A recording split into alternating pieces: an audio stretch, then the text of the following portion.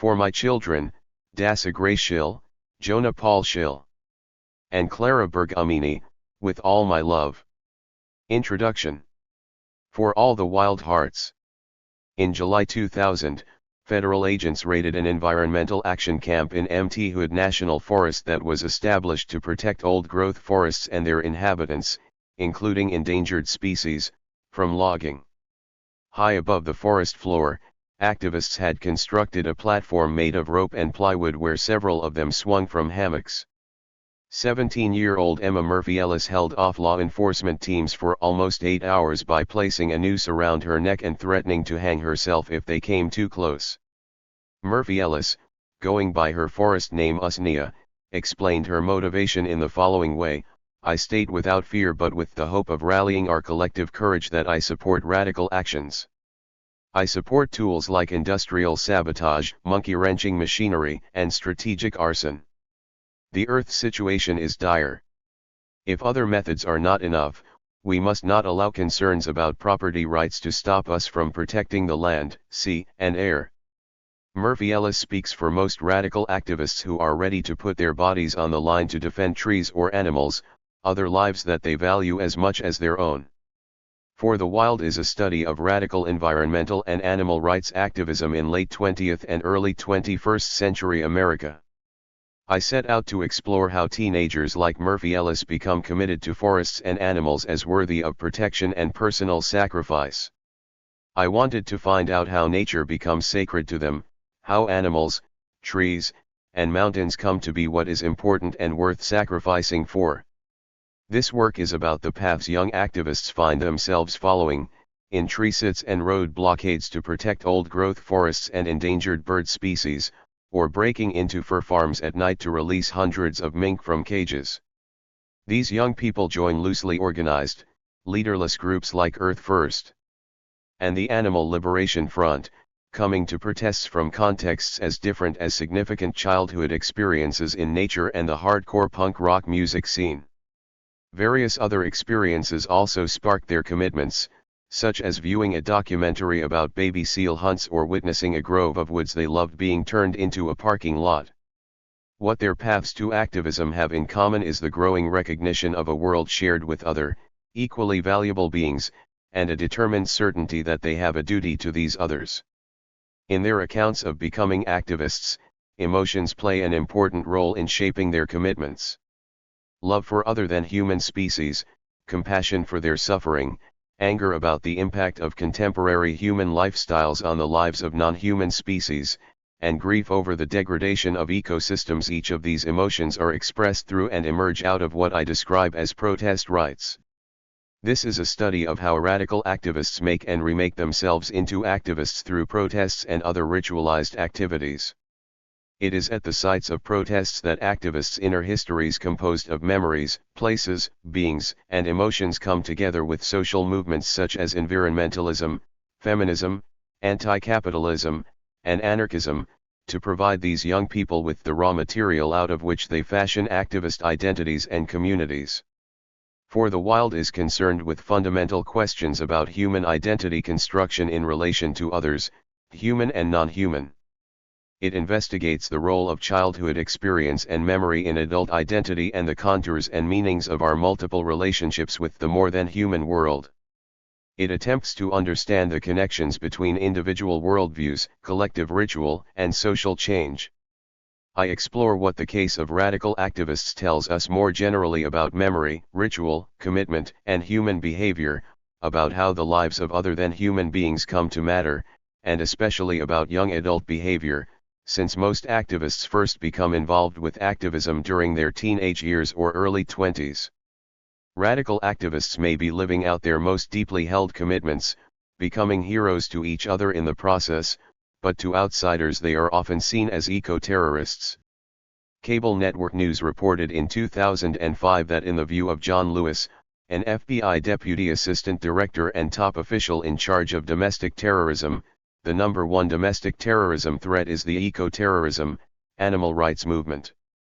A few years earlier, Rolling Stone reported that FBI Director Louis Freeh testified before a Senate subcommittee that the most recognizable single-issue terrorists at the present time are those involved in the violent animal rights, anti-abortion and environmental protection movements.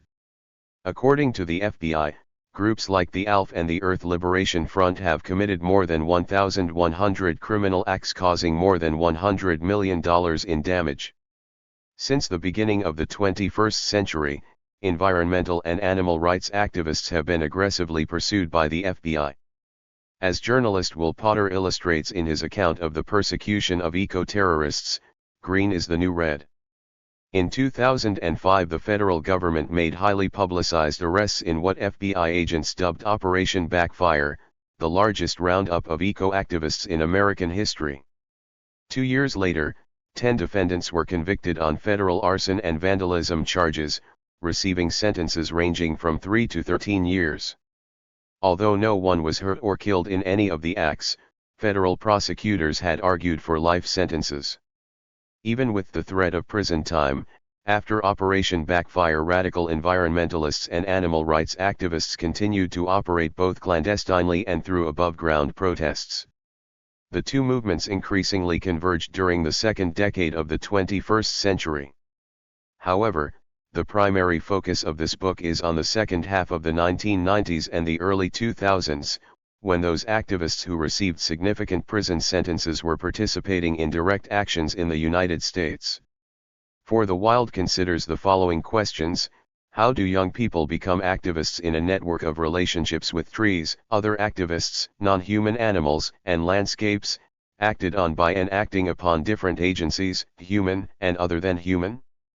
What are the most central emotional and other kinds of experiences from childhood and young adulthood that inspire extreme commitments and shape protest practices? What idealized and desired relations between human and non-human bodies are implicated in and emerge from protests? What forms of gender and ethnic identity are contested, deployed, constructed, and negotiated during ritualized actions involved with protests, and what kinds of fractures and conflicts within activist communities are revealed? What bearing do activist protests on behalf of the environment have on social and political change or new forms of democracy in terms of spatial practices and decision-making structures? How do activists express and deal with the grief and loss that accompany environmental devastation and climate change? In order to address these and other questions about radical environmentalism and animal rights, I focus on the role of childhood experience, youth culture, embodied ritual actions, and the emotions of wonder, love, anger, compassion, and grief. Scholarly context and background. My study is situated at the intersection of a number of disciplinary fields, including religious studies, environmental studies, cultural anthropology, ritual studies, critical animal studies, and youth subculture studies. For the Wild is very much an account of youth, a stage of life after childhood that extends through the early 20s. Young people are often disregarded in scholarship on religion and spirituality, even though teenage and young adult years are formative in shaping spiritualities and worldviews. The intersection of youth culture, religion/spirituality, and activism has been particularly neglected by scholars, including bicultural studies research on youth subcultures. Moreover, the small body of work on teenagers and religion is almost completely focused on Abrahamic religions, particularly Christianity, and rarely includes religious experiences of the natural world or beliefs about animals and the environment. My emphasis is on the ways in which spiritual orientations and experiences are intertwined with other shaping factors as young adults come to believe that they must put their lives on the line for non-human animals and the natural world. It is particularly interesting that spiritual aspects of these movements have been ignored, since many representations of activists by the news media and law enforcement focus on their moral lack. Activists do feel a lack, but it is not the absence of morality. Spring, an activist I met at an environmentalist gathering in Pennsylvania, touched her chest and told me, "I always felt an emptiness, because the earth is being destroyed and I needed to work to do something." Part of the problem, she explained, is that our society denies our spiritual connection to the earth. In depictions of activists as terrorists, they are shown to be morally deficient, when in fact it is deep spiritual connections and moral commitments that result in actions that sometimes land them in prison. This study is ethnographic in nature, but also informed by other types of approaches that focus on how environmental and non-human animal issues are entangled with human ways of being in the world. These different disciplinary orientations help me address the ways in which activist youth come to express and practice their spiritual and moral commitments through rites of protest against environmental devastation and animal suffering. My work draws heavily on recent trends in anthropology, environmental humanities, and science studies that suggest new ways of thinking about relationships with other species as well as with the material world. I have been helped by revised understandings of animism, the new materialism, and other approaches that decenter the human and work on the boundary between human and other than human lives. Like activists, these scholarly approaches challenge strict distinctions between the human and the larger than human world. They ask how we should think about our relationship to other species and landscapes when we share so much of our lives and even our very cells and selves with them. Our bodies and identities are not easily distinguished from those of others, even matter as inanimate as the rocky assemblages and mountains some of us call home. How we come into being and who we identify as a person or significant presence in the world are processes that take place in particular cultural and historical contexts. In addition to 21st century developments, there are ancient examples of ways in which humans come into being in a world of relationships with other than human beings and landscapes. Aspects of Asian traditions such as Taoism and Confucianism, as well as many indigenous worldviews, express similar orientations towards human entanglement in and inextricability from the more than human world. Many activists are informed by and/or borrow from these traditions. In the opening decades of the 21st century, views of our responsibility for and entangled relationships with species and landscapes have even been expressed in the political realm, such as through movements to bestow legal rights on nature. In 2008, Ecuador became the first country to include the rights of nature in its constitution. These rights include the following: rights for nature. Rather than treating nature as property under the law, rights for nature articles acknowledge that nature in all its life forms has the right to exist, persist, maintain, and regenerate its vital cycles. And we the people have the legal authority to enforce these rights on behalf of ecosystems. The ecosystem itself can be named as the defendant. In a similar fashion, in the global north, science studies scholar Bruno Latour and other scholars, students, and artists prepared for the 2015 Paris Climate Talks by creating an event at a Paris theater called Paris Climat 2015 Make It Work/Theater of Negotiations, in which natural entities like soil and ocean were given representation and territorial connections were emphasized over nation-states. During the event, non-speaking entities from fish to trees to the polar regions were spoken for and included in negotiations around climate and geopolitics. Like radical environmental and animal rights activism, these efforts might be seen as a ritualized politics of the Anthropocene. They are responding to widespread recognition that human reshaping of the planet and its systems through nuclear tests, plastics, and domesticated animals, among many other examples, has been so profound that we have entered a now geological epoch. Like the Ecuador Constitution and participants in the theater of negotiations, animal rights and environmental activists speak for natural entities. Activist bodies and identities emerge within specific kinds of relationships with other beings in a variety of complex ways that lead activists to protests. For this reason, I want to emphasize activists becoming with other than human beings, both intimate and distant. I approach young adults' transformation into activists as a biosocial becoming, to borrow a term from anthropologists Tim Ingold and Gisli Palsson, a process in which activists should not be understood as clearly bounded beings but as becomings in relationship to many other beings. Science studies scholar Donna Haraway's view of co-becoming also emphasizes the complex and dynamic ways we relate to other species and the life we share with them, even at a cellular level, because human nature is fundamentally an interspecies relationship. Activist identities emerge from their interactions with many species and landscapes through childhood and young adulthood, as they become human with these others over time, reactivating themselves, so to speak, as they relate to trees, non-human animals, and landscapes where they find themselves at protests. It is through these ongoing relationships that they come to know these others' pain and suffering as their own, that they come to fight for the wild and for the animals, as they often sign letters and press releases. For many activists, caring arises from encounters with an objective reality of suffering and devastation that they experience in the world, an encounter with a mink in a cage or what is left of a mountain after its top has been removed to get at the coal inside. Encounters with humans affected by devastation play a part too in moving them towards action. For anti-mountaintop removal activists such as ramps, for example, the faces of people in poor communities affected by polluted water are as important as ruined mountains plowed over for the coal beneath them. For these beings and places, activists must act, they have no other choice. Theirs is a politics of intimacy with these others that emerges from direct encounters with a living, multi-species world. For the wild uncovers and explores the deep experiential roots of activists' political commitments as a reaction to the profound reconfiguration of planet Earth and its beings by industrialized civilizations. My exploration of the role of ritual and emotion in the commitments of radical activists pushes towards a broader understanding of the stream of American thought and practice historian Catherine Albanese has called nature religion.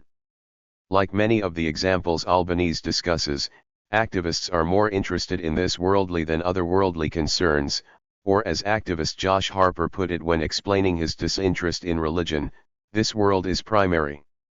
They are likely to say they are agnostic or atheist, yet approach activism as a sacred duty, putting into practice a non-anthropocentric morality. Animals and the natural world are what they care about most, although they link environmental and animal issues to struggles for social justice. As a study of spiritually informed activism, among other things, this book investigates activists' lived experience of nature and non-human animals as central to their worlds of meaning. I draw especially on Robert Orsi's definition of religion as a network of relationships between heaven and earth involving humans of all ages and many different sacred figures together. In what follows, I will suggest some of the ways that radical activists make special, and even sacred, relationships between human and non-human earthly others, including not only non-human animals and trees but also other activists who have become comrades and martyrs in a holy crusade to save the wild. While some activists may see the Earth's body as Gaia or trees as gods and goddesses, they are more likely to emphasize the sacred relationships we have with other species and the sacred duties and responsibilities we consequently owe them. Trees and non-human animals, or even the Earth itself in a more abstract sense, are regarded by activists with awe and reverence. And what these activists set apart from the sacred as profane are the human actions and machines that threaten these beings and places. In the context of activism, a sacred crusade to save the wild or the sacredness of a forest designates those for whom activists will sacrifice their own comfort and safety. These beings and special places are worth the discomfort of many days in tree sits and the risk of long prison sentences. It is the meanings and origins of these sacred relationships and duties that I focus on in this work. A number of activists told me they do not like the term activist for various reasons, but I have chosen to retain it because I am most interested in actions that express their commitments and desires. This study is practice-centered and focuses on what activists do and how they came to do it, as well as the beliefs behind their actions. For the purposes of this book, I define radical activists as those who reject anthropocentrism and speciesism and practice direct action. Through direct action they challenge assumptions about human exceptionalism and boundaries between species used to exclude non-human species from moral consideration. They also think of themselves as radicals in ways I will explore at length, but that include identification with anarchism and the strategies and beliefs of earlier radical movements like the Black Panthers and gay rights. Animal rights activists and radical environmentalists are also closely affiliated with contemporary anti-capitalism radicals, such as the Occupy movement. For some radical environmentalists such as Earth First, ERS, being radical is about getting to the roots of environmental destruction, our very ways of thinking and acting as human beings on a planet where we coexist with many other species. Being radical separates these activists from more mainstream environmental groups, the Sierra Club, for example, and animal rights organizations such as the Humane Society. They critically point to the compromises made by mainstream environmental and animal rights organizations and highlight their own refusal to compromise. They engage in direct action and promote an every tool in the toolbox approach to environmental and animal issues. Such a toolbox includes illegal acts of property destruction such as arson, occupation of corporate offices, sabotage of machinery, and animal releases, differentiating them from organizations that eschew illegal and confrontational tactics. The refusal to compromise is a hallmark of radical commitment. If eco-activism is a sacred crusade for the wild and for the animals, ideally, then, nothing should prevent activists from acting for them. The roots of radical activism. Late 20th and early 21st century radical animal rights and environmental activism's origins are complex, the background of participants is diverse, and the two movements have somewhat different genealogies that I trace in more detail in Chapter 2. Radical environmentalism draws on 7 main sources that have contributed to expressions of activism seen in Earth First and the ELF. What historian Catherine L. Albanese has described as nature religion, ideas and practices as diverse as those of Native Americans and New England transcendentalists like Emerson and Thoreau, that make nature their symbolic center. Religious studies scholar Braun Taylor further specifies a strain of American nature religion that he calls dark green religion, that includes radical environmentalists and is characterized by adherence to the view that nature is sacred, has intrinsic value, and is therefore due reverent care. Taylor discusses the nature religion of radical environmentalists in a number of articles where he argues among other things that ecotage itself is ritual worship. This view is shared by sociologist Rick Scarce, who characterizes tree-sitting as a quasi-religious act of devotion. Historical studies by Evan Berry and Mark R. Stahl broaden this tradition of nature religion by suggesting that 19th century and early 20th century American environmentalism was shaped in important ways by Protestant forms of Christianity. The secular environmentalist movement that emerged in the 1960s, built on earlier activities, and was expressed in initiatives such as the Wilderness Act and Earth Day. Deep ecological views, particularly the work of Arne Naess, Bill Duvall, and George Sessions, that have shaped and been shaped by nature religion and the environmental movement. Norwegian philosopher and mountaineer Naess coined the term deep ecology in 1973, as a contrast to the shallow ecology movement. Deep ecologists promote an ecological self and ecocentric rather than anthropocentric values.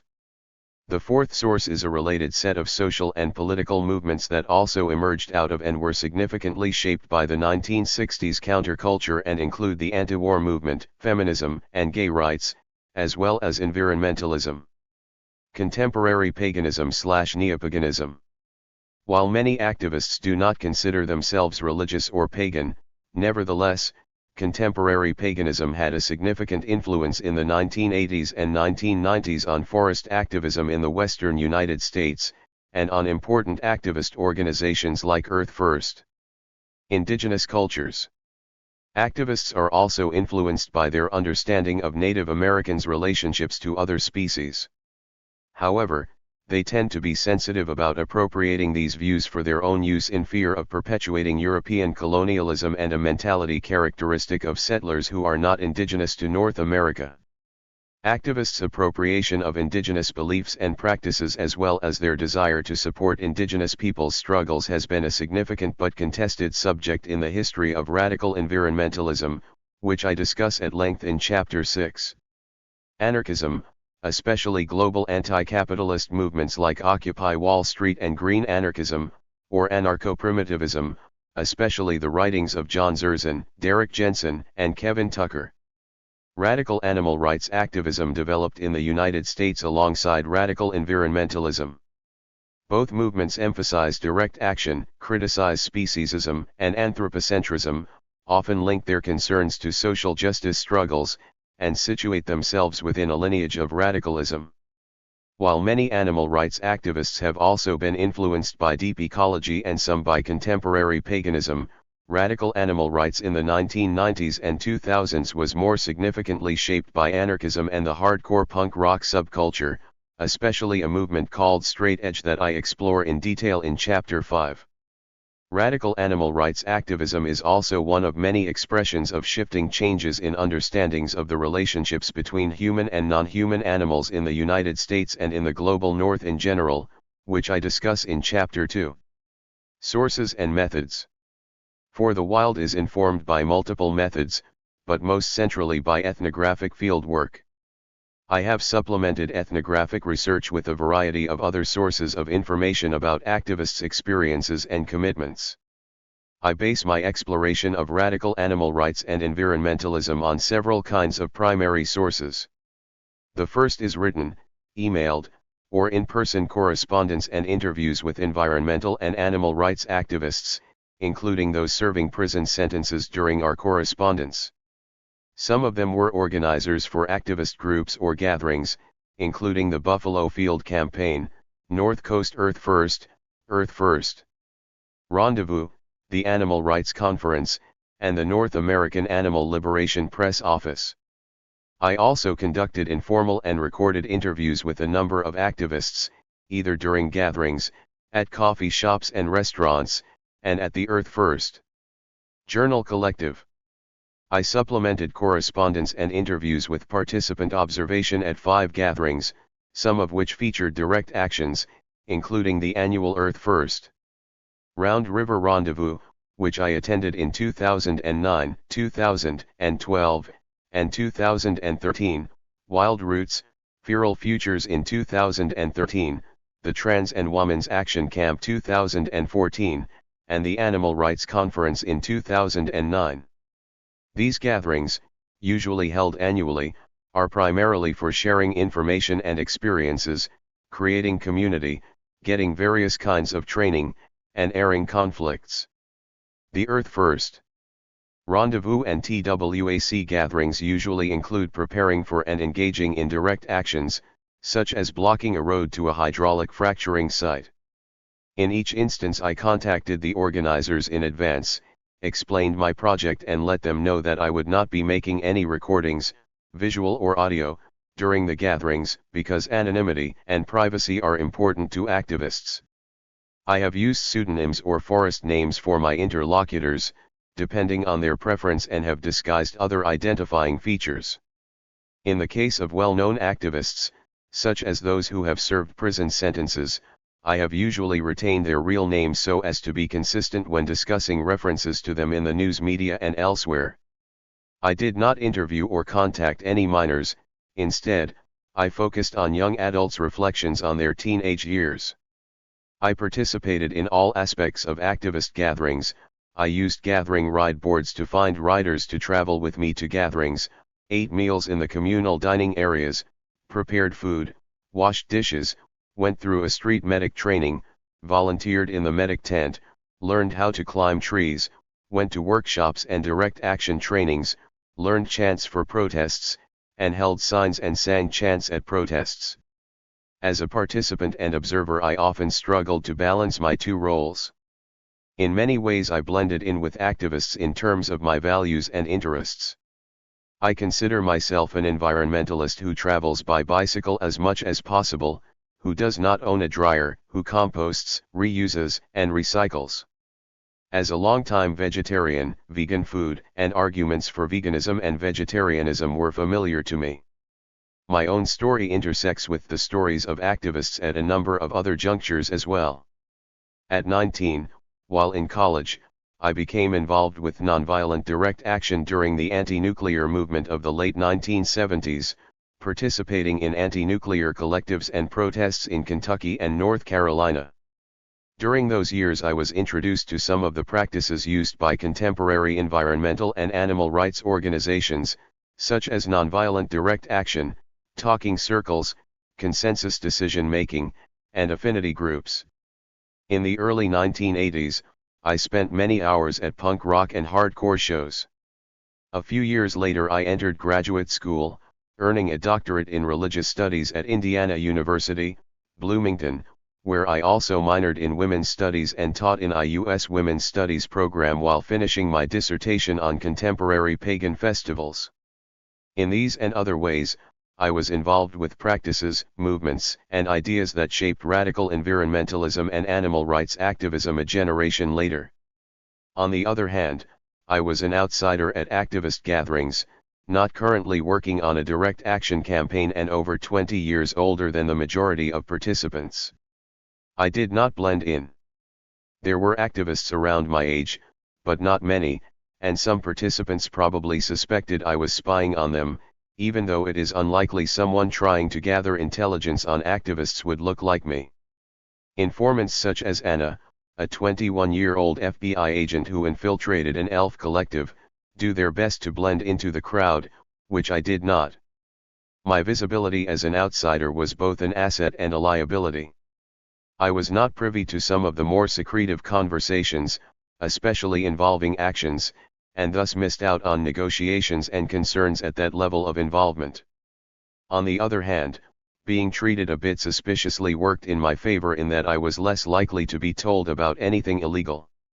I made it a point not to ask about underground actions, only those actions activists had already been sentenced for or that were public, above ground, and covered by the news media. All of these experiences had a profound influence on how I related to what I heard and saw during my research and have contributed to how I have written this story about radical activism. My age and life experience turned out to be useful. Because of a stint working in restaurants as a young adult, I could easily follow directions and make myself useful in community kitchens at gatherings. Given years of dealing with a variety of classroom dynamics, I handled situations that required a calm demeanor, such as helping in the medic tent or filling in as a police liaison when the assigned liaison was needed elsewhere during an action. No doubt the police treated me differently as well. As I became more familiar to the communities by participating in all aspects of the gatherings, most activists eventually seemed to accept my presence. They were open with me in as many ways as they were suspicious of me, and many of them shared details of their lives, explaining what mattered to them and why in ways I could understand. For the wild is very much the result of intersubjective understandings that emerged from my conversations with activists and from the interfaces of my sensory, embedded experiences with activist communities. You will read my view of what emerged from our conversations, checked against other sources and other views. Any attempt at objectivity would be fragile and incomplete, and mine is no objective portrait of activism, although I try to fairly represent multiple views on most issues. No doubt activists would tell some of these stories differently. But their narratives would be multiple and varied too. Like me, many of them moved in and out of campaigns, returning to work and school in between, while others remained full-time activists. Some of those I spoke with had only been involved for a few months or were attending a protest for the first time, while others drew from many years of experience on campaigns to save wild places and non-human animals. There is no central organization in the anarchistic groups I learned from and participated in, no authority to turn to for an official interpretation. Meaning and authority in these movements emerge from what is happening on the ground, between people, in concert with landscapes and other species, and in essays about movement strategies and practices online and in print. In addition to interviews and participant observation, I draw on 3 different kinds of primary print sources: published memoirs by environmental and animal rights activists, such as Paul Watson's Seal Wars, print publications such as The Earth First Journal and Satya, vegetarianism, animal advocacy, social justice, environmentalism, and self-published, photocopied, and usually anonymous zines that I picked up at gatherings. These zines ranged from reprints of activist publications to self-authored essays such as those collected in the zine Reclaim, Rewild, A Vision for Going Feral and Actualizing Our Wildest Dreams. The final type of primary source was online documentation of actions and gatherings, including photographs, videos, and written accounts of actions and news stories on activist websites, particularly The Earth First, Newswire, Activists whom I met at gatherings or whose articles I read in print and online are incredibly diverse and difficult to generalize about. While there are well-known figures in these movements, such as Earth First founder Dave Foreman or PETA founder Ingrid Newkirk, they are as likely to be criticized as emulated. Renowned activists like Jeff Luers and Marius Mason, who served time in prison, were often referred to with awe and respect by other activists I met. But the communities I spent time with are leaderless, they have policies that participants mostly agree on, but no central organization. In what follows, I describe and analyze important trends and common views and experiences. While my observations will not fit every activist, it is my hope that activists will recognize their communities as I have depicted them and that I have accurately captured many of the values and experiences they share. SM Sarah M. Pike for the Wild 3.jpg. From the distro table, zines. In my journey through the worlds of activists, two concepts have particularly troubled me, nature and the wild. I try to use these words in the ways activists use them. But nature and the wild are, of course, constructions situated within a particular set of late modern conditions, including nostalgia for an imagined past in which humans lived more harmoniously with other species. Nature might be seen to include toxic chemicals and clear-cuts as well as human beings, even human beings who have no respect for other species, but obviously this is not what activists mean when they refer to nature. When activists say they want to protect nature or are for the wild and for the animals, they mean they want to protect trees, animals, and relatively wild places from human interference to the greatest extent possible. Sometimes this means making animal testing illegal, getting an area designated as wilderness, or halting logging in old-growth forests and areas inhabited by endangered species. Of course, imagining forests or any wild landscape as a place of human absence, a place apart from culture, also depends on erasing the cultures that dwelt and sometimes now dwell there. Some activists have a more sophisticated understanding of history than others.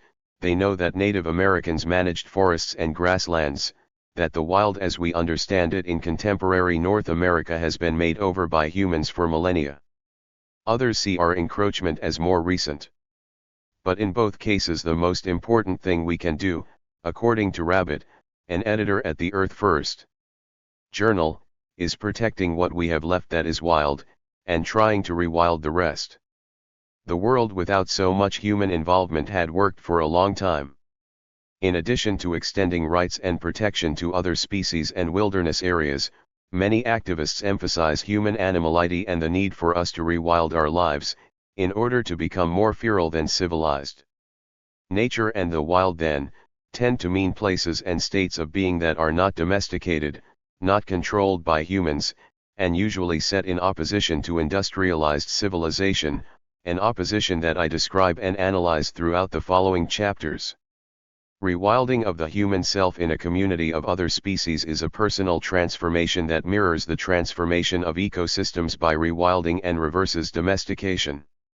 Such transformations come about through particular kinds of embodied practices and experiences, often ritualized. Rites of conversion and protest. I turn to ritual as another perspective on activism. In order to best understand how activists express their commitment to the wild, the tools of ritual studies have been particularly helpful to me. For the wild is about two kinds of ritual: conversion as a rite of passage or initiation into activism, and protests as ritualized actions. Conversion tends to take place on an internal and personal level, while protests are usually participatory and collective. In the context of conversion to activism, I explore the ways in which the love, wonder, rage, and grief that motivate radical activists develop through powerful, embodied relationships with non-human beings. Conversion to activism can happen in a matter of moments, during what some activists describe as a tipping point, or it can be a longer, more subtle internal process of shifting one's worldview. It may happen within a protest setting such as a tree sit or road blockade, when listening to vegan hardcore punk rock, as a result of the death of a non-human animal friend, or while watching a video about seal slaughter, to name some of the examples described in this book. Protests like tree sits and animal liberations are ritualized actions or events. In this study I understand ritual as a distinctive way of enacting and constituting relationships among humans, as well as between humans and other than human beings or nature writ large. Protests call into question destructive relationships between humans and other species. They also suggest new kinds of relationships between humans and the others with whom we are entangled on this earth. Our human situatedness in terms of gender, class, ethnic background, age, and ability also shapes the kinds of relationality we experience with other beings, human and other than human. The relationships that are expressed in and emerge from protests challenge human superiority as well as lines dividing us from other species. Protests create and express particular kinds of bonds among activists as well as between activists and loggers, construction workers, animal researchers, and law enforcement. These latter are often but by no means always oppositional. In these ways, protests express and create a world of interrelated life forms, co-shaping each other. What emerges during protests is a larger-than-human world brimming with diverse forms of life and full of meanings and spirit, a world composed of relationships between many different kinds of humans, various species, bodies of water, rocky assemblages, and landscapes.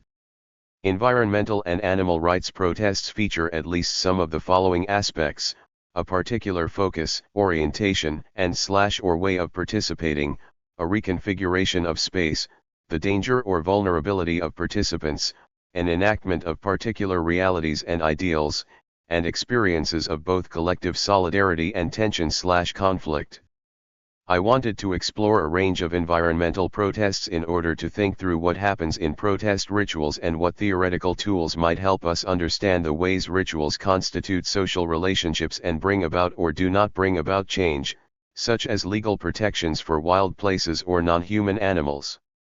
What kinds of boundaries are called into question by particular protest rituals?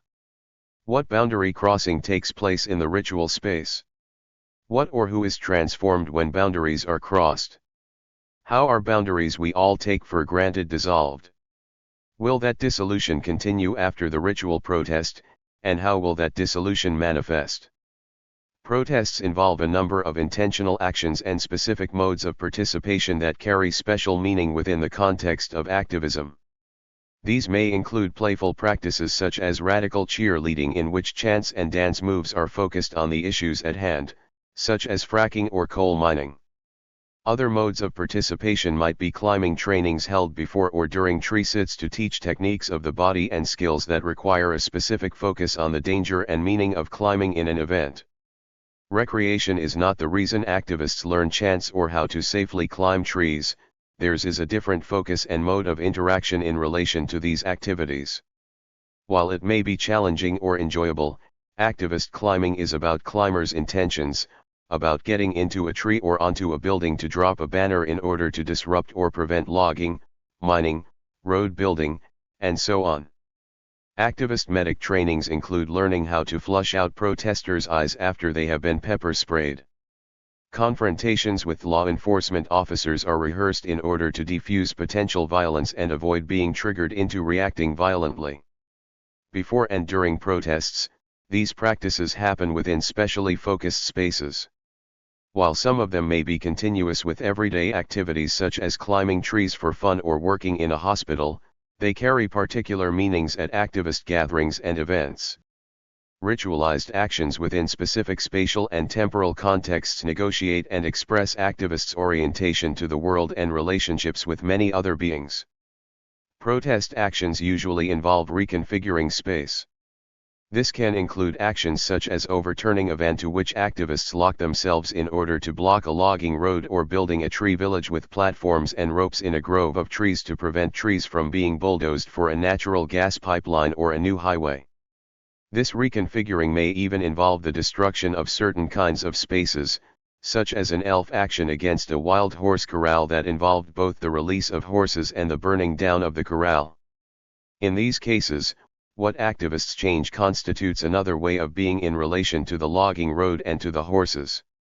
During such protests, activists' pain and sacrifice may play an important role, just as the suffering and pain of non-human others shape activists' commitments. Activists put themselves in danger, committing acts of arson that could carry lengthy prison sentences, splaying their bodies on the ground in front of bulldozers, or hanging precariously from redwood canopies. These ritualized actions are intended to challenge assumptions about what and who is of value. Most forest actions that try to delay logging and draw attention to endangered old-growth forests involve positioning human bodies between loggers and trees, so that logging cannot occur without hurting or killing activists. Some animal rights actions involve risky nighttime exploits to free animals from locked and guarded research facilities. These protests work in part because of the risks protesters take, what communications scholar Kevin DeLuca calls their utter vulnerability. Risky protest tactics heighten suspense and increase the identification between activists and those on whose behalf they are acting. These protests are ritualized interventions, ruptures that rearrange the taken-for-granted order of society by placing value on the lives of redwood trees and spotted owls and by risking one's own body for these other bodies. In this way, the danger and precarity involved in protests enact activist ideals, including a reality in which the more than human living world is valued and protected, even at the cost of human flourishing.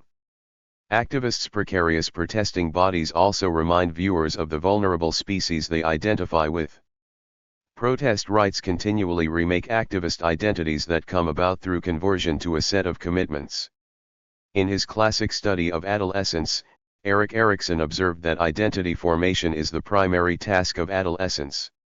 Young people must forge a sense of self that will eventually allow them to leave their families. These new selves are formed in a liminal space, a space of transformation according to Victor Turner's, Arnold van Gennep's, and more recently, Ronald Grimes's research on rites of passage. Drawing on van Gennep, Grimes argues that rites of passage are pivots, at which one's life trajectory veers, changing direction. These pivots, observes Grimes, are moments of intense energy and danger, and ritual is the primary means of negotiating the rapids. Activists' lives pivot in this way during intense and dangerous protests that inscribe identities on their bodies. S.M. Sarah M. Pike for the Wild 4.jpg. Earth First. Elliott Forest Blockade Bipod. Photo, Margaret Killjoy. Licensed under Creative Commons 2.0. In many cultures there are clearly defined steps that bound adolescent liminality, but in contemporary American culture, these bounds are anything but clear. As Grimes puts it, we know so few authentic and compelling rites, that adolescent rites of passage in the West often take a postmodern, peer-driven form that can be vague or uncertain. But for many activists, there is nothing vague about the life-changing transformations they undergo when they become committed to activism. Their initiation into activism is an irreversible change that effectively divides their lives into a before and after, a common feature of initiation rites. While I use conversion and initiation interchangeably here, initiation might be seen as more of a public process during which a community of others, human and non-human, work on activists' lives. On the other hand, conversion is more of an internal process during which the shaping forces of human and non-human others are taken deeply into the bone, to borrow Grimes's phrase. Activists' accounts of how they became committed to activism tend to fall into two categories. For some, becoming an activist was a gradual process of being more true to themselves, confirming what they had always believed. For others, activism marked a critical point in their lives when they rejected many aspects of their upbringing or social status and chose activism. Both types of conversion involve a before and after, and different understandings of self-identity. The activist's self is either completely different, or a new version of someone who was always there. Throughout this book, I discuss both processes in detail, drawing attention to the different forces working on youth as they become activists. During their young adult years, activists in the making do not become successfully socialized into what they describe as capitalist, anthropocentric American society. Instead, they experience conversion to a contrasting set of values and beliefs that shape their activist commitments.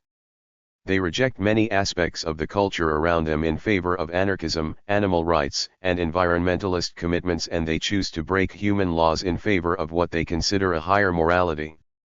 I argue that their developing commitments to activism are a kind of internal revolution that marks a conversion to or initiation into activism. Rites of passage into activism are not entirely dissimilar to the rights activists have rejected from their pasts and criticized in the broader society. Activist conversion stories may incorporate the language of conversion common to some forms of Christianity, such as being baptized or born again. Accounts of how they became committed to radical activism suggest that they express their conversion through the ritualized actions involved with protests.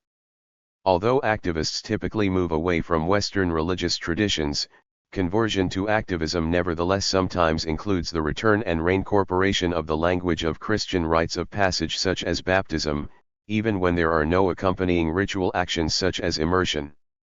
American evangelicals are more typically identified with the born-again experience, but activists who reject Christianity redefine being born again in an unexpected context in which nature and animals, rather than God, become the sacred centers of their lives.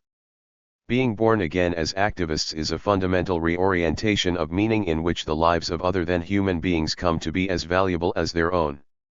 The notion of a second chance or new life after conversion in which one's old ways are left behind is such a pervasive metaphor in American cultural history and American religion that it lends clout to conversion stories. At the Animal Rights Conference in Los Angeles I attended in 2007, plenary speaker Alex Pacheco, one of the founders of PETA, told the audience that he was baptized into animal rights through his involvement with Paul Watson and Sea Shepherd. He went on to describe his second baptism working with the Underground ALF as a further stage in his initiation into activism. Another participant in the Los Angeles conference, who said she grew up as a born-again Christian and later left Christianity, also described being born again into the animal rights movement as beginning a new phase of her life. In various sessions and workshops, other conference goers identified a tipping point that set them moving towards their commitment to non-human animals, often the final stage in a series of experiences that had already prepared them for such a commitment. These activists, while painted as extremists, might also be seen as expressing concerns that cut across a broader swathe of the U.S. populace. Activism is one of many possible ways that young Americans, who experienced the greatest growth in the category of spiritual but not religious or unaffiliated in the early 20th century, express spiritual and moral values outside religious institutions in unexpected places. The widespread and surprising support among American youth for Bernie Sanders' campaign for the Democratic presidential nomination in 2015 to 2016 speaks to young people's dissatisfaction with the social and political status quo, including attitudes toward the more-than-human world. For instance, in September 2014, over 300,000 people converged on Manhattan for the Peaceful People's Climate March that included mainstream environmental and animal rights activists, a large contingent of interfaith groups, and politicians such as former U.S. Vice President Al Gore, Secretary General of the United Nations Ban Ki-moon, and New York Mayor Bill de Blasio. By the second decade of the 21st century, concerns about climate change were not only the purview of environmentalists, just as the rights of sentient creatures were no longer only the concern of animal rights activists.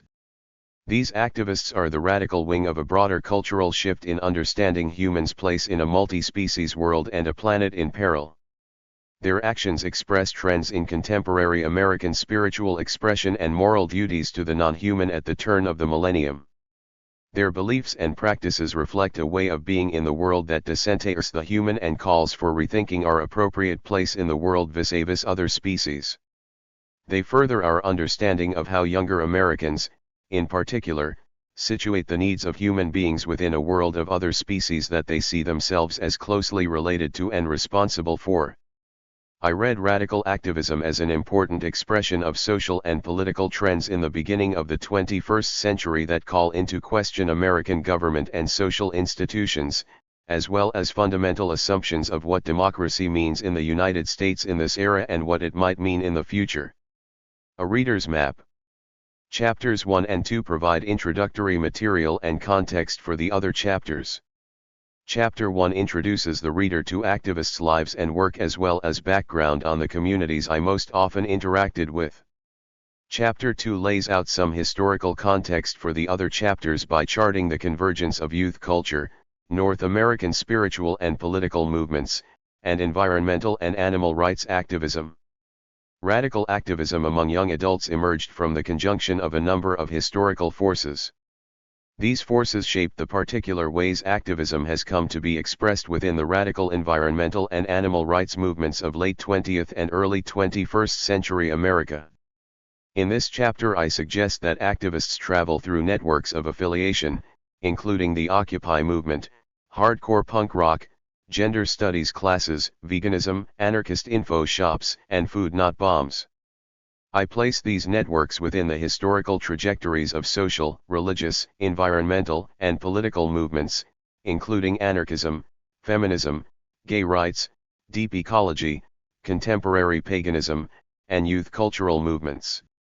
More than anything else, the radical activist communities I explore in this book are composed of young adults grappling with the realities of the present and imagining a different kind of future in an era of global environmental change. In this chapter I argue for thinking about youth conversion and commitment in ways that avoid demonizing youth. To do so will involve understanding the deep historical roots of young adults' concerns about the plight of other species as well as their own. Chapters 3 through 7 cover a lifespan of activism, beginning with childhood experience and ending with mourning the deaths of human and other than human beings. Each of these chapters also considers the ways in which particular kinds of emotional experiences shape activist commitments. Chapter 3 focuses on the experience of wonder within the landscape of childhood and introduces the notion that activists' inner histories composed of memories and childhood experiences are brought to and emerge during activist gatherings and direct actions. The extent to which the remembered childhood landscape is imbued with wonder may affect the intensity of activists' grief over destroyed landscapes and mistreatment of non-human animals. At activist gatherings and direct actions, activists revisit and reconstruct childhood experiences. Rather than severing their lives from childhood, some of them engage in a creative reworking of childhood experiences by creating a deep ecological politics of action. Chapters 4 and 5 present two possible ways that young people might undergo a rite of passage in the process of becoming activists, one in forest action camps and the other through participation in urban straight-edge/hardcore punk rock scenes.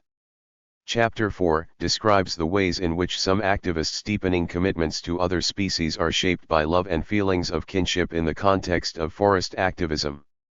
In this chapter, I suggest that tree sits and other actions act simultaneously as rites of passage and rites of protest. Activists travel to forests and experience a sense of belonging in these separate spaces away from a society most of them have rejected. They create action camps and protests as spaces apart, as the larger-than-human world becomes more real to them and the human society they were born into becomes more distant. In these spaces apart they often seek to decolonize and rewild what has been domesticated and colonized. Through complex relationships of intimacy and distance expressed in rites of identification and disidentification, they draw closer to the wild and farther away from other humans outside activist communities.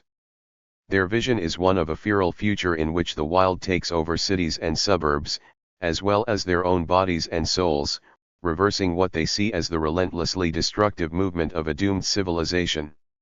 Chapter 5 explores the interweaving of music, Hindu religious beliefs, and activism motivated by anger in the context of hardcore punk rock.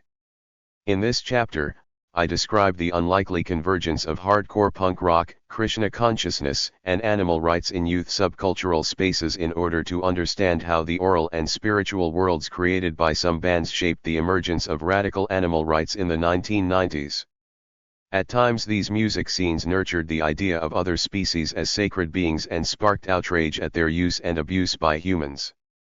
Bands made fans into activists who brought moral outrage and the intensity of hardcore to direct actions in forests, at animal testing labs and mink farms, and against hunting and factory farming.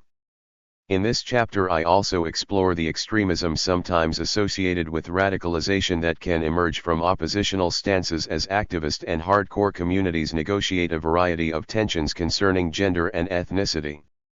In Chapter 6 I explore conflicts within activist communities more intently by considering how activists both soften and sharpen the bounds of inclusion through ritual and spatial strategies, the ways in which they include and exclude self and other as they make and remake sacred and safe spaces within their communities.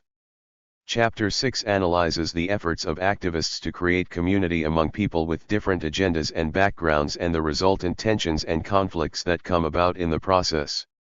I look closely at activists' work to build communities that bring together environmental and animal rights activism with concerns about social justice, especially with regard to people of color.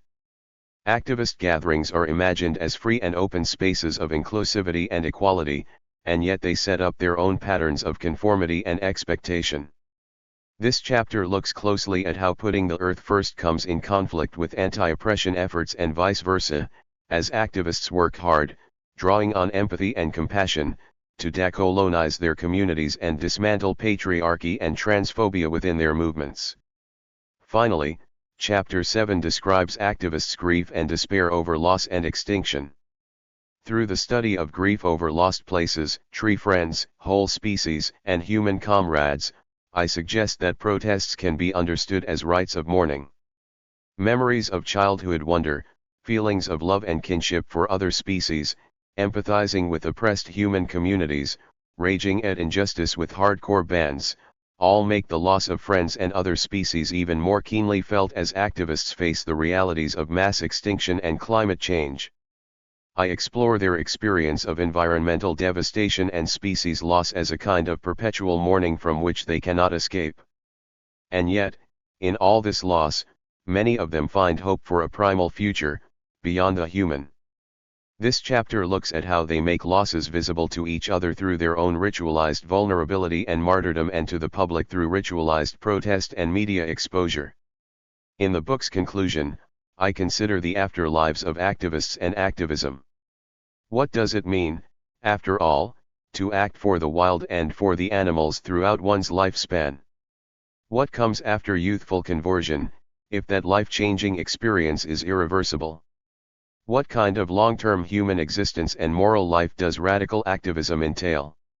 If activism is a kind of liminal existence, an extended rite of passage, what kind of life do activists pass into, and what kind of world do they work to usher in?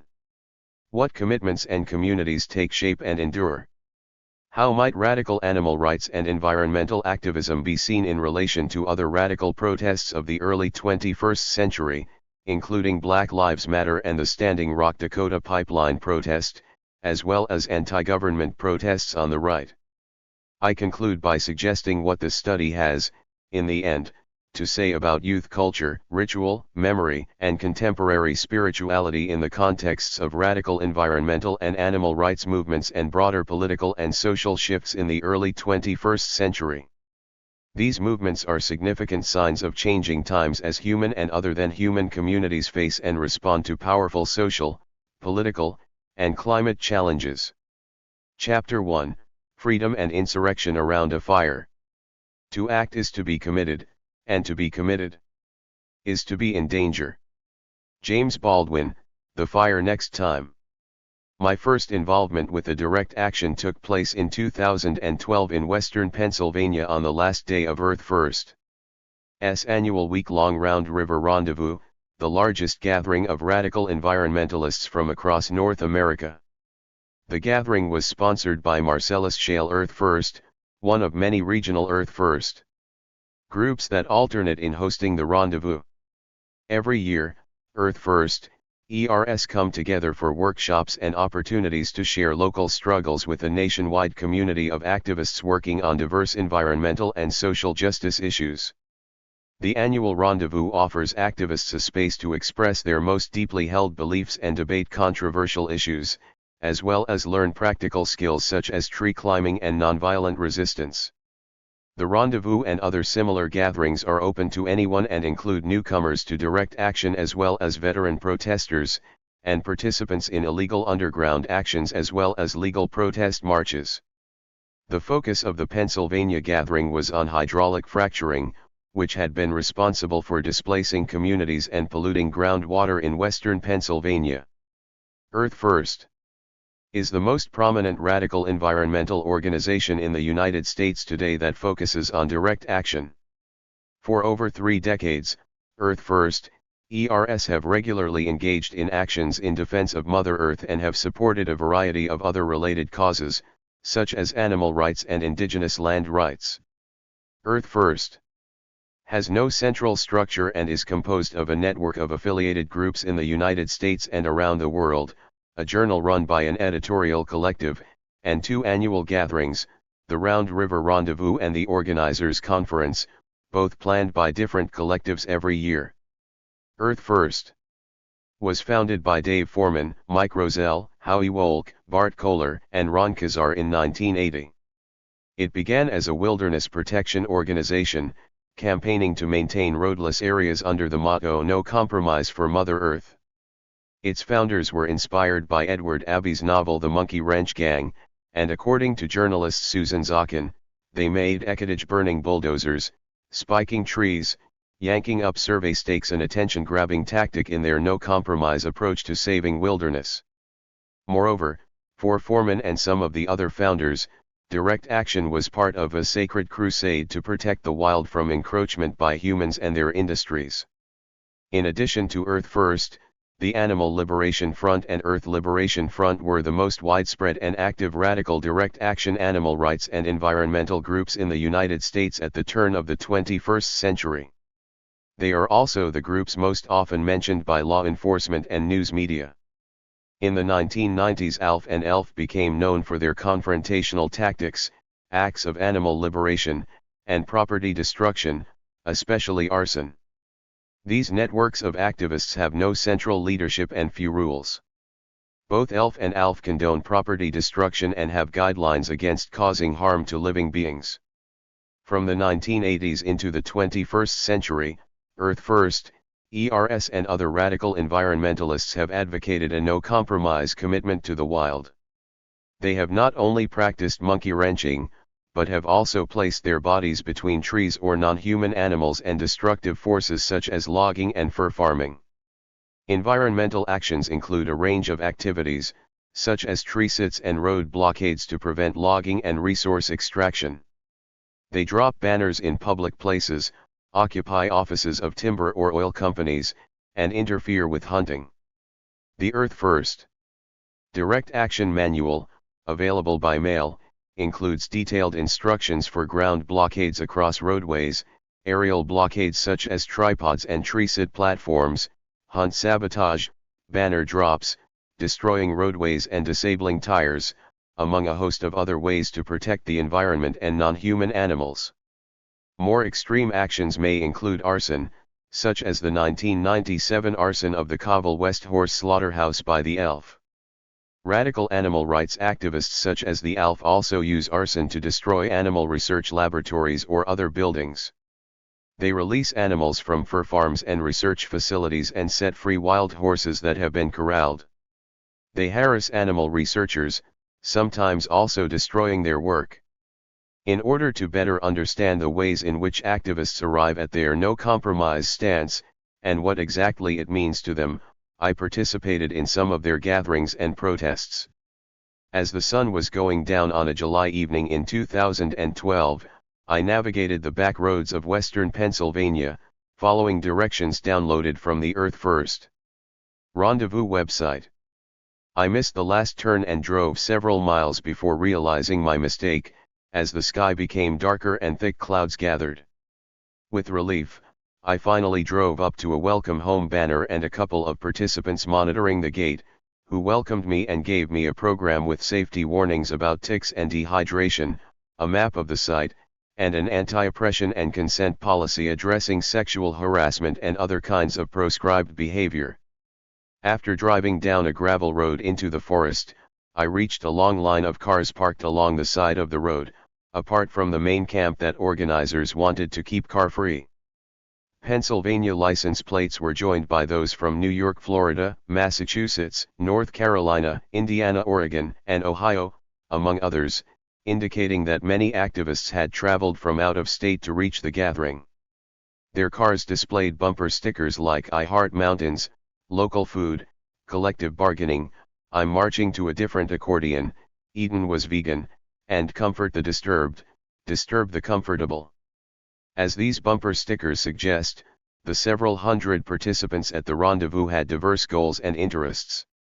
They came to the woods to learn from each other, share strategies, have fun, and participate in a culminating action at the end of the week designed to draw attention to hydrofracking concerns in the region.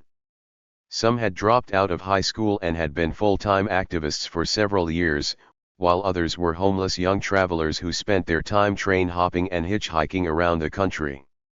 These travelers sometimes participated in tree sits or other direct actions.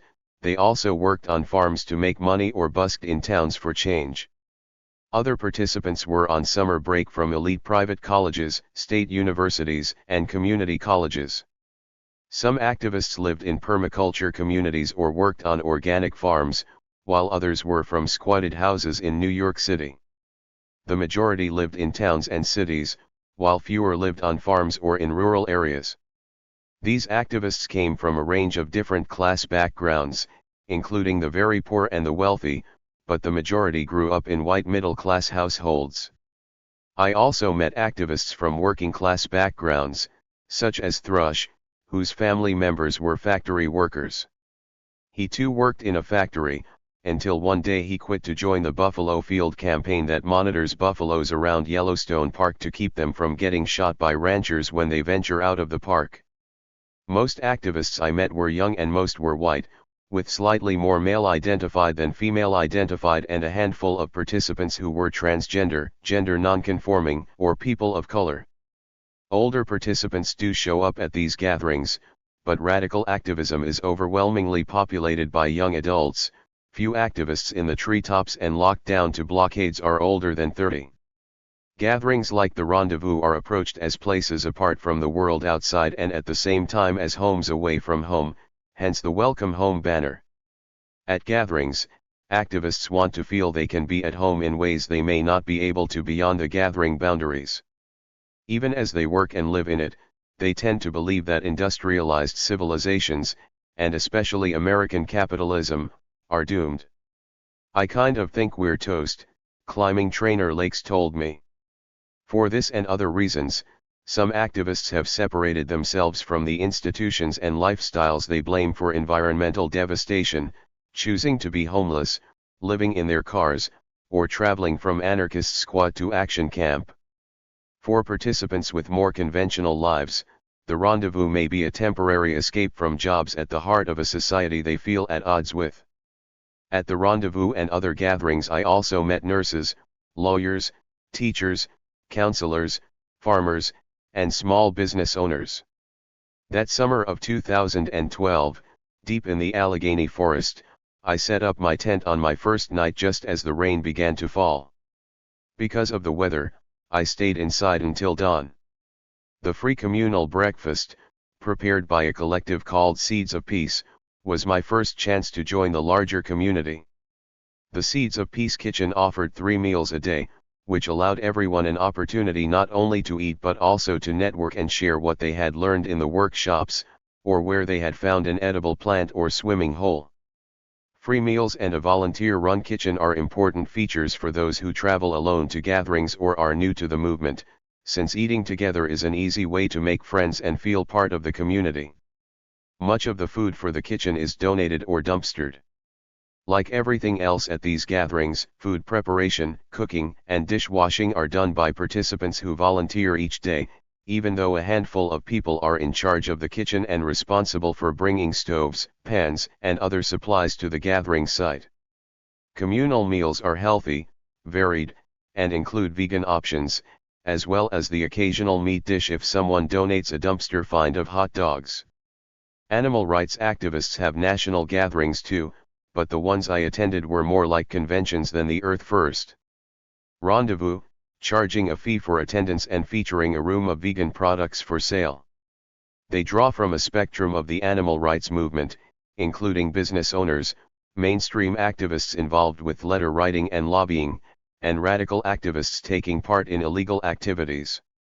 The largest gathering I participated in, the Animal Rights National Conference, took place in hotel convention rooms and was held alternately in Los Angeles or Washington, D.C. Property destruction tactics used by the ALF and other radical animal rights activists were more controversial in this context than at the Earth First rendezvous. At radical environmentalist gatherings, animal rights campaigns were discussed and a number of activists participated in both movements, especially in organizations that defend wild animals, such as the Buffalo Field Campaign. The Earth First Journal covers animal releases and other ALF actions in its pages, and animal rights campaigns are familiar to many radical environmentalists, especially because some of them have been involved with both movements.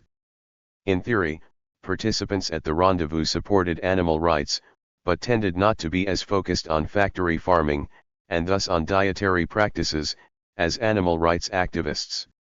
Opposition to factory farming is a cornerstone of animal rights, along with other issues such as vivisection, killing animals for fur, and keeping wild animals in captivity at zoos and animal parks. While many activists are omnivores, just as many are vegetarian or vegan, for both moral and environmental reasons.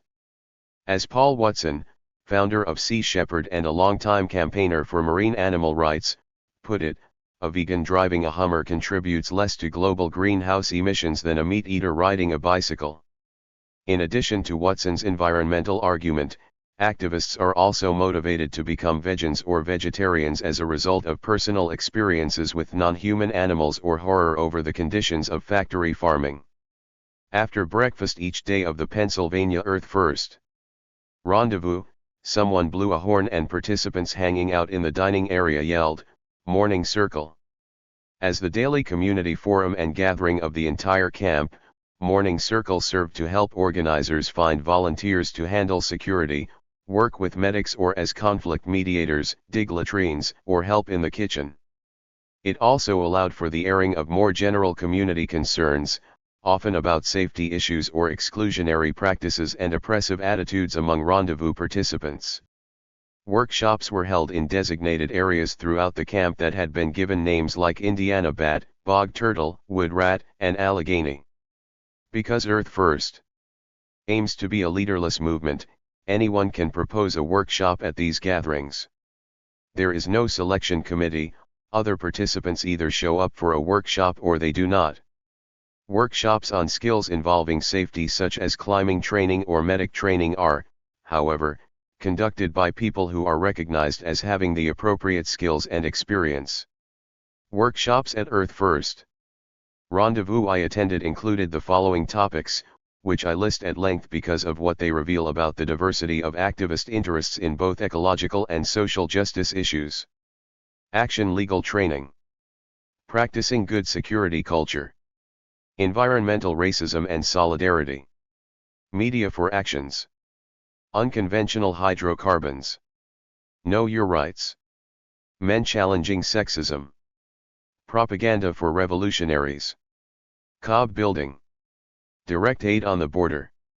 Uniting anti-extraction movements. Cultural appropriation. Edible plants for wellness. Mountaintop removal. Misogyny in the Catholic Church. Radical mycology. Basic and advanced climbing. Silk screening. Dismantling patriarchy. Nonviolent communication. History and future of animal liberation. Red wolf reintroduction. Restoring the American chestnut. Women and trans self-defense. Radical mental health. Banners and art. Plant walk. Intersectionality of oppress ions. Warrior poets workshop. Police liaison training. These workshops indicate the many concerns of activists at the rendezvous and their desire to link environmental campaigns to social and political issues. They also reveal the ways in which activists prepare for protest actions at the same time that they create the kinds of communities they want to live in. Although many participants at the gatherings I attended had been active in forest campaigns and anti-extraction protests, they were also involved in other kinds of activism. Activists' interests bridge social justice and environmentalism and include working in solidarity with Native American communities, providing food and water to illegal immigrants crossing the southern border, and organizing coal mining communities in West Virginia. At the Rendezvous in Pennsylvania, workshops to educate attendees on fracking issues included identification of risks to human health as well as to the environment. The Rendezvous also featured workshops on the following topics: Indigenous solidarity through Black Mesa Indigenous support, mountaintop removal campaigns in West Virginia, and No More Deaths, a coalition of religious groups and other concerned activists who make water drops in the desert along the Arizona border. These workshop topics suggest that stereotypes of tree huggers and profiles of the eco-terrorist next door miss the extent to which radical activists are involved in a wide range of activities that challenge governmental policies and corporate practices that have an impact on humans as well as the larger-than-human world. Raising serious social and personal concerns at gatherings often results in fraught discussions and long, frustrating workshops. Trainings for dealing with police during actions stir up difficult emotions, sessions of letter writing to prisoners serving long prison sentences, planning for jail support, and poems written in memory of activists who have died at protests remind everyone of the risks involved in what they are doing. Nevertheless, the atmosphere at gatherings and many actions is also one of serious play. At the 2012 Rendezvous, a puppet show on security culture used humor to instruct the audience on what not to talk about with their friends in order to protect themselves and others from arrest and prosecution. Talent shows at gatherings showcase a variety of performers, from slam poets knocking capitalism to banjo players singing old coal mining songs. Humor is especially important in the atmosphere of repression that has haunted activist communities since stiff sentences were handed down to some of their comrades during the Green Scare, a roundup of activists by U.S. government agencies. A sense of humor also infuses the actions themselves. While one or two activists are in precarious positions on blockades, nearby a group of radical cheerleaders may be cheerily performing dances and songs to a drummer corps passionately beating on 5-gallon plastic buckets. Serious play entertains participants and conveys activists' message with a lighter hand. One road blockade by Earth First, ERS in 1996 to protest logging of ancient forests in Washington state's Olympic Peninsula involved a mock living room in the middle of a logging road.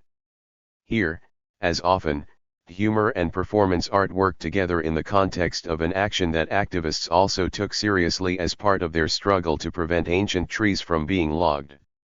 They called the blockade the American Family.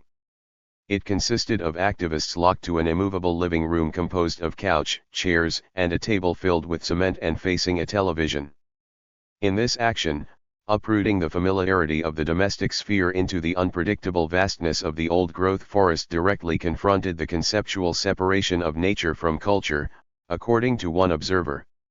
Locked to their seats, activists faced off against logging trucks and Forest Service personnel in a setting reminiscent of performance art. Activists approach protests with a mixture of excitement, humor, fear, pride, anxiety, and contestation. Not everyone agrees on tactics, and many elements of actions can be unpredictable, especially with over 100 people involved. It is uncertain if anyone will be arrested or injured and whether the news media will show up to publicize the action. Not everyone at the rendezvous stays for the action. Some have records for previous actions and cannot risk arrest, others have young children at home or have come to the gathering to learn and share information but do not want to be involved in direct action, even if they support those who do. Preparations for the 2012 action in western Pennsylvania took place throughout the week of the rendezvous, though details of what we would be doing and where we would be going remain vague. Participants divided into affinity groups and decided what level of risk they wanted to take during the action, green, orange, or red, with red carrying the highest risk of arrest and green the least. Some of us volunteered to serve as legal and jail support, or media and police liaisons. Medics paired up with other medics to work in teams. Other participants made banners, posters, and bucket drums or practiced chants. On the morning of the action, we set out before dawn. It was a lovely but nerve-wracking drive through the rural hollows and thick forest as we tried not to lose the tail lights of the car in front of us on the dark and mist-covered road. Through the mist, in a long caravan of cars, the 5 activists I was riding with talked quietly. We finally arrived at our destination and parked along a rural road near the entrance to a fracking site in the Moshannon State Forest. As a member of the Green Group, I was stationed at the entrance to the forest, in front of the first blockade, but far away from the main action site. We sat in chairs in the middle of the entrance road with a banner reading, "Our public land is not for private profit." Other banners at the protest were "We all live downwind" and "Marcellus Earth First, no fracking, no compromise." We got out our bucket drums and held up signs while one of our members played guitar.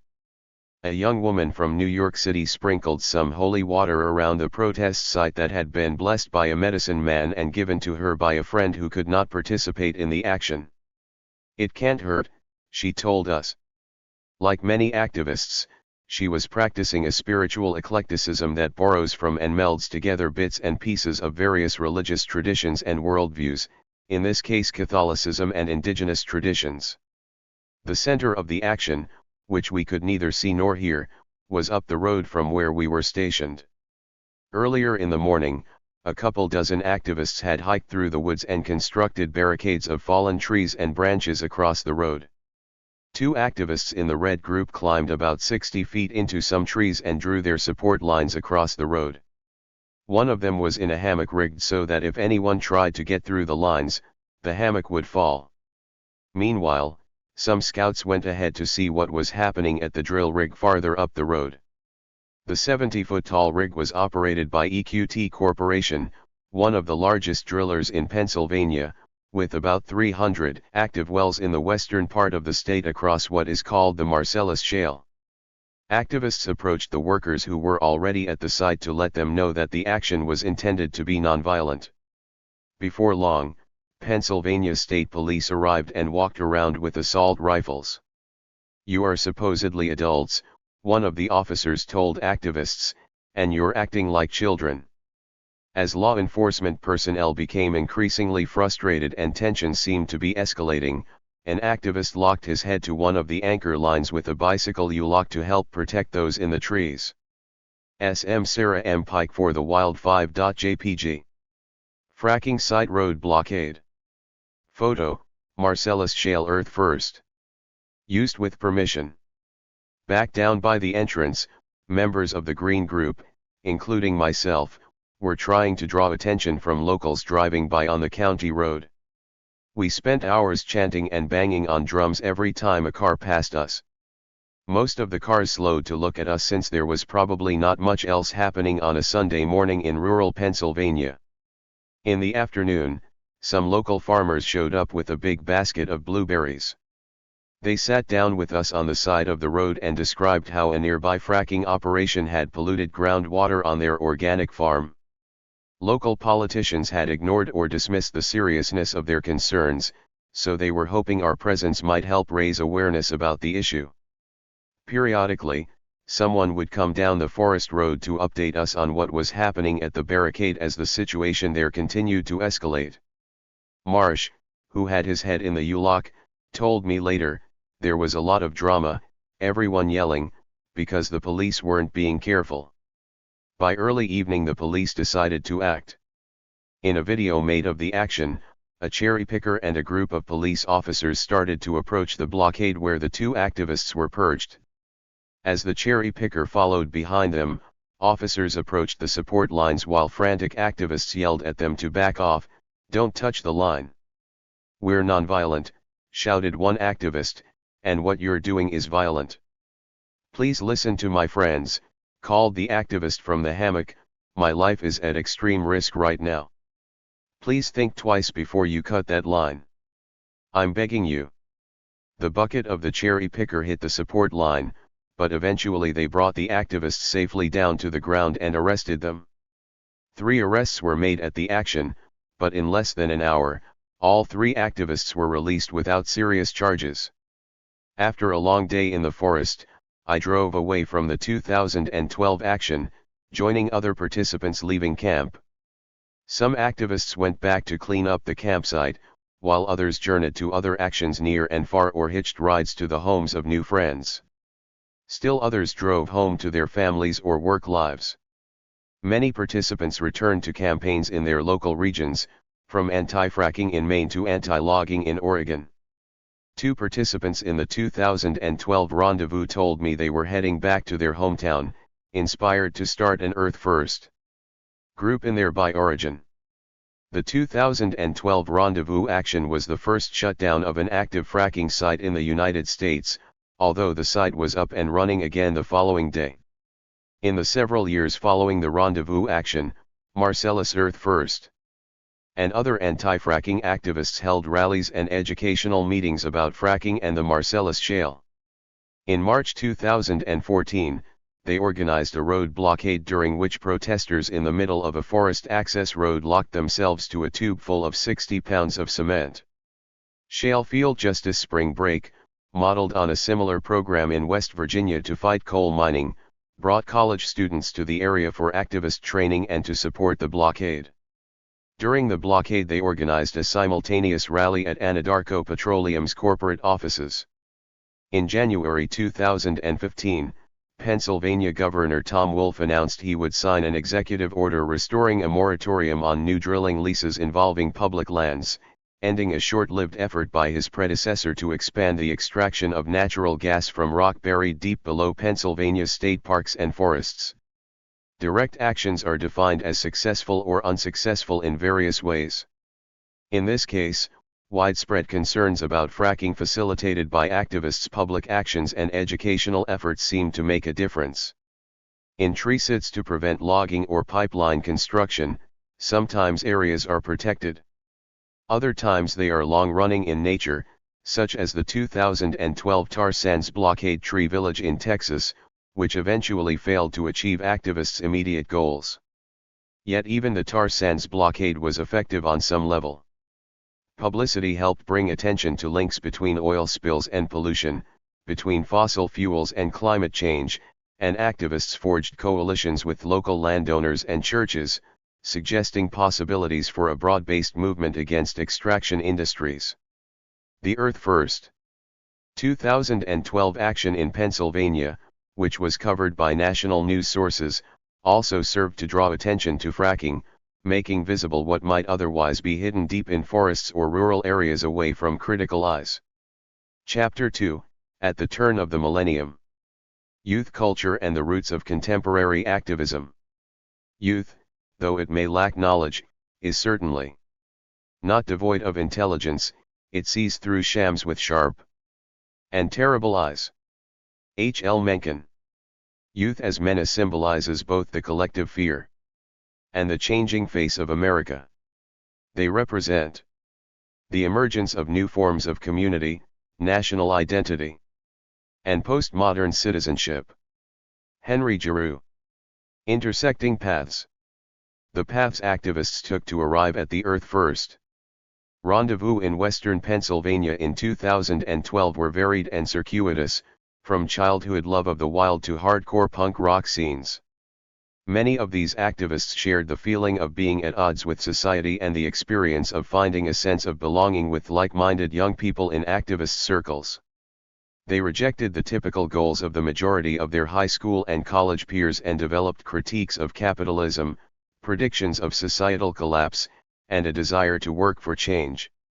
In this chapter, I trace some of the ways in which young adults in the 1990s and early 2000s became involved with animal rights and environmental direct action through various networks of affiliation. Nettle, who was an editor at the Earth First Journal for 6 years, arrived at the rendezvous by way of feminism, anarchism, paganism, tree-sitting in Scotland, and a tour of the United States with a jug band in a vegetable oil-powered van.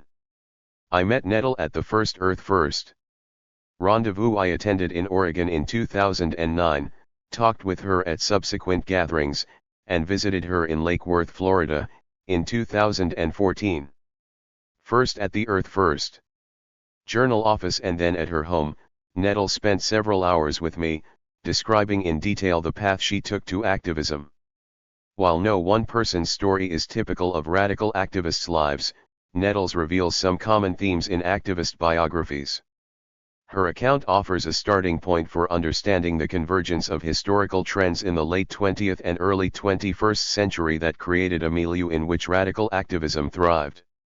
Nettle grew up the youngest of 3 children in a nominally Jewish family in Chicago. Her mother was Canadian and her father Israeli. Her family recycled and composted, and her parents were avid gardeners. As a child she enjoyed being in nature, camping with her family or exploring forests outside the Chicago area, especially by bicycle. Her older brother and sister were politically active and exposed her to environmental causes, gay rights, feminism, and critiques of capitalism. Not only did her brother support Greenpeace and the World Wildlife Fund, but he also organized buses for a gay rights march in Washington, D.C., in 1993. Most of Nettle's high school friends were jocks, and she remembers being the weirdo in the popular crowd. She felt as though she did not fit in and saw her high school years as years of departure and depression. I was an angsty teenager, internalizing all sorts of bad things that were going on in the world. I would go in and out of depression. I painted my room dark purple, listening to Nirvana. When she went to college, she took courses on feminism and especially feminist art, decided to study abroad, and ended up at an art college in Scotland. While studying in Scotland, Nettle began a journey into activism that was shaped in part by her family background. Young Americans like Nettle reject common notions of what it means to become a successful adult and convert to radical activism as a kind of subversive rite of passage. Activists often describe their conversion to activism in relation to a protest march or an illegal act of sabotage that expresses their commitment to forests and non-human animals rather than to U.S. legal codes and lucrative careers. For them, conversion is a threshold experience, a movement from one existence to another. For many environmental and animal rights activists, conversion takes place during adolescence or young adulthood, which is itself a liminal, threshold-like experience. During this transitional time, young people move from a world that was carved out for them by parents and their social context into a world that they have chosen for themselves, a world in which other species are as important as other humans. In Scotland at the beginning of her journey to activism, Nettle decided to be a blank canvas and start over, so she cut off all her hair and got involved with a collectively run vegetarian art cafe in Edinburgh. Through the cafe she was exposed to contemporary paganism, anarchism, anti-war activism, and environmentalism. Discovering paganism was for her like finding something she always believed. Just like finding feminism and anarchism, things I internally already was. Although she liked the communal and ritual aspects of Judaism and some of the Christian churches she had visited as a child, she could not relate to their theology. As a feminist she was not connecting with this white male god. Paganism resonated with her concerns because she already believed we are all divine, no hierarchy among individuals, plants, and animals. Armed with this affinity for pagan perspectives, she went into the woods to join an anti-roads tree sit.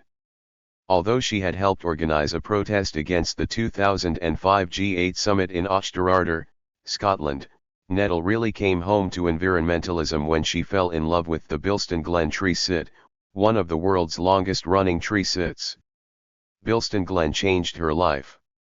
At the tree sit she rediscovered her inner child and this really sacred connection to nature that had been suppressed through the school system, through my own teenage angst and depression. She felt at home in the woods, reconnecting with the raw and the animalistic part of the human psyche that craves nature and to really be immersed. The thing that I really connected with the most was that I could live here, I could live in the woods and I didn't have to pretend that I had to have a car and a house. She started living at the tree sit in her own treehouse and taking a bus to her college classes. From then on, Nettle embraced her weirdness. At 21 I was waking up from the nightmare of trying to be normal. In high school I was trying to be normal, but I was never normal, I've always been weird. I have to love that and accept that, that's what fuels depression, when I try to fit into society's box. Life at the protest in the forest offered a community in line with her interests in paganism, anarchism, and feminism. At the same time, her experiences there eased her inner struggles with depression and belonging. Nettle first encountered the U.S.-based Earth First Journal at Bilston Glen and attended her first Earth First gathering in the United Kingdom. After graduating from college, she moved back to North America and began to tour with a jug band. During the tour she visited the Earth First Journal Collective and not long afterwards was hired there. She thought, "This is what I want to do forever," and was a mainstay at the journal for 6 years, which was when I got to know her at Earth First gatherings.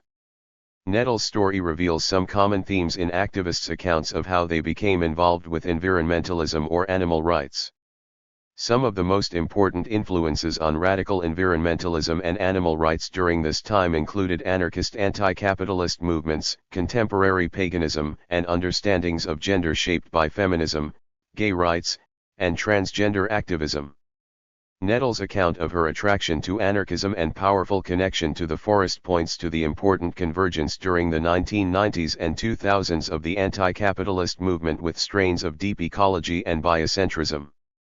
Radical activists charged and sentenced during the first decade of the 21st century for actions committed from 1996 to 2001 came of age at a particular moment in the history of Americans' relation to nature and non-human animals, as well as to earlier liberation struggles, so I want to place their actions in a broader historical context.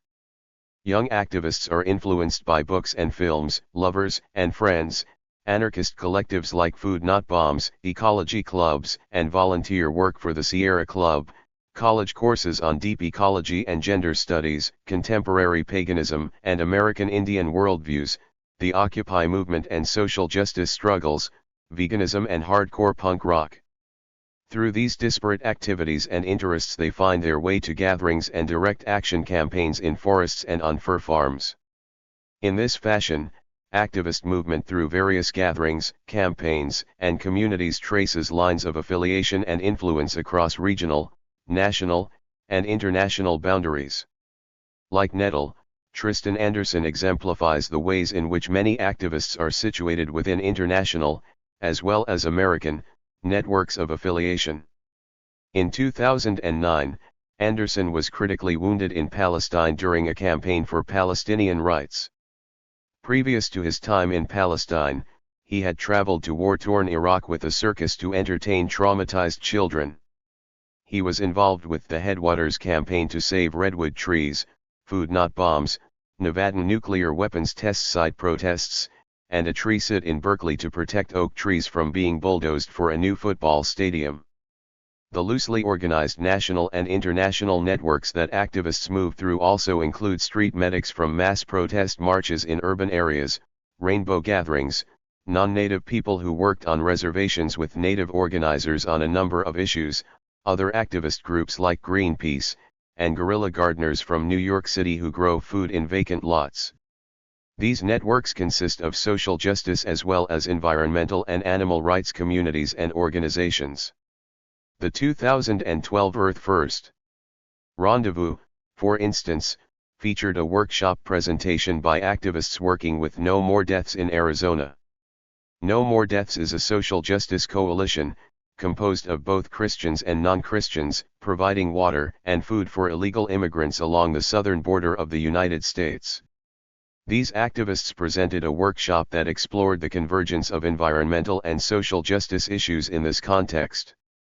As these intersections suggest, radical activism of the 1990s and early 2000s emerged within a particular configuration of constructions of youth, feminism, global anti-capitalism critiques, social justice concerns, paganism, deep ecology, and other biocentrist approaches within environmentalism, and changing understandings of the appropriate relationships between humans and other animals.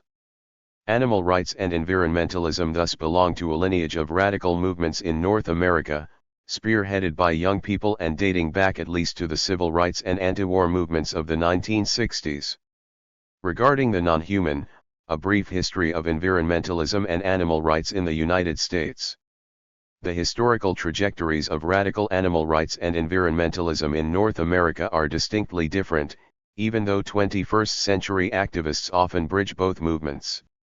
Radical environmentalists emphasize the wild, while most animal rights activists are seeking animal liberation, which includes domesticated non-human animals. Radical environmentalists, for example, often sign their letters and communiques for the wild, while animal rights activists are more likely to invoke the slogan, "For the animals." The animal rights movement in the United States did not emphasize protecting wild animals until late in the 20th century. Hunt sabotage, for instance, was not common in the United States among animal rights activists until the 1990s, although it was in Britain. A notable exception was Greenpeace, an environmental organization founded in 1971, which focused on direct action against whaling. By the second decade of the 21st century, activists in both movements were emphasizing the necessity of working together. During the period of my research, most issues of the Earth First Journal, the most widely read radical environmentalist publication, included articles on animal rights issues and actions.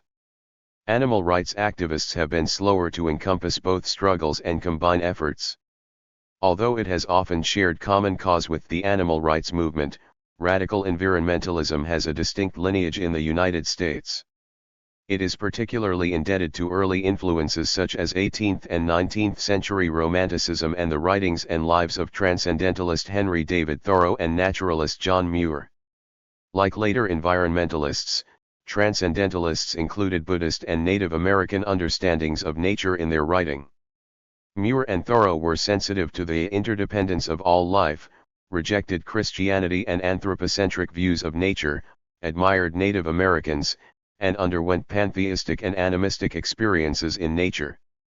Muir's biocentrism was also influenced by Romanticism and Transcendentalism, as well as personal experiences in wilderness areas. Like other Americans in the late 19th century, Muir appreciated nature for being everything that civilization, and urban life in particular, was not. He recognized the intrinsic value of wilderness and the dangers human interests pose to its integrity. Like later radical environmentalists, Muir was devoted to wilderness protection, and his concerns were often in opposition to those of the U.S. Forest Service. Along with Thoreau, Aldo Leopold, and Edward Abbey, Muir is considered by many activists to be one of the grandfathers of radical environmentalism. Yet Muir, like other 19th and early 20th century wilderness lovers, viewed wild places as pristine and devoid of humans, especially indigenous people who had roamed and shaped the land long before the arrival of Europeans. Americans' concern for wilderness untrammeled by civilization, and especially agriculture, grew during the 19th century and led to the creation of Yellowstone Park in 1872, the first time Congress put limits on the spread of agriculture. By the end of the 19th century, the fear and hostility many European Americans had felt towards nature in earlier eras was now leveled at cities. Nature appreciation became more common in the late 19th and early 20th centuries, as Americans began to react to disturbing consequences of the Industrial Revolution and urbanization. With more people living in cities at a distance from the wild, attraction to nature as a place of respite from urban life grew, as did urban dwellers' support for national parks. Radical environmentalists share this attraction, while at the same time appreciating wild places and beings for their intrinsic value. A tendency of radical environmentalists to view opponents of wilderness protection as desecrating agents became a strategy from Muir on, according to religious studies scholar Braun Taylor. Taylor identifies a radical environmental lineage running from Muir and Thoreau through a number of early 20th century figures such as Aldo Leopold, David Brower, Ansel Adams, and Rachel Carson, who held somewhat pantheistic views of nature, even though their spiritual beliefs were not as explicit as Muir's and Thoreau's. By the 1950s, a more militant and anarchist version of this lineage appeared in the West, most significantly in the figures of poet and biooriginalist Gary Snyder and writer Edward Abbey. Snyder's Back to the Land anarchism and Abbey's pantheism and support for anti-development direct action were important precursors to later radical activism. The decade of the 1970s was key for the convergence of these important figures with conservation biology, deep ecology, and other shifts in the new discipline of environmental philosophy. Some of these developments came about in response to the publication of historian Lynn White Jr.'s famous argument identifying developments in medieval Christianity as the historical roots of our ecological crisis. Not long after the publication of White's essay, the term deep ecology was coined by Norwegian philosopher Arne Næss in 1973, further developed by Bill Duvall and George Sessions in their book Deep Ecology, and adopted by Earth First, ERS in the early 1980s. Due to the spread of these and other views challenging anthropocentrism and promoting wilderness protection, American environmentalist organizations experienced rapid growth in the 1970s. They also became increasingly professionalized, hiring managers rather than activists. Some activists reacted against this trend, which they saw as diluting their cause, and chose more radical tactics. One of Earth First's founders, Dave Foreman, quit his job lobbying in Washington, D.C., in 1979, and co-founder Howie Wolk was a disenchanted former forestry student. Foreman and Wolk practiced tree spiking and other direct action, drawing inspiration from Edward Abbey's fictionalized account of Ecottage, the Monkey Wrench Gang, published in 1975. Deep ecologists like early Earth Firsters believed nature had intrinsic value regardless of its benefits to human beings. For them, preserving wilderness for its own sake became a moral matter, even a religious mandate in the words of Dave Foreman. They adopted the language of holy war, or as journalist Joe Kane put it, waging guerrilla warfare in the name of Mother Nature. Dave Foreman described their monkey-wrenching tactics as a form of worship towards the earth and his own role as a religious warrior for the earth. In addition to the language of warfare, these years found environmentalists increasingly framing environmental issues as urgent, even on an apocalyptic scale. Environmentalists from Henry David Thoreau to Earth First's Dave Foreman have also freely borrowed from and been inspired by indigenous cultures.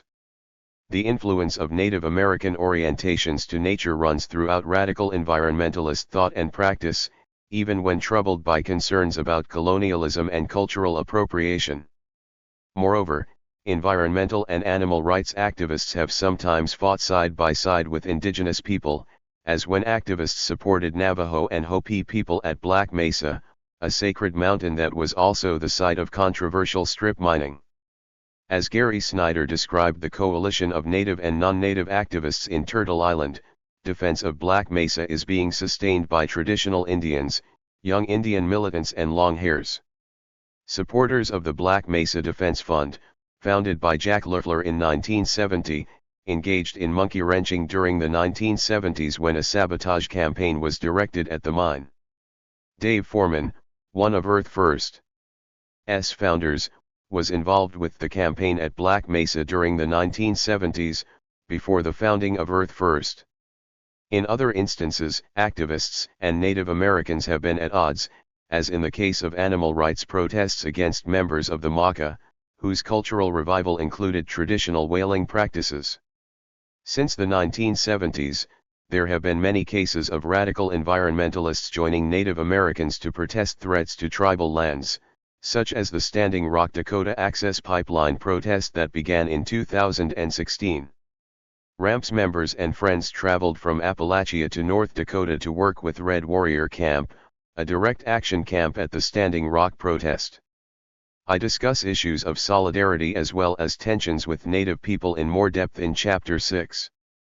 In contrast to Earth First's campaign for wilderness protection, early animal rights struggles in the United States tended to be urban and focused on domesticated and lab animals.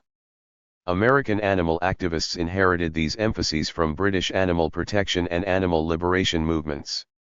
From at least the 18th century on, animal rights activism in Britain coincided with other expressions of political and religious radicalism that were already present in towns and cities. The early 20th century anti-vivisection movement in Britain appealed to feminists, labor activists, vegetarians, spiritualists, and other radical activists who posed alternatives to the social order. Like contemporary activists, they saw themselves as the vanguard of social change, advancing a moral crusade. Animal rights was just one of many causes to be addressed in order to usher in a better, more civilized society.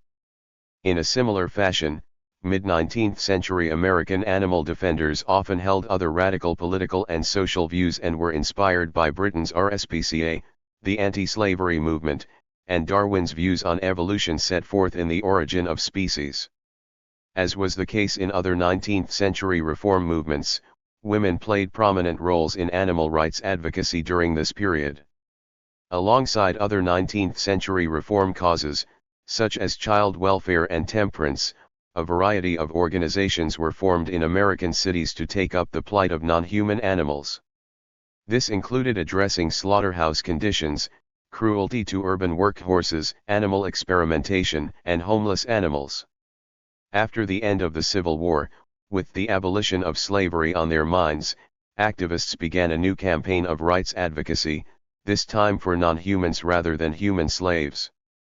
Not long after the end of the war, New York's American Society for the Prevention of Cruelty to Animals was founded in 1866, the American Humane Association in 1877, and the American Anti-Vivisection Society in 1883. Debates emerged in and around these 19th century organizations between those who advocated more humane treatment of animals and those who focused on the rights of non-human animals. These debates would continue through the history of animal rights activism into the 21st century. Although wilderness protection and animal rights were political and moral issues in the early part of the 20th century, the late 1970s were watershed years for American environmental and animal rights campaigns. This development was due in part to increasing standards of living in the United States, more opportunities for contact with nature, a growing tendency to see nature and animals as having intrinsic value, and a sense of ecological precariousness described in widely read books like Rachel Carson's Silent Spring. Environmental and animal rights concerns sometimes converged in the 1970s, as in the founding of Greenpeace in 1971, an organization that campaigned against whalers and sealers as well as nuclear power and deforestation. Greenpeace engaged in direct action, putting activists' bodies at risk for non-human animals and creating public spectacles, continuing the legacy of 19th century animal rights movements. After 1975, both animal rights and environmental activists became increasingly confrontational, or radical, largely out of frustration with above-ground activism that did not seem to be effective. Animals continued to needlessly suffer and old-growth forests continued to be logged. Radical animal rights and environmentalist organizations in the United States gained significance in the early 1980s, both People for the Ethical Treatment of Animals and Earth First were founded around 1980. Factory farming and fur industries joined vivisection as central concerns of late 20th century animal rights activists. During the 1980s, PETA emerged as the radical face of animal rights in the United States, although other more radical groups like the Animal Liberation Front would appear on the scene a decade later and see PETA as too willing to compromise and not radical enough. In its early years, PETA focused attention on primate experimentation and cosmetic testing at the same time that Earth First engaged in direct action tactics to defend roadless areas in national forests. Both organizations sometimes created spectacles to attract news media attention during protests, dressing as animals or throwing pies at industry officials. For instance, the Biotech Baking Brigade threw a dumpstered chocolate cake in the face of a GM scientist at conference dinner. An Earth First gathering in 2007 ended with an action during which protesters stormed a store owned by a company building a dam in Mexico, with protesters dressed as clowns, otters, and beavers chanting outside the store. For Earth First, ERS engaged in these protests on the behalf of other species, forests, and waters had inherent rights, while for PETA activists, primates in laboratories did as well. In their parallel histories, both Earth First and PETA sought to decenter humans and broaden moral and political interests concerning the more-than-human world. In the early 1980s, some Earth First ERS were dedicated exclusively to protecting wilderness in the United States, while others were fighting against the World Bank and fast food restaurants that used rainforest beef, linking environmental and non-human animal concerns. The Earth First Journal, published in various formats since the first years of Earth First, became a central resource for networking and sharing information about environmental and animal rights struggles across the United States and internationally. In the late 1980s, Earth First was a substantial presence in struggles against logging in Northern California, Oregon, and Washington, especially in campaigns to safeguard old-growth forests. Earth First ERS voiced concern for trees as well as the many non-human animal species that lived in and around them. Tree sits and road blockades emerged as the most effective tactics during the forest campaigns of the 1990s. Julia Butterfly Hill's 2-year tree sit in a redwood called Luna brought tree sits and threatened redwoods to national attention. After considerable coverage by local and national news media, Hill's tree sit eventually won modest protection for an area of old-growth redwoods. By the second decade of the 21st century, most radical activists I met did not consider PETA to be radical, although Earth First, with its anarchistic organization, continued to fit that moniker. PETA has a centralized organization, a significant budget, and celebrity sponsors while, true to its anarchist roots, Earth First is decentralized, organized through collectives, and uninterested in celebrities. By the 1990s, more radical and clandestine movements that concentrated on property destruction and used tactics such as arson emerged from within and alongside PETA and Earth First. By the 21st century, pie throwing, theatrical urban protests, and other kinds of public disruptions existed on one end of the direct action spectrum, with hidden nighttime lab raids and sabotage by hooded and masked activists on the other. The ELF was founded in the United Kingdom in 1992 by Earth First ERS, and the first U.S. action claimed publicly by the ELF took place in 1996. Some Earth First ERS and other activists involved with forest campaigns on the West Coast, borrowing tactics from the ALF in England, began to engage in underground actions, including arson, during the late 1990s. Around the same time that ELF emerged as the most extreme direct action wing of the environmental movement, animal rights was becoming more militant as well. Many of the radical animal liberation actions of the 1990s were claimed by the ALF or by those who adopted ALF-like tactics of working alone or in small anarchist cells. The ALF, founded in England in 1976 by Ronnie Lee, garnered media attention for acts of sabotage and animal releases and spread in popularity in the United States during the 1980s and 1990s. From 1979 to 1993, the ALF was reportedly responsible for 313 incidents of break-ins, vandalism, arson, and thefts associated with animal liberation. Although law enforcement agencies and animal researchers see activists as dangerous, the ALF has explicit guidelines about taking precautions during actions to avoid harming humans and other animals. The ALF typically functions as a decentralized, anonymous movement organized around informal and temporary cells, often as small as 2 people. As a leaderless movement, it has no offices or directors, no fundraising initiatives, and no employees. As one activist puts it in the film Behind the Mask, ALF only exists in people's hearts and minds. During the 1990s, the hardcore punk rock subculture influenced radical animal rights and environmental activists, as bands like Earth Crisis and Shelter stressed the urgency of environmental and animal issues. Many young activists came out of the scene with its focus on anarchist anti-capitalism critiques and do-it-yourself approaches to music, art, and social change. These concerns were partially driven by a movement within hardcore referred to as straight edge, which advocated veganism and discouraged drug use, drinking, and promiscuous sex.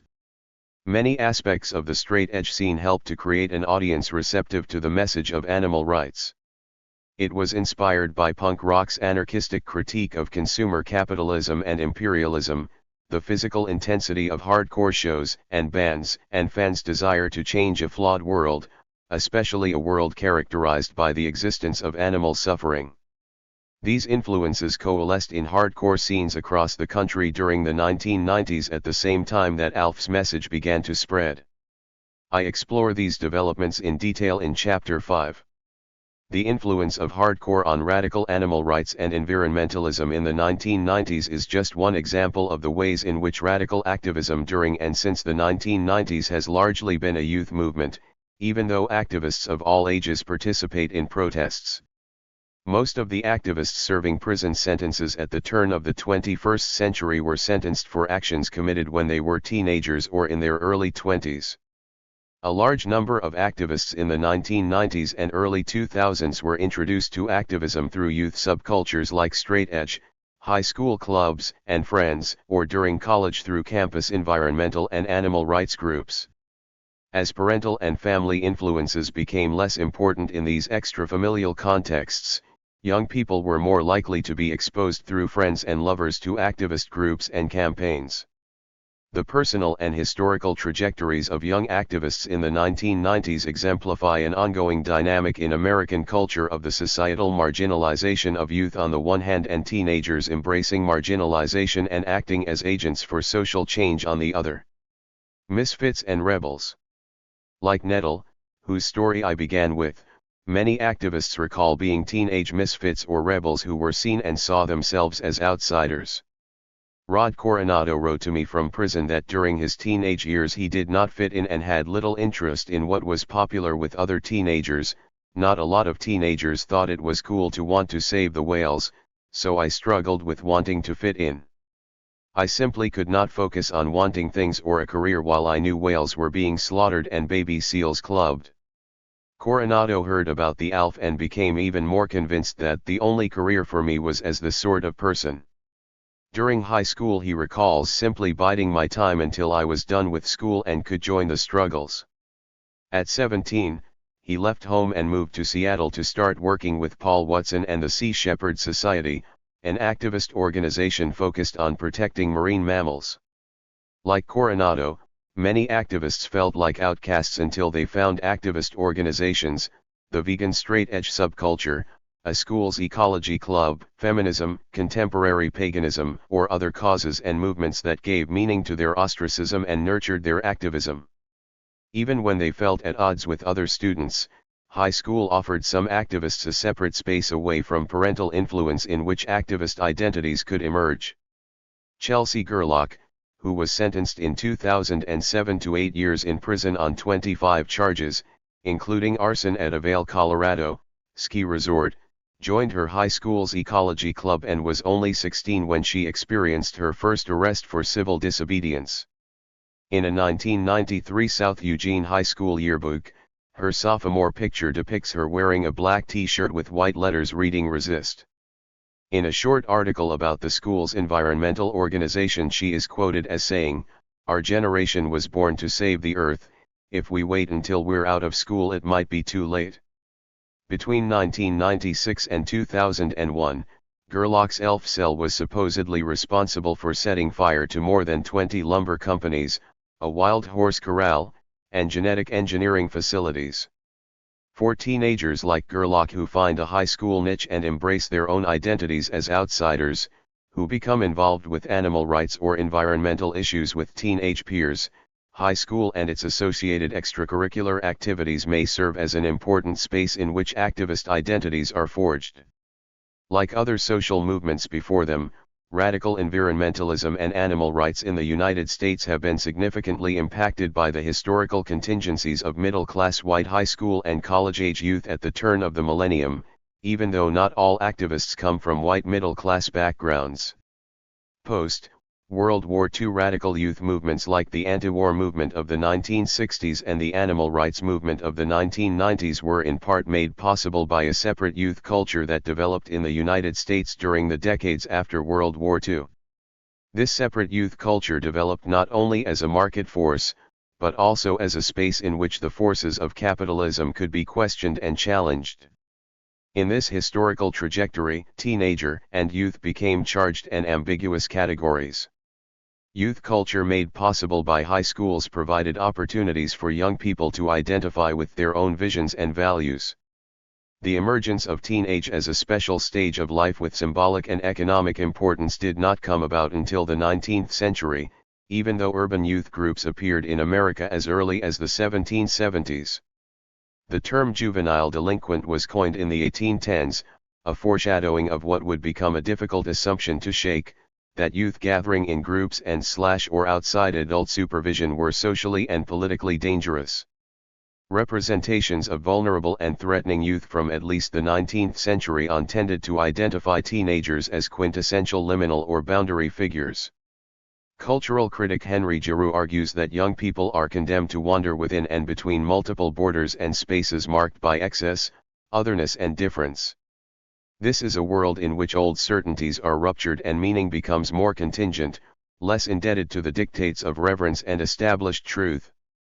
In this way, the demonization and othering of some youth created a space for dissent and protest in which taken for granted truths such as human exceptionalism could be questioned. Teenagers accumulated economic and cultural power throughout the first decades of the 20th century. Although teenager as a category had emerged in the late 19th and early 20th centuries, it was introduced in the popular lexicon only in 1941. Sociologist Talcott Parsons coined the term youth culture in a 1942 article. The magazine 17 aimed at teen girls was launched in 1944, and in 1945, Vogue magazine heralded a teenage revolution. After World War II there was a significant shift from what historian Odette Heilbronner calls a culture for youth to a culture of youth. The culture of youth, recently empowered, would follow at least two divergent courses: those who embraced their market role and facilitated America's economic and geographic expansion, and those who pushed for revolution against what they saw as an out-of-control industrial nation, both racist and imperialistic. During the 1950s, teenagers increasingly came to inhabit a world of their own due at least in part to the growth of the high school and an expanding culture of teenage consumption. Their autonomy became a source of tremendous anxiety for the adults who had created high schools and the accompanying separate teen culture in the first place. With the baby boom, youth definitively displaced age as a source of power in the United States. Even though the 1950s are often seen as being family-oriented, in fact, a parallel trend during this decade was the increasing importance of extrafamilial institutions in socializing the young. For this and other reasons, teenagers were looked on suspiciously as being increasingly outside of adult control and inhabiting their own spaces.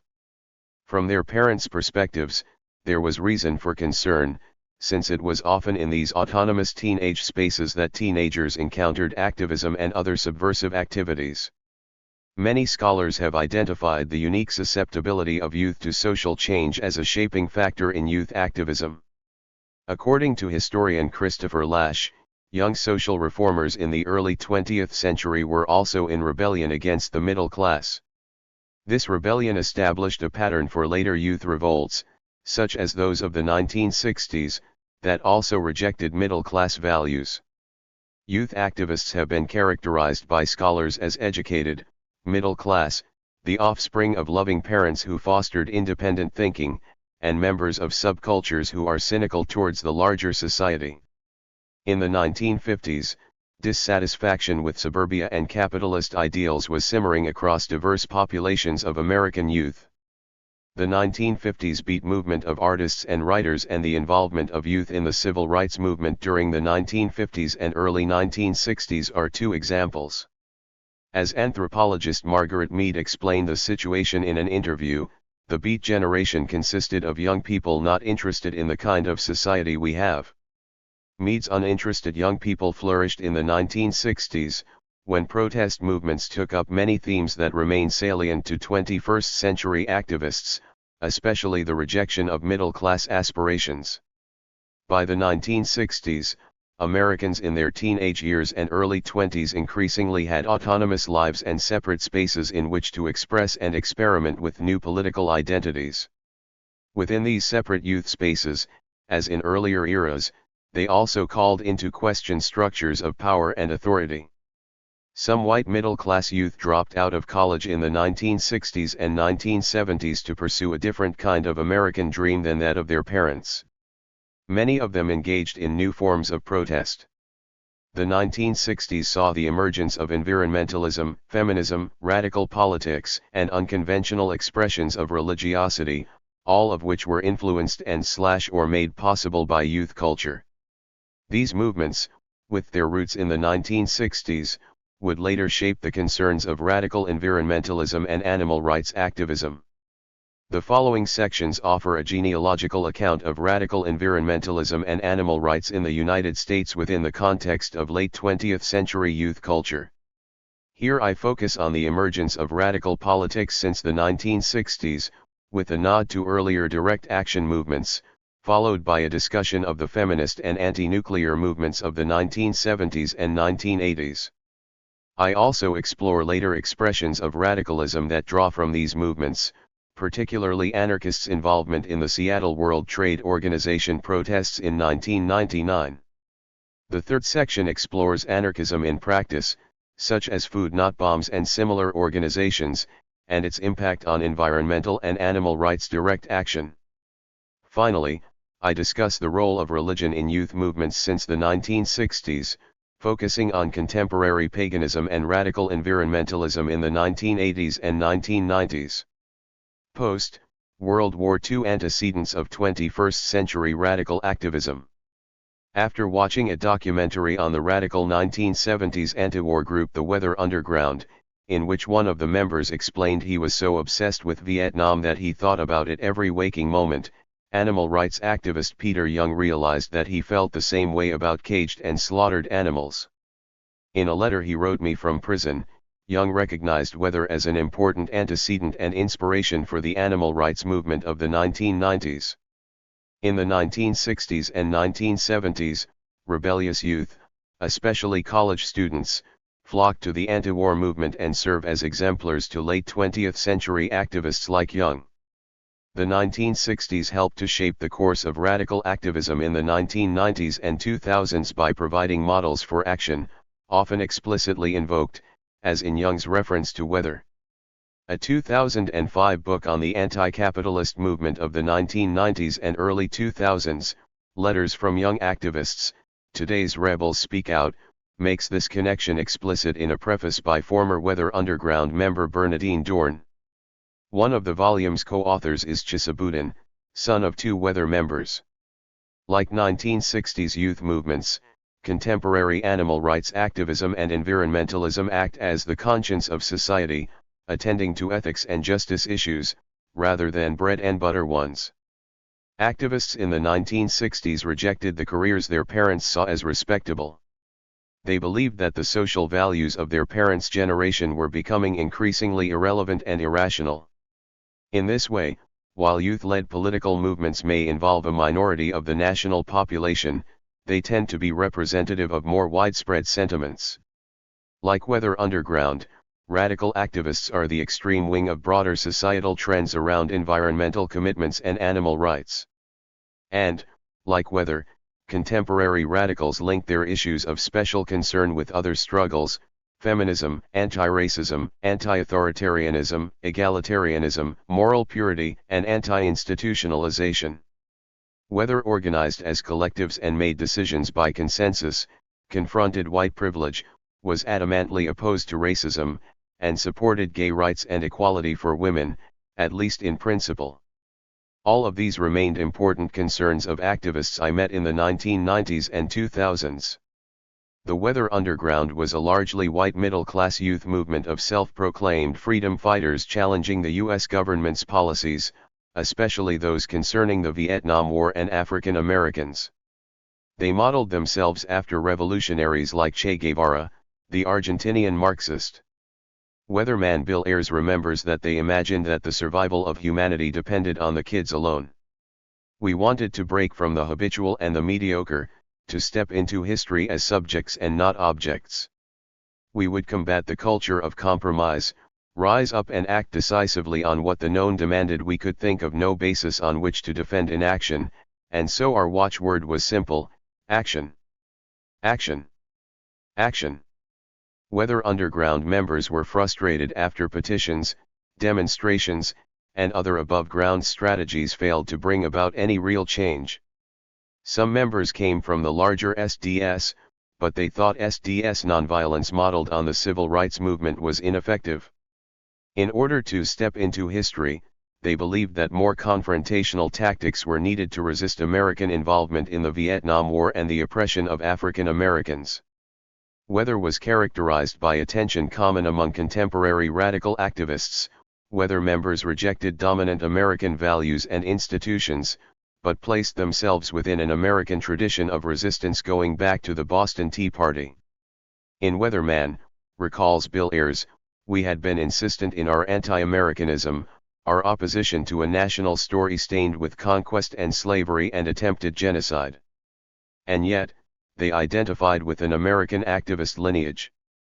They had read Malcolm X and their heroes and models were Osceola and Cochise, Nat Turner and Marcus Garvey, Emma Goldman and the Grimke sisters. According to Ayers, we located ourselves in history and found a way at last to have a little niche at home. Looking back, claims Ayers, most Americans now accept the importance of the Boston Tea Party, Shays' Rebellion, Nat Turner's Uprising, Denmark Vesey's Revolt, John Brown's attack, the Deacons for Self-Defense, the Freedom Riders, the theft of the Pentagon Papers. Most of us can imagine ourselves throwing tea into Boston Bay or even throwing ourselves in front of that fateful bullet flying toward Martin Luther King Jr. in this understanding of an American tradition of radicalism. Weather and other earlier revolutionaries are all part of a legacy often invoked by contemporary activists who see themselves as heroes of a history not yet told. After the Vietnam War ended and members of Weather surfaced from their underground lives, the group disbanded. Many of the activists who had protested war and racism in the late 1960s and early 1970s had by the mid-1970s turned to the women's and environmental movements, including the anti-nuclear movement of the 1970s and 1980s, which I take up in the next section. 2 decades after the Weather Underground, radical environmentalists like the ELF would revisit some of Weather's tactics, organizing into cells, emphasizing solidarity with oppressed minorities, issuing communiques, building explosive devices, carrying out symbolic property destruction, living fugitive lives underground, and identifying with resistance movements in Latin America. Religious radicalism. Religious radicalism is also part of the legacy of the 1960s and 1970s that shaped the context out of which late 20th century radical environmentalism and animal rights emerged. Religious radicalism from the 1960s on includes Jews and Christians involved in the civil rights movement, radical Catholics like Philip and Daniel Berrigan protesting during the Vietnam War, and Quakers and Neopagans in the anti-nuclear movement of the late 1970s. Religious radicalism based on issues of conscience and social justice concerns has a long history in the United States, from 19th century Quaker abolitionists to 20th century pagan anti-nuclear protesters. The 1960s was a crucial time for the joining of religious commitment and radical action in the anti-war movement, alongside secular movements like the Weather Underground. Catholic anti-war activists were among the most prominent 1960s religious radicals. For instance, radical Catholics in the Catonsville Nine engaged in a famous act of anti-war property destruction. They risked time in prison because they had to act, their moral commitments gave them no other choice. The compulsion to act would continue to echo through direct action movements of the 1970s and into the 1980s as similar moral concerns were taken up by environmental and animal rights activists. In 1968, the Catonsville Nine took 600 individual draft files from the Catonsville, Maryland, Selective Service Office and burned them with napalm. Daniel Berrigan, who was also famous for pouring blood on the Pentagon steps, explicitly placed the protest in an American tradition of civil disobedience, including the Boston Tea Party and abolitionist and anarchist traditions. During the trial of the Catonsville Nine, Berrigan told the court that from the beginning of our republic good men and women had said no and acted outside the law and would be vindicated by time. Another of the protesters, Thomas Lewis, was not concerned with the law but with the innocent, like the others, he believed that a person may break the law to save lives. These protesters told the court that they could not rest, knowing that innocent people in Vietnam were suffering because of U.S. military actions. They argued to the jury that they answered to a higher law that took precedence over human laws. These anti-war protesters felt that peaceable protests had failed and imperatives had been placed on them by the ongoing suffering of American soldiers and innocent people in Vietnam. If there is one theme that unites many different forms of religious radicalism, it is the idea of moral passion that drives commitment to justice for other humans, non-human animals, and the environment. Animal rights and environmental activists belong in the context of this morally passionate American lineage of resistance to injustice. It is a lineage that runs through the anti-slavery movement, the civil rights movement, the anti-war and black power movements of the 1960s, and the anti-nuclear movement of the 1970s and 1980s. On websites, at protest marches, and at animal rights and environmental gatherings, imprisoned activists' numerous supporters have praised them as warriors and abolitionists, explicitly placing them in the tradition of Martin Luther King Jr., Malcolm X, Gandhi, Sojourner Truth, and other revolutionary leaders. Social justice movements of the 1960s and 1970s such as the Black Panthers and the American Indian movement serve as important models for 21st century activists. Henry Spira, an early animal rights activist who organized direct actions against animal testing, explains that we wanted to adapt to the animal movement the traditions of struggle which had proven effective in the civil rights movement, the union movement and the women's movement.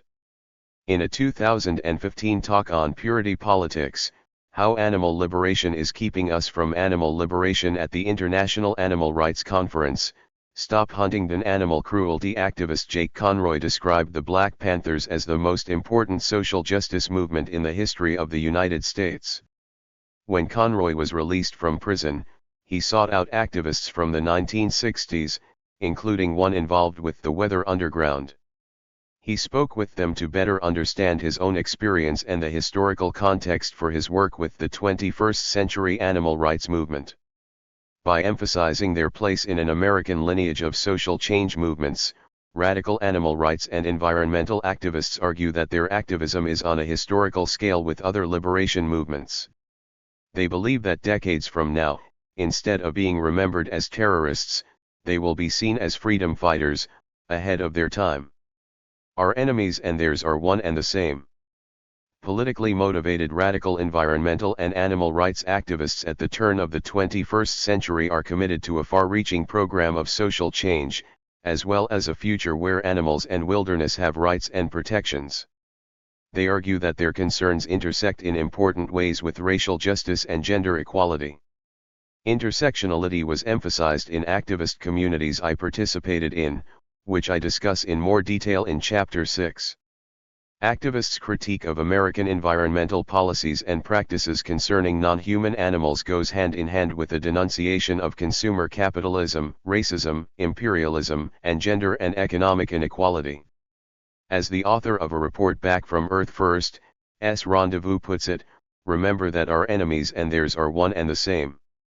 For this reason, the biographies of many radical environmental and animal rights activists are characterized by involvement, often from an early age, with a variety of social change movements and social justice campaigns. In 2000 to 2001, Lauren Gotsola became involved in SHAC, the campaign against Huntingdon Life Sciences.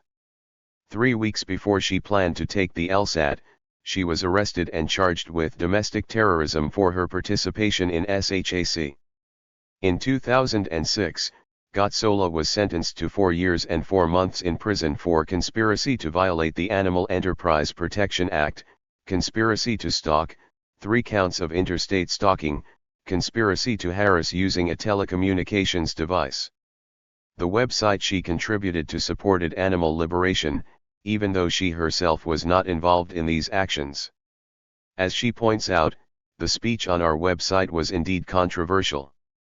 When anonymous activists liberated 14 beagles from the lab, we cheered. When protesters demonstrated outside lab employees' homes, we applauded. After 40 months in federal prison, Gotsola was released in 2010. While in prison, Gotsola completed most of the work for an interdisciplinary MA in the law, history, and philosophy of free speech and the First Amendment, through Antioch University. After her release, she became involved with the New York-based Center for Constitutional Rights, working in the position of Communications Associate for publications, drafting press releases, writing newsletter articles, and managing the Center for Constitutional Rights blog. She continued to be outspoken about free speech issues around animal activism and the unconstitutionality of the Animal Enterprise Terrorism Act that allows for protesters to be prosecuted as terrorists. Radical environmental and animal rights activism draws on a range of political currents, usually from the left of the political spectrum. Like Gotsola, Daryl Cherney, one of the leading radical environmentalists in the West Coast Redwood Wars of the 1990s, was political right off the bat. He worked on various political campaigns in New York City where he grew up from age 8 on. He came to Earth first. With a music and theater background, organizational skills, and an appreciation for working class issues from living in New York. When Cherney met activist Judy Bari, an advocate of workers' rights as well as forest protection, her combined interest in deep ecology and socialism was a natural fit. Bari infused some Earth First campaigns with a concern for workers and women's rights.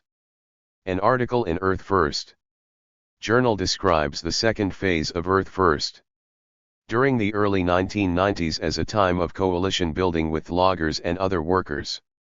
During the 1990s there was a marked split between some radical environmentalists who wanted to stay focused on wilderness protection and others like Bari and Cherney who felt that environmentalism had to be linked with other causes, such as anarchism, workers' rights, and feminism.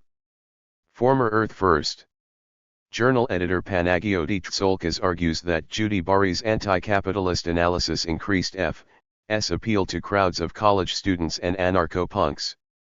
In the early decades of the 2000s, a tension between these emphases characterized radical environmentalist communities. Activists who worked to link environmentalism with other causes during the late 1990s were significantly influenced by the presence of anarchists at forest action camps in the Northwest. Their concerns were also shaped by the emergence of anarchism at the World Trade Organization protests in Seattle in 1999, as well as around the Occupy movement of 2009. At the same time, radical environmentalists were involved with Seattle and Occupy, suggesting that anarchism and radical environmentalism have had a symbiotic relationship, influencing each other in important ways. According to Tsolkas, while Earth First has never considered itself to be explicitly anarchist, it has always had a connection to the anti-authoritarian counterculture and has operated in an anarchistic fashion since its inception. It has arguably maintained one of the most consistent and long-running networks for activists and revolutionaries of an anarchist persuasion with the broader goal of overturning all socially constructed hierarchies. The anarchist influence in environmental and animal rights circles meant that social justice concerns were increasingly foregrounded in the early 21st century. Late 20th century anarchism in the United States did not become publicly visible in the mainstream news media until the 1999 Seattle protests against the World Trade Organization. Since then, the number of Americans, especially younger Americans, identifying with anarchism has risen. Activists are exposed to anarchism through college organizations, friends, info shops, food not bombs, or at protests and in hardcore music scenes. When he was in college, Martin, a former activist with the Buffalo Field Campaign, became involved with a cross-section of loosely anarchist groups. A decade earlier, he was exposed to punk rock at age 10 when his uncle took him to a Rancid concert. He became a vegetarian around age 12 after driving through stockyards on a family trip. Martin recalls that his father, an attorney, often complained about how flawed the justice system was. His father also gave him Edward Abbey's fictionalized account of eco-saboteurs, the Monkey Wrench Gang, when he was a teenager. At college, Martin met freegans while dumpstering, was involved with the campus vegetarian/vegan society and Students Against Sweatshops, and read anarcho-syndicalist works and the writings of anarcho-primitivist writers John Zerzan and Kevin Tucker. For Martin, all of these experiences validated turning it all down as an appropriate response. The new anarchism that attracted Martin was built on classical anarchism of the 19th and early 20th centuries, but was also influenced by a host of other factors, including radical feminism and the Zapatista rebellion in Mexico in 1994. Classical anarchism began to take shape as a coherent political philosophy within the left wing of socialism, according to Russian anarchist Peter Kropotkin. The anarchist slogan "No Gods, No Masters" expressed the view that socialism was not critical enough of the state and institutional power. Classical anarchists like Kropotkin and Gustav Landauer were concerned with capitalism and the suffering caused by the Industrial Revolution. From the 1880s through the Red Scare of the 1920s and the Spanish Revolution of the 1930s, large numbers of anarchists were politically active in the United States and Europe. Anarchist thought and practice spread from the United States to South America and Africa. It was expressed through a variety of experiments, including communal living, federations, free schools, workers' councils, local currencies, and mutual aid societies. Repression in the United States and by communist governments in other countries, not to mention the rise of Nazism in Germany, resulted in most anarchist leaders being killed or disappearing by the 1940s. For these reasons anarchism became a ghost of itself, according to anarchist writer Cindy Milstein. In the United States during World War II some anarchist ideas were resuscitated and influenced the beat movement of the 1950s, expressed through the poetry of Allen Ginsberg, Diane di Prima, and other beat poets. The re-emergence of anarchism in the United States came about through the 1960s counterculture and the New Left of the 1960s and 1970s. It was also shaped by the following: radical feminism and gay rights movements, the situationists who advocated playful disruptions of the everyday, social ecologist Murray Boochin's writings linking social and ecological crises, the West German Autonomon's creation of communal free spaces and a masked black bloc in demonstrations in the 1980s, and the Zapatista rebellion in 1994. Anarchist thought and practice played a role in various movements that developed after the 1960s, including radical feminism and gay rights, but especially the anti-nuclear movement. In addition to anarchism, divergent forms of feminism, including anarcho-feminism, ecofeminism, and feminist spirituality, were important factors in shaping the direct action anti-nuclear movement of the 1970s and 1980s. In addition to North American protests, women played an important role in the United Kingdom, especially at Greenham Common Women's Peace Camp, a protest against nuclear weapons at a site in Berkshire, England, that ran for 19 years. In many ways, the feminist movement was at the center of 1970s radicalism and was instrumental in creating a set of self-empowerment organizations and practices, such as health collectives and rape crisis centers run by women. Feminist activists also founded women's studies programs at colleges and universities that would influence generations of young women and other participants in the anti-nuclear movement and environmentalism. The nonviolent direct action movement that coalesced around anti-nuclear activism in the 1970s and 1980s is the most direct link between the countercultural and protest movements of the 1960s and radical eco-activism of the 1990s. The anti-nuclear movement specialized in road blockades as well as other forms of protest and drew together feminism, anarchism, environmentalism, nonviolent direct action, theatrical protest elements, and in some instances, both Christian and contemporary pagan spiritual currents. In the anti-nuclear movement, Quaker consensus decision-making converged with anarchist organizing tactics such as affinity groups. These practices, spread nationally by the anti-nuclear movement, carried on through 21st-century anti-capitalist, environmental, and animal rights protests. The Clamshell Alliance was the most influential expression of anarchist, environmentalist, and feminist countercultural tendencies in the 1970s. Clamshell was formed in 1976 to protest the construction of a nuclear power plant near Seabrook, New Hampshire. Clamshell was founded by Quakers and anti-war activists, some of whom had been involved in the civil rights movement. It picked up on anarchist countercultural tendencies from the 1960s, as well as Gandhian nonviolence from the civil rights movement, and Quaker commitments to consensus and community building. Clamshell's commitment to feminism encouraged women to take on leadership roles more than earlier movements had done. The anti-nuclear movement in New England, Northern California, and elsewhere was often composed of radical countercultural activists. They had been politically active in the 1960s, but moved to rural areas by the early 1970s, as part of the Back to the Land movement. They spread ideas and practices about small-scale communities, grassroots democracy, non-hierarchical decision-making, pacifism, and anarchism. Clamshell and other anti-nuclear groups brought together this older generation of former anti-war activists and participants in the 1960s counterculture with young urban activists.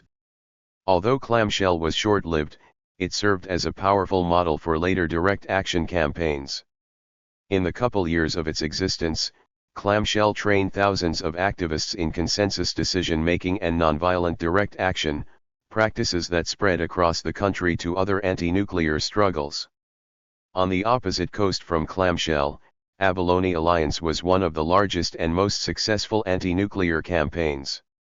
Abalone was formed in 1976 to protest the opening of the Diablo Canyon nuclear plant near San Luis Obispo, California. Like Clamshell, Abalone was composed of former peace activists as well as radically ecologically oriented activists from Northern California who had been part of the 1960s counterculture.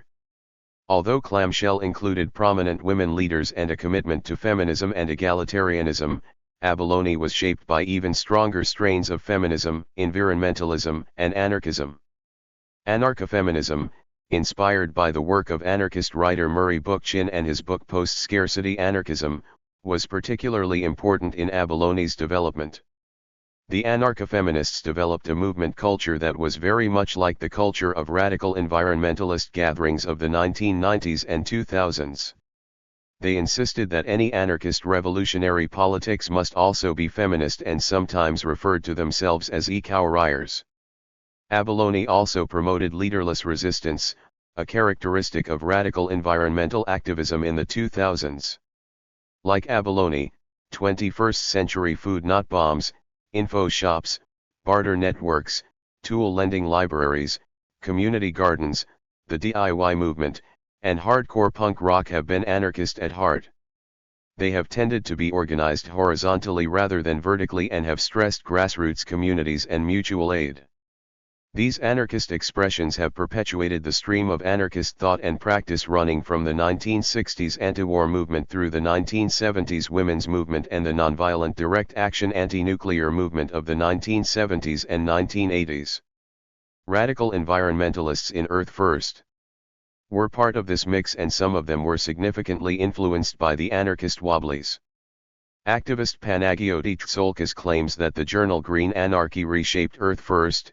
The GA movement and its magazine contributed significantly to developing the theory that surrounded F's basic tenets.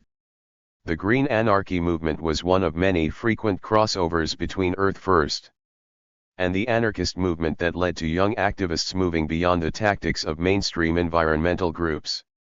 For all these reasons, by the end of the 1990s, anarchism had become the most influential political view among radical activists who linked environmental and non-human animal issues with social justice concerns and critiques of capitalism and the state. The new anarchism in practice.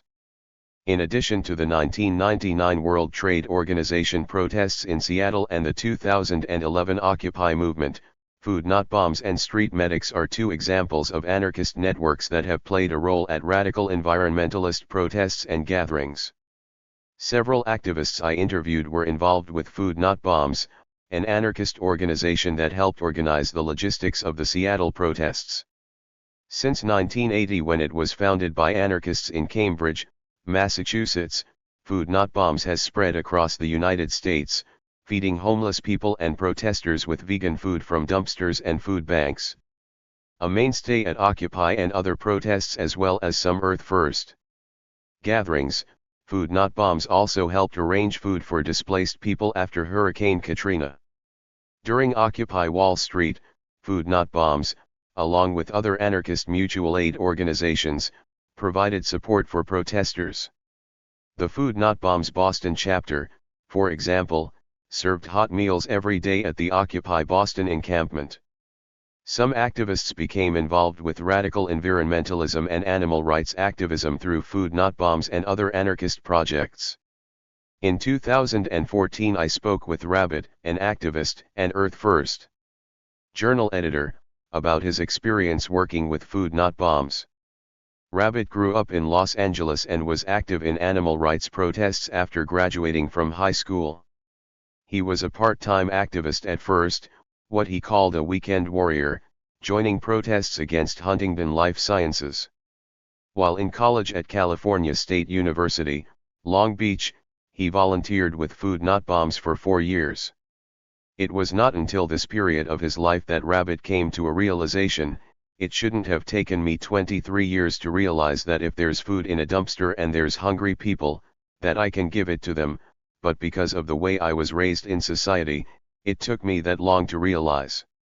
As well as being involved with Food Not Bombs, Occupy, and animal rights demonstrations, Rabbit spent a year working on homesteads and organic farms, and visited the tar sands blockade in Texas.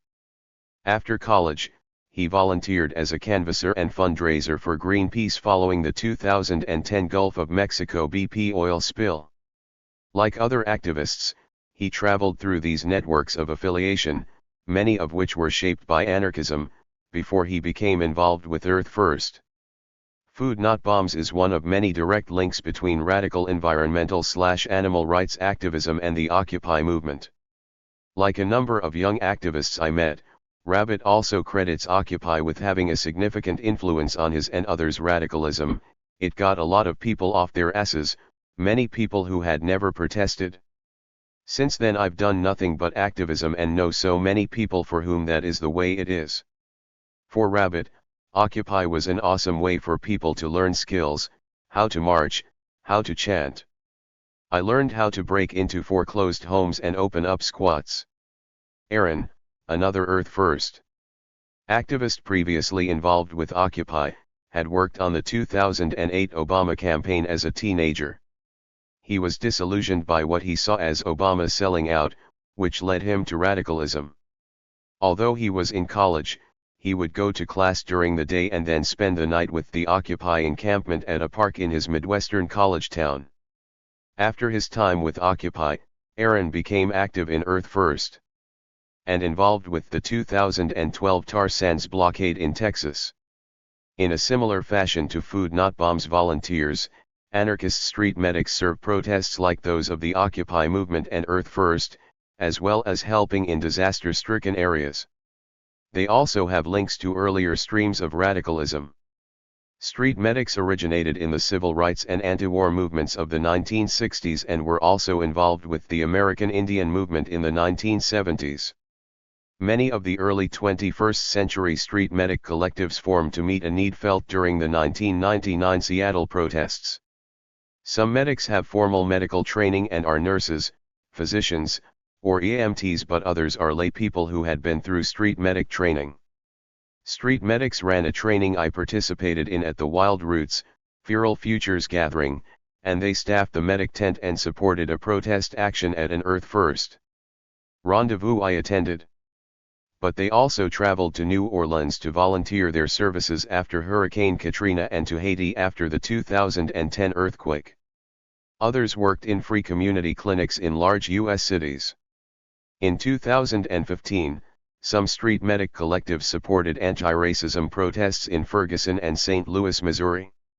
Activists circulate through these various anarchist sites of learning and practice, sharing information and connecting each other to like-minded communities.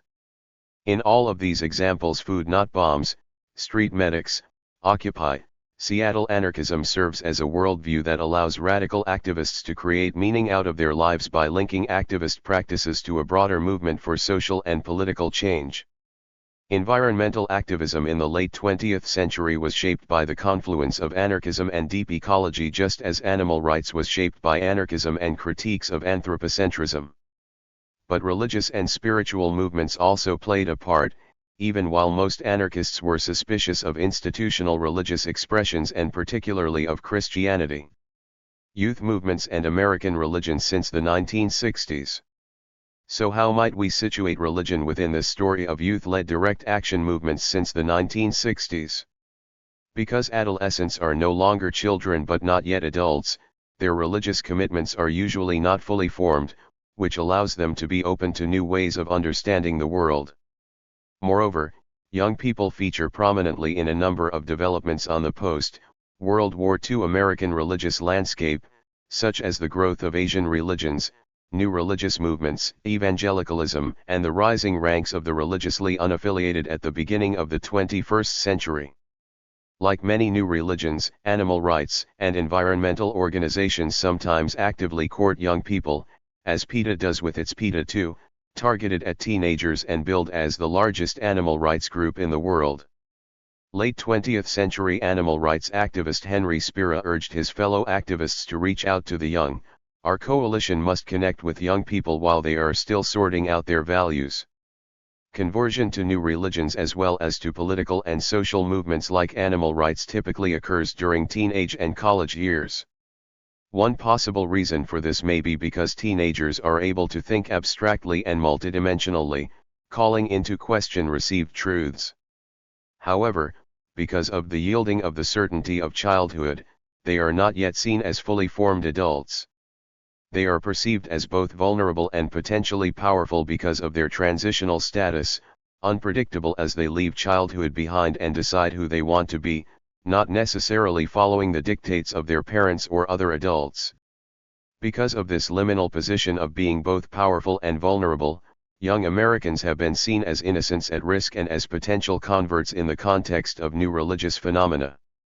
Puritan minister Jonathan Edwards, for instance, was particularly concerned about the salvation of young adults.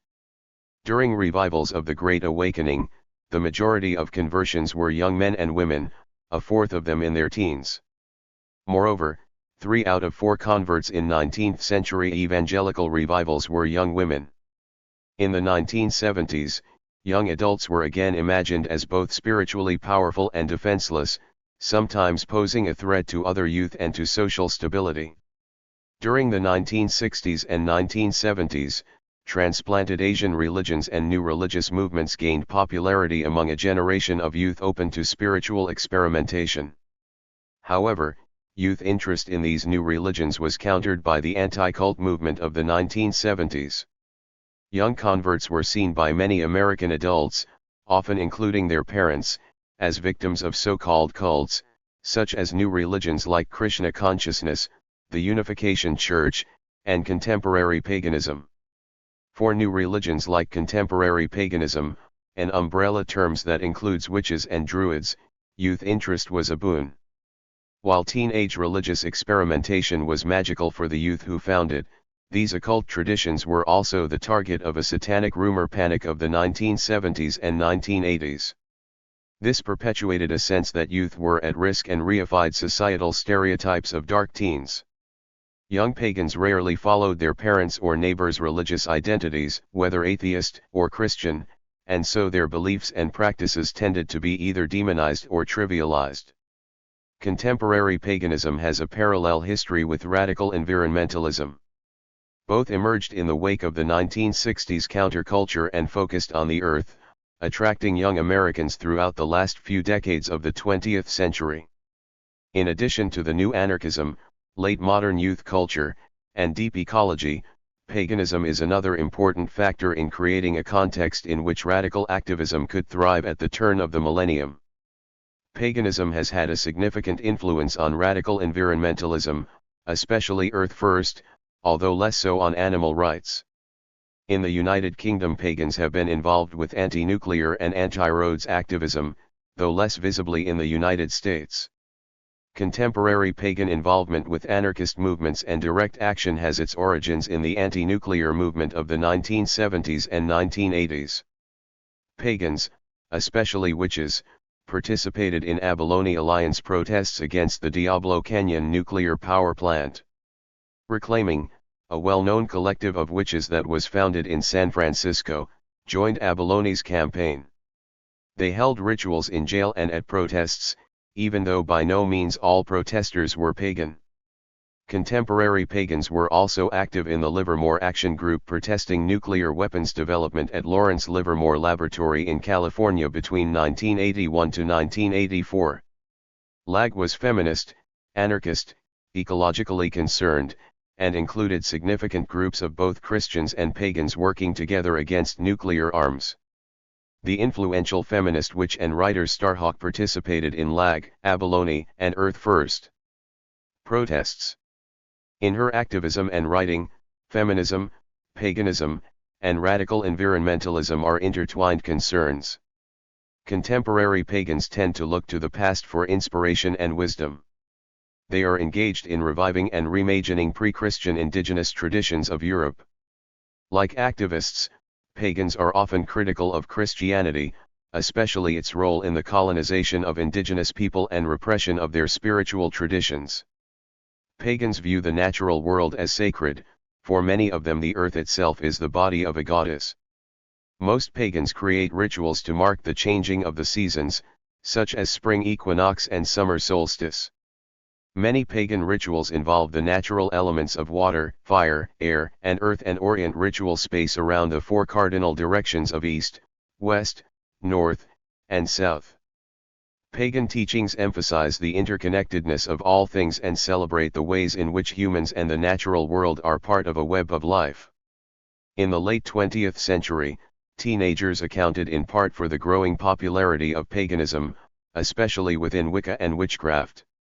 Silver Ravenwolf's Teen Witch, Wicca for a New Generation, published in 1998, sold over 200,000 copies.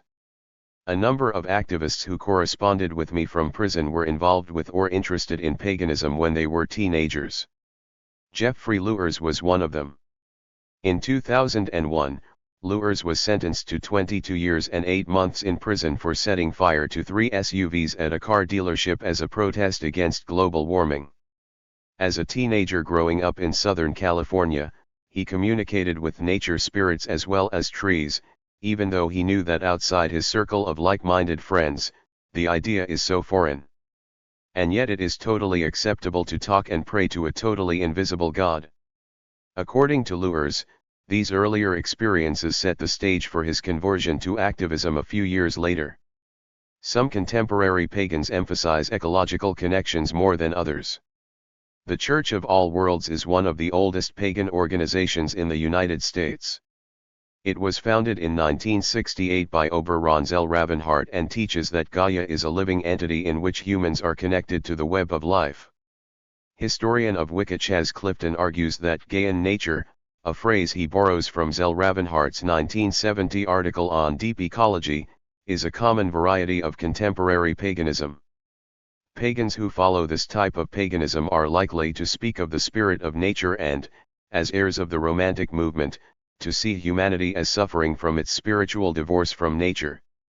Like radical environmentalists, these pagans look to childhood, nature, and the past, especially the pre-Christian past, for truth and inspiration.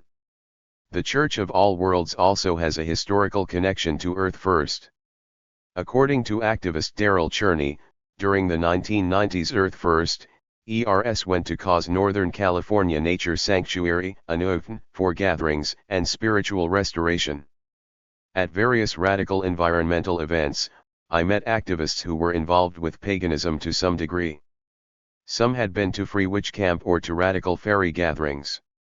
Free Witch Camp is a gathering for activists with rituals and workshops inspired by reclaiming witch camps. Some reclaiming members were active in the environmental movement of the 1980s and 1990s, including Earth First actions. The influence of contemporary pagans had become less visible by the time I was conducting field work. There were no community-wide pagan rituals held at any of Earth First rendezvous I attended, even though many individuals I met expressed pagan leanings. Paganism, like anarchism, has helped to shape the radical milieu in which many activists place themselves, even though it is often an implicit and unacknowledged contributing factor in activist commitments. Like anarchism, paganism offers an alternative to more widespread American religious traditions such as Christianity that most activists have rejected. Because of their anarchist leanings, activists may practice a more implicit paganism instead of participating in established pagan communities such as Wiccan covens or Druid groves. Current, an activist I corresponded with while she was serving a prison sentence for her role in elf actions, briefly experimented with paganism as a teenager. She suggested to me that contemporary pagan elements in radical environmentalism are more cultural than religious. As she sees it, there is a widespread reverence for nature among radical environmentalists, including practices such as keeping a special stone from a favorite wild place, maybe placing it on a shelf as a kind of altar.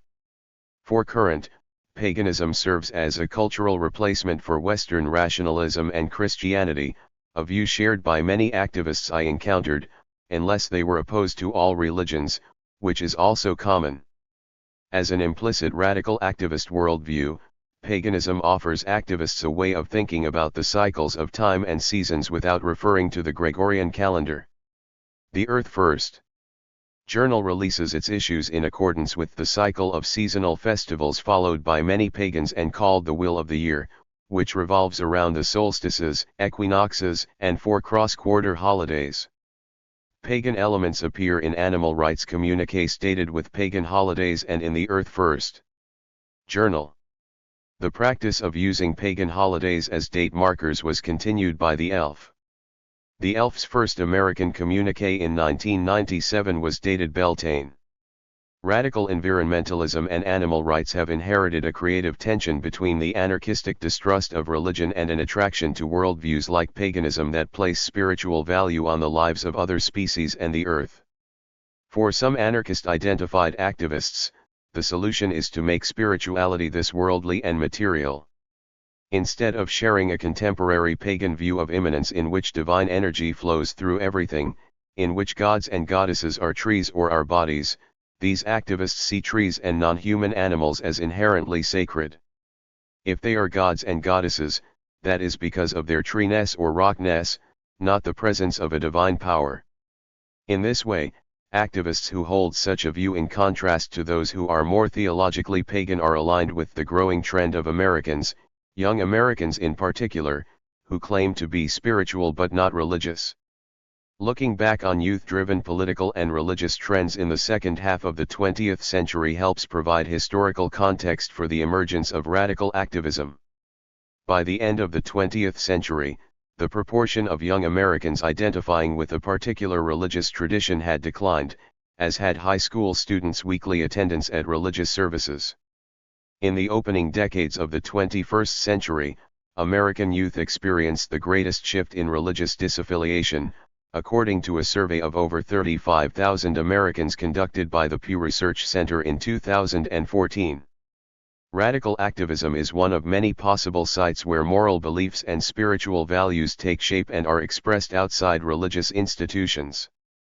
21st century activism came about largely due to the shifting landscape of American religiosity as well as various historical forces tempered by 20th century youth culture. However, activists' personal pasts are as important as these historical contexts for tracking the development of their commitments. In the next chapter, I trace the ways in which activists draw from and shape narratives about childhood experiences in nature and with non-human animals. Attention to activists' narratives about childhood memories and the identities they have forged from these memories reveals much about the inner histories of their commitment to activism. Chapter 3, Childhood Landscapes of Wonder and Awe. To articulate the past historically does not mean to recognize it the way it really was, but to seize hold of a memory as it flashes up at a moment of danger. Walter Benjamin.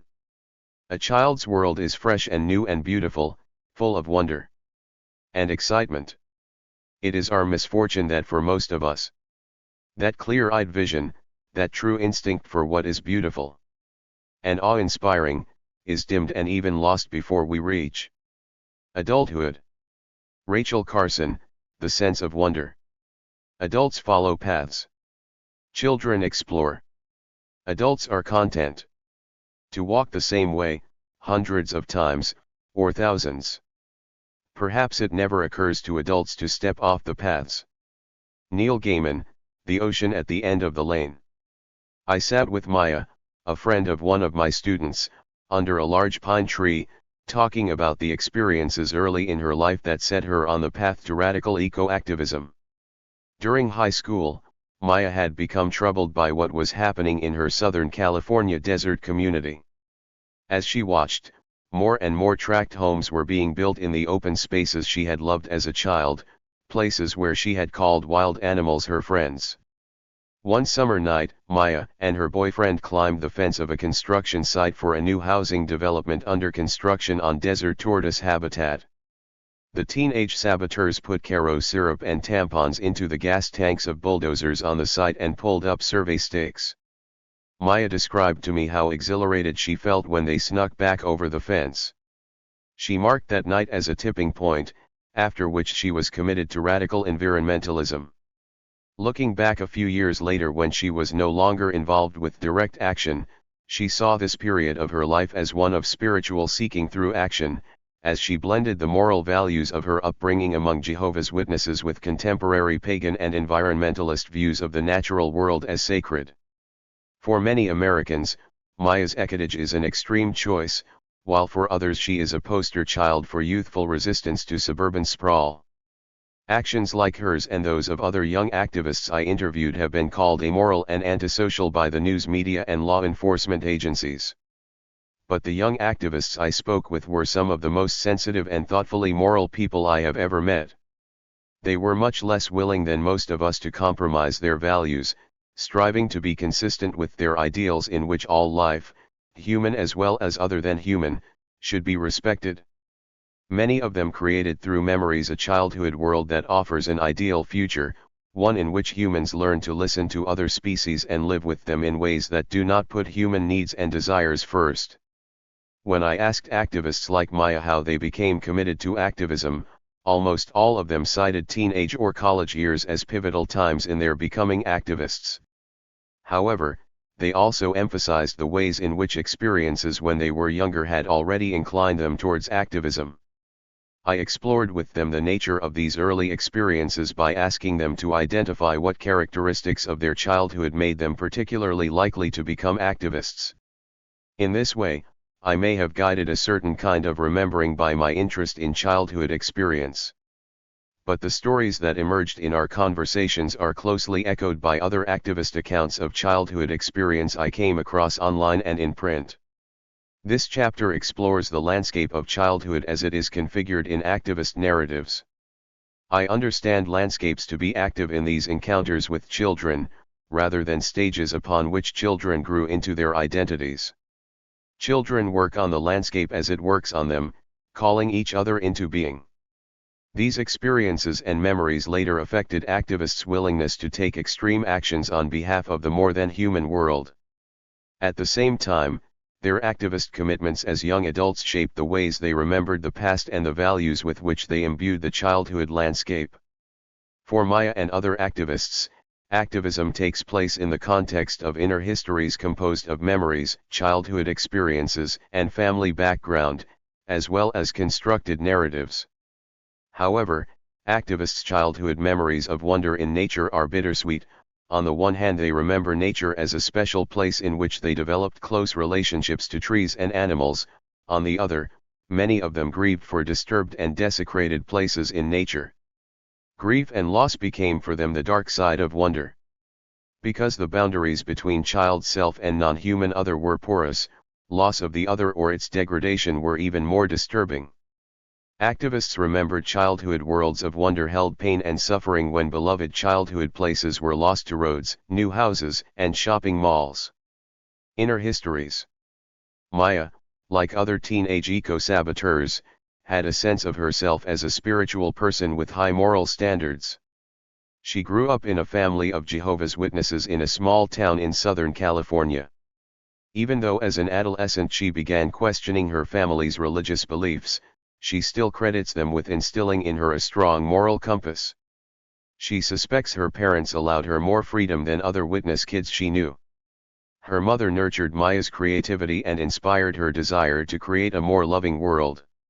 Her family did not celebrate holidays or own a television and encouraged her to read books and play outside, where she developed a sense of closeness to desert creatures. She made water holes in the desert for her animal friends, lining the holes with foil so the water would not drain out. Maya not only tried to care for wild animals but also developed close relationships with domestic ones. She recalled becoming deeply attached to a neighbor's cow, whom she named Daisy, and being heartbroken when Daisy was eventually slaughtered. Because of this dramatic loss of a friend, Maya became a vegetarian at age 5. In her view, being vegetarian, caring for animals, and spending time outdoors set the stage for her later activism. Maya's story resonates with others I was told during fieldwork or read in other sources. These are stories of co-becoming with non-human others and experiencing the pain and suffering of those others. While some activists told me they were born that way, most of them describe coming of age in a world of influences, human and other than human. They ended up at protests and action camps, they explained, because of the early histories that led them to activism. Although many people have similar experiences, activists' narratives of childhood emphasize experiences in nature as unusually powerful and formative. For some activists, childhood experiences even model the world they want to live in. In these ways, childhood landscapes and animal friendships become models for appropriate ways to live with other species and serve as resources for adult actions. At the same time, the gestures and bodily practices of protests construct as well as reveal a past in which the natural world is an emotionally significant aspect of activists' youth. The remembered childhood landscape becomes an important space for activist identity formation, and activists mimic childhood activities in later actions. In Maya's case, for example, there is a direct connection between action and childhood memory. In this way, activism not only becomes a rational choice for Maya and her activist counterparts, but a necessity driven by moral commitments dating to childhood. Activists cast off some aspects of their upbringing, such as the social goals and religious commitments of their parents, yet they are sometimes inspired by their parents' values. I am particularly interested in what activists remember from childhood and what they forget, what they embrace and what they reject, and what these stories tell us about activist understandings of the bonds they formed with the natural world as children that inform their later actions. For Maya, the religion of her Jehovah's Witness parents became unacceptable as she grew older, yet she found the experience of growing up as a witness useful. She was accustomed to being different from the norm, so she easily embraced activism since she already knew how to think outside the box. She borrowed from but reinterpreted the witness's millennialism. The time of the end may come, but why not do something now, she decided when she became involved with direct action. She credited her parents for providing her with a clear sense of right and wrong. When activists convert to environmental and animal rights causes, their conversion is not necessarily a distinct break as many scholars have argued. Instead of a clear separation from the past, converts to activism find ways to reshape and reinterpret their past so that there are continuities as well as discontinuities. They take the features of their upbringing that suit their activist lifestyles and discard those that do not. When activists tell stories of the past, of special wild places and important relationships with humans and other species, they bring the past to life both in terms of what is rejected and what is brought forward from childhood. By bringing childhood landscapes into the present when they share childhood stories in the context of direct actions, activists reconstitute the past and charge it with emotional meaning. As ritualized activity both set apart from daily life and rehearsed, protests engage the body and imagination, evoke memories, and express values. The physical experiences of climbing trees and making tree houses and the emotional urgency of the struggle to save these places link present to past in powerful ways. Activists tend to reverse conventional thinking about the past as part of their refusal to submit to the norms of a society they have scorned. The father of the field of child development, Jean Piaget, opposed primitive thinking in children to the gradual development of scientific objectivity. Piaget argued that the child as enlightened scientist is assumed to outgrow the child as confused metaphysician. But activists want the confused metaphysician back, and many of them blame scientific objectivity for the degradation of the environment. Their emphasis on intimate childhood relationships with nature and the personhood of trees and animals is the inverse of what they reject in the broader society. By celebrating and nurturing the immanentist views Piaget argued would decrease with age, activists practice a thoughtful kind of anthropomorphism, well aware they are challenging more dominant ways of thinking about other species. Activists value the child's perspective and the so-called primitive instead of leaving them behind. They deliberately look to childhood anthropomorphism and indigenous cultures' animistic relationships with the other-than-human world as ideal approaches to living with other species. In this way, childhood may become for them not just a storehouse of experiences, but a way of thinking and being in the world. It is not that unusual in the early 21st century for people of all ages to treat pets like human beings and to imagine nature as alive and full of power. However, activists as a group tend to foreground these approaches more than most Americans. For this reason, childhood experience might be seen as an important facet of the spiritual orientation of many radical activists. For these activists, childhood experiences endow the landscape, its trees and animals, with meaning and value. The following sections explore some of the ways in which this dynamic kind of remembering and reenchanting of the natural world takes place within activists' accounts of their pasts. In stories of how they became involved with direct action, the following themes from childhood play an important role: experiences of self extending into landscape, child self merging with non-human other, free play outside, and cross-species relationship/communication/kinship, often involving the personification of particular animals and special trees. These themes work together to create the contours of childhood memory that shape and are shaped by activist commitments.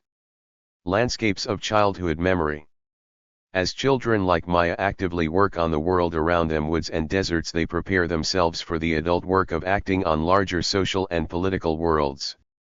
Their work on the landscape models a relationship they revisit later in life as activists when they identify with the suffering of forests and build platforms in trees to block logging and construction crews. As they become familiar with the ecosystems where they go to sabotage housing developments or interfere with mountain lion hunting, as they name particular trees they sit in, activists' emotions become embedded in the landscape and the other species that inhabit it, just as they did in childhood.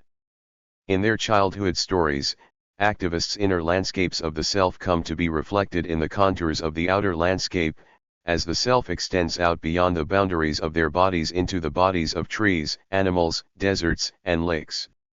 As they explore deserts and woods near their homes or camp in mountains with their families, they become themselves in the company of human and non-human others. When children explore the landscape, making paths, finding climbing routes in trees, damming small creeks, they externalize their sense of self into the spaces around them. At the same time, they internalize the outer landscape. In these ways, they act on the natural world while it acts on them. They actively shape the landscape, and in the process become intimate with it. This dynamic of co-becoming and intimacy often comes to characterize direct actions as well. 80 feet up in the piney woods near Winsboro, Texas, 100 miles east of Dallas, activists posed for a photo in a tree village composed of a series of ropes, tarps, platforms, and walkways. Some of them stood above a banner hanging from the tree village that read "You shall not pass," illustrated with a painting of a giant hand in a stop gesture. On September 24, 2012, 8 activists climbed into the tree village of Middle-earth, which is the name they gave to the forest where energy giant TransCanada was clearing land for a pipeline to carry tar sands oil from Alberta, Canada, to ports on the Gulf of Mexico. A reporter from the Texas Observer who visited the village described it as follows: "Their world is confined to the 4-by-6-foot platforms and the ropes connecting them. They're able to zipline between platforms, but the structures only offer enough room to sit or lay. If they want to stretch their legs, they use a catwalk nicknamed Helm's Deep that extends 100 feet across the tree village's northern boundary. The tree village in Middle-earth lasted for 85 days before it was dismantled after pipeline construction was rerouted around it. Middle-earth's tree village was established by a group of activists and local landowners who created the tar sands blockade, a series of actions to resist pipeline construction across eastern Texas. In addition to building a tree village to block construction crews, activists locked down to and stood in front of bulldozers, locked themselves inside pieces of pipe, and held rallies to proclaim solidarity with their grandchildren, the grandchildren of the trees here, and indigenous people of Alberta whose lands were being despoiled by tar sands extraction. According to Block Addy Rising, a documentary film about the campaign, the area to be cleared for the pipeline included some of the oldest trees in Texas. The area was also home to armadillos, cougars, bobcats, white-tailed deer, tree frogs, catfish, Luna moths, an endangered woodpecker, and many other species. As one activist put it, being here has motivated me to keep being here. Look around. This place is beautiful. We need to break people's hearts this winter, insisted Peaceful Uprising director Henia Belalia, one of the organizers of the blockade who was interviewed in the film. Belalia is referring to the powerful love many activists feel for wild places and the vulnerable positions they put themselves in to draw attention to the devastation caused by plowing down forests. To break people's hearts, activists create an identification of their own vulnerable bodies with the land, to induce in others the same love they feel for wild places. Tree sits like tar sands blockades tree village Middle-earth named after J.R.R. Tolkien's enchanted world of monstrous wolves and eagles, wizards and elves, shape-shifting bears and tree-like beings reflect childhood experiences as well as the influence of popular culture. When activists like the tar sands blockaders climb into platforms hundreds of feet up in trees, some of them draw on memories of childhood places and experiences with other beings, as well as skills and strategies learned in action camps and workshops. The inner histories they bring with them include memories of multi-species landscapes in which they became intimately connected with trees and animals. Ritualized actions such as creating sacred space at forest action camps and chaining themselves to blockades to prevent logging shape and reinforce activists' memories of earlier relationships to nature. A place becomes important to them because it has been inscribed by emotionally intense encounters with human and other than human beings. In the context of direct actions like tar sands blockades tree village, beloved landscapes and memories surface in and are constructed by the process of sharing stories and being involved with direct actions. These memories, then, contribute to activists' powerful experiences of the places they inhabit when they build and live in tree villages and other blockades. I met Lakes, an activist and direct action trainer from Michigan who was at tar sands blockade, at an Earth First rendezvous. I ran into her by chance at an anti-fracking march 2 years later, and we arranged to talk by phone. I called her at home in Michigan while she was busy tanning a deer skin someone had given her. Lakes described to me how she grew up playing outdoors near her suburban Detroit home. As a child she spent many hours on the water, sailing with her family on a lake near their home that was a really big refuge for her, and she felt an intense love for it. In a similar fashion, Tush, an activist from Indiana whom I also met at an Earth First rendezvous, grew up outdoors in a suburb of Indianapolis. She had a drawer full of play clothes and remembers she and her brother were outside all the time. As a source for her adult work to connect with and preserve the world, Tush sees the importance of her childhood in this way. I grew up with a sort of ecologically minded worldview, or at the very least an imagination that was based on playing in the woods. I grew up in the country, on an apple orchard, and spent most of my time climbing trees and playing in creeks. I try to live my life thinking about everything being sacred. As activists like Tush remember it, something precious was generated from their experience in the landscape as children, a worldview that imbued woods and creeks with value. In her study of childscapes, writer Jay Griffiths describes this generative process as one by which landscapes are kindling children, as children's identities and values emerge from their experiences outdoors. In Griffiths's view, nature plays an active role in these experiences, rather than simply being a stage upon which children explored and acted. Tush became an activist within the woods where she played, kindled by the places she loved. Her ideas about what is sacred came about from these direct encounters. S.M. Sarah M. Pike for the Wild 6.jpg. Hammock and banner on road blockade at fracking site. Photo, Marcellus Shale Earth First. Used with permission. For Tush, being comfortable and familiar with tree climbing from childhood was an asset when she became an activist. She was not dizzy or afraid of heights when she was trained by other activists to climb trees. For me, trees represented a sort of refuge, even if they didn't house a treehouse or fort. There was a book that I used to read, a children's book, about some kids who made this amazing tree fort inside the branches of a willow tree. They even put on a circus inside, and I would hang out in the willow tree in my family's front yard and pretend about that sometimes. However, because activists may feel comfortable in tree sits that are reminiscent of childhood, the dangers posed by them, such as falling, may seem less real. Moreover, threats do not always come from outside, but can be imposed by the challenging personal commitments activists make to trees and non-human animals.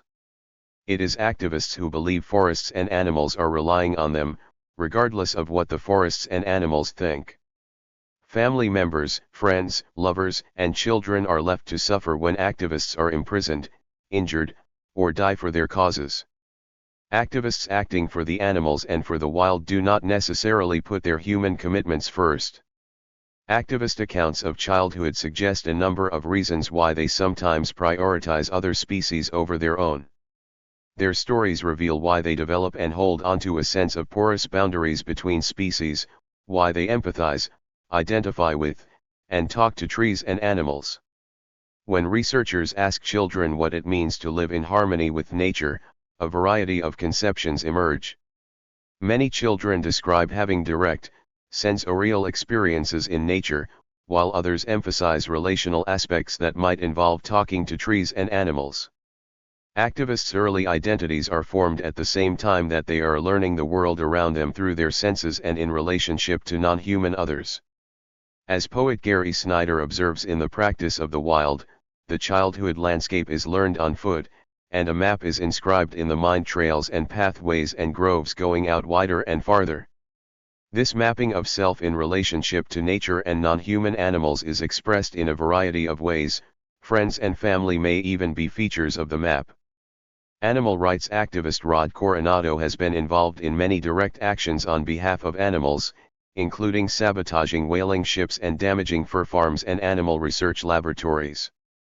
In 2006, he was sentenced to 8 months in prison for interfering with a mountain lion hunt in Arizona's Coronado National Forest by spreading false scent trails with mountain lion urine and springing traps. Coronado believes his childhood and family background were the basis for his later activism, creating in him mind maps like those described by Snyder. Coronado's parents introduced him to wilderness areas through camping and fishing trips in California's Sierra Nevada, even though he grew up in the San Jose suburbs. In a biography of Coronado, journalist Dean Kuipers suggests these childhood trips to the woods became an essential aspect of Coronado's sense of self. By the time he was a teenager, parts of the Western Sierra were hardwired in his memory. Kuipers explains Coronado's identification with nature this way: he saw that he was connected to something bigger, a wholeness, and that even the yard back home was a version of that wholeness. The wilderness became part of his self, a bigger self. It felt personal and close. According to Coronado, in addition to family camping and fishing trips, he read books about tracking and wild foods and looked for edible plants while camping, trying to imagine what it was like for the people who lived here a long time ago. Later he drew on these childhood wilderness experiences to understand the proper relationship between humans and nature. In all these ways, Coronado's sense of identity was inextricably related to wild places and animals on a larger scale, extending out of childhood relationships to encompass whales in the North Atlantic and mountain lions in the Arizona desert. Wonder and the activist self. Activists like Coronado bring a wonder-filled attitude to the places they gather, an attitude many of them date to childhood. For activists, wonder is not always a rare experience, but more of an orientation towards the world, a way of perceiving and being attentive to the lives of other species. The ecological child of memory embodies values that activists aspire to: intimacy and empathy with other species and a sense of wonder in regard to the natural world.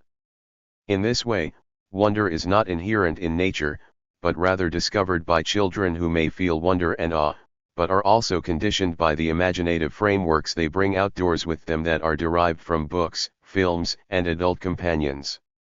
In the sense of wonder, biologist Rachel Carson describes the kind of wonder activists recall experiencing as children. She advocates getting children out in nature and nurturing their delight in it because a child's world is fresh and new and beautiful. Children, she believes, immediately accept a world of elemental things, fearing neither the song of the wind nor the darkness nor the roaring surf. Carson suggests parents allow children to get muddy and stay up late in order to immerse them in the more than human world. She introduces her nephew to sea creatures on the shore and takes him out at night to marvel at the stars. The memory of such a scene, photographed year after year by his child's mind, would mean more to him in manhood than the sleep he was losing. She hopes the experience of wonder will stay with him and help shape the adult he will become. Like many radical environmentalists, Carson balances her critique of the destruction of nature with pleasure and enjoyment in it.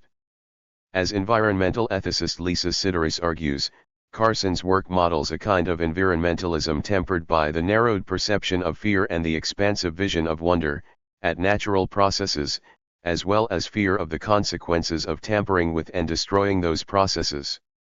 As Sideris sees it, both have an important role to play in the environmental movement. For many activists, childhood wonder carried into adult action is all that redeems their sorrow over environmental destruction and apocalyptic expectations of societal and environmental collapse. Activist childhood memories embody this tension between wonder and sorrow, hope and loss. Action camps and environmentalist gatherings recreate both aspects, wonder and sorrow, of the landscape of childhood memory. They offer safe space, intimacy with nature, a sense of family and kinship, and adult activities like tree climbing that are reminiscent of childhood play. They also focus on environmental devastation and the suffering of other species caused by human activities. Gatherings like the Earth First Round River Rendezvous usually include singing and playing music around campfires, craft activities like making banners, talent shows, skinny dipping, mud wrestling, and tree climbing. Earth First S 2013 Round River Rendezvous was held in a decommissioned remote campsite in the Smoky Mountains of North Carolina. Ropes strung in the branches to create climbing areas and tented workshop spaces with names like Red Fox lent an aura of playfulness to the serious business of organizing an anti-fracking direct action. Of course, action camps and gatherings are not childhood landscapes, they harbor risk and danger as well.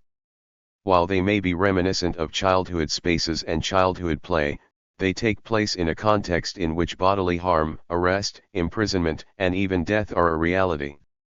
Invoking childhood experiences is a way of downplaying these risks. The deaths of activists such as David Chain, who was killed by a logger felling trees where Chain was protesting, underline the perils involved with pursuits reminiscent of childhood.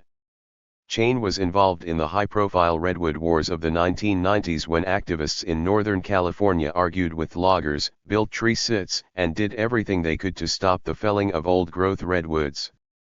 In images of tree sits, some activists are smiling and seem to be enjoying a playful existence in the treetops, laughing as they elude climbers sent to extract them.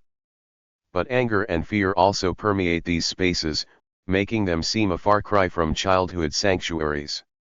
The documentary film Block Addy Rising shows trees in Middle-earth being cut down by chainsaws and bulldozers and falling just 20 feet away from activists looking on fearfully from their treetop perches.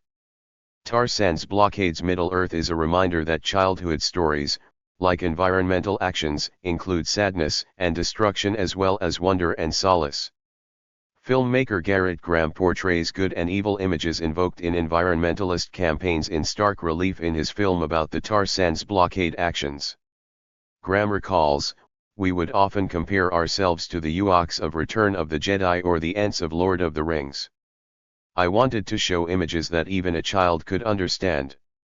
At the same time that activists in the Tree Village maintained a playful attitude with jokes about Ewoks and Ents, TransCanada monitored them all day and night to try to prevent resupplying food and water being sent up to the Tree Village by a system of pulleys in the hopes of starving them out. The company also shone spotlights on the tree sit throughout the night, making it difficult for activists to sleep. In order to create a contrast between heroic activists and an evil corporation, Graham includes Mordor-like images referring to Tolkien's dark and devastated land inhabited by the Dark Lord Sauron and his terrifying armies of the desolate landscape of tar sands extraction because, I wanted my film to revolve around this repeating visual metaphor. People understand those images.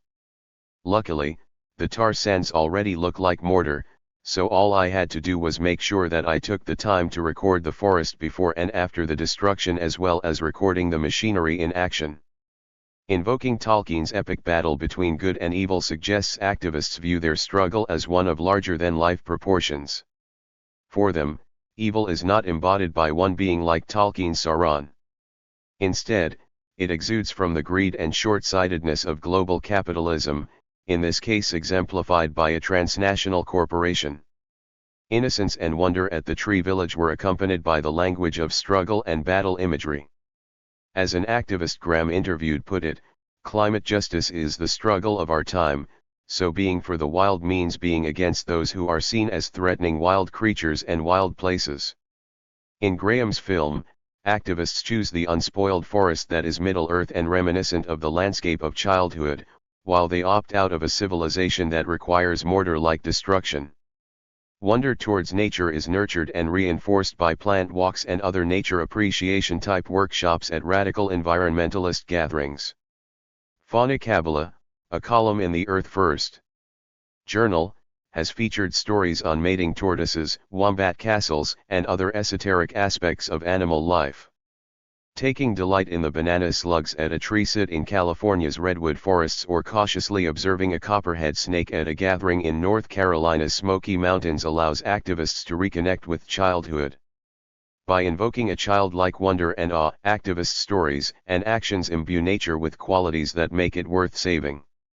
Since a prominent theme in radical activists' childhood stories is the contrast between wonder in nature, which they want to save, and discontent with civilization, which they have come to despise, they might be expected to completely reject the worlds of their parents. Yet this is often not the case. In addition to special places and animals, activists' childhood stories feature family members and other adults who inspired their appreciation for the natural world. In particular, they often identify parents and grandparents as significant influences on their moral development and love for nature, while at the same time rejecting family religious traditions and political views. In their childhood stories, radical environmentalists and animal rights activists identify the influence of family camping trips and parents or grandparents who instilled in them a sense of wonder and appreciation for nature. SM Sarah M. Pike for the Wild 7.jpg. Tar sands pipeline construction near tar sands blockade, Winsboro, Texas. Photo, John Feige. Used with permission. Eileen McDavid, the mother of Eric McDavid, an activist who was sentenced in 2008 to over 19 years in prison for conspiracy to damage or destroy property by fire and an explosive, made a public statement about how family influenced the love of nature that lay behind McDavid's activist commitments. "When Eric was growing up, we never missed an opportunity to camp and hike together," she recalled.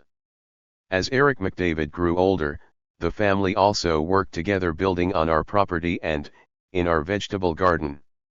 His mother identifies family heritage as an important aspect of McDavid's identity. Eric has a love for animals and nature, like his father, mother, and grandfathers before him who were farmers and taught the value of all living things. In a similar fashion, Rod Coronado attributes his values to the spiritual orientations of his Yoam and Yaqui heritage through his grandmothers as well as to his parents who took him camping. My dominant moral influence came from both of my grandmothers.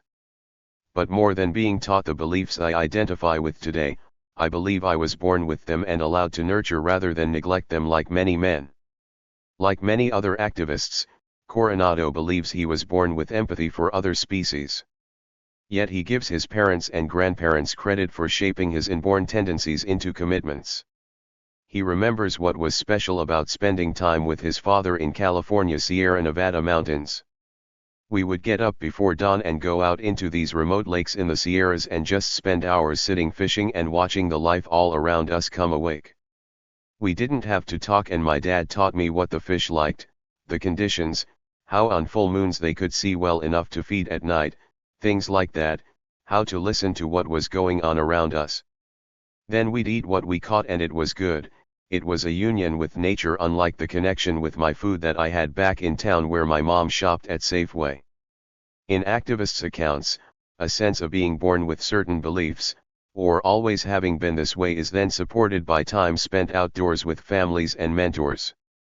Through his father's example, Coronado learned to watch and know how fish would react, to be aware of the life around him, experience a close connection to the sources of his food, and establish a contrast to life back in town.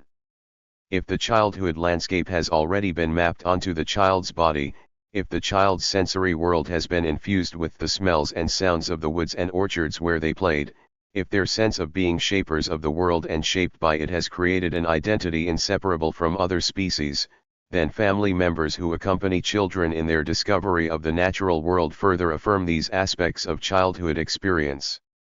Adult mentors who model wonder and awe at the natural world become important figures in childhood memories that inform later orientations towards nature.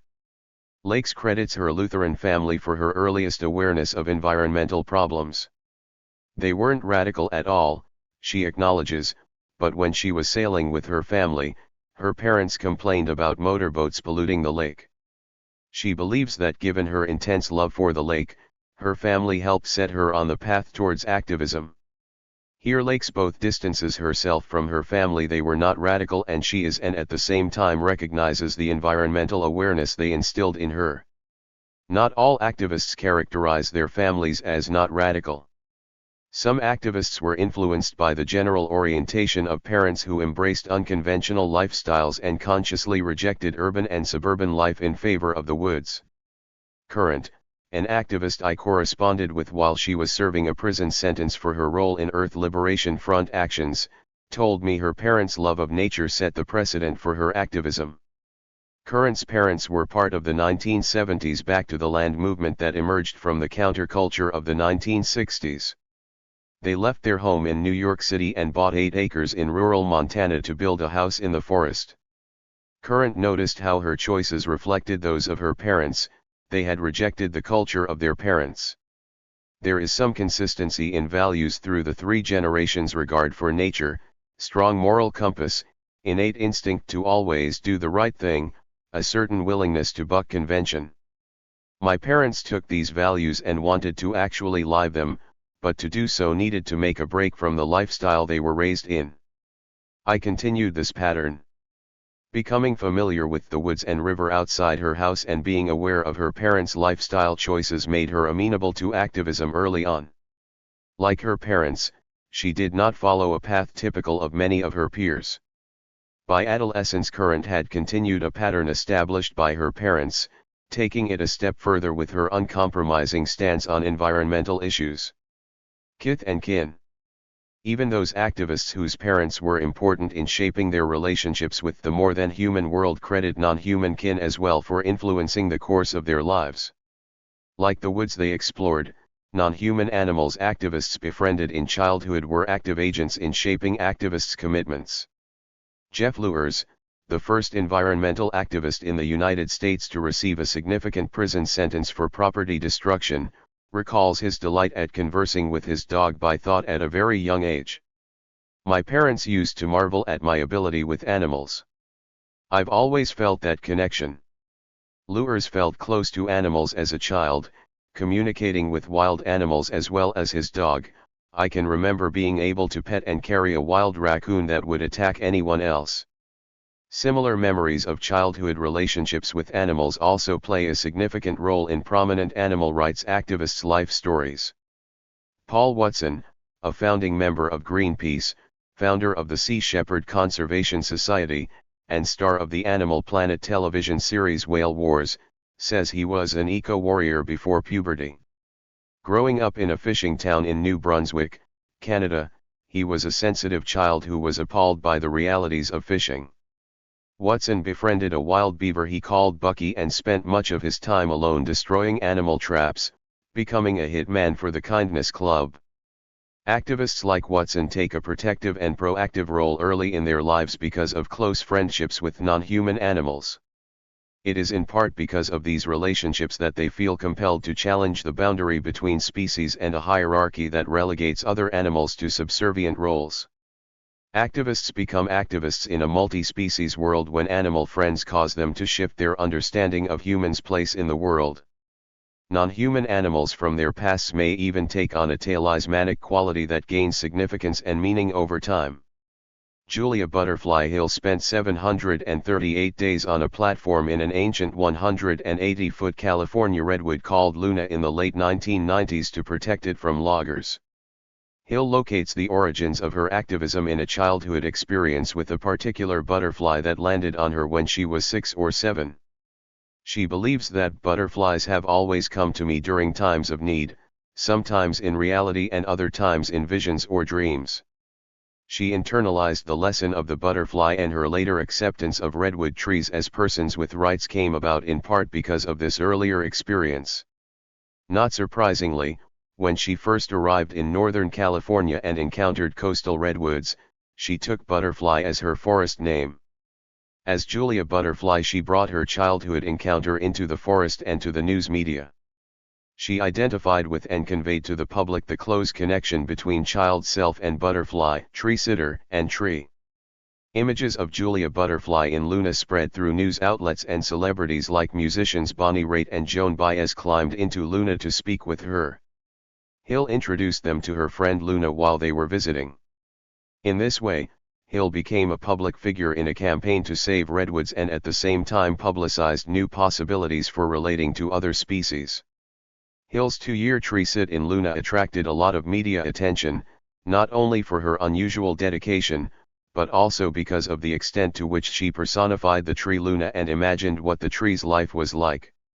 As Hill's tree sit lengthened through the seasons, Luna's value grew as more supporters rallied to her cause. Children, too, tend to make contact with nature through personalized, individual species and places, particular trees, animals, and bodies of water, rather than nature in the abstract.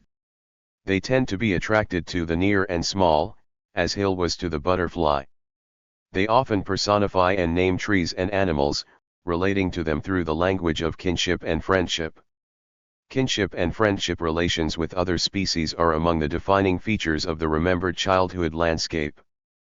By naming other species as Hill did, children more easily imaginatively identify with their lives. Many activists emphasize their bonds with other creatures as being formative and exceptional. In their childhood stories, empathy for non-human animals is a quality they are born with or cultivated while they were growing up. They reacted differently to non-human animals than other children around them, especially in school. Lindy, an animal rights activist, remembers her deepest friendships were always with animals. As a child, she was obsessed with animals. Her mother told her that my first word was not mommy or daddy, it was cat. At 17, Lindy refused to dissect a live frog in her high school biology class. She smuggled the frog out of the lab and drove it to a nearby pond. I hid her in my coat pocket and drove her up to Ferndale, a man-made pond at Griffith Park in Los Angeles. While I am sure she, herself, is long since deceased, I entertain the fantasy that some of her distant descendants are still hopping around up there. In activists' narratives, episodes like this are evidence of being born with a special compassion for non-human animals that prefigures adult commitments. Some activists also stopped eating meat at a young age because of their unique sensitivity to non-human animal suffering. Tush was a child with an early awareness of animal slaughter and a certainty that meat eating was wrong. I think the first time that environmental sensitivity became political for me was when I was 11 or 12 and became a vegetarian. My brother was trying to raise a pet pig, and when I made the connection that eventually she would be sold and eaten, I said nope. I'm not gonna have any part in that, and gave up meat. I was probably really militant and annoying about it for at least a few years. In this account, Tush is a nascent activist, already making choices that put her at odds with her family and peers. Awareness at a young age of non-human animal deaths and suffering suggests another way in which activists' memories of childhood are not always idyllic. Wonder and awe may characterize some aspects of childhood experience, but others, a slaughterhouse, evoke horror. Activists who as children had close relationships with non-human animals were vulnerable to the pain and suffering of these friends. Activists' biographical accounts, then, identify many continuities with childhood experiences, especially when as adults they continue to challenge boundaries between species that privilege humans. Compassion for non-human animals, frogs, dogs, pigs, cows, and a sense of what other creatures' lives are like call into question human exceptionalism.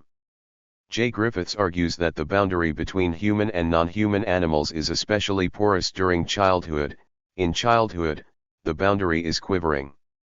The world creeps in through the portal of our senses, there is a paw scraping at the gate, and our transgression is not a sin but an act of kinetic accomplishment. These other worlds do more than creep in, experiences of being enmeshed with them as children leads to developing empathy and compassion later on. As Griffiths puts it, faithful to anthropomorphism until they are ridiculed out of it, children nurture a relationship with the animal world whereby they become party to other sensitivities, to other stories and a diversity of viewpoints. Activists shamelessly anthropomorphize. They imagine the ways in which landscapes and animals they identify with are affected by logging and resource extraction or hunting and food production. When activists describe their bonds with places and animals as emotionally significant, it is the emotion of love as well as wonder that particularly motivates them. Those beings whom they love and resonate with emotionally become sacred to them. As a teenager, Canadian activist Rebecca Rubin swore off meat after watching a video of animals being slaughtered and confined under terrible conditions.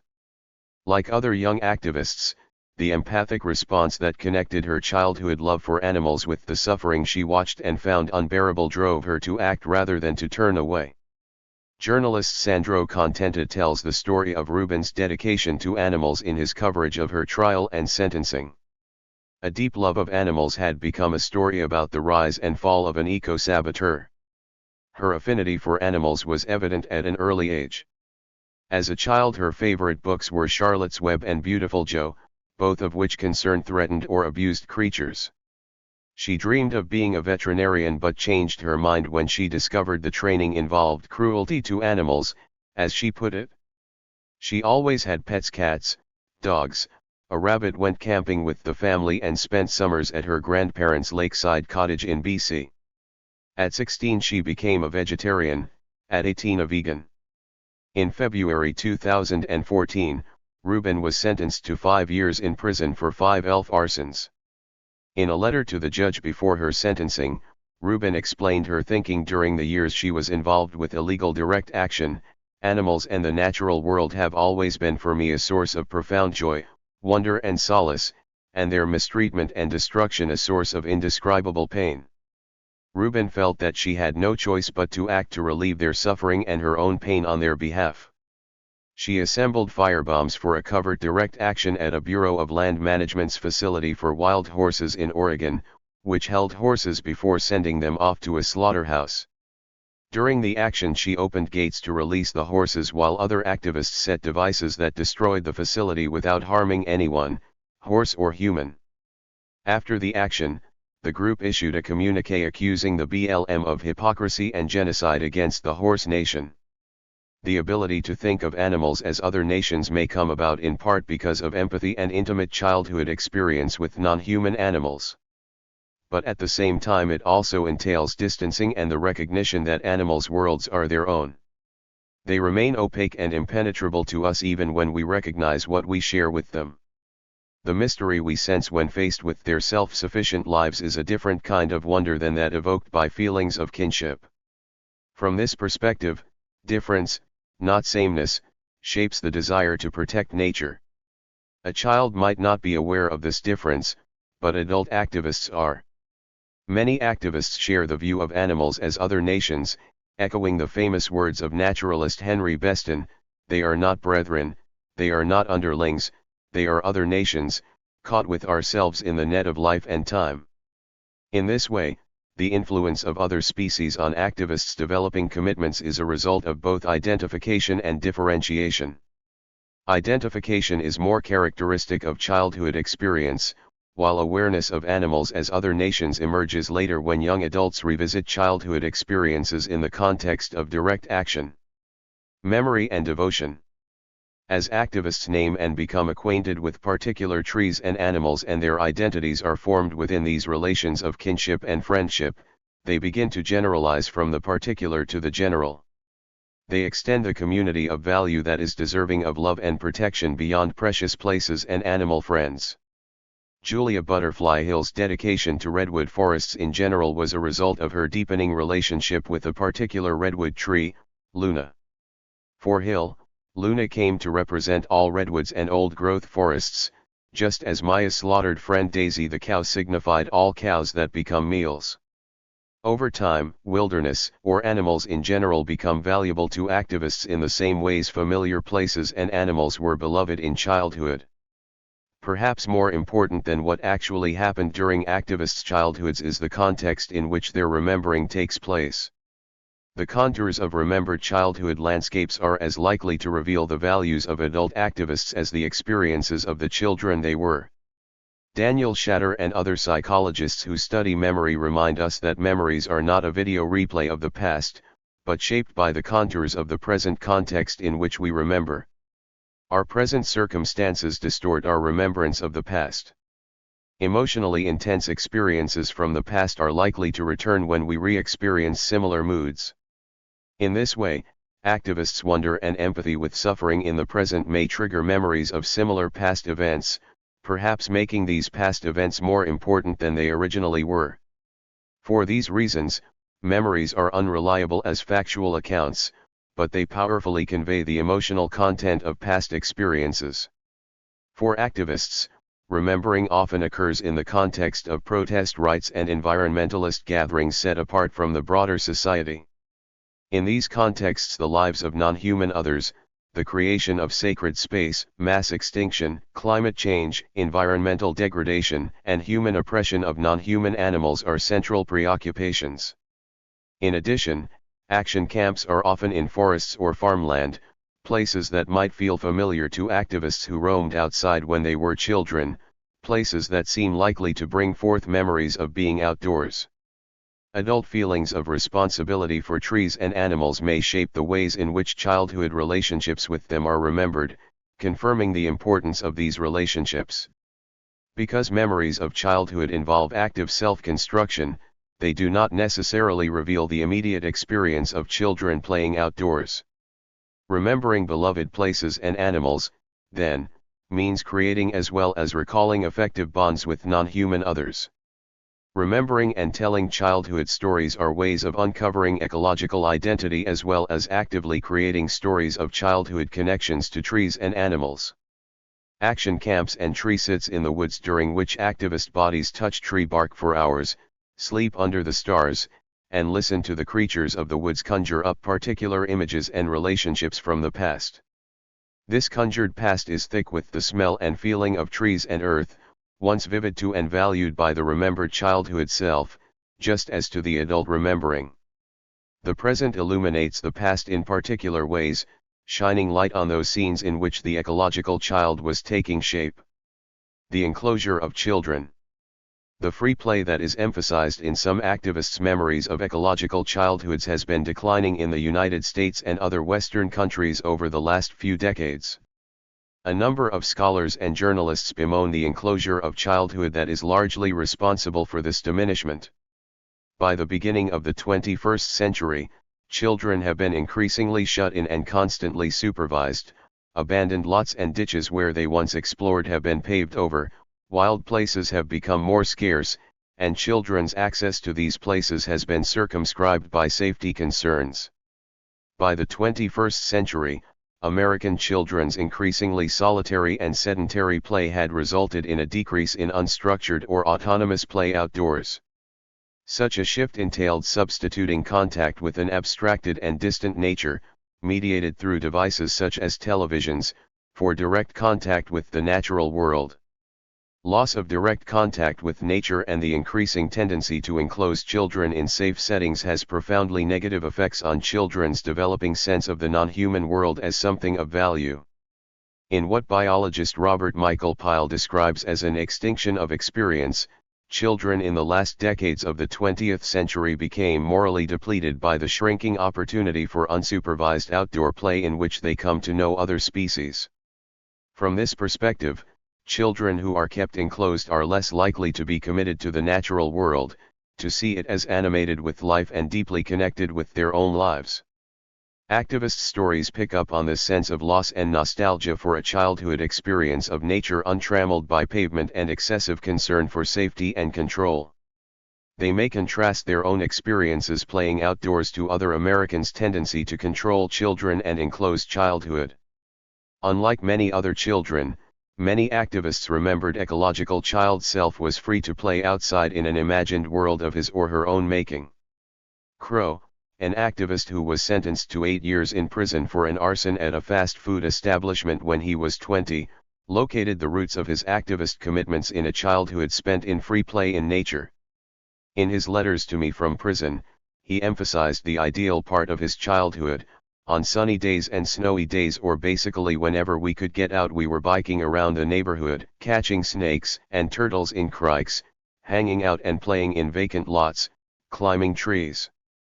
Crow explained to me that his belief in Earth Mother and his communion with fresh air developed during his free play outdoors as a child.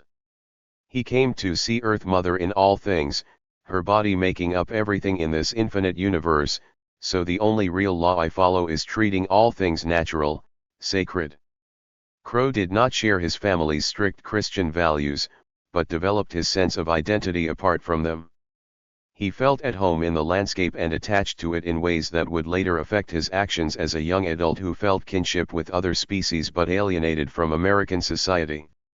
In contrast to trends that diminish children's contact with nature, Crow and other activists recall their own play in gardens, woods, or creeks, as well as the unlimited, undefined, untamed places, including derelict and abandoned lots and ditches in urban areas. Their stories tend to emphasize being outside unsupervised, not in playgrounds and schools, which they remember as more structured and controlled. Allowing children to spend most of their time in shopping malls or urban environments, Crow told me, is the root of the problem with Americans' attitudes towards environmental issues. In his correspondence with me, Crow insisted that other American children were less fortunate because they did not experience the same freedom he enjoyed as a child roaming freely outdoors. Some activists were influenced by parents who urged them outside, while others recall deciding for themselves, "I made a choice while young that I wouldn't submit, the super entertainment of technology," explains Crow. He chose unstructured over structured play, and being outdoors over sitting inside in front of a television. In Crow's childhood narrative, early rejection of a controlled and enclosed childhood marked the beginning of an anarchist and environmentalist trajectory that would eventually make action against the corporate food industry seem appropriate. Activist critiques of American child raising are expressed in tandem with campaigns against American lifestyles and values that have resulted in environmental degradation. In their childhood narratives, activists resist the diminished opportunities for American children to connect with outdoors places. During forest campaigns, they also reclaim childhood free play outdoors. At gatherings and action camps in remote wilderness areas, they can easily recreate a world liberated from television and other indoor entertainment. In contrast to stories that emphasize continuity between adult identity and a childhood spent in nature, some activists describe an opposite kind of childhood experience. In these stories, their wild selves were domesticated during childhood, and only later, as young adult activists, did they rediscover a connection with nature. Kite, an activist involved with the Buffalo Field campaign, grew up in a large city and didn't see vegetables growing until I was about 12. There was a trailer park just north of the city that my family would go to on the weekends and in the summer, and it had a scraggly little forest and an artificial pond. He discovered the real world at a much later age and realized that he had been held prisoner by the television and consumer world until that point. An anti-logging activist named Skunk remembers that his parents used guilt to control or train me during my domestication. He bemoans the effects of civilization on children, their minds imprisoned, their thoughts convicted in schools.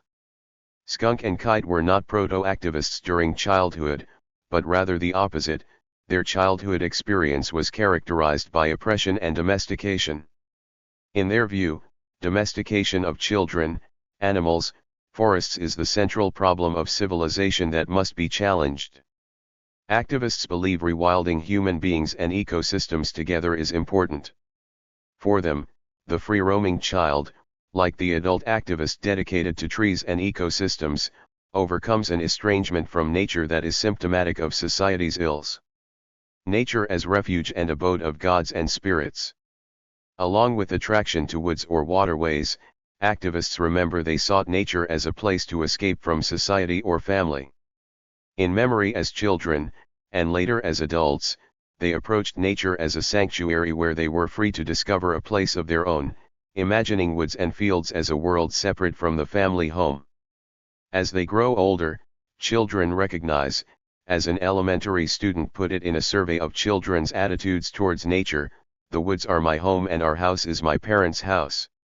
This sense of separation is especially important if their parents' house is not a safe place. Activists who recall being neglected and abused children, who escape to the bushes in their yards or the company of animal friends, find themselves in forest action camps, away from a civilization they also experience as abusive. Minnow, one of the organizers of Earth First's 2013 North Carolina Round River Rendezvous, explained the origins of her strong feelings about the natural world in this way: "My love of and sense of belonging to nature comes from a paradox. There were nature lovers in my family and my family was abusive. Many abused children, lucky enough to have nature as a resource, find comfort and cohesion in their place in it. The woods near their homes provided them with protection from frightening family situations and non-human animal friends offered them solace. Older children and adolescents in particular may feel closer to nature than to their homes, more themselves in nature than with their families, especially if their families are abusive, as in Minnow's case. The opposition between home and nature becomes part of the process of separating out one's own identity from the family whole and making a lake or woods a place of security and comfort." Throughout his life, Rod Coronado sought out the company of wild animals for comfort. "When I have been sad or troubled, I have gone out into the wilds and they have come to me like old friends and said, 'We're here whenever you need us.'" Later in their lives, activists act in turn to protect those who protected them. Activists who have found solace and self in the woods and with non-human animals feel a sense of duty to reciprocate by interfering with animal hunts or preventing bulldozers from destroying trees. While nature provides sanctuary from an inhospitable world, it also offers spiritual alternatives to religions activists find lacking. If activists inherited moral guidelines, lifestyle choices, and spiritual orientations from their families, they transformed and adapted these beliefs and practices in their own ways. Most activists I met grew up at least nominally Christian or Jewish, but left behind their religious upbringing, usually as teenagers. Lindy explained that she was raised Jewish, but now blames the Judeo-Christian ideology for promulgating anthropocentrism and speciesism. At a young age, Jeff Luers questioned what he saw as Christian dogma.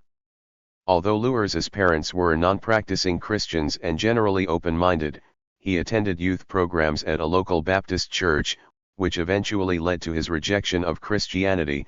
It became so ridiculously authoritarian, and anyone who refused the precepts of God was condemned to hell.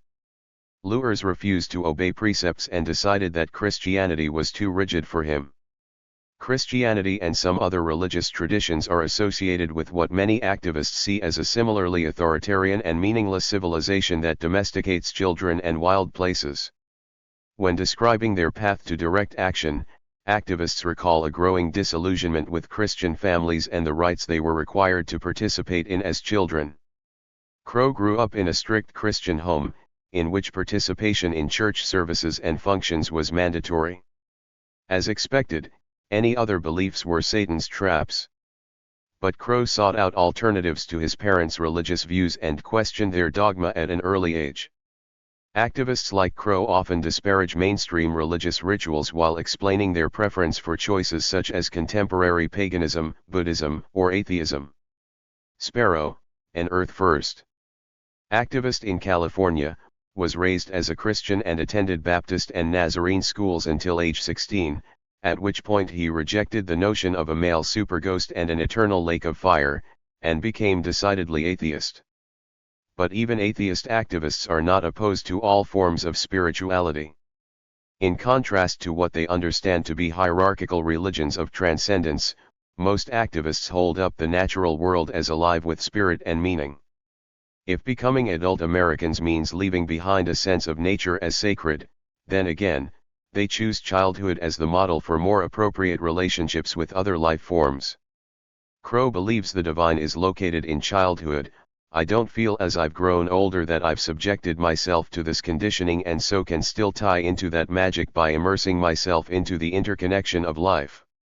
For Crow, childhood embodies a pagan and animist orientation towards the world, a way of being that is usually replaced with a disenchanted view of nature not conducive to environmental commitment. Crow and other activists refuse to reject an animistic understanding of the world for a disenchanted one. As religious studies scholar Graham Harvey puts it, animists are people who recognize that the world is full of persons, only some of whom are human, and that life is always lived in relationship with others.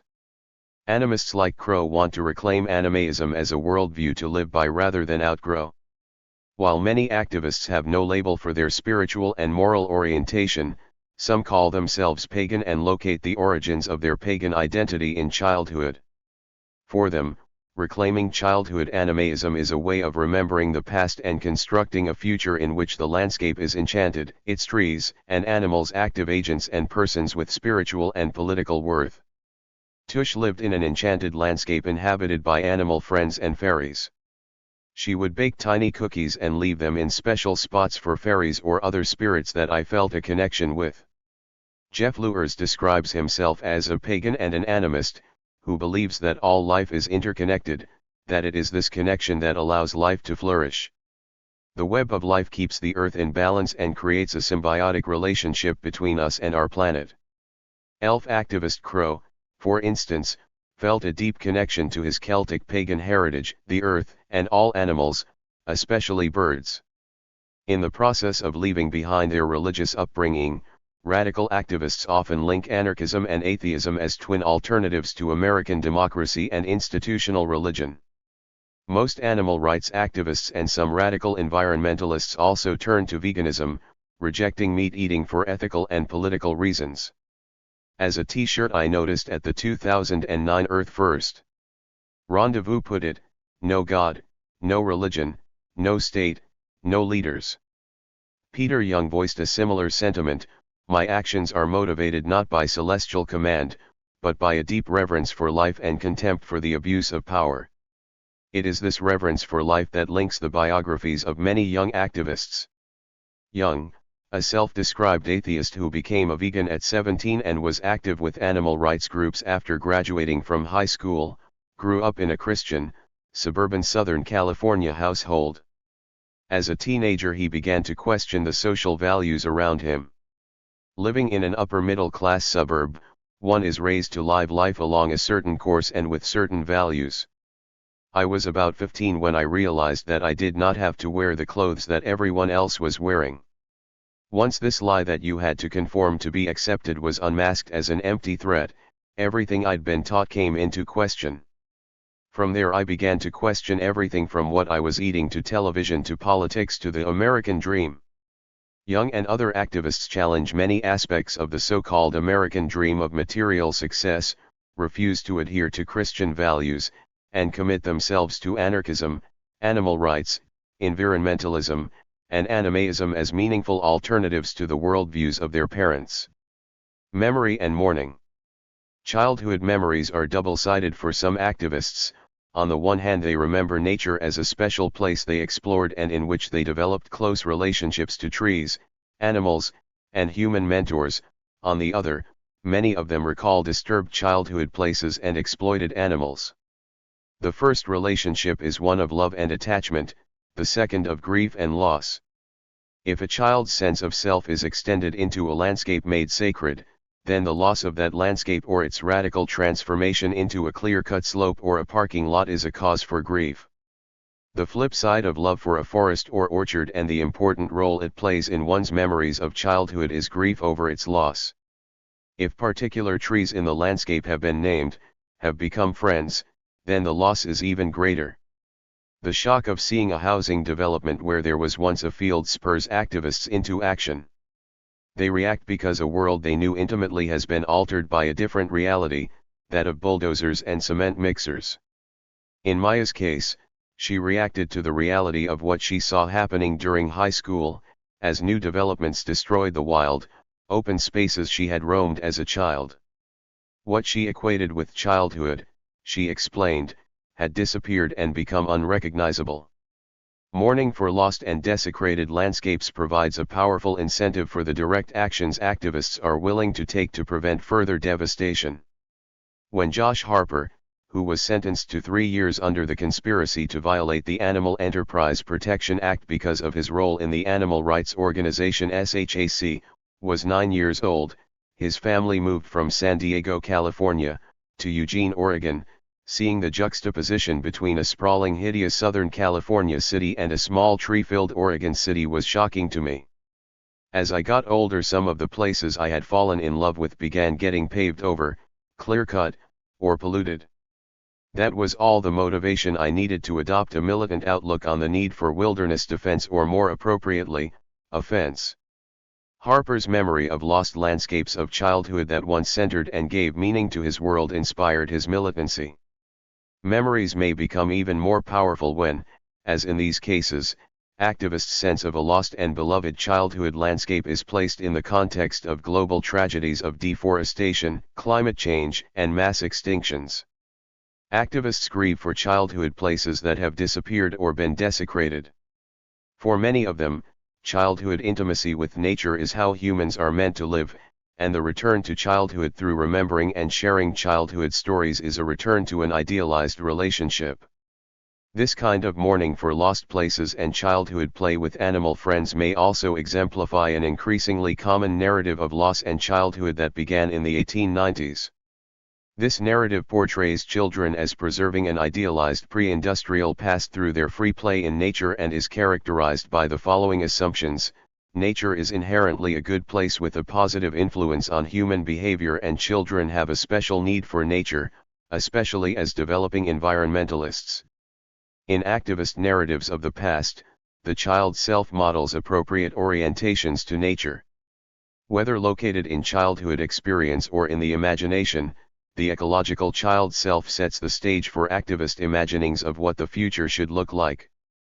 Important memories of the past involving experiences in nature that surface in the context of current activism are often couched within a sacred framework in which the world is active and enchanted, just like the pre-industrial past and the childhood landscape left behind. Enchanted landscapes, talking animals, and forests of transformation lost to adult rationalism become the focus of activist desire. Crow explained to me his regret that as most people leave childhood behind, their connection to the world of magic severs. Little by little they may and do encounter nature, but they don't any longer feel interconnected with it and it becomes abstract to them.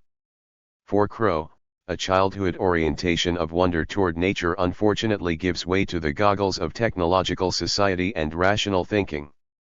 he believes we become alienated from nature as outdoor places are no longer special, tree and animal names are forgotten. Corporate youth culture and the gods of nature. Changes in how scholars and activists alike view children's relationships with animals and nature are emblematic of larger cultural shifts that can be traced through visual media, especially film and television. Although anthropomorphic representations of animals and trees have been common in children's print and visual culture for many decades, in the later 20th century they acquired a kind of sacred power, as animals transcended their roles as human-like characters. For instance, Beatrix Potter's The Tale of Peter Rabbit features human-like animal characters still living their roles in nature, while in contrast, in the United States characters like Donald Duck humanized animals and placed them in human settings. Both of these examples are substantially different from literary and film images of animals and trees in the latter half of the 20th and early 21st century, in which animals are gods, talking trees, shape-shifting humans, or human souls. In these instances, animals possess human qualities and yet go beyond human experience and understanding or transgress the human, non-human animal boundary.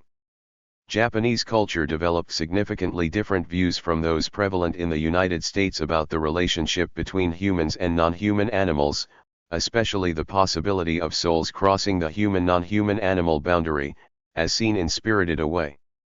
However, the new anthropomorphism and animeism and the popularity in the United States of Miyazaki's animated features and other similar films indicate that in the 21st century, Americans are increasingly open to and interested in such boundary crossing. Young people's experiences of co-becoming activists with trees and non-human animals reflect similarly transgressive moments in popular films as well. In Ecologies of the Moving Image, environmental studies scholar Adrian Ivakhiv observes that Disney's films Bambi in particular helped to shape environmentalist sensibilities that emerged in the 1960s. What he calls the biomorphism in Bambi produces a sensuous texture of what appears to be life and blurs boundaries between humans and living or lifelike non-humans. Boundary crossing in Disney's animated animal films can be a matter of anthropomorphic projection or objective biological kinship, but it typically focuses on similarity. In the case of Happy Feet, humans and penguins are on different sides of the boundary, but are thought to be similar. However, the boundary between them remains stable rather than in flux. In contrast, Japanese animator Miyazaki's Spirited Away, an animated feature about a river spirit clogged with pollution who shapeshifts into both boy and dragon, was released by Walt Disney in the United States. It exemplifies young Americans' willingness to consider boundary crossing in which the boundary between human and non-human other is not as stable. In the process of shape-shifting, human and animal are intertwined and the boundary between them blurs.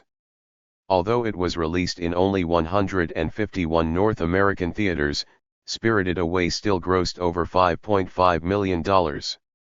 Miyazaki's film depicts close relationships between humans and non-human animals and between humans and an enchanted natural world, a world in which magical powers and experiences are available to children. I am not arguing for a direct cause and effect relationship, but rather the ways in which corporate media have contributed to and also express a cultural milieu in which particular notions about nature as sacred have emerged in the United States in the late 20th and early 21st centuries. Films about gods of nature illustrate the animating/anthropomorphizing trend because they feature hybrid forms and boundary crossing between species, including the human desire to be in another's skin as a kind of transcendence. Wild places in their hearts. Not all activists had the childhood experiences I have described, even though these kinds of narratives are common. But many of them describe a shift from love of nature to an imperative to protect forests and non-human animals. This is not always a smooth and carefree transition. It may involve feelings of being an outsider or episodes of depression and withdrawal from society during teenage and early adult years. As teenagers, activists often reach a tipping point after which they are transformed into earth warriors. For those who grew up playing outdoors, immersing themselves in forest action camps is a return to childhood experience. Childhood experiences in nature or with non-human animals may then be reimagined when activists find themselves deeply involved in a forest campaign or animal liberation action. For those who were raised in urban settings and experienced little free play in nature, their commitment may be made more powerful because of their awe when they first encounter redwoods or anger when they first see a wilderness devastated by mining or logging. How then do activists deal with the dual nature of wonder, that it is accompanied by loss? For many activists, focusing on childhood experiences of wonder in nature as a model for the future necessitates an undoing of civilization as we know it. Reclaiming the personal past and cultural pre-industrial past at the same time is the answer. If becoming adult Americans means leaving behind a sense of nature as sacred, then activists make a different choice. Activists embody the shift away from a developmental model that assumes children are in the process of becoming rational and will grow to reject talking with trees and animals, feeding fairies, and other childhood acts activists see as formative in their childhood and desirable in their adult worlds. They advocate a kind of strategic animism, to borrow political scientist Jane Bennett's concept. Activists' emphasis on childhood is not simply about childhood experiences in nature and with animal friends, it constitutes a distinctive way of thinking, which in turn gives protests distinctive qualities. Boundaries between people and non-human animals, between the past and the present, all the dichotomies so fundamental to adult rationality become fluid for activists. In this way, the invocation of childhood as the basis for adult behavior articulates alternative ways of knowing and being that become fundamental in activists' worlds. My account in this chapter of activist remembering has moved in and out of what might be considered the real facts of childhood and the memories we construct of the past. But the contours of these stories matter, they inform activists' understandings of how to think about and live with the other than human. The truths in this chapter are intersubjective, the narratives I elicited from activists and the memories they elicited from me of my own childhood roaming among trees and non-human animals brought forth each other. In the same way activists want to live in the imagined and remembered childhood world of wonder, I see in this world the promise of another way of being with other species. But this way of being is not without peril. Although activists I interviewed came from different class backgrounds, the majority were not people of color, and so these childhood worlds may be permeated by unexamined privilege and power. In addition, an idealized and romanticized childhood in nature may efface the risks of being alone in the woods or having porous boundaries with creatures destined for slaughter. Porous boundaries between human self and other species can be dangerous. Violence done to landscapes and non-human animal bodies is felt deeply by activists. Childhood encounters with frogs fated to be dissected, calves destined for the slaughterhouse, and desert habitats bulldozed for new houses are experiences of tragedy and violation. However, it is these memories of both wonder and suffering that provide powerful resources for adult imaginings of other ways to live in a multi-species world. Activist gatherings and action camps offer the opportunity for activists to discover and create wild places in their hearts and to project their hearts into the wild. Gatherings bring activists into settings reminiscent of childhood and may even allow them to recreate childhood landscapes they did not experience, if they were kept indoors or grew up on city streets. In the ritualized context of gatherings and protests, activists revisit childhood and affirm commitments made during conversion to environmentalism or animal rights.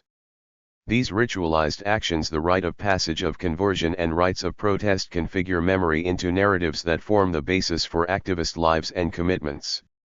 In the next two chapters, I explore the ways in which activists' ritualized conversion experiences and protest actions produce commitments in two very different contexts: forest action camps and urban hardcore punk rock scenes. Chapter 4, Into the Forest. Wherever you turn your eyes, the world can shine.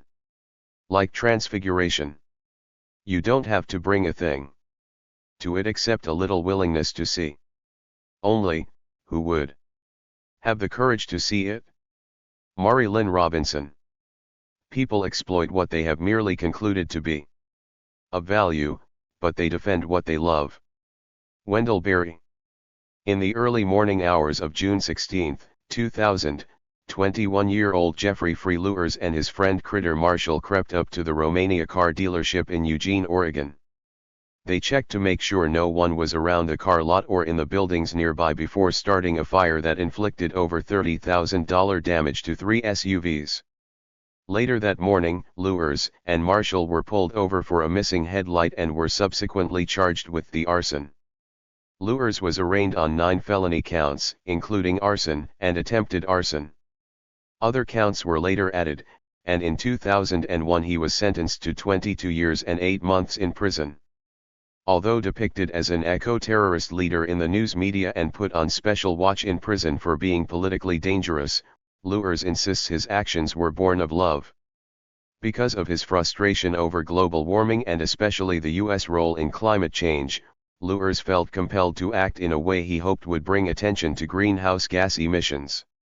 In a statement at his sentencing hearing he explained, "You can judge my actions, but you can't judge my heart. It cannot be said that I'm unfeeling or uncaring.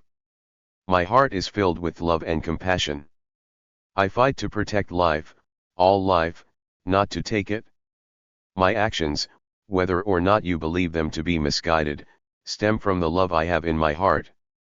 In How I Became an Eco-Warrior, an essay written in 2003, Lures explains how his actions were inspired by his close relationship with a particular tree. His first foray into forest activism occurred in 1998 when he was 19 and made his way out to Oregon's Willamette Forest in the Cascade Mountains with some other UPS, gutter punks and anarchists, run-of-the-mill, crusty squatter punks to participate in a campaign to save an old-growth forest. What came to be known as Red Cloud Thunder and the Fall Creek Tree Sit was a loose-knit organization of tree sitters protesting a timber sale in Willamette Forest, in which 96 acres of centuries-old Douglas fir, western hemlock, and red cedar were scheduled to be cut in the Clark timber sale.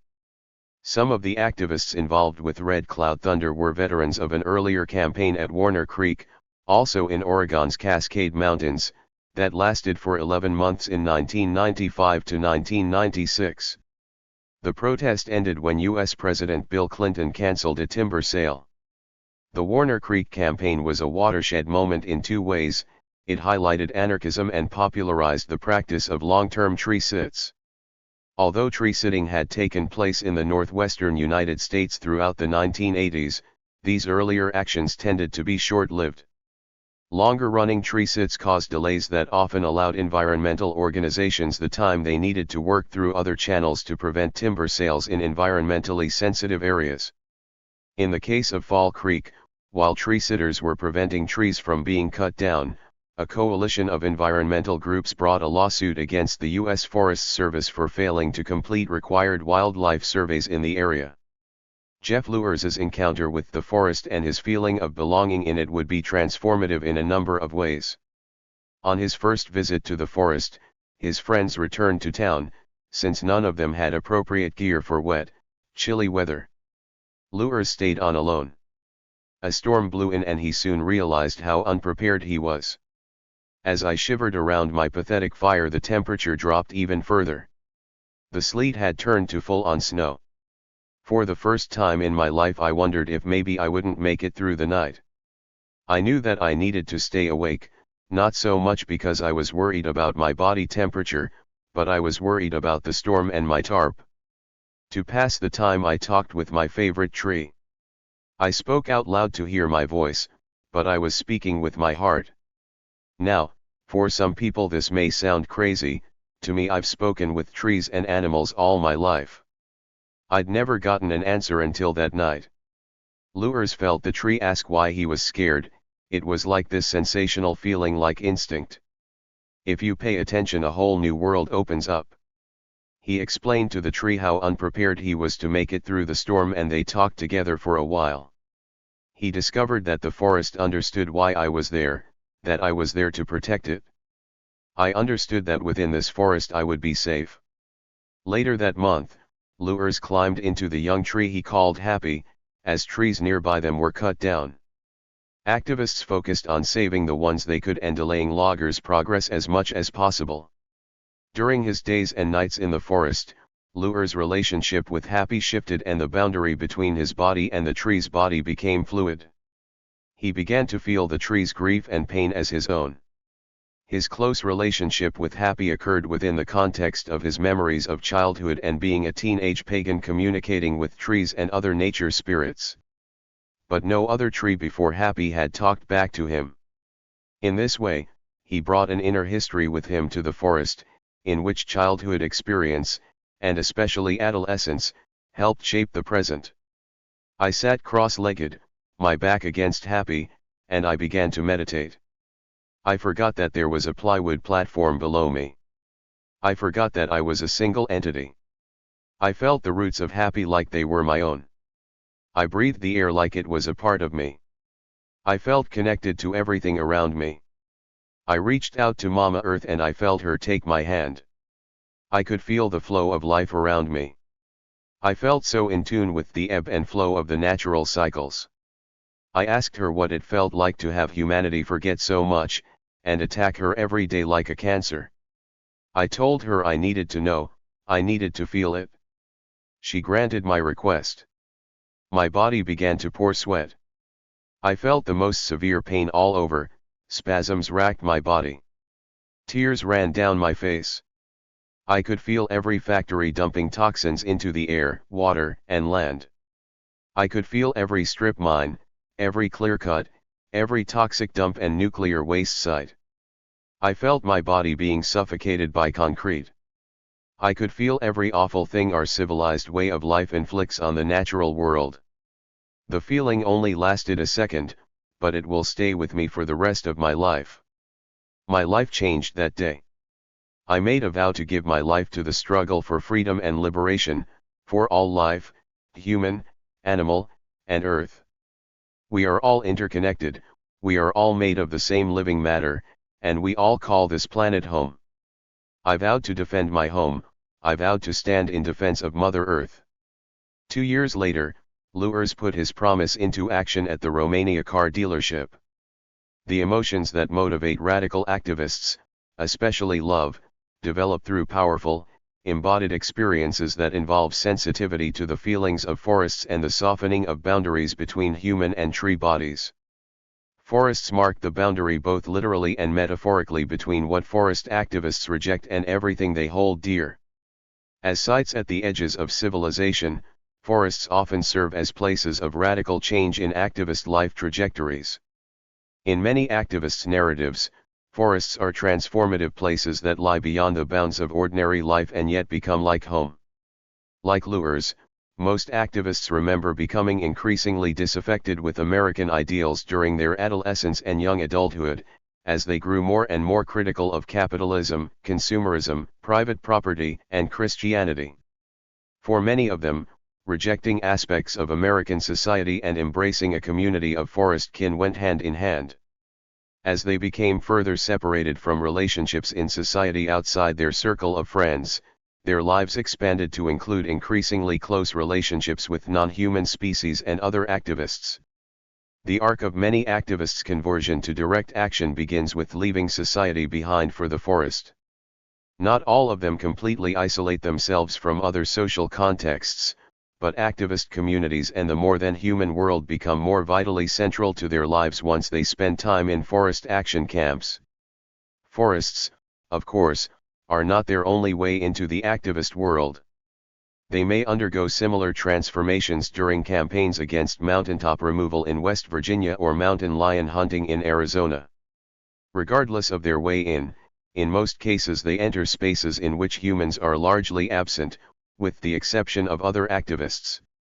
Environmentalist action camps and clandestine animal rights actions make participants into activists by separating them from the outside world and bringing them into a community with distinct practices like tree sitting or animal releases, and beliefs such as deep ecology and biocentrism. They often leave forest action camps or nighttime animal liberation actions forever altered and committed to fighting for the wild and for the animals. Ritualized protest activities such as creating sacred space at forest action camps, sitting in treetops or tripods, and chaining themselves to blockades to prevent logging both construct and reinforce activists' earlier memories of emotional and physical identification with trees or nature more generally. These experiences transform young men and women into activists and confirm their commitments to direct action in a process that functions like a rite of passage. This chapter explores the dynamics of becoming forest activists through ritualized protest practices. Some activists' accounts involve looking back on these experiences years later from a prison cell, while I heard others within hours or days of the experiences. I am concerned here in particular in the ways in which emotional and embodied experiences are linked to being in the forest and participating in protests. Ritual protest actions such as tree climbing and tree sitting exist in dynamic relationship to activists' emotional and embodied experiences. They create and shape each other. From the mid-1980s, and especially through the 1990s, radical environmentalism was nearly synonymous with forest activism, as young activists from across the country were drawn to forest tree sits and anti-logging campaigns, especially on the west coast of the United States. Other campaigns, such as anti-coal mining actions, also took place during this period, but did not attract the same amount of publicity or numbers of young people. Forest activists' tactics such as tree sitting and media outreach were honed in the struggle to save the redwoods and other old-growth forests in Northern California and the Pacific Northwest. According to activist Ron Huber, an Earth First, named Doug Fir was the first tree sitter. He climbed into a Douglas fir tree and unfurled a banner reading "Don't cut us down," identifying with the tree's perspective. In Huber's view, to occupy a wild canopy community at risk, to unite one's survival to it, is a powerful act. Unsurprisingly, given Homo sapiens' arboreal ancestry, living for a time as part of a canopy community seems to trigger a rewilding reflex that forever changes a person's relationship with nature. Huber's perspective identifies two central themes that form part of tree sitting's legacy: activists' sense of being at home in the forest and experiences that bring about an identification between their lives and the lives of other forest species. Placemaking and the emotional lives of young activists. Ritualized actions like tree sits may trigger memories of childhood love for the natural world and grief over its destruction. Because powerful bonds with trees and animals are often formed during childhood and adolescence, nature becomes inextricably connected with activists' self-identity that is also developing during these years. Such bonds are characterized by love for other species that biologist Edward O. Wilson calls biophilia, the urge to affiliate with other forms of life. For Wilson, this urge is largely innate and unfolds in the predictable fantasies and responses of individuals from early childhood onward. In biophilia, Wilson describes growing up in the woods of the northern Florida Panhandle. As a teenager, he liked to hunt and catch snakes. During one of his expeditions into the woods, he caught a huge water moccasin. The snake suddenly twisted in his hands and gained control of the situation. Wilson had to quickly throw it into the brush to avoid being bitten. He remembers this experience as formative, an encounter that inspired awe and bound him even more closely to the woods and its creatures. Wilson's biological explanation of emotional attachment to nature emphasizes neurological causes and the universality of biophilia, but tends to downplay the importance of social and cultural contexts. Even his own account of roaming the Florida woods suggests that folklore shaped his experience with snakes as much as the biological urge to affiliate with other life forms. Activists' accounts of becoming committed to activism suggest some of the ways culture affects love for other life forms. For activists, biophilia becomes manifest through a sequence of unique life experiences that result in their presence on the front lines of campaigns to save wild beings and places. Their commitments to the more than human world may be rooted in childhood but develop over time, shaped especially by cultural forces that act on activists' lives as teenagers. In activist stories of their teenage years, special places outdoors become increasingly identified as socially significant, and their attachment to these places comes about in part because of experiences with friends and family that occur in them. Like Jeff Luers, many young activists first travel to action camps and forest protests with friends or lovers. The geographies activists carry in their embodied memories link important transitions in their lives to specific places in which these transitions took place. Experiences with family and friends in the outdoors are more likely to be integrated into teenagers' self-identity. In this way, a place becomes meaningful because the relationship between the people who experienced that place together was important.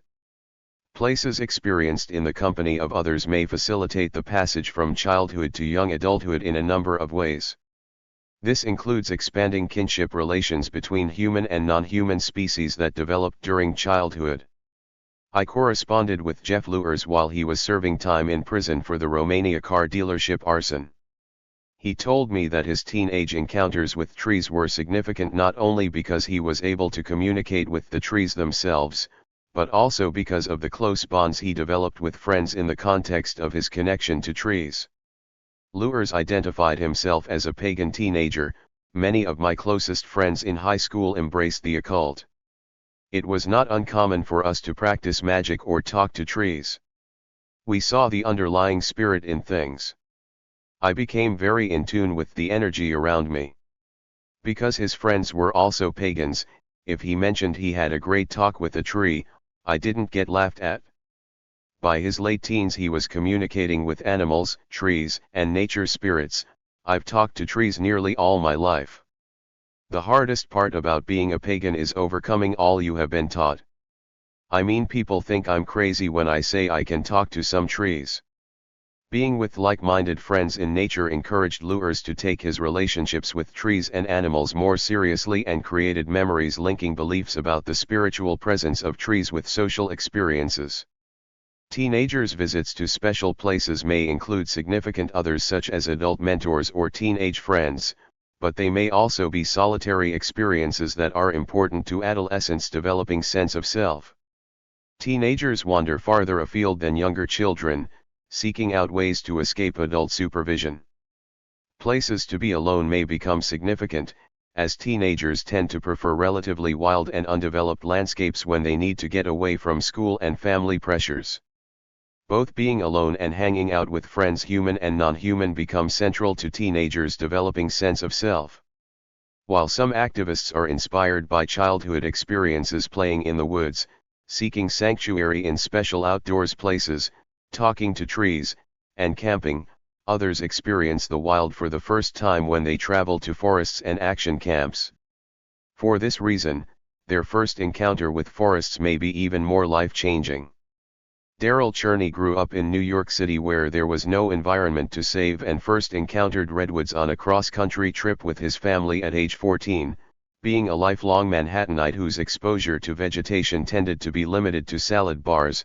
The Giants made, as they had on generations of others, a life-altering impression. He dreamed of one day living in the redwoods. In 1985, in his late 20s, he decided he was fed up with life in New York City, so he packed up and headed west. Daniel McGowan, an Earth Liberation Front activist who was sentenced to 7 years in prison for 2 arsons, also grew up in New York City. When he moved out west in 1998 and visited old-growth forests, he had never seen trees like that before. But it was not just trees that had a considerable effect on McGowan. He was shocked by the arrogance of clear-cut logging, felt that the trees were just butchered, and wondered why he and his friends were being so gentle with their activism. After years of letter writing for environmental causes, McGowan became involved with the ELF because, when you see things you love being destroyed, you just want to destroy. For McGowan, letter writing was activism at a distance that no longer seemed tenable after his face-to-face encounter with western forests. He had been in the presence of ancient trees and witnessed the devastation caused by logging. In this case, both awe when confronted with ancient forests and grief at their destruction became motivating factors that galvanized him to more radical action. Activists like McGowan who gravitated to West Coast forests and action camps join a centuries-long history of westward migration that resulted, at least in part, in the devastation of the forests they now seek to save. This is a history activists want to change by bringing a stop to logging and resource extraction and then rewilding damaged places. The meanings of forests. The association of radical environmentalism with stereotypes of tree huggers is shaped by the ways in which forests have been configured in the Western imagination. The identification of activists with trees by mainstream news media and other observers constitutes both activists and forests as other, opposed to civilized behavior. Tree-hugging activists, like trees, are treated as unruly. Activists tend to accept and even promote this characterization, opposing their intimate relationships with trees to the view of forests as resources to be exploited or wilderness to be tamed. As Robert Pogge Harrison argues in Forests, the Shadow of Civilization, the governing institutions of the West, religion, law, family, city, originally established themselves in opposition to the forests. In a sense, then, civilization has its source in and emerges from this opposition. The views European colonizers brought with them to North America included fear of the wild as well as the desire to claim what the wilderness promised, such as animal furs and spiritual opportunities. From Harrison's perspective, it is fear of the otherness of the wild that has most shaped our attitude towards forests. This forest phobia is best exemplified for Harrison in Jean-Paul Sartre's description of threatening trees and vegetation in Nausea. In Nausea, cities are under siege, giving way to encroaching forests. Sartre's protagonist Roquentin describes the ravenous vegetation waiting outside cities to take over. It is waiting. Once the city is dead, the vegetation will cover it, will climb over the stones, grip them, search them, make them burst with its long pincers. It will blind the holes and let its green powers hang over everything. What Sartre's character fears is what activists hope for, a rewilding of the planet. Instead of an evil wilderness against which civilization is constituted, for activists forests become the opposite, a locus of truth and meaning. S.M. Sarah M. Pike for the Wild 8.jpg. Bore with Power Plant by Max Jerkake. Used with permission. Americans' ambivalent relationship with forests has ranged between these two registers of meaning, represented best in this context by resource extraction companies on the one hand and radical activists on the other. Most Americans are somewhere in between, enjoying their beautiful redwood decks as well as family vacations in protected redwood groves. When Jeff Luers felt the forest's grief and suffering, he situated himself within a particular orientation to nature and way of being with trees.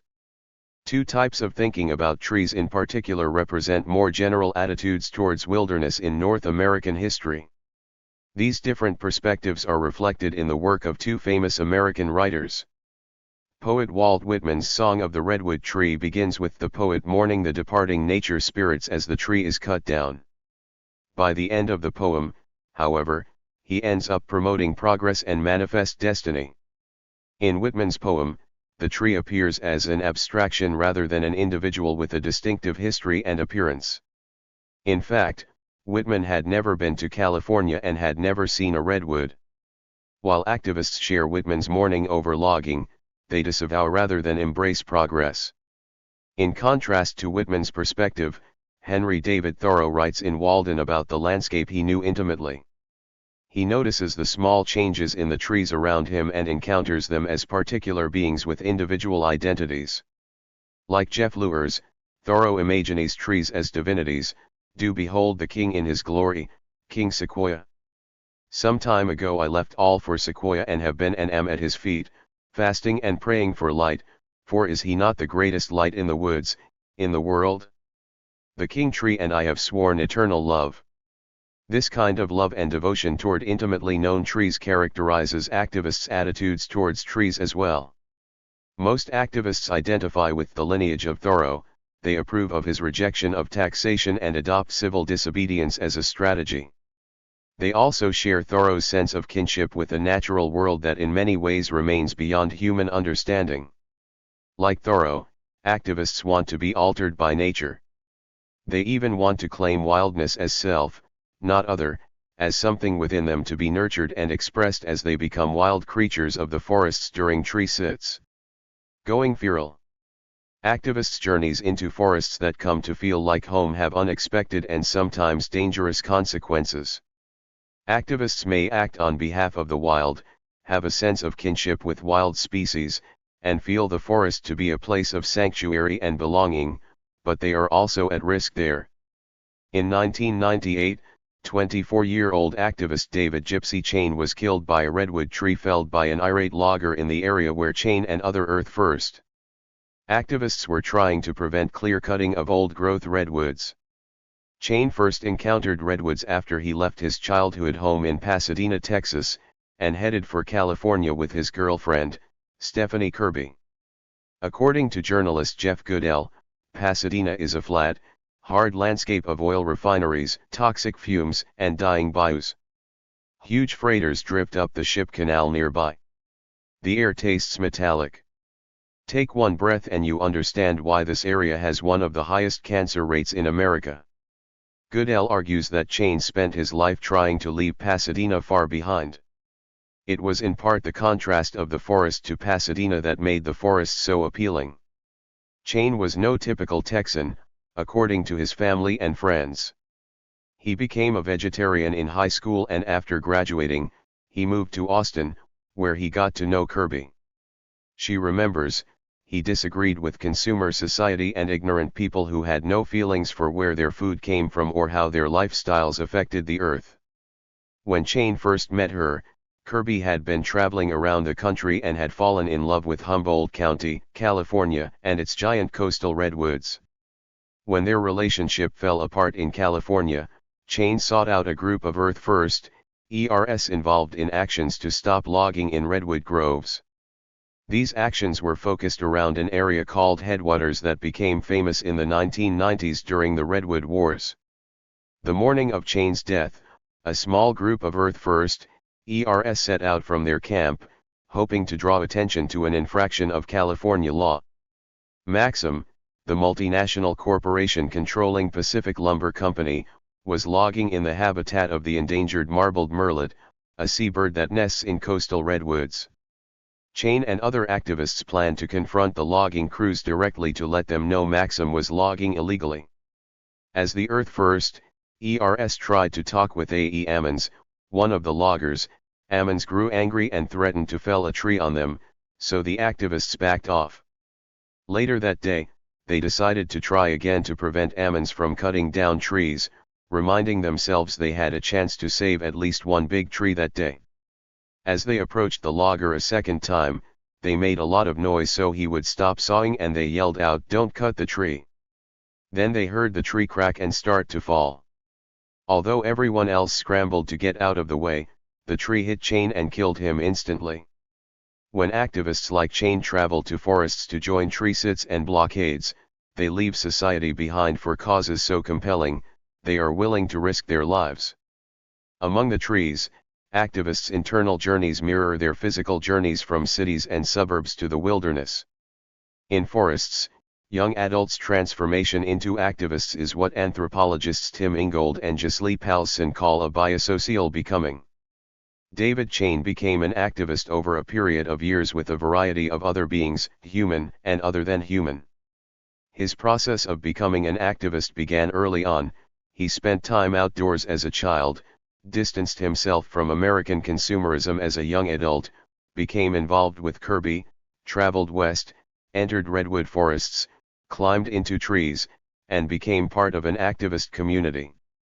In a similar fashion, Jeff Luers became an activist because of his teenage years as a pagan who spoke with trees, his experiences in the forest with the tree happy and other forest beings, and because of the influence of other activists. Luers's trajectory of movement and growth involved moving away from the Southern California suburbs of his childhood into the anarchist communities and old-growth forests of Oregon. Chain's process of becoming an activist was a similar kind of journey, in his case away from a Texas landscape of oil refineries to a redwood forest.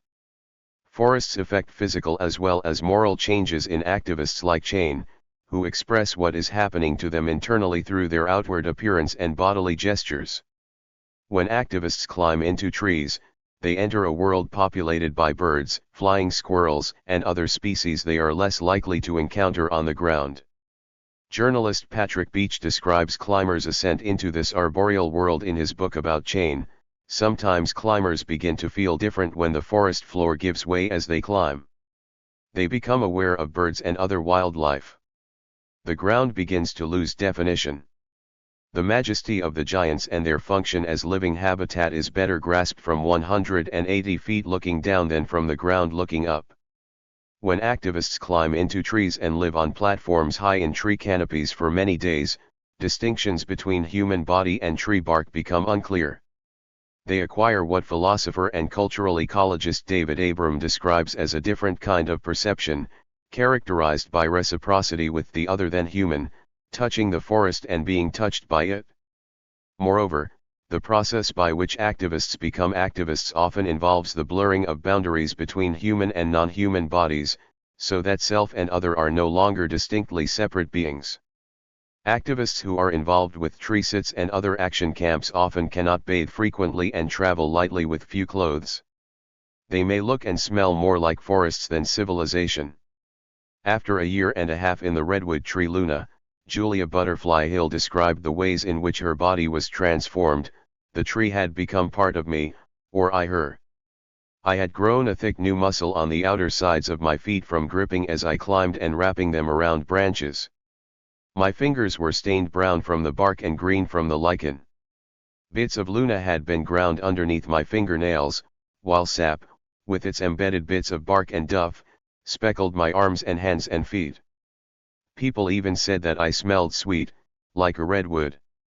When they live in tree sits for extended periods of time during ongoing campaigns, activists experience their bodies becoming part of the place where they are living, whether or not they are native to that place. Their transformations might be disturbing to outside observers, but to activists, they are badges of kinship and co-becoming. SM Sarah M. Pike for the Wild 9.jpg. Looking down at tar sands blockade tree village.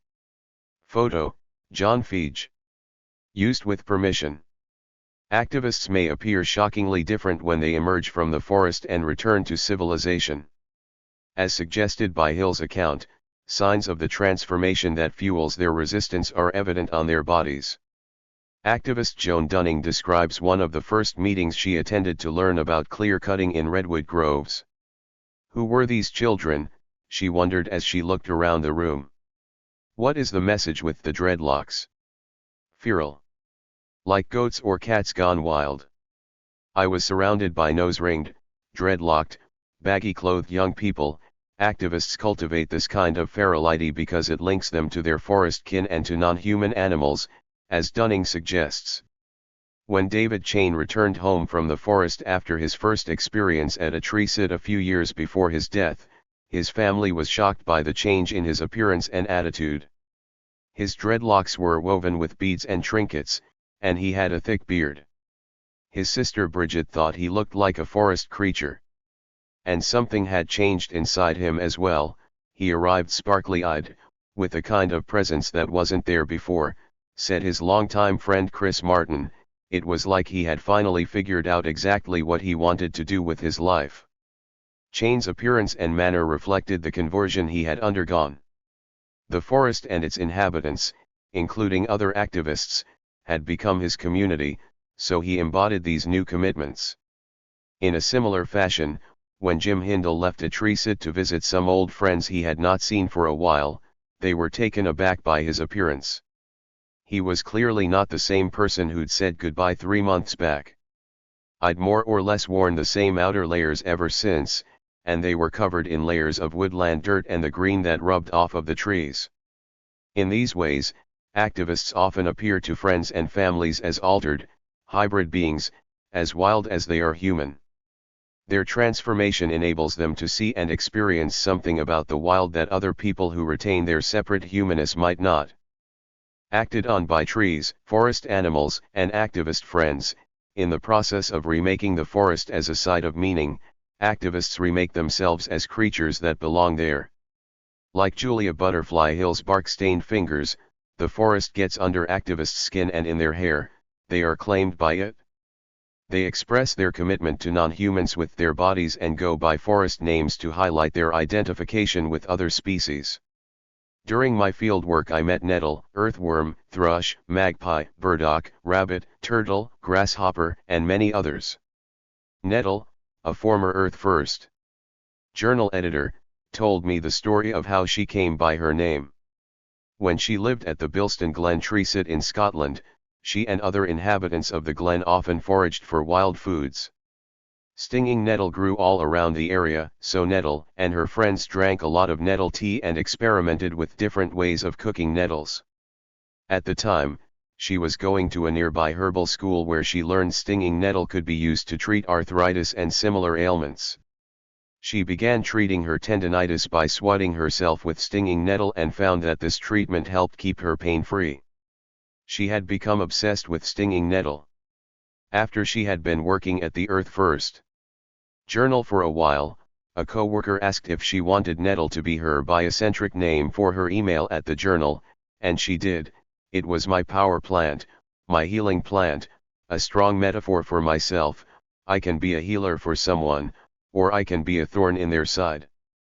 As Nettle came to know her namesake, her identity and well-being were shaped by her relationship to the plant. In this and other ways, activists draw closer to other species, rejecting anything that smacks of civilization and reversing the taming of the wild by humans. Unlike forms of colonization they critique, activists choose to be taken over by the wild. Tattoos are another way activists embody their affinity with the non-human world. Although not all activists have them, tattoos are common, especially among younger activists. They often figure in activists' narratives of commitment, as I discovered on a visit to the Earth First Journal Collective in Lake Worth, Florida. In a backyard full of tropical plants, I interviewed some members of the Earth First Journal Collective. As our conversations roamed over different topics, I asked about the meanings of their tattoos. Rabbit, one of the editors, pointed out his newest tattoo, a rabbit in a cage, to remind me of no matter how much fun I'm having, there are still things in cages. Onion, another journal editor, has an anarchy bomb tattoo, not like in a violent way but what we have inside ourselves, recognizing our own power, cause once you do that, no one's going to give you power. Nettle decided to get a tattoo of a spiral of life, an ongoing, never-ending symbol, my paganism. For Nettle, the tattoo is a reminder that we are all divine, no hierarchy between individuals, plants, and animals. Onion also has tattoos of the faces of historical figures that are significant to him, including Gandhi, Martin Luther King Jr., and Emma Goldman. The smell of campfires on one's skin or the mustiness of tree bark from long days spent in a redwood canopy are temporary transformations of the body. Tattoos suggest a more permanent identification with activist causes. Activists' bodies may express their resistance to domestication as well as their desire to remake themselves in the image of the wild. Roddy is a British activist in J. Griffiths's fictionalized account of the 1990s Newbury bypass protest in England. He was first drawn to join the anti-roads movement when he saw activists in the road looking out of place in his suburban neighborhood. There they were, mud after my own heart, partners in grime. They sat in the earth to stop a road being built through beauty. Roddy leaves his parents' house and joins the protesters. He builds a treehouse in an oak and makes a hammock in its branches, spending many days in the oak and trying to think like a tree. Over time, Roddy notices some changes. My senses are quickened to changes of weather and season, and I feel enlivened in the animal department of myself. Trees are living things to live in, houses are not alive. It becomes a relationship. I wouldn't go so far as to call it my common law tree, but you live close to it, and you feel its moods, you get its bark on your clothes, its moss under your fingernails, and you wear its leaves in your hair. As a child, Roddy wanted to be a bird, and so it is in the tree, in contrast to being inside his parents' home, that he feels free. I am satisfying my nesting instinct, he says. From his treetop perch, he experiences freedom as a gift from nature, for living here has brought down the fences, has repealed the enclosures between my inner landscape and the woodlands outside me.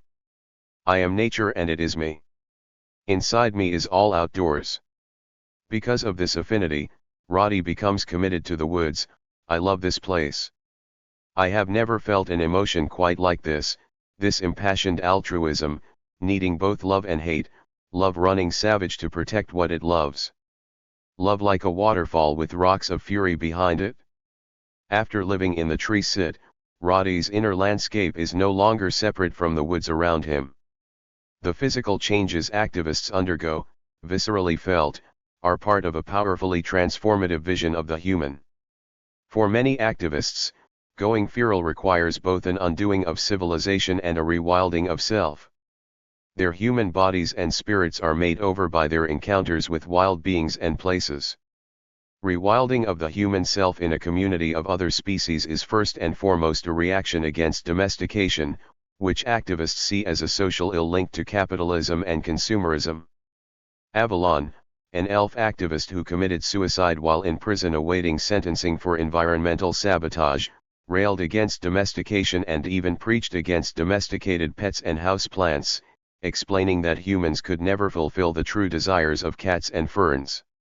In How Do We Go Wild, activist Wolfie Landstreicher hopes for the eventual overturning of domestication and advocates a positive vision of the future as well, which is wildness especially as an aim for individuals to achieve in revolt against domestication and civilization. Activists want to uncivilize themselves by re-establishing deeper connections with other, wild species. Living more intimately with plants and other animals is an antidote to the alienation they feel in the broader society and the pessimism many of them have about the future of life on Earth. The anonymous author of Born Caged, an article in a zine I picked up at an Earth First gathering, explains it this way: I was born in prison. I grew up in prison. I first became aware of my status as a prisoner in high school. Subjected to thousands of hours of confinement, sitting at a desk, monitored and surrounded by walls. I forged countless passes and then I would walk along the still wild stream banks. I began to sense that if school was prison, then my suburban neighborhood was the prison yard. My rambling walks gave me a taste of freedom, a taste of my kinship with critters other than leashed dogs, potted plants, and manicured lawns. Here the wild does not have to be far removed from the domestic, it may even exist alongside suburban neighborhoods. In his rant against domestication, an activist named Skunk bemoans the effects of civilization on young people who have their minds imprisoned, their thoughts convicted in schools. For him, the real world lies beneath the asphalt, just as our true selves lie buried under all the lies we were taught about who we are. As a bumper sticker I saw at the Earth First 2013 Round River Rendezvous gathering warns, you were wild once, don't let them tame you. But going feral is more than an undoing of civilization, it is a rewilding of the planet in which the fate of human lives is unimportant to many activists. In a reversal of the long history of Western views of forests described by Robert Pog Harrison, activists welcome the demise of human civilization and its colonization by non-human animals and vegetation. The anonymous author of a zine called Down with Empire, Up with the Spring notices the wild everywhere, not just in forests. Wildness is everywhere, from the grass between the paving slabs to the high mountains. They should all be defended. Even small ruptures of wild plants in suburbs and cities are to be celebrated. In Keep Vacant Lots Vacant, Tree Bark, an activist from Philadelphia, rejoices in neglected feral places in the city. I can't wait until my whole city is neglected and taken over by weeds. He sees weeds as scabs, growing over the open wound of industrial civilization. Quit picking at them. From this perspective, the conquest of cities by weeds is exactly what is needed. Because activists embrace a world beyond the human and try to overcome the kind of rationalism that measures a forest's worth in board feet, they want cities to decay at the same time that forests thrive. In the zine Feral, a journal towards wildness, the narrator of the poem, Ned Ludd was right, describes city buildings as ugly monstrosities of steel and glass and concrete, overpowering in their hugeness and sterility. He dreams they are in ruins, being eaten by a forest. In Coastal Remains, a similar vision of the future, warrior poet Shankar dreams of creeper vines reaching over concrete of trees to shadow the shore and gulls to roost in the apexes of mansions long abandoned beside the sea. Since many activists see humans as the most destructive invasive species, they celebrate the incursion of other species into the human-made world. Just as activists blur species boundaries by becoming wild, wild animals and trees take on human-like agency in activist culture. Activist art and news reporting emphasizes the agency of other species, celebrating stories of wild animals attacking humans or domesticated animals escaping their lives of captivity in factory farms or circuses. For instance, Satya magazine featured a roundup of stories called Sharks Bite Back, direct action by animals around the world that showed animals taking matters into their own hands. SM Sarah M. Pike for the Wild 10.jpg. True Cost of Coal Animal Activists by Beehive Design Collective. Licensed under Creative Commons 2.0. Activist poetry 2, often envisions non-human animals revolting against everything humans have made, working alongside activists to dismantle civilization. In the poem Swamp Anarchists, Karen Coulter identifies with animal revenge. The swamp anarchist tribes have their own cultural responses. Armadillos infiltrate suburbia dig up the lawn alligators prow the canal into posh wealthy manor backtards snatching up pets and small children for dinner. We Earth First, ERS practice our own rewilding climbing cypress trees, talking strategy then ascend into public attention with a tree sit to show the last 700 acres of natural intact forests in eastern Palm Beach County that Scripps Corporation plans to turn into a biotechnology nightmare city. Many examples of activist artwork depict animals getting the better of their enemies, such as logging companies and animal testing labs. In One Earth First journal illustration, two wolves stand on top of an overturned bulldozer, howling into the wind. On the cover of another Earth First journal issue, animals sabotage a bulldozer and block a road being constructed through a forest.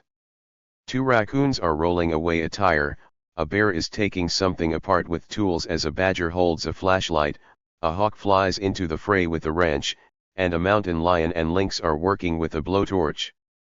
Behind them, vehicles on a logging road are going up in flames. While activists find these kinds of images inspiring, outside observers might see them as clear proof that activists are misanthropic, celebrating property destruction and alligators dining on children. Activists advocate aggressively defending ruptures of wildness and speeding along the process of rewilding.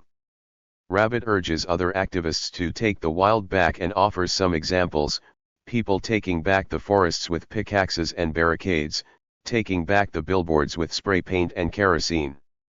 They're bursting open cages with chants and sledgehammers. He imagines the delight of wild things at these human actions. The rivers yearn for jackhammers and dynamite. Birds soar and sing for the end of industry.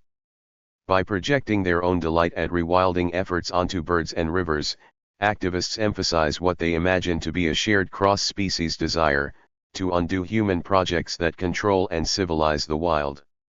Birds and rivers, then, become like activists, just as activists want to become more like birds and rivers, rejoicing in cross-species kinship.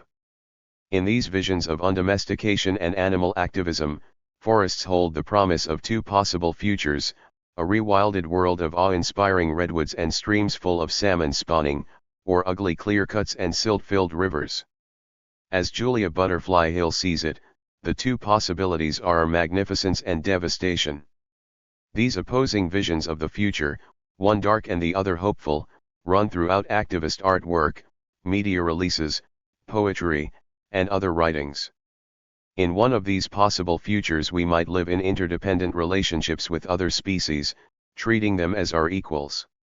In the other, we destroy and dominate other species and their habitats, hastening extinction rates and the disappearance of wild places. The forest as home and place of belonging. Activists are motivated to bring their version of the future into being in part because their identities have been fundamentally shaped by interactions with other species.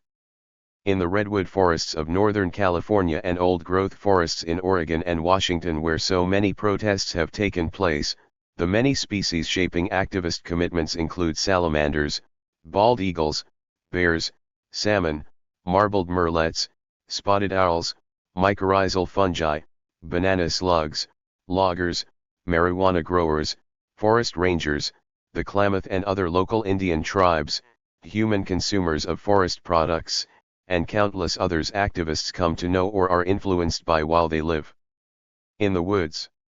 In the context of these various relationships, activists reject any sense of human exceptionalism and embrace their own place in the wild, where they have come to feel at home. Jim Hindle left behind college and his middle-class family to participate in anti-road protests in England during the 1990s, a life that seemed to him more real than other available options for a young person. I couldn't trust myself to work at university, doing something I had no passion for, and I couldn't jump on the wagon of partying as much as possible, another distraction from the very real problems we were all faced with but which nobody wanted to acknowledge, never mind do something about. Hindle knew the woods he was living in were destined to be cut down, even though the protesters did their best to delay the inevitable. Still, the months-long blockade became his home, the first place he had come to live as an independent adult. Our common purpose bound us together as a true tribe, not merely making the right noises, but acting together with our hearts. Being part of a community at action camps intensifies many activists' sense of separation from the world outside where they often do not feel at home. As one activist explained it, gatherings like the Earth First Rendezvous and Feral Futures are for many a place of rest and healing from the outside world. When they embrace rewilding the planet and themselves, activists' experience in forests among like-minded others confirms a path they were already on. Rachel was a recent college graduate who had no clue why her life felt so empty. She left her home in Ohio and headed west, stopping in New Mexico where, for the first time, she lived off the land. She was fed, comforted, soulfully nourished by beings she had overlooked as a suburban kid raised on television screens and shopping malls. She participated in various radical environmental gatherings and action camps in Montana and the Pacific Northwest where she learned to climb trees, came to love sleeping outside, met plants that offered healing guidance. The end result of these experiences was that she felt more in myself than I had my entire life. Enamored with the darkness, in love with the wild. Leaving her middle-class suburban home behind, she discovered, the wild is not a place to be afraid of, but to revere and cherish. When activists come to feel at home in their forest abodes, they believe other forest-dwelling species respond to them in kind. For Rachel, plants that offered guidance helped her to feel comfortable in the forest. British activist Jim Hindle became so used to the wind in the trees at a road blockade that the silence that fell when he entered a building seemed strange. At night in the forest camp, he felt there was only a thin skin between us and the outer world. He belonged in that forest. It was as if everything suddenly fitted into place. Everything was working out exactly as it should, and to be rooted in this place, to have a sense of place within it, made everything seem whole. Hindle and other road blockaders believed the land also responded to them. It was as though the hills were waking up with us and years of separation between us and the land were falling away like an old skin. Jeff Luers had a similar realization after he stayed to protect what I now considered my forest, and my home. He too noticed his relationship to the forest had changed, so that when he hiked around, birds didn't treat me as an intruder. When they travel to forest action camps, many activists experience a sense of malleability and openness that allows both forests and activist communities to work on them. Maya explained to me during our interview that she was looking to be part of something when she first traveled to the redwood forests of Northern California. The grandfather of a high school friend was involved with an Earth First tree sit, so after graduation, the two friends traveled to Humboldt County, California, where they helped support tree sits by making food supply runs. Maya remembers that her brain was ready to be molded by the older and more experienced Earth First ERS. Elizabeth Marie Egan felt accepted by both the trees and the Human Action Camp community when she joined her first tree sit at age 18. She was involved with the Minnehaha Free State and Four Oaks Spiritual Encampment in Minneapolis, established in 1998 to block construction of an interstate bypass to the Minneapolis airport. When Egan joined the camp, she felt overwhelmed by a sense of welcome. She recalls how those first hours in the tree expanded my understanding of the entire ecosystem. These net nest tree sits can envelop a person wholly. It is the closest I've felt to being in a womb since mama. The free state ripped open my heart and enabled me to see clearly the immense possibilities of action. Egan remembers just as clearly how devastated she felt when she returned a few weeks later after leaving to attend her college classes to find the tree that had welcomed her cut down. In a logical extension of the view that they belong in the trees, activists do not see themselves as intruders on federal, state, and private land even when they are accused of trespassing, although they do acknowledge they are settlers in the homelands of particular indigenous cultures. The police who come to arrest them and the loggers who are forced to stop work are the ones who have no right to be in the forest. A tree sitter named Julia explains it this way: I have seen the panicked look in the eyes of the cops as night settles into the forest and they begin to no longer feel in their element. I had a similar feeling when I stepped into the Eureka courthouse for the first time. For activists who have lived for weeks or months in the woods, being at the heart of civilization in a courtroom, for instance, is a disorienting and alienating experience, just as they imagine the woods at night must be for police officers or security guards assigned to watch them. Activists are at home in the woods, even if their presence is illegal. As they see it, these other humans who have a legal right to be there are the intruders. Some activists endow forests with explicitly spiritual meanings in order to further distinguish them from a disenchanted world. When Julia Butterfly Hill, whose father was an itinerant preacher, first visited the redwoods, she was awed by the redwood's grandeur. When I entered the great majestic cathedral of the redwood forest for the first time, my spirit knew it had found what it was searching for. I dropped to my knees and began to cry, because I was so overwhelmed by the wisdom, energy, and spirituality housed in this holiest of temples. Because of experiences like this, activists come to see trees as sacred beings that should be treated at the very least as close family members, and for some, even as deities. Jeff Luers remembers the awe he felt on first encountering stands of old-growth trees. Standing before them is a humbling experience, like standing before a god or goddess. Although most activists value forests for their intrinsic worth, others go further in seeing them as the abode of spiritual beings, whose violation they are all the more determined to prevent. Even forest action camps themselves, like the forests they exist to protect, can become sacred spaces for activists. Activist Trey Arrow was involved with a tree sit and action camp in Mt. Hood National Forest in 2000. In his story on Arrow, Rolling Stone journalist Randall Sullivan describes the scene he came upon. Like just about everyone who spent time there, Trey experienced life in the resistance camp as a sort of perpetual religious service conducted in an evergreen cathedral, a place where people discovered spirits in the morning fog and raptures in the afternoon sun. For them, the raid on the camp was not just an assault on a political action, but the desecration of a sacred site. David Chain's fellow activists in Northern California engaged in ritual practices to enchant their forest action camp. As journalist Jeff Goodell observed, it isn't unusual to be walking in the woods near an Earth First camp and come across a small altar built at the foot of a redwood, or to find a volunteer with his or her head bowed, engaged in silent communication with a tree. SM Sarah M. Pike for the Wild 11.jpg. Wild Roots Feral Futures Entrance. Photo, author. My journeys to the Earth First. Rendezvous and other gatherings underscored the importance of these sites' special, even sacred, identity apart from the outside world. I had the distinct impression of leaving civilization behind because the gatherings were located at remote sites, usually a long drive from major highways or towns. These gathering spaces are cloaked in mystery and possibility, people's lives are changed there. But being isolated in the wilderness at a gathering or action camp can be dangerous as well as exciting. Gatherings I attended were threatened by both a forest fire and flooding.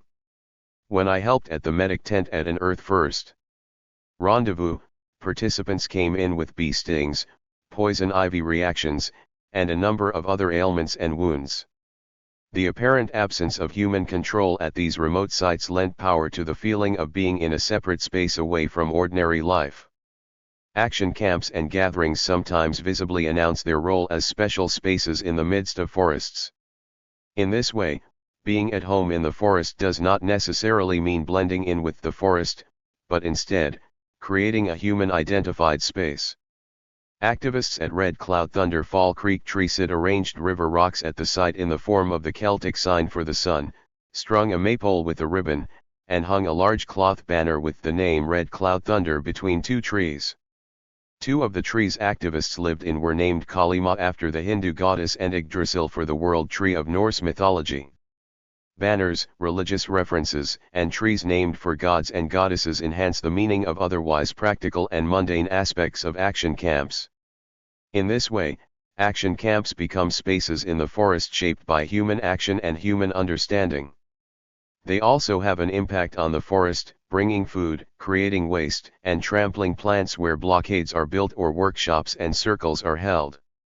Becoming feral and blurring the boundary between human and other than human do not erase the human, but they are aspirational gestures of attunement to other ways of thinking and being. Circles of kinship. While activists value wild beings and places for themselves, they also relate to them as kin who can be drawn into relationship with human beings. When they become closer to the lives of forest species and make temporary homes in evergreen cathedrals, they tend to describe trees and animals in kinship terms. In his poem Mountain Justice, Proteus describes the affinity with non-human others that activists experience in this way: our roots/the roots that grip these mountainsides/we connect the earth and sky/when we reach our arms wide/and embrace creation like kin/the same water that courses through these mountains/flows in my veins. This kind of understanding of other species as kin increases activists' motivation to act on behalf of their relations. As one panelist reflected on the ethic of no compromise during a workshop I attended on deep ecology and biocentrism at the Round River Rendezvous in 2013, if every tree of the forest is kin, you can't just get rid of some kin, that's your sister. In his 1986 song, Earth First, Daryl Cherney urges listeners to take action. Our sisters and brothers are dying every day while we drink our coffee and look the other way. For many activists, looking the other way is not an option because of the identification they experience with tree and animal kin. These kinship relationships are reinforced by ritualized protest actions in which activists protect the kin they love and mourn those they lose. Because non-human species are their brothers and sisters, activists grieve for fallen trees as if they were close friends. According to Patrick Beach, at Northern California Tree Sits, whenever a tree would fall, the protesters would yell out, either in fear or to vocalize the tree's death wail, another bit of Earth First theatricality. Julia Butterfly Hill describes what she experienced when trees fell around Luna. Each time a chainsaw cut through those trees, I felt it cut through me as well. It was like watching my family being killed. And just as we lose a part of ourselves with the passing of a family member or friends, so did I lose a part of myself with each friend. Rod Coronado voiced similar sentiments about kinship with non-humans.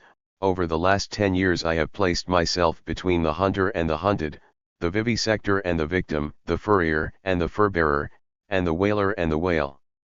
These are my people, my constituency. For activists like Hill and Coronado, then, the loss and suffering of non-human family members is experienced as the loss and suffering of a human friend, brother, or sister. During tree sits, the more a tree is experienced as a person, the closer and more committed the relationship between tree and activist. Reporters and celebrities were drawn to the story of Julia Butterfly Hill's 2-year tree sit in part because of what was seen as Hill's unusual dedication, but also because of the extent to which Hill personified the tree, Luna. When activists describe trees they have known, they endow them with agency and personality that make their presence, and thus their loss, more vivid. Jamie McGinn describes getting acquainted with the trees around him during a tree sit. When I was in this tree called Ursus, a cedar in Oregon, I could sit up on the platform and look out and see the other trees in the grove. The Doug firs were the sentinels, like guards of the forest, tall and stout and straight. And the hemlocks, they all had these tops bent over, and they were the more emotional, poet types. Cedars were really strong and sturdy. They were the protectors of the forest. You don't see that from the ground. When the wind blew, he thought it sounded like they were talking to each other. Through this kind of personification, activists make clear their understanding of the moral status of other species and shore up their sense that they are acting as their brother and sister trees would want them to.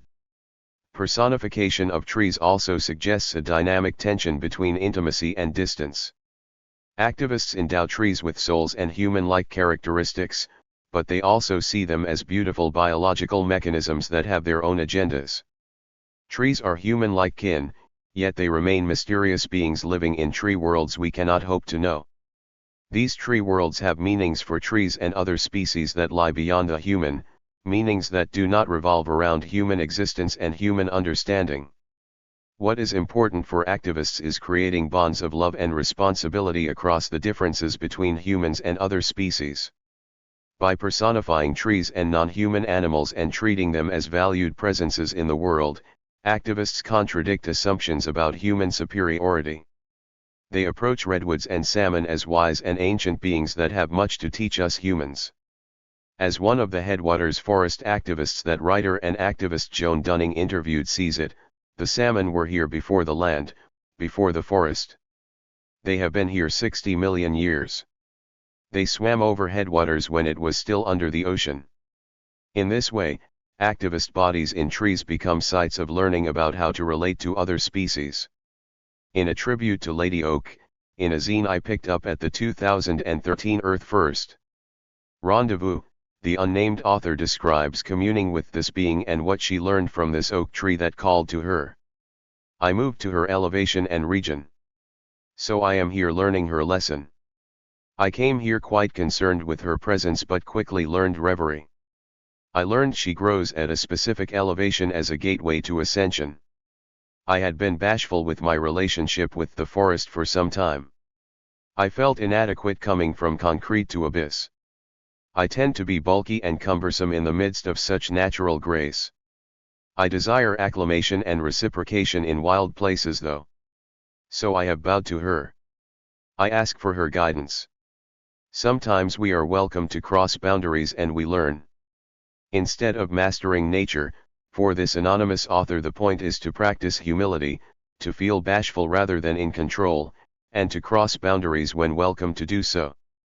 When activists speak and act on behalf of non-human beings, they also draw attention to how these others have shaped their commitments.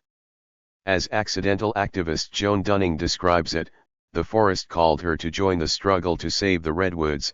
The forest has chosen all of us who are involved in its protection. It has tapped us on the shoulder, tapped our souls and engaged us. And it is not just the forest that calls people to action, according to Dunning. For each of us, regardless of where we live, there is a river, a mountain range, a beach, a whale, a peregrine, a gnatcatcher, that, if we merely give our time as a witness to loss, will gradually unite the veins of its existence with our own, will ground us by putting us in touch with what is wild and speechless, will empower us when we speak out in defense of the powerless. Activists approach forest species, hoping to learn from them, but they are also approached by these species. Rights of identification and mimicry. Crossing species boundaries and viscerally experiencing the suffering of non-human others are central points of connection between radical environmentalism and animal rights. Animal rights activists also perform rights of identification and kinship with other beings that are suffering at the hands of humans.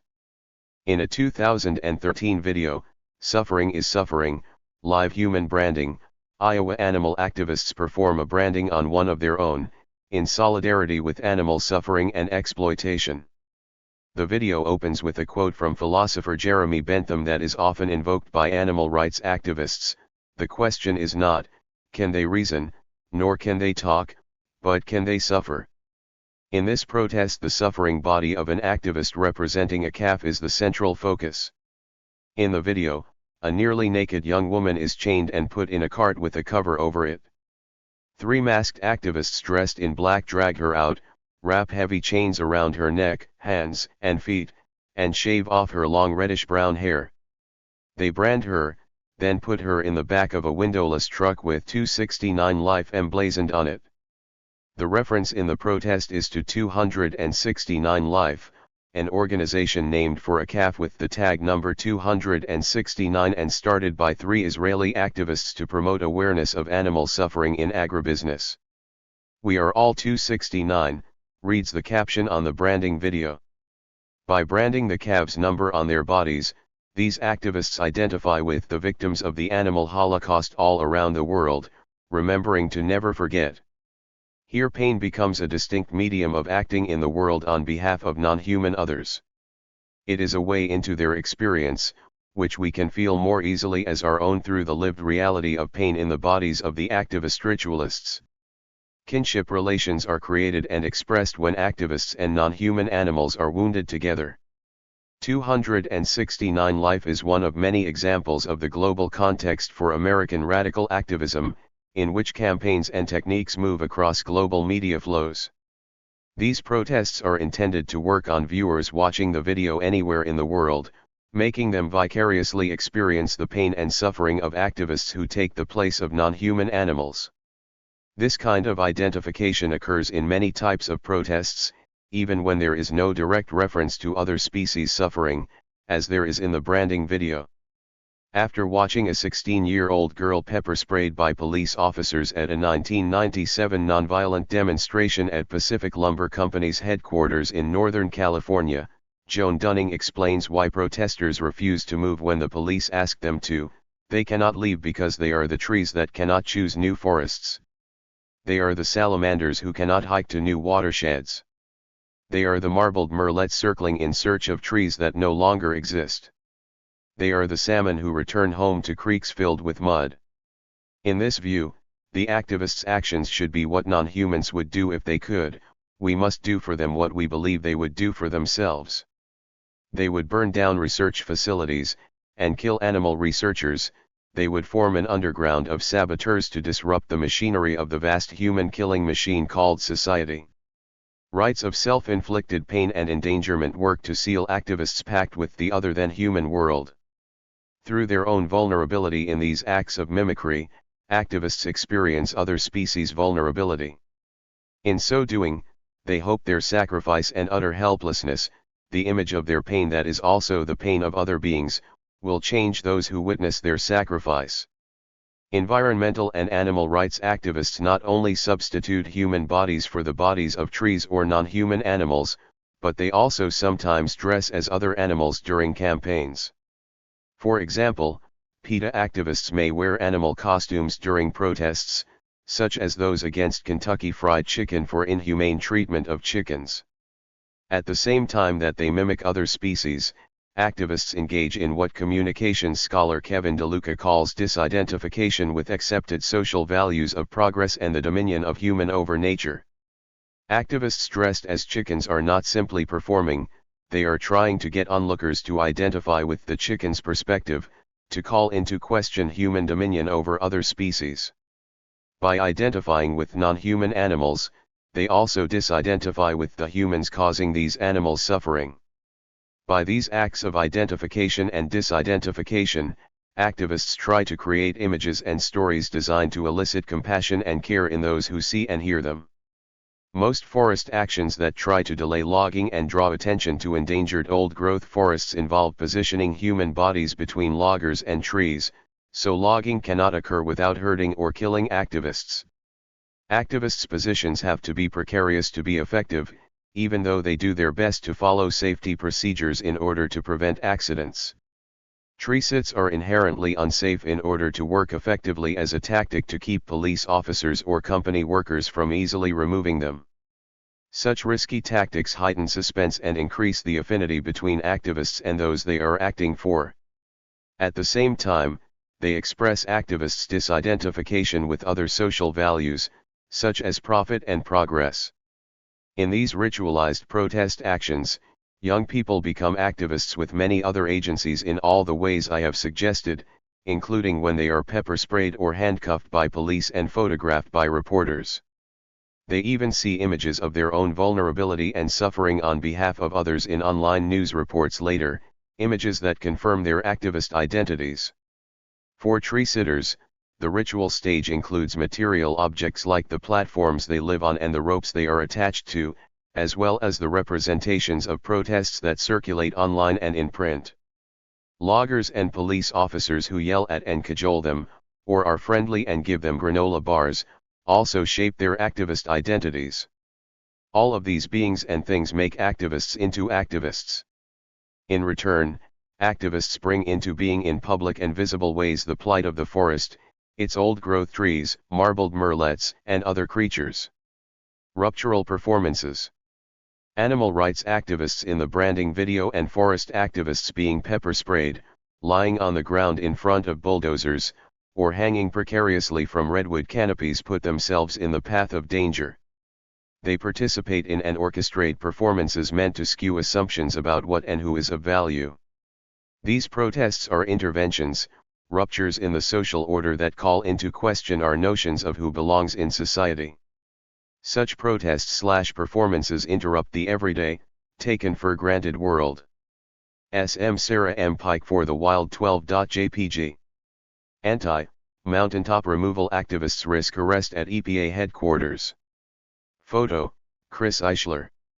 Licensed under Creative Commons 2.0. Forest activists reconfigure public space by preventing loggers from doing their jobs. They turn public lands into spaces of resistance and confrontation. Activists transform the meaning and significance of public spaces when they challenge capitalism and multinational oil companies at the tar sands protests, and the U.S. Forest Service and timber companies at forest tree sits. These protests suggest new understandings of democracy by arguing for the rights of non-humans to be seen and heard. At protests, what philosopher Hannah Arendt calls a space of appearance comes into being when activists make animal and tree bodies present in public space. In the case of environmental activism, the bodies that compose the space of appearance include the redwood tree referenced by a protester whose eyes are being pepper-sprayed during a demonstration at a logging company and the endangered northern spotted owl mentioned by activists lying handcuffed on the ground in front of a bulldozer. So how do these other bodies, non-human animal bodies, tree bodies, participate in new kinds of publics? Other than human bodies are typically excluded from society and from public space. Their concerns are not represented in most legal and political forums. Bodies that have been invisible in public discourse become visible at protests through the grief, anger, and sacrifices of activists. Grief and self-sacrificial acts make spotted owls, salmon, rivers, and trees present as the objects of grieving and sacrifice. Protesters lying in the dirt and pine needles of a logging road in front of a logging truck reference the destruction of trees carried out by the road, destruction they are trying to prevent. SM Sarah M. Pike for the Wild 13.jpg. Dancing on equipment at fracking site. Photo, Marcellus Shale Earth First. Used with permission. But protests and demonstrations do more than produce a space of appearance, they seize spaces permeated by corporate and state power. By their actions, protesters disrupt the relationship between such spaces and those who control of them. At Earth First. 2013 Round River Rendezvous, while police officers were busy attending to an activist on a tripod blocking the road into a fracking chemical plant, another activist locked down to a fire truck brought in to remove the activist on the tripod. In this way, the fire truck, intended to dismantle the protest action, became part of the action. In a similar fashion, activists use logging roads to access old-growth forest that would otherwise be much harder to reach, turning timber company routes into stages for action. They also overturn and lock themselves to bulldozers and trucks that would otherwise be clearing trees. Trucks and bulldozers become part of the protest, remade by activists into tools of resistance rather than destruction. In these and other ways, forest protests bring an alternate space of politics into being, if only temporarily. Strategies of intimacy and opposition. In the process of becoming activists with other than human species and risking injury on their behalf, activists engage in a number of practices of intimacy and opposition that complicate their commitments. They construct oppositions between the environmentally destructive practices of civilization and the redemptive promise of the wild. By siding with the wild, activists emphasize similarity between themselves and other species and differences from other humans, such as loggers. Activists often dehumanize loggers and law enforcement since they are identified as being on the side of civilization against the wild. This has not always been the case in radical environmentalism, and some activists have worked hard to cross boundaries with loggers and police, but oppositional practice and rhetoric are more common. In the courtroom, many activists are not remorseful at sentencing hearings, but reiterate their dedication to the wild and visions of a future in which animals and plants take back the planet. At the same time, activists often disregard the fact that they share with police officers the capacity for empathy. Just as activists identify with the suffering of trees and other animals, police officers and loggers must identify with activists' vulnerability and suffering for a protest to work. Tree sits and other actions take place because activists are counting on police and loggers to avoid injuring them. Activists assume their adversaries have empathy for other humans even if they do not for non-humans. On the other hand, precisely because of the precariousness of activist bodies living in treetops or perched on tripods, activist protest rituals are sometimes dismissed as the antics of homeless hippies or eco-terrorists in the media and by local communities. This tends to further an oppositional divide that activists sometimes play into.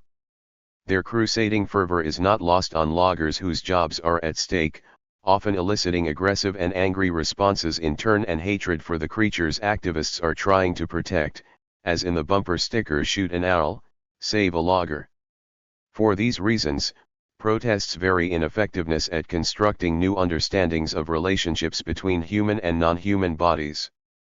By disrupting the hierarchical classification of beings as they do during rituals of protest, activists create new oppositions and hierarchies as they open up some kinship boundaries and close others. Going into the forest becomes a rite of passage into a multi-species community in which activists separate from everything identified with civilization, the world outside the forest. Their experiences in the forest initiate them into a new community of kin they dedicate their lives to. Their new status is emblazoned on their bodies with tattoos or forest names. Rewilding themselves by disidentifying with dominant social values and aligning themselves with the lives of forest creatures, they seek to become like the wild. In doing so, they embody an identity that is the inverse of what most young American adults are expected to become. Every time they go into a forest, they are remade as activists. In these ways, tree sits and action camps have functioned as powerful sites of transformation for many activists, but they are only one of many paths to activism. Young activists in the 1990s also became activists in a very different context, the urban hardcore punk rock scene. In a similar fashion but in a very different context, bands and fans disidentified with broader cultural norms and identified with the suffering of other species and the degradation of the environment. Chapter 5, Liberation's Crusade has begun. Hare Krishna hardcore youth and animal rights activism. Meat-eating, flesh-eating, think about it. So callous to this crime we commit. Always stuffing our face with no sympathy. What a selfish, hardened society so. No more. Youth of today. Satanic ritual, set the corpse upon the table. Cosmetic religion. Hide your horns if you are able. Killer of the animal. Only a demon could dine on the flesh of the dead. Each hair on the back of each cow is a birth you'll spend in hell. 108. On a dark and foggy night in 1997, after a long drive down a deserted road 45 miles north of Seattle, 19-year-old Peter Young and his companion hid their car. Dressed entirely in black with socks over their shoes, they approached sheds housing thousands of mink on death row.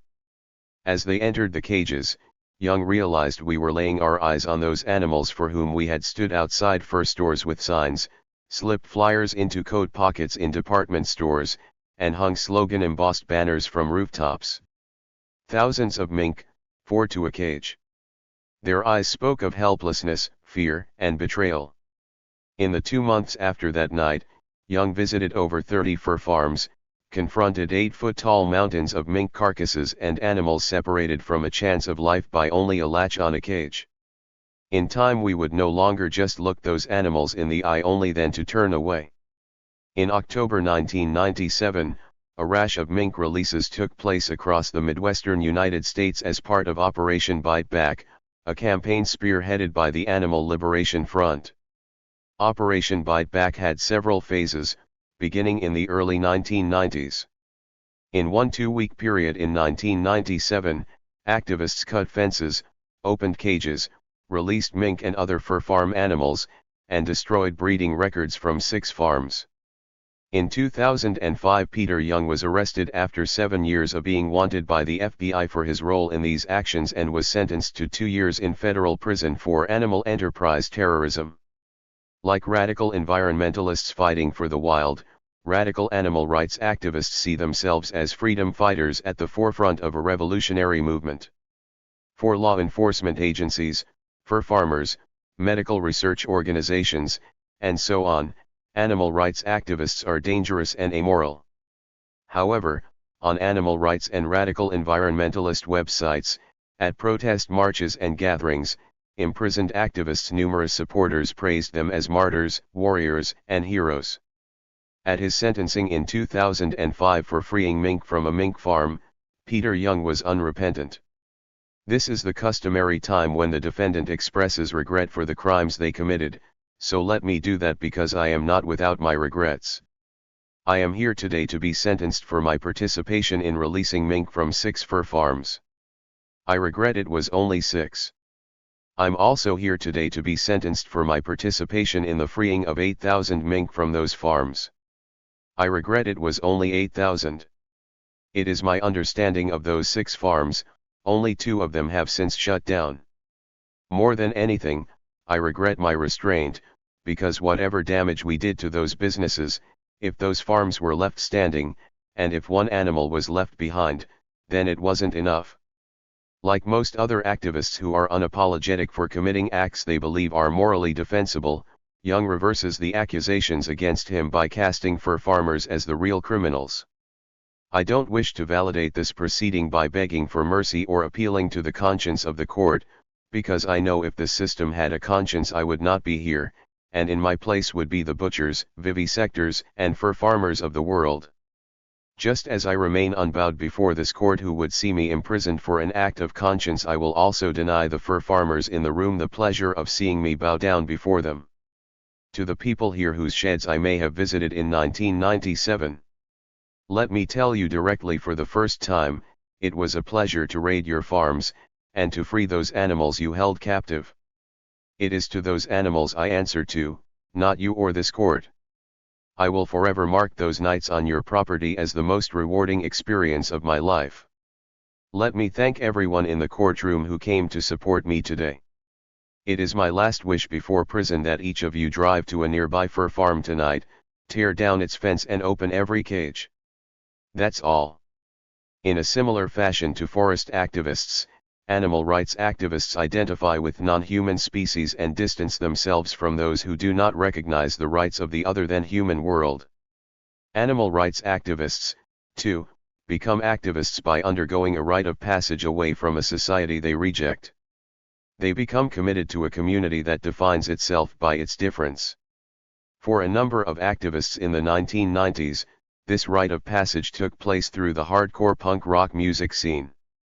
The music and their peers in the scene, as well as other factors like childhood experiences, moved these activists to identify with non-human animals and disidentify with more broadly accepted norms of treating other species.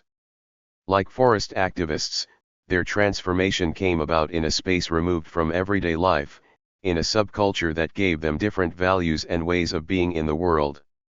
They too experienced the pain and suffering of non-human beings as their own. How do animal rights activists like Young get to the point where they no longer turn away from the pain and suffering of other animals? The majority of animal rights activists sentenced in the United States during the late 1990s and early 2000s were self-described atheists. However, in many cases their passionate and deeply held beliefs about the inviolability of non-human life informed their actions. The majority of animal activists who served or were serving prison sentences in the late 20th and early 21st century were involved with hardcore punk rock music. In this musical subculture, a number of prominent bands advocated for animal rights and supported vegan or vegetarian lifestyles. This subculture, and especially a movement within it called straight edge, was directly responsible for nurturing activist tendencies among some of its young participants. These bands and fans promoted the view that other species' lives are sacred and merit protection. It was because of the beliefs nurtured in this subcultural setting that many activists rejected dominant American values and decided to act for the animals. Many of the themes that emerged in hardcore punk rock and straight edge scenes played a significant role in shaping radical activist cultures in the late 1990s and early 2000s. In addition to animal rights, punk culture's DIY mindset encouraged many anarchists to get involved in autonomous self-sufficient communities, creating what anthropologist David Graeber describes as urban anarchist landscapes of communal households, coffee shops, info shops, and community gardens. Hardcore/straight edge culture, often accompanied by anarchist leanings, worked on activists to generate an internal revolution that resulted in commitment to animal liberation. This internal conversion experience often mirrored their outward rebellion and took a variety of forms. For Peter Young, it came about through emotions elicited by the intensity of hardcore music and lyrics about the suffering of non-human animals. In the lives of other radical animal rights activists, internal changes brought about by watching documentaries about seal hunts or fur farms worked in tandem with their experiences in hardcore to bring about a radical transformation. For some activists, oral experiences in hardcore scenes affirmed at a visceral level their desire for a world devoid of animal suffering. Being in straight-edge cultural spaces, like being in forest action camps, brought about a similar kind of transformation in which activists set themselves apart from other Americans and expanded their circle of kinship to include other species. The new watershed of human, non-human animal relationships.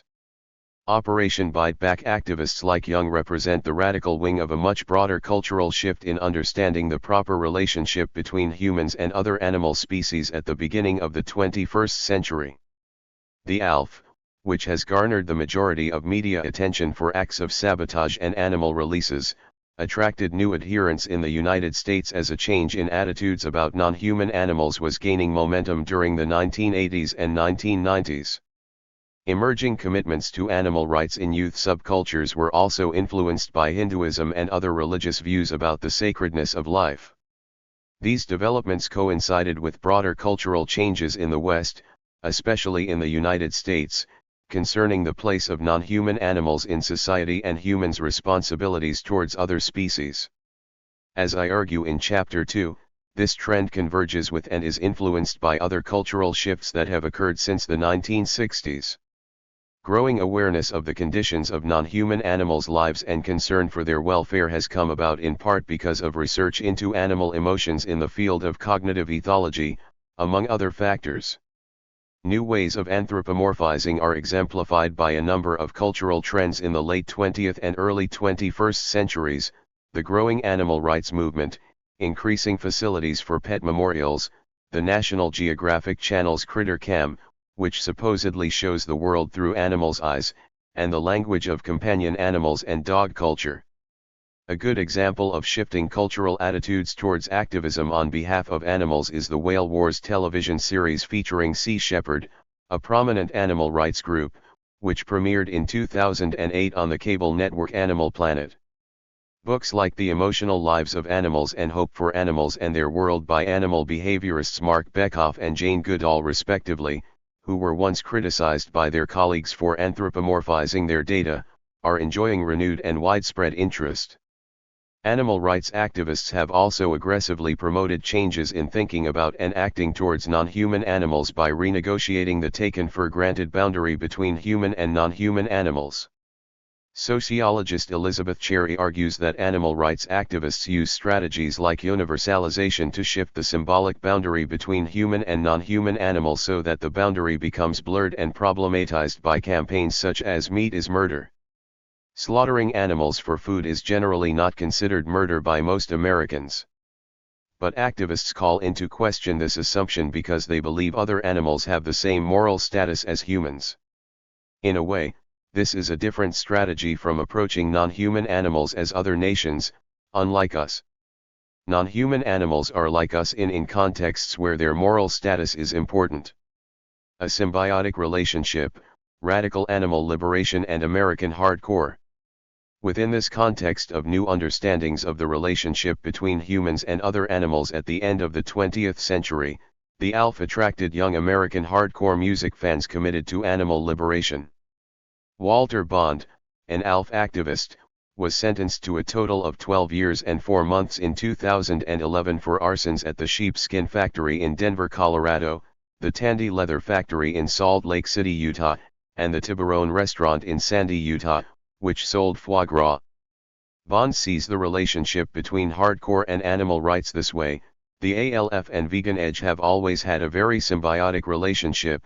Throughout the 90s, hardline bands like Vegan Reich, Raid and Green Rage got the youth focused like a laser beam on radical and fanatical animal liberation activism by blending the best elements of the struggles for Earth, animals, anti-racism, and anti-capitalism with the seriousness and purity ethic of the fundamentalist.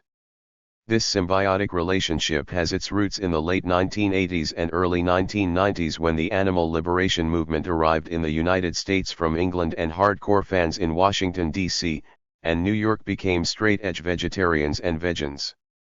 Hardcore, a faster, more intense version of punk, began in the 1980s on the East Coast and in Southern California. According to hardcore promoter Stephen Blush, the movement was something alienated kids created, born of a doomed ideal of middle-class utopia. Punk juiced their nihilism. Paul Rackman's 2006 film American Hardcore, The History of American Punk Rock 1980 to 1986 frames the first wave of hardcore in the 1980s in the context of rebellion against the Reagan years. For Rackman, hardcore was young Americans' reaction to social and political conservatism. Hardcore bands, largely composed of young adults, many of them still in high school, tended to ignore the mainstream music industry. They were not looking for radio play or lucrative record contracts. Like the ALF, this music scene was underground, grassroots, anarchist, and very much focused on DIY. Numerous hardcore bands maintain the political edge, apocalyptic tones, and fiercely independent spirit of original punk bands like the Sex Pistols and The Clash, but focused their message on protesting cruelty to non-human animals. Although some hardcore bands were simply rebelling against what they saw as lies about the American dream offered them in the Reagan years, others had more specific political platforms, especially anarchism. The straight edge movement within hardcore emerged among young fans in music clubs from Washington, D.C. to Seattle in this context of antagonistic political commitment. In the early 1980s, straight edge became what Ibrahim Abraham calls a subculture in the East Coast hardcore/punk scene. Washington, D.C., band Minor Threat's 1981 song Straight Edge promoted a drug-free lifestyle. I've got better things to do than sit around and fuck my head hang out with the living dead snort white shit up my nose pass out at the shows. The animal rights message intensified as many straight edgers became involved in social or political activism with Greenpeace, Amnesty International, and more clandestine groups like the ALF. Straight edge advocated vegetarianism or veganism and discouraged drug use, drinking, and promiscuous sex. Ray Cappo, who founded the bands Shelter and Youth of Today, remembers that the straight edge scene gave me a society of like-minded individuals who appreciated punk energy, but didn't want to end up in the gutter. In its rejection not only of alcohol and drugs but also of a corporate-driven meat industry, straight edge encouraged a lifestyle consistent with animal rights. In straight edge, political views of capitalism and the animal industry overlapped with commitments to not drink, take drugs, or eat meat. Straight edgers contrasted their values and lifestyle not only to the broader society but also to other punk rock/hardcore youth.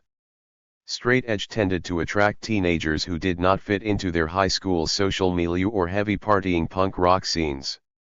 One musician for a hardcore band that played on a benefit compilation for imprisoned activist Peter Young in 2007 recalls why he was attracted to the straight edge scene. I got involved with the punk and straight edge scene at age 13. I had a keen awareness of how fucked up I was and knew, at an early age, that if I allowed myself to enter into the whole drinking/drug scene that it would be a pretty ugly thing. In some cities, such as Washington, D.C., straight-edge teenagers helped to move the punk/hardcore scene out of clubs and bars that sold alcohol and into other kinds of spaces, such as rented-out VFW posts, as an alternative to bars and other venues rife with substance abuse. In a letter to the zine Maximum Rock and Roll, one straight-edger criticizes non-straight-edge punks: "You pump your money into corporations that kill people, pollute the earth, do animal testing, make sexist ads, ruin families, cause drunk driving, alcoholism, and are responsible for child abuse, rape, and murder because people were under the influence, etc. How can you be all politically correct without being straight? It doesn't make sense." From this perspective, straight edge offered and expressed a critique of punk, claiming to be more consistent with punk's anti-capitalist, anarchist ideals. The direct action wing of the animal rights movement provided an opportunity for some young straight edgers to act on their beliefs. At the same time, activists helped shape the straight edge scene as it spread across the United States in the 1990s. Teenagers who were attracted to the music learned about straight edge lifestyles and animal rights from friends in the scene or their favorite band's lyrics.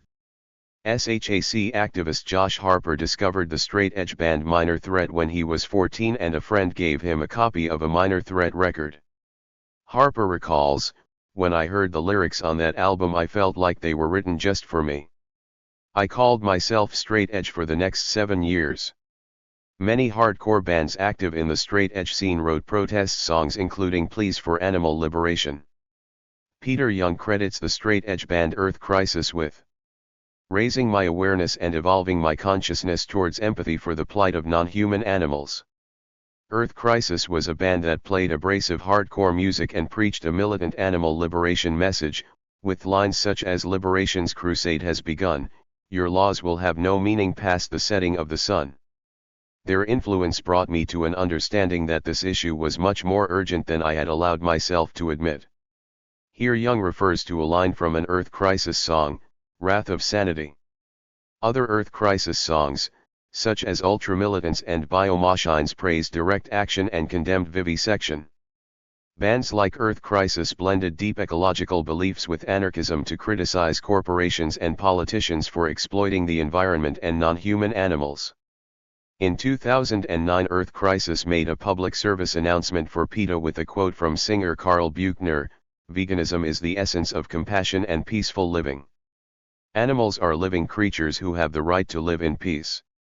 Many Earth Crisis songs describe the abuse of animals and the destruction of the environment. In Biomachines, the band takes on vivisection, horrific cruelty inflicted, demons in white coats leer down at their prey. Helpless beings brutalized by madmen, trained to deny that they're even alive. Behold the dawn of the Biomachines. Monstrosities brought into being. Behind the walls of laboratories, crimes go unseen. Earth Crisis made a point of not letting these hidden activities go unseen, and many of the band's fans were inspired to take up the cause as well. Perhaps more than any other band, Earth Crisis expresses an apocalyptic worldview prevalent among radical activists in which human beings are responsible for a hell on Earth that is rapidly drawing to a disastrous culmination. In Biomachines and other songs about cultural decline, Earth Crisis is clear about where they think blame lies and what the solution is.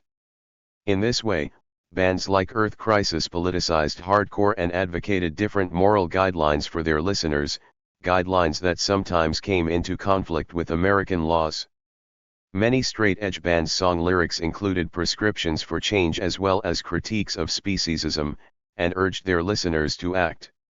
Tears of Gaia, a straight-edge band that listed animal rights prisoners on its MySpace page, describes its mission as follows. As activists, our greatest influences are the injustices that we have experienced firsthand by the shadow of oppression. We have seen the deforestation and the vanishing of the Earth's natural habitats. We have seen living sentient beings caged, confined, cut, slaughtered, poisoned, burned, and we have also seen that any resistance to these atrocities are met with extreme repression.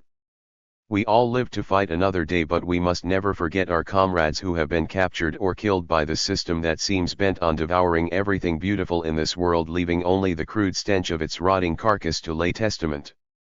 Tears of Gaia links their concerns about animals to environmental issues such as deforestation, locating themselves on the side of the wild and the animals, against the system.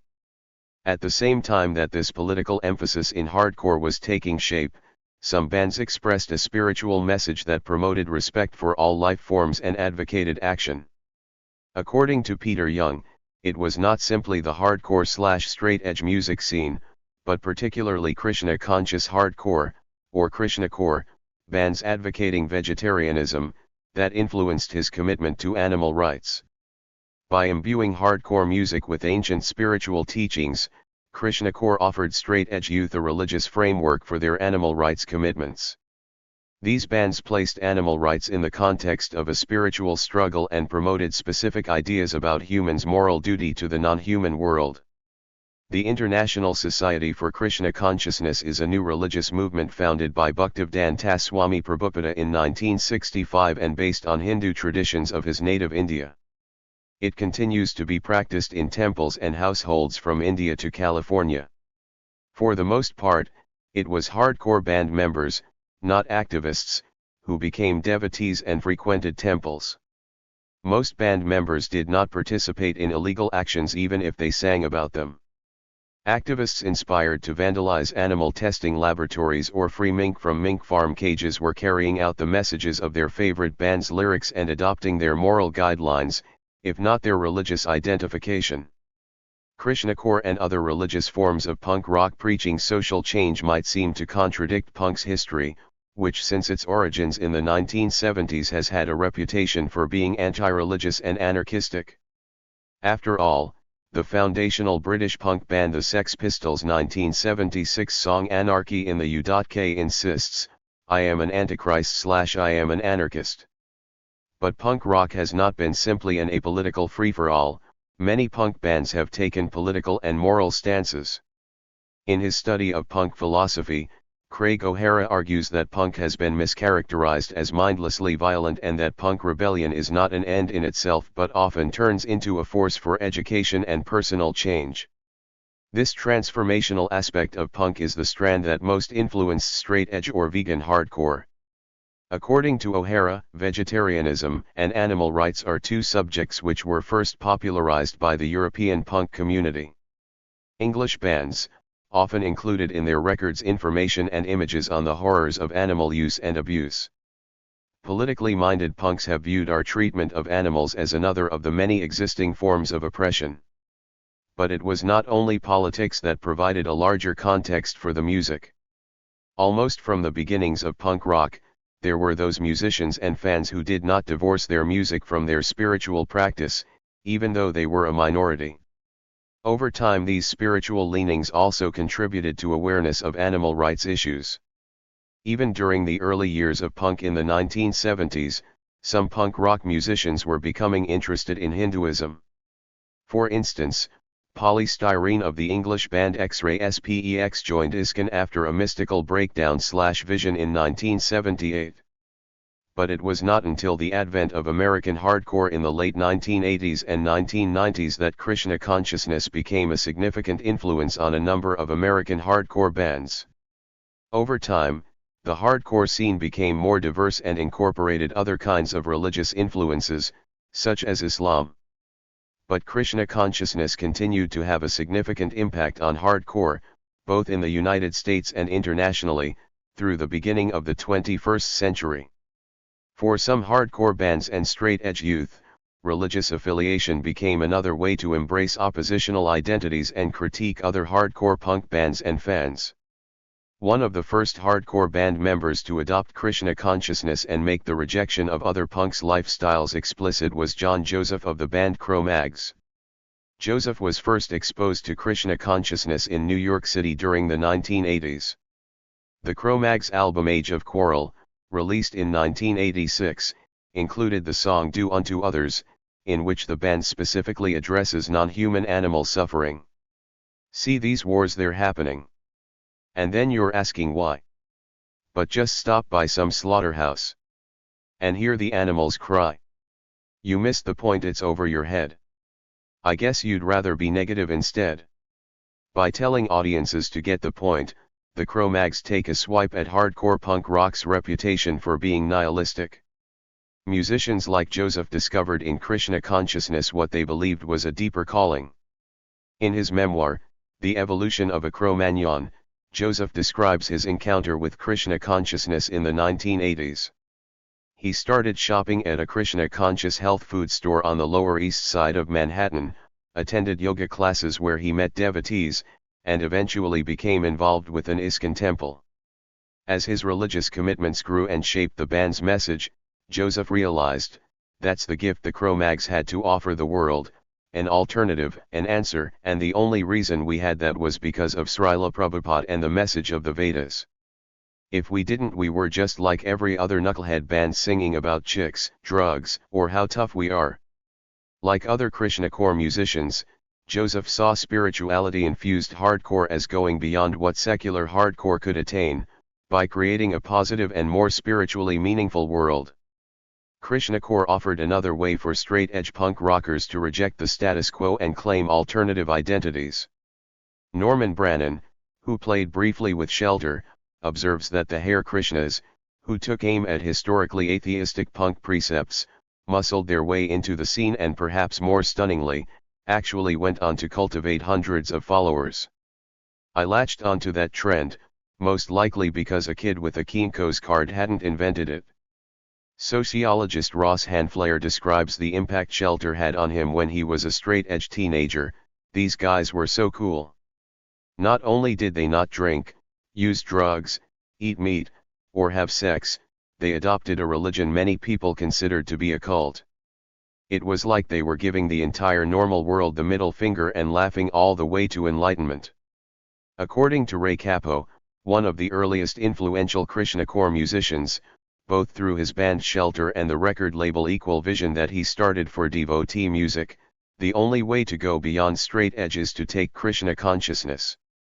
The ascetic ethic straight edgers lived by was fertile ground for the Krishna consciousness movement, according to religious studies scholar James Wilson.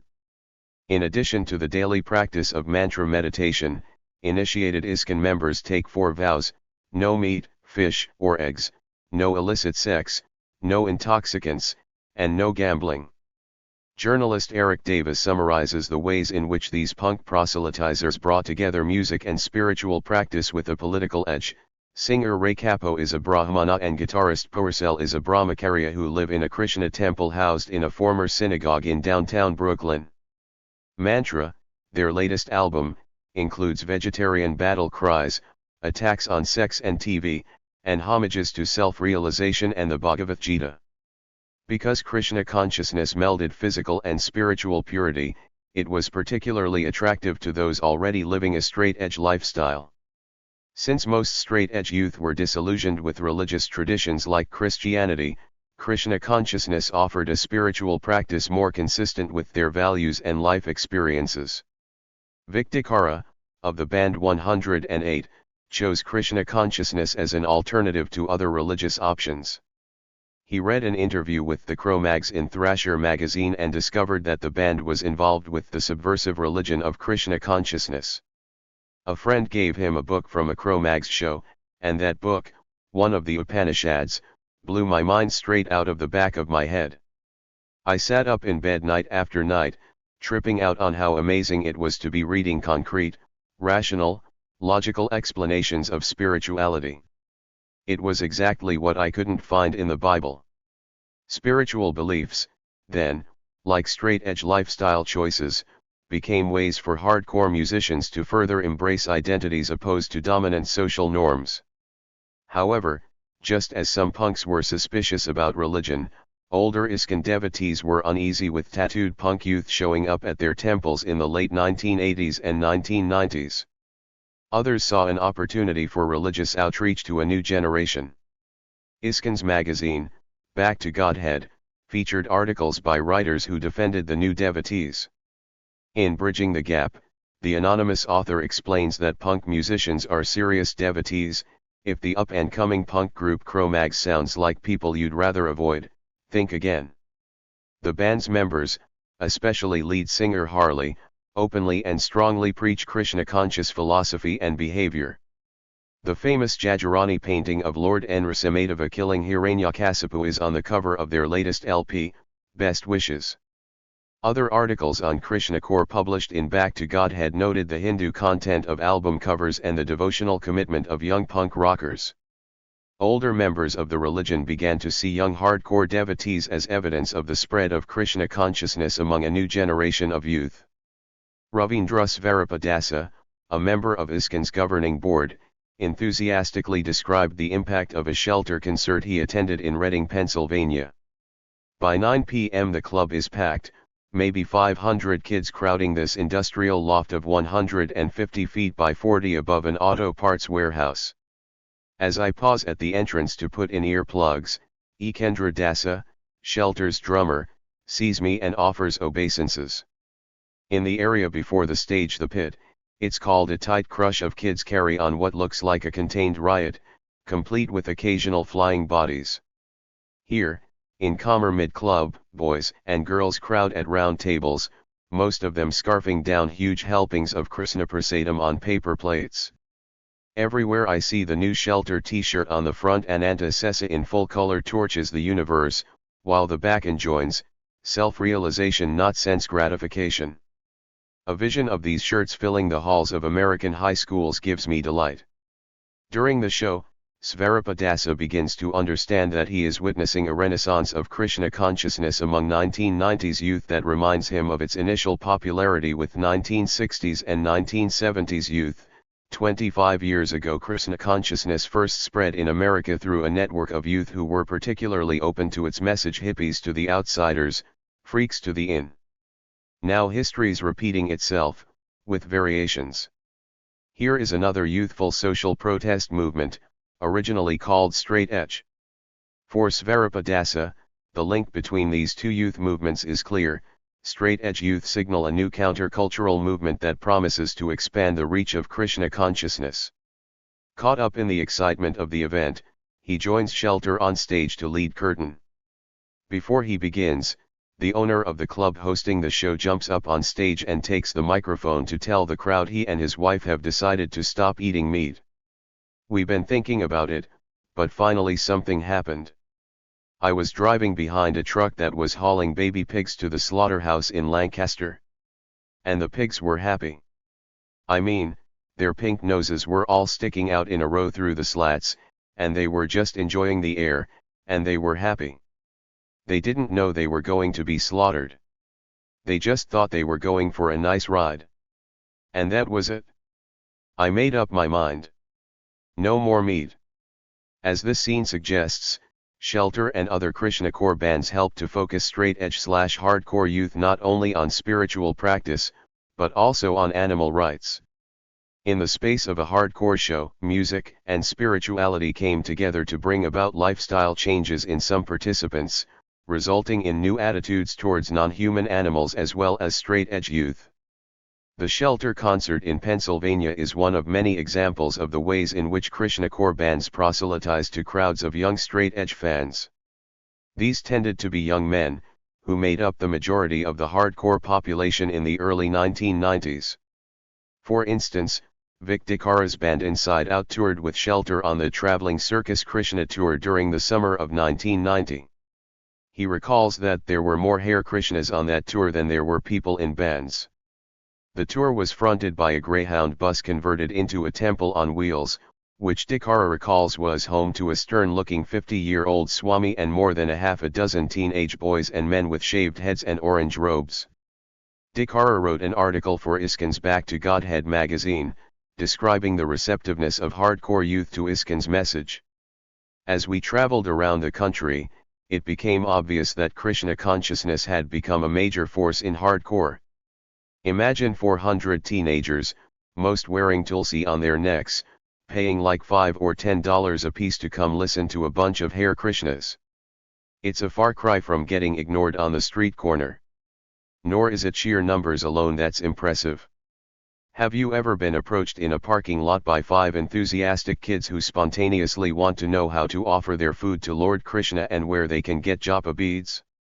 The traveling temple was an interesting hybrid of missionary outreach and hardcore concert tour. It also marked the wider reach of vegetarianism and animal rights into hardcore scenes across the country and the beginning of a decade that would see animal rights activism grow among a generation of young adults. The traveling temple and its ritual activities not only expressed the coming together of hardcore and Krishna consciousness, but also created possibilities for their mutual influence in the lives of devotees. For Krishna core band members, much of their spiritual practice came to be focused on trying to harmonize these two very different worlds. One of the ways to bring them together was to explicitly recognize what Krishna consciousness brought to the straight edge scene. 108's song Holy Name explains succinctly why hardcore punk rock rebellion is not sufficient to change society or individual consciousness and why young punks are attracted to Krishna consciousness and to the practice of chanting the name of Krishna. This is the weapon of real revolution. This is the fire of the final rebellion. Politics, that ain't gonna solve this. Sociologist, your plan is useless. Without the heart being changed, you won't do nothing but rearrange the deranged situation of human exploitation. And that is why I imply, this is the weapon of the real revolution. Unlock the coils, the clamped around your spiritual frame, by crying out the holy name. From this perspective, a change of heart is what is called for to create a real revolution. This kind of inner transformation facilitated by Krishna consciousness pushed some youth to engage in animal liberation actions that expressed their heart change. Bhajans for the 90s. Young ISKCON devotees in the 1970s were known for proselytizing in airports, but young devotees of the 1990s expressed their religious identities publicly through hardcore. They infused the hardcore scene, especially on the East Coast, with religious meaning and purpose. Krishna core musicians like the members of 108 thought of themselves as spiritual beings playing music, not musicians simply inserting religion into their band. Their music became a key aspect of their devotional practice. From Cro-Mag John Joseph's perspective, the notion of playing music as spiritual expression originates in the Vedas. Not everyone is meant to live in a temple. There's the Kshatriyas who were meant to be warriors. I would chant and meditate before I went on stage, and get into this mystical type warrior mentality. Similarly, John Purcell of Shelter sees his musical practice as doing bhajans for the 90s. On stage, I'm meditating on the lyrics. 500 years ago, when these traditional bhajans were written by the great acharyas, the mood was the same, except they used old drums and cymbals. By expressing their spiritual commitments through music, musicians like Purcell situated themselves within an ancient tradition of beliefs and practices that could still speak to contemporary youth. An important aspect of band members' spiritual orientation that influenced their young straight-edge fans was a general commitment to the sacredness of life. Although vegetarianism and veganism were not a significant presence in straight edge at first and animal rights did not become a focus until the end of the 1980s, the movement's rejection of drugs or drinking made these next steps logical ones. Ross Handflair credits youth of today's 1988 song No More for launching vegetarian straight edge. Meat eating, flesh eating, think about it. So callous to this crime we commit. Always stuffing our face with no sympathy. What a selfish, hardened society, so. No more. Just looking out for myself. When the price paid is the life of something else. No more. I won't participate. As the straight edge scene grew through the 1990s, many bands wrote songs deploring animal testing, factory farming, and meat eating in general, as in 108's song Killer of the Soul from the album Threefold Misery. Satanic Ritual, set the corpse upon the table. Cosmetic religion, hide your horns if you are able. Killer of the animal. Only a demon could dine on the flesh of the dead. Each hair on the back of each cow is a birth you'll spend in hell. The killer of the soul shall be forced to the darkest regions in the darkest regions of hell. Self-killing ritual, set the bottle upon the table. Cosmetic ignorance, kill the pain if you are able. Killer of the animal within, liquid poison to wash your brain. Drown in your misery. Your life becomes hell. The killer of the soul shall be forced to the darkest regions in the darkest regions of hell. I won't kill my soul. The song describes the haunting effects of karma and reincarnation due to meat eating, thus infusing the music with a specific ethical view about the consequences of one's lifestyle choices. Krishna core bands placed human and non-human animals in the same karmic wheel of samsara, subject to the laws of reincarnation in which actions and experiences in each lifetime affect and are affected by other lifetimes. Like forest activists who expanded the circle of kinship because of their experiences sharing emotions and bodies with other species, Krishna core bands saw human and non-human animals as kin on the level of the soul. Killing them or causing them pain results in negative karma and rebirth in, as 108's lyrics for Killer of the Soul describe it, the darkest region of hell. Straight-edge youth of the 1990s who were inspired by the lyrics and lifestyles of Krishna core bands that urged animal liberation are the most recent activists to be influenced by Hindu beliefs. However, Hinduism has a history in the West of attracting disaffected youth and providing them with powerful tools to critique society and construct new visions of how the world should be. The influence of Hinduism, and especially Indian vegetarianism, on Western youth has been tied to radical political and animal rights activism for centuries. Radical vegetarians who preached animal rights were active during the French Revolution and in 17th and 18th century revolutionary politics in Great Britain. In the Bloodless Revolution, a cultural history of vegetarianism from 1600 to modern times, historian Tristram Stewart argues that in the 1600s and 1700s, the impact of Indian vegetarianism vitally influenced a shift away from the Bible's mandate of unlimited dominion. One of Stewart's most colorful examples is John Oswald, a Scottish friend of Thomas Paine, who adopted Hindu beliefs after traveling in India in his early 20s and promoted the philosophy of militant vegetarianism. Oswald was active in the French Revolution and, like other revolutionary leaders of the time, united radical politics and animal rights. Radical youth activism influenced by Hinduism played a part in the social and political protests of the late 1960s as well. Over half of the early Krishna consciousness converts were anti-Vietnam War activists. Krishna conscious youth had their own political party and chanted at anti-war rallies during the late 1960s. However, a shift away from politics took place during the late 1960s and 1970s, resulting in many young devotees turning inward. They began to prioritize self-discovery and self-transformation over changing the world. In response, some of their contemporaries criticized Krishna consciousness and other new religious movements for depoliticizing 1960s activists. In the 1990s, the influence of Krishna consciousness on hardcore subculture again gave spiritual meaning to political activism and attracted similar charges of depoliticization within hardcore anarchist-tinged communities. Utopian saboteurs.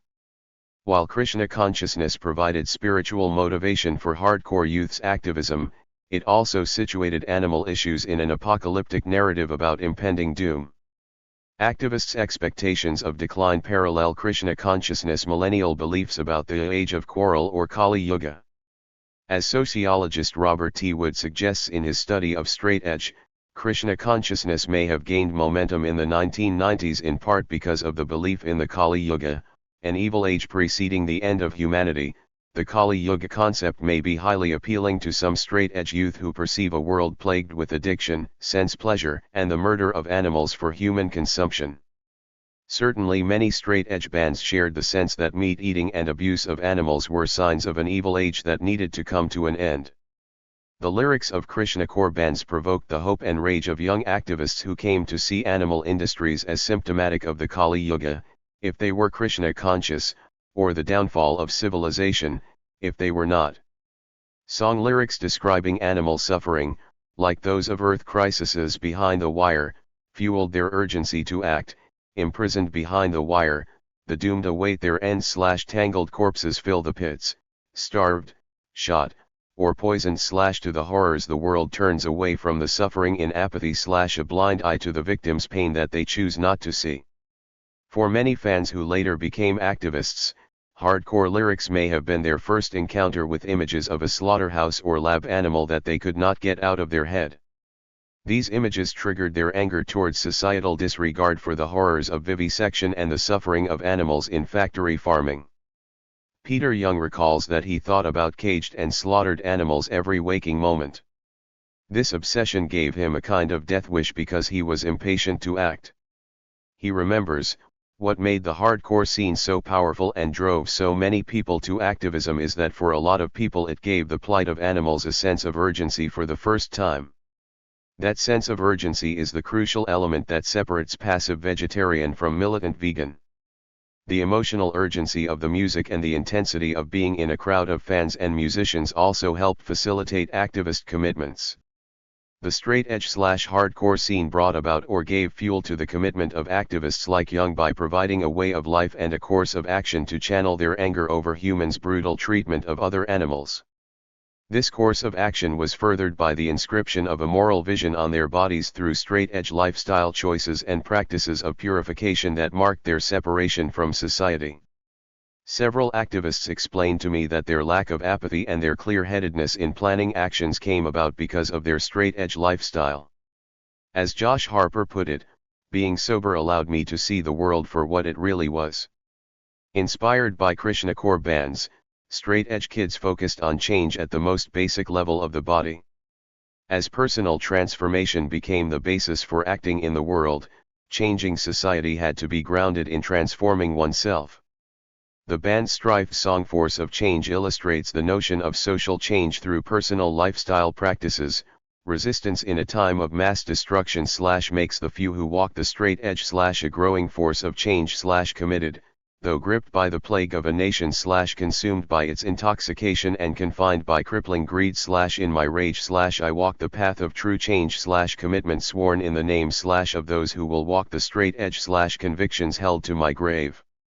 Eschewing animal products became part of this mode of self-purification for many straight-edgers and thus an important step towards revolutionizing society. Spiritual and straight-edge commitments were also inscribed on the body with tattoos. Tattoos like John Joseph's of Vishnu on his back and the omnipresent XS represented devotion and inner purity brought about by avoiding intoxicants and meat. Krishna-conscious and straight-edge musicians wore their beliefs on their bodies for fans to see and emulate. These visual reminders of spiritual commitment and a straight-edge lifestyle helped create a music scene that embodied aspirations for a future free of animal suffering. Heterotopias, subcultural spaces. Straight-edge subcultures shaped by Krishna-conscious beliefs and bands that pushed for radical social change and animal rights constructed a space in which activist identities could be forged. They created a set of practices that allowed young adults to challenge the world around them and to transform themselves, if they chose to. Few hardcore youth were regularly attending ISKCON temples, but at shows, the aura of the temple helped infuse the hardcore scene with moral purpose.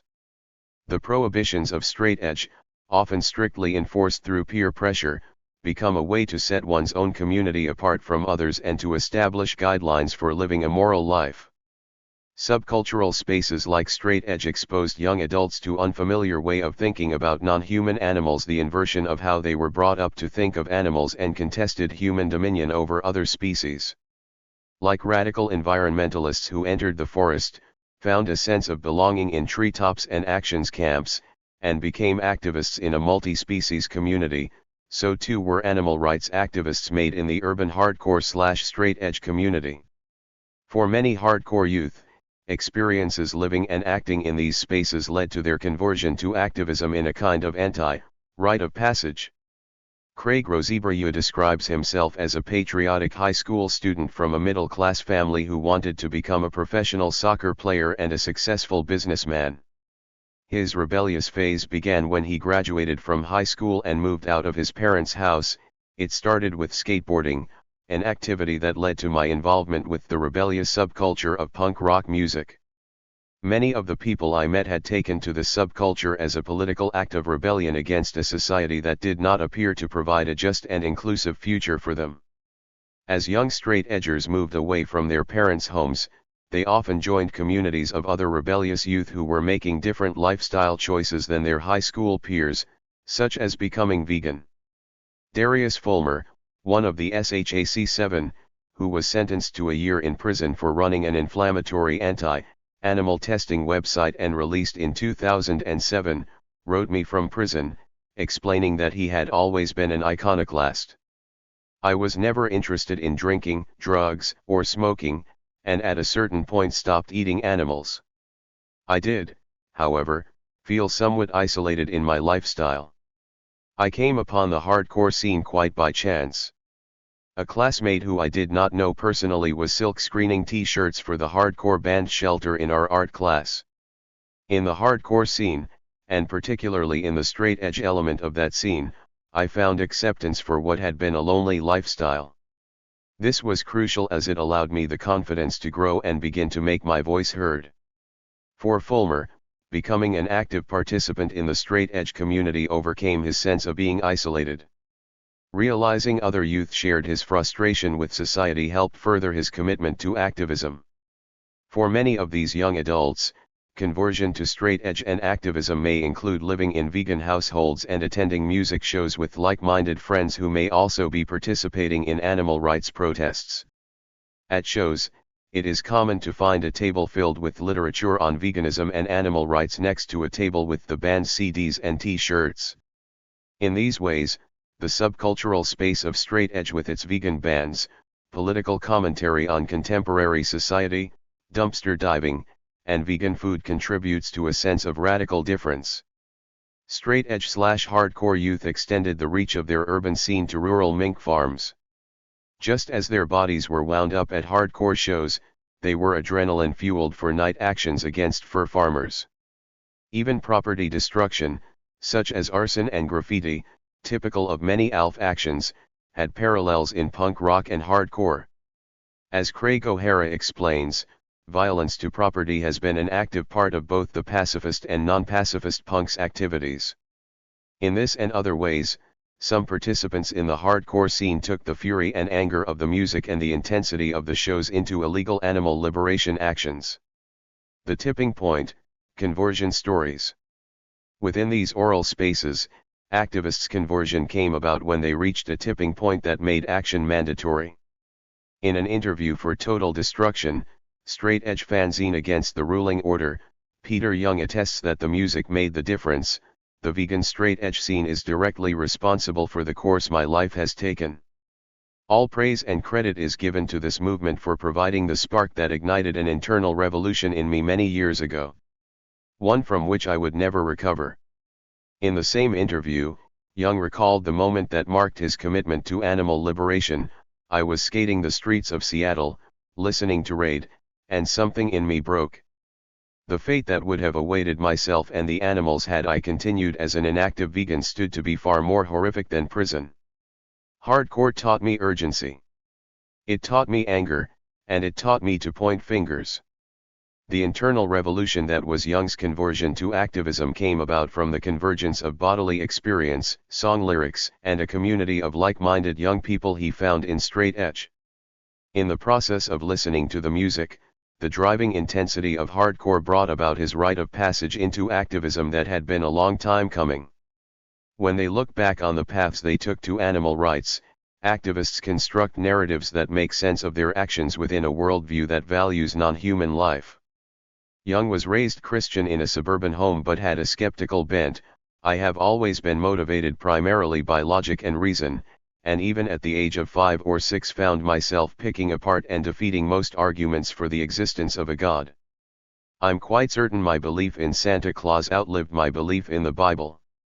He recalls moving away from the values of his suburban community when he was a teenager. The catalyst that set all this off for me was the punk rock and hardcore scene. Young's internal revolution began at a young age with doubting Christian doctrines and values. Like other activists, he remembers the most remarkable changes occurring during his teenage years, when he began questioning everything. Radical activists claim to a higher morality goes hand in hand with rejection of truth as it had been defined for them. Dedication to their cause in the face of legal restrictions and the threat of prison time is a test of their sincerity. Moreover, activists regularly refer to each other as warriors or freedom fighters who adopt new worldviews and identities out of frustration with their previously held values. From the point of conversion on, activists' inner transformations are expressed through outward actions. For many activists, conversion is influenced by internal factors, as well as subcultural spaces. In order to understand diverse commitments to animal rights, it is essential to examine the various ways in which these commitments take shape during childhood, adolescence, and college years. Young people experiment with and craft identities that may inform their attitudes towards non-human animals for the rest of their lives. The oral and moral worlds of youth subcultures like straight edge have played a significant role in setting these youth on their course towards radical animal rights and environmental activism. Youth subcultures from which animal rights activists emerge have complicated relationships to both religion and politics. Radical animal rights activists may be atheists and anarchists as they claim, but their radical commitments and utopian rhetoric have been shaped in a context of religious fervor about vegetarianism and beliefs about the sacredness of life. American law enforcement and the news media are not the only ones who demonize or trivialize the commitments of young radical activists and disregard their moral values and utopian ideals. Movements like straight edge are often described by scholars as subcultures having little or no impact on the broader culture beyond shaping musical tastes and personal lifestyles. One trend in youth culture studies is to point to the gap between affect and ideology and to criticize the apathy of subcultural youth, such as punk rockers. As cultural historian Greil Marcus puts it in his analysis of punk rock and related movements, the performing spaces of punk rock are where revolution goes to die, where the shout of what should be is absorbed into the spectacle of what is. The influence of straight edge on animal liberationists in the 1990s suggests that rage-filled music and confrontational youth subcultures are not always accompanied by youth apathy. S.M. Sarah M. Pike for the Wild 14.jpg. Animal Liberation Front activists with beagles. Photo, stock photo from Alamy. However, animal rights activists are not monolithic as a group nor are Krishna core youth as a subculture. In fact, their communities are characterized by many rifts and tensions. There are significant fractures within both hardcore and animal rights movements. Within the animal rights movement there are varying attitudes towards the straight-edge punk scene and the militancy of activists nurtured by this scene. For this reason, both the animal rights and straight-edge movements are much more diverse than they might at first appear.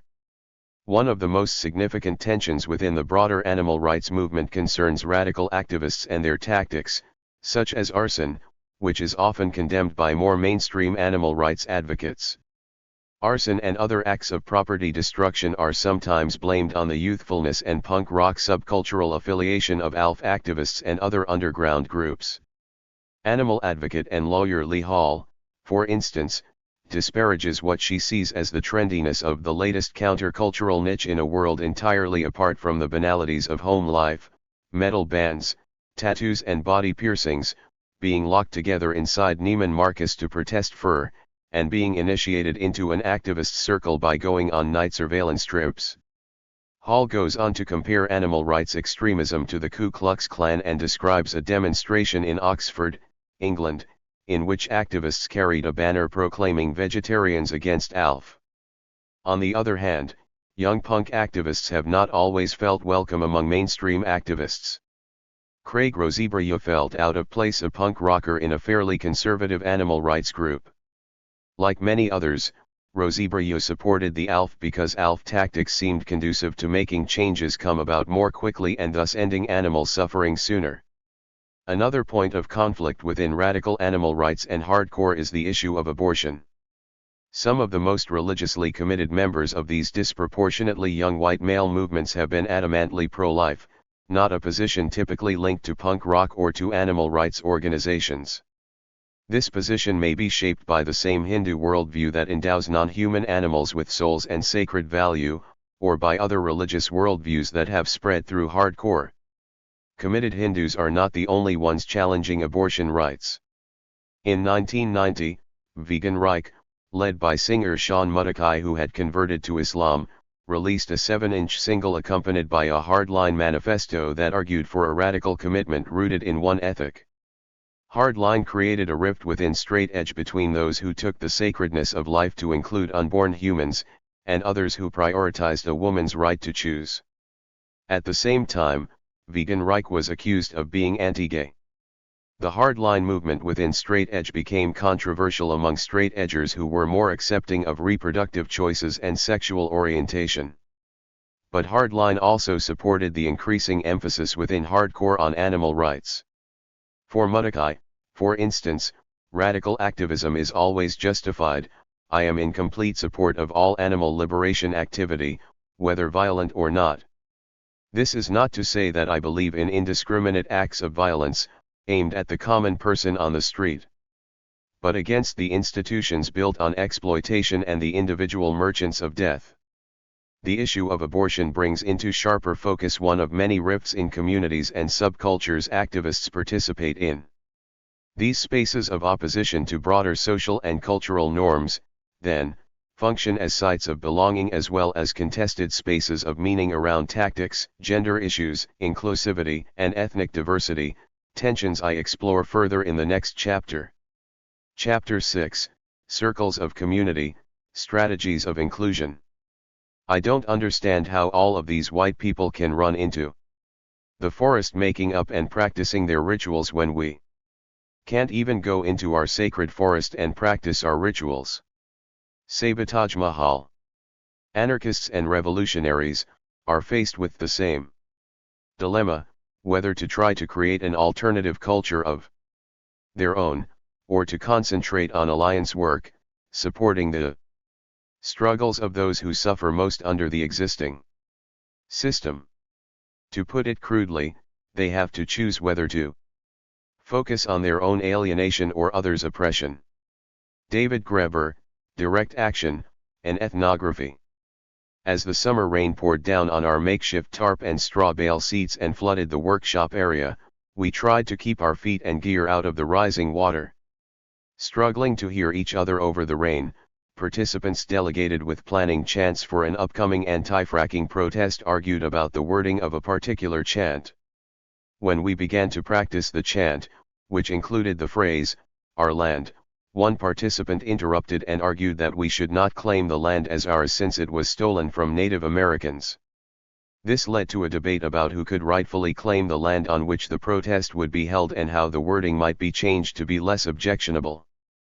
Throughout this annual, week-long gathering, an Earth First Round River rendezvous held at a campground in the Smoky Mountains of North Carolina, much attention was given to anti-oppression work and indigenous solidarity.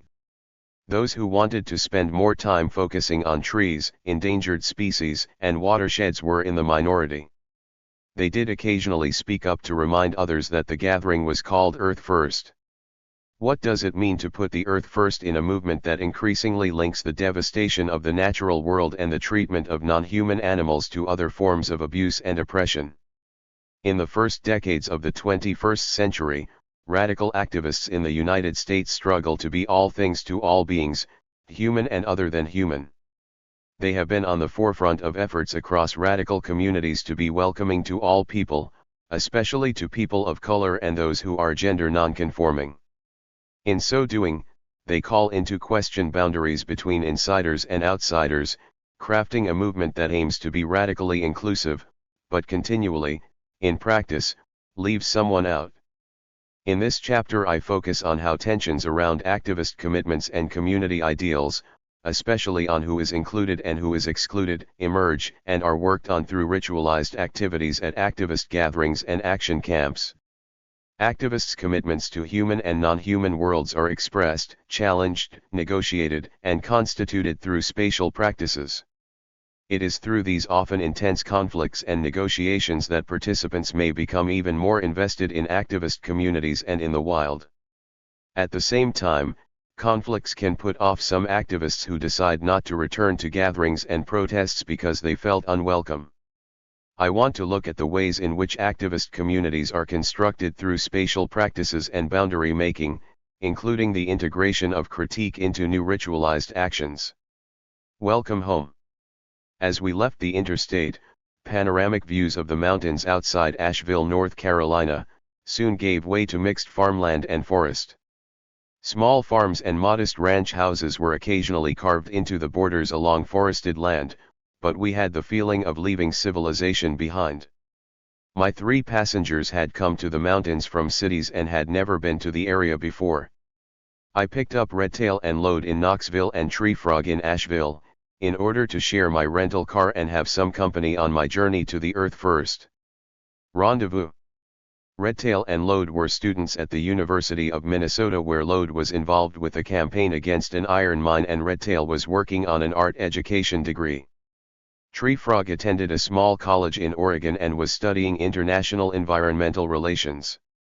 The sky grew dark and rain fell in torrents as we pulled off a small rural road onto an even smaller gravel one and continued driving a few more miles into the forest. We finally spotted the entrance to the gathering, staffed by cheery but soggy greeters who explained where to park and camp and gave us welcome packets that included an anti-oppression policy and a consent policy. If there was a home banner like the one at the previous year's rendezvous, I did not see it, but I was immediately flooded with memories of being part of an intense temporary community at the earlier gatherings I had attended.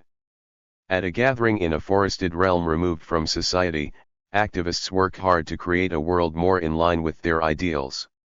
While it did not feel exactly like home to me, the gathering as a utopian place apart from ordinary life still held out compelling possibilities for living in another way.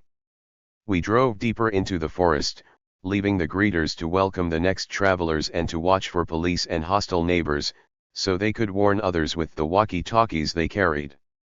We parked and sat in the car to wait out the pelting rain, breaking out our snack food to share and worrying about the weather. Little did we know how relentless the rain would be throughout the week, flooding all community areas and forcing some campers to head home early, including 2 of my traveling companions. They had only brought garbage bags and flimsy tents for protection. Finally the rain let up and Treefrog and I found a spot to set up our tents on high ground above the creek that ran through the campground. Redtail and Lode slept in the car. Evening was falling and some neighbors across the campground road began playing banjo and guitar. I knew dinner would soon be served in the community kitchen, so I pulled out the bags of rice and potatoes I had brought to donate and headed to the center of camp. At the kitchen, campers were chatting in small groups, greeting old friends with hearty hugs, or sitting alone to carve a piece of wood, sew a patch on a jacket, or play music. Kitchen helpers were busy setting out the food made of dumpstered and donated ingredients. Dinner that night consisted of a stew with potatoes, lentils, broccoli, and cauliflower, served over rice with a topping of onions, apples, and squash cooked in butter and accompanied by a chopped salad of lettuce, cabbage, and carrots. We were all hungry and grateful for the hot food and company. I sat down on an old railroad tie under the rain tarp that covered our dining area and struck up a conversation about the weather with those sitting next to me. After dinner another downpour began, so I hurried back to my campsite and gratefully crawled into my waterproof tent where I read by flashlight while listening to the rain and worrying about the rising creek nearby. I woke to the sounds of a tuba, as Kindling, an activist from New York City I had met at a previous rendezvous, walked through the muddy campground in rubber boots playing taps on his tuba and shouting "Wake up campers, so we can smash capitalism." After a quick breakfast of sourdough pancakes with fruit compote and potatoes sautéed in garlic and herbs, morning circle was called. Morning circle is the most important time for making announcements, working out grievances, sharing information, and learning about what workshops will be held that day. This morning circle began with an apology. Local organizers had neglected to include in the welcome packet any information about the indigenous people who originally lived in the land we were on. The participants who were upset saw this omission as the perpetuation of a colonial mindset that ignored the tragic history of Native Americans. One activist had Googled information on her laptop the day before and read to the assembled circle about the Cherokee people who once lived in what was now designated the Pisgah National Forest. The organizers promised to put right their mistake by printing a new set of welcome packets including information on local indigenous cultures and their history. Discussion followed about the need for activists to work towards decolonization, and everyone was encouraged to attend workshops on indigenous solidarity. After this discussion and its temporary resolution, the business of Morning Circle continued. Campers offering workshops that day gave brief descriptions of what they were planning. Organizers provided information about the medic tent and latrines, so newcomers would be oriented to essential safety information. The medic team issued warnings about ticks, copperhead snakes, and poison ivy. Expert climbers from the Earth First Climbers Guild announced climbing trainings for all levels, as well as trainings specifically for women and transgender campers. Everyone was asked to volunteer for meal preparation, dishwashing, digging and maintaining the latrines, working at the medic tent or on 24-hour security, and staffing the front gate. After over an hour, Morning Circle disbanded and we headed off to our workshops, trainings, and volunteer shifts.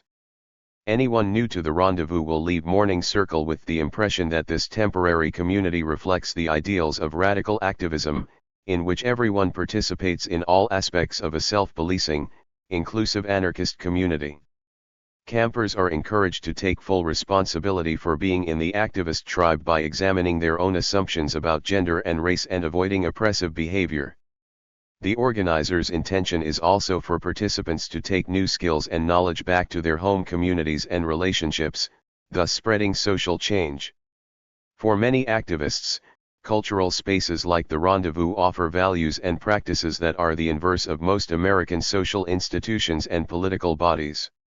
There are no apparent hierarchies or leaders and few rules. Decisions are made by consensus, gender identity and sexual orientation are fluid, and status is conferred on those who have skills, knowledge, and experience, not money or material goods. Activists practice what anthropologist David Graeber calls living utopianism, the idea that radical alternatives are possible and that one can begin to create them in the present. For many activists, Earth First Rendezvous and other similar gatherings, tree sits, and other action camps are about bringing utopian ideals into the here and now. They aim to be the lived utopias of everyday activist communities. Gatherings and action camps offer anarchist alternatives to social institutions and behavior outside activist communities. Such alternatives include self-policing, such as call-outs for abusive and oppressive behavior, as well as aspects of anarchist DIY culture such as medical self-care and mental health self-care. Earth First's 2015 Rendezvous, for instance, included a mad camp for participants.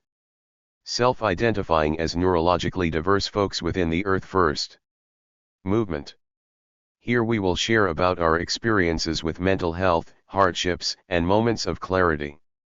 We will brainstorm ways to support each other, while working to dismantle industrial civilization, overthrow capitalism, banish racism, and smash patriarchy.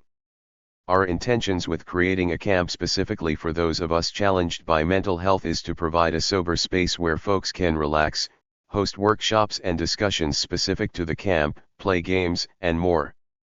In this and other ways, activist spaces aspire to be radically inclusive of participants who might not be welcomed in other kinds of social spaces, or in the case of Mad Camp, might be institutionalized.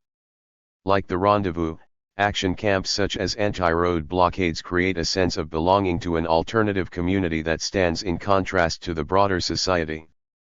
From the bumper stickers in the parking area to the names people introduce themselves with and the way they dress, activists challenge American norms.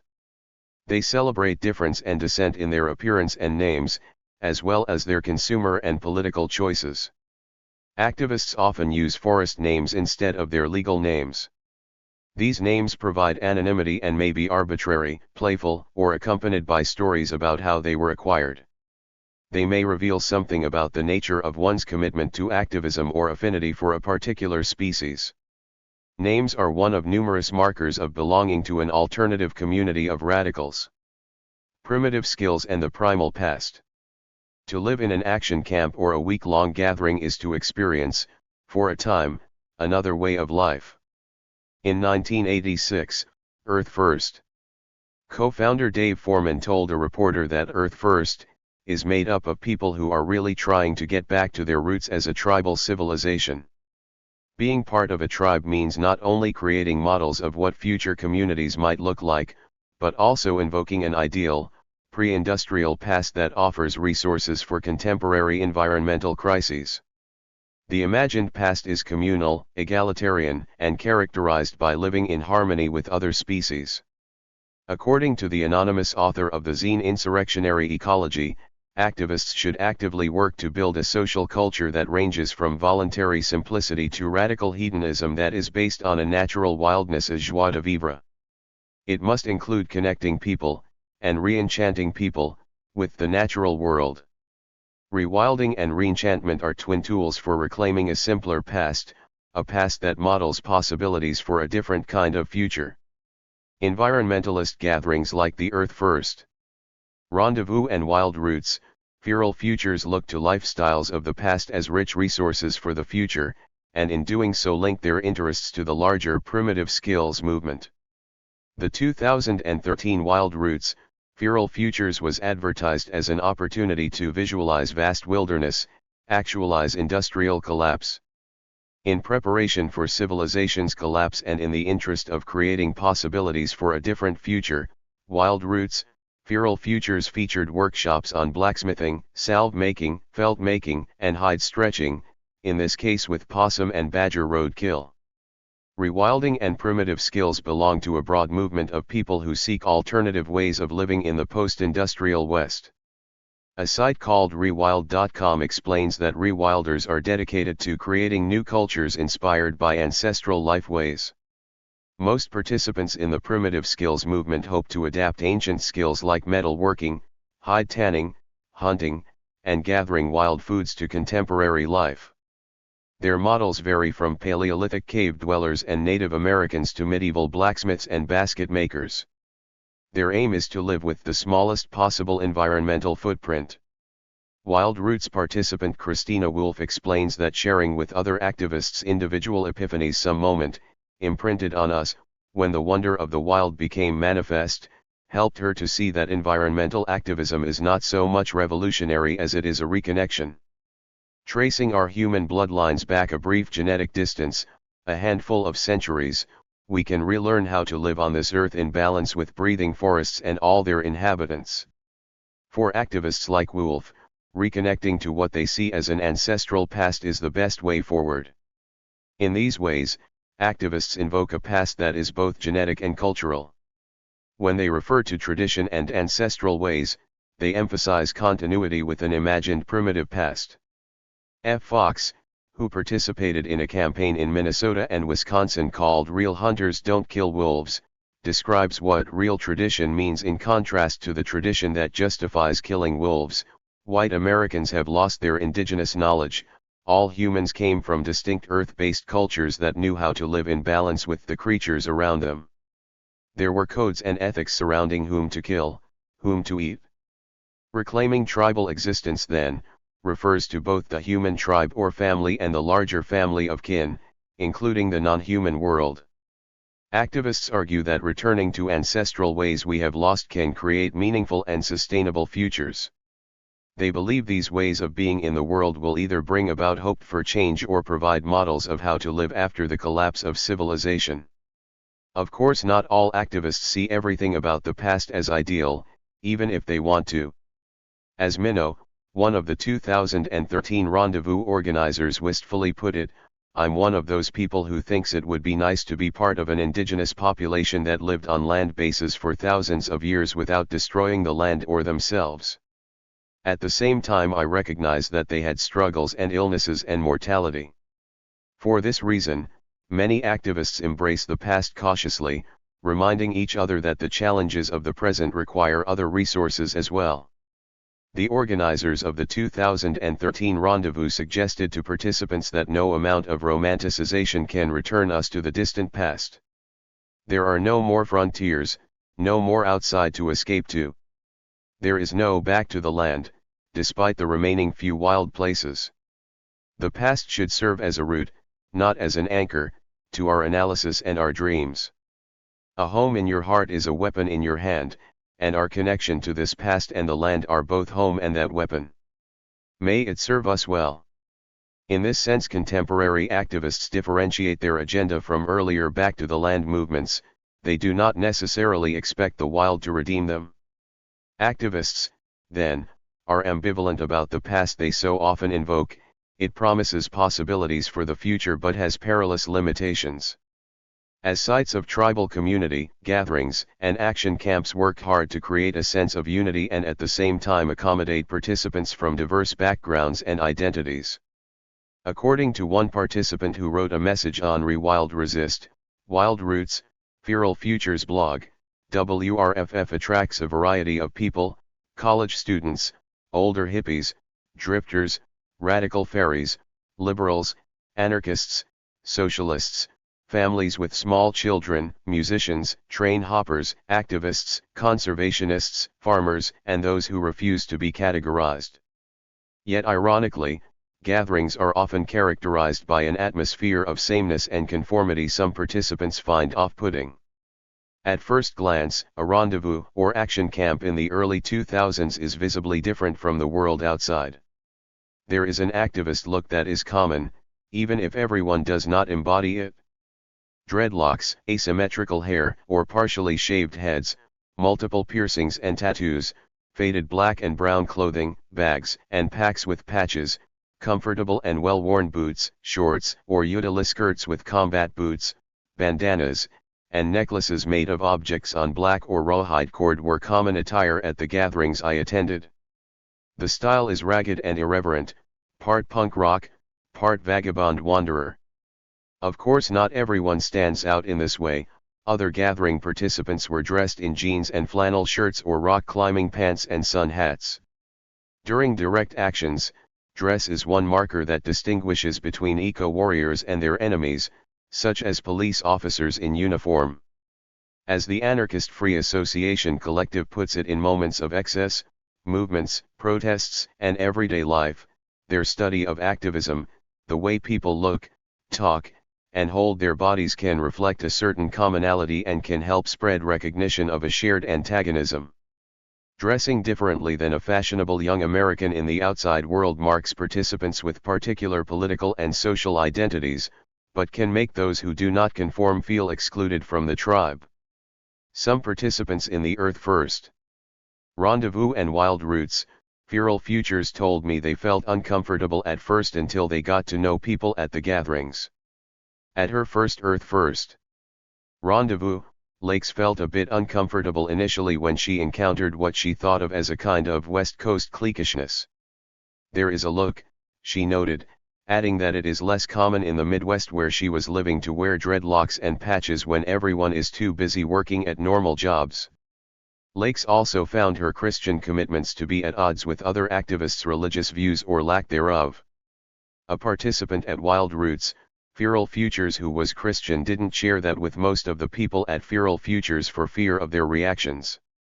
For those who feel part of the crowd, group conformity is an embracing of what makes them ostracized outside activist spaces. For others, feeling included in these supposedly inclusive spaces is a challenge. What are the meanings, then, that activist communities give to concepts of home and tribe, and who decides what the criteria for belonging are? Wayfaring and homecoming. Understandings of home and tribe are dynamic in the lives of many young activists who have often rejected notions of home that characterized their upbringing. Free states are a prime example of how action camps and gatherings become the location of tribe and community for many participants. A free state rejects the ownership of land by private individuals or the government. At the 1998 Minnehaha Free State in Minneapolis, a banner read, "To all who enter here, you are walking on holy ground." The Minnehaha Free State was established by a coalition of groups, including Earth First. and the American Indian movement, to protect 4 oak trees and a freshwater spring sacred to the Mendota-Mdewakanton Dakota from a proposed road expansion. Activists called the protest area a liberated zone. They created tree sits, chained themselves to sleeping dragons, locked themselves to tripods, and moved into houses that were in the path of the highway.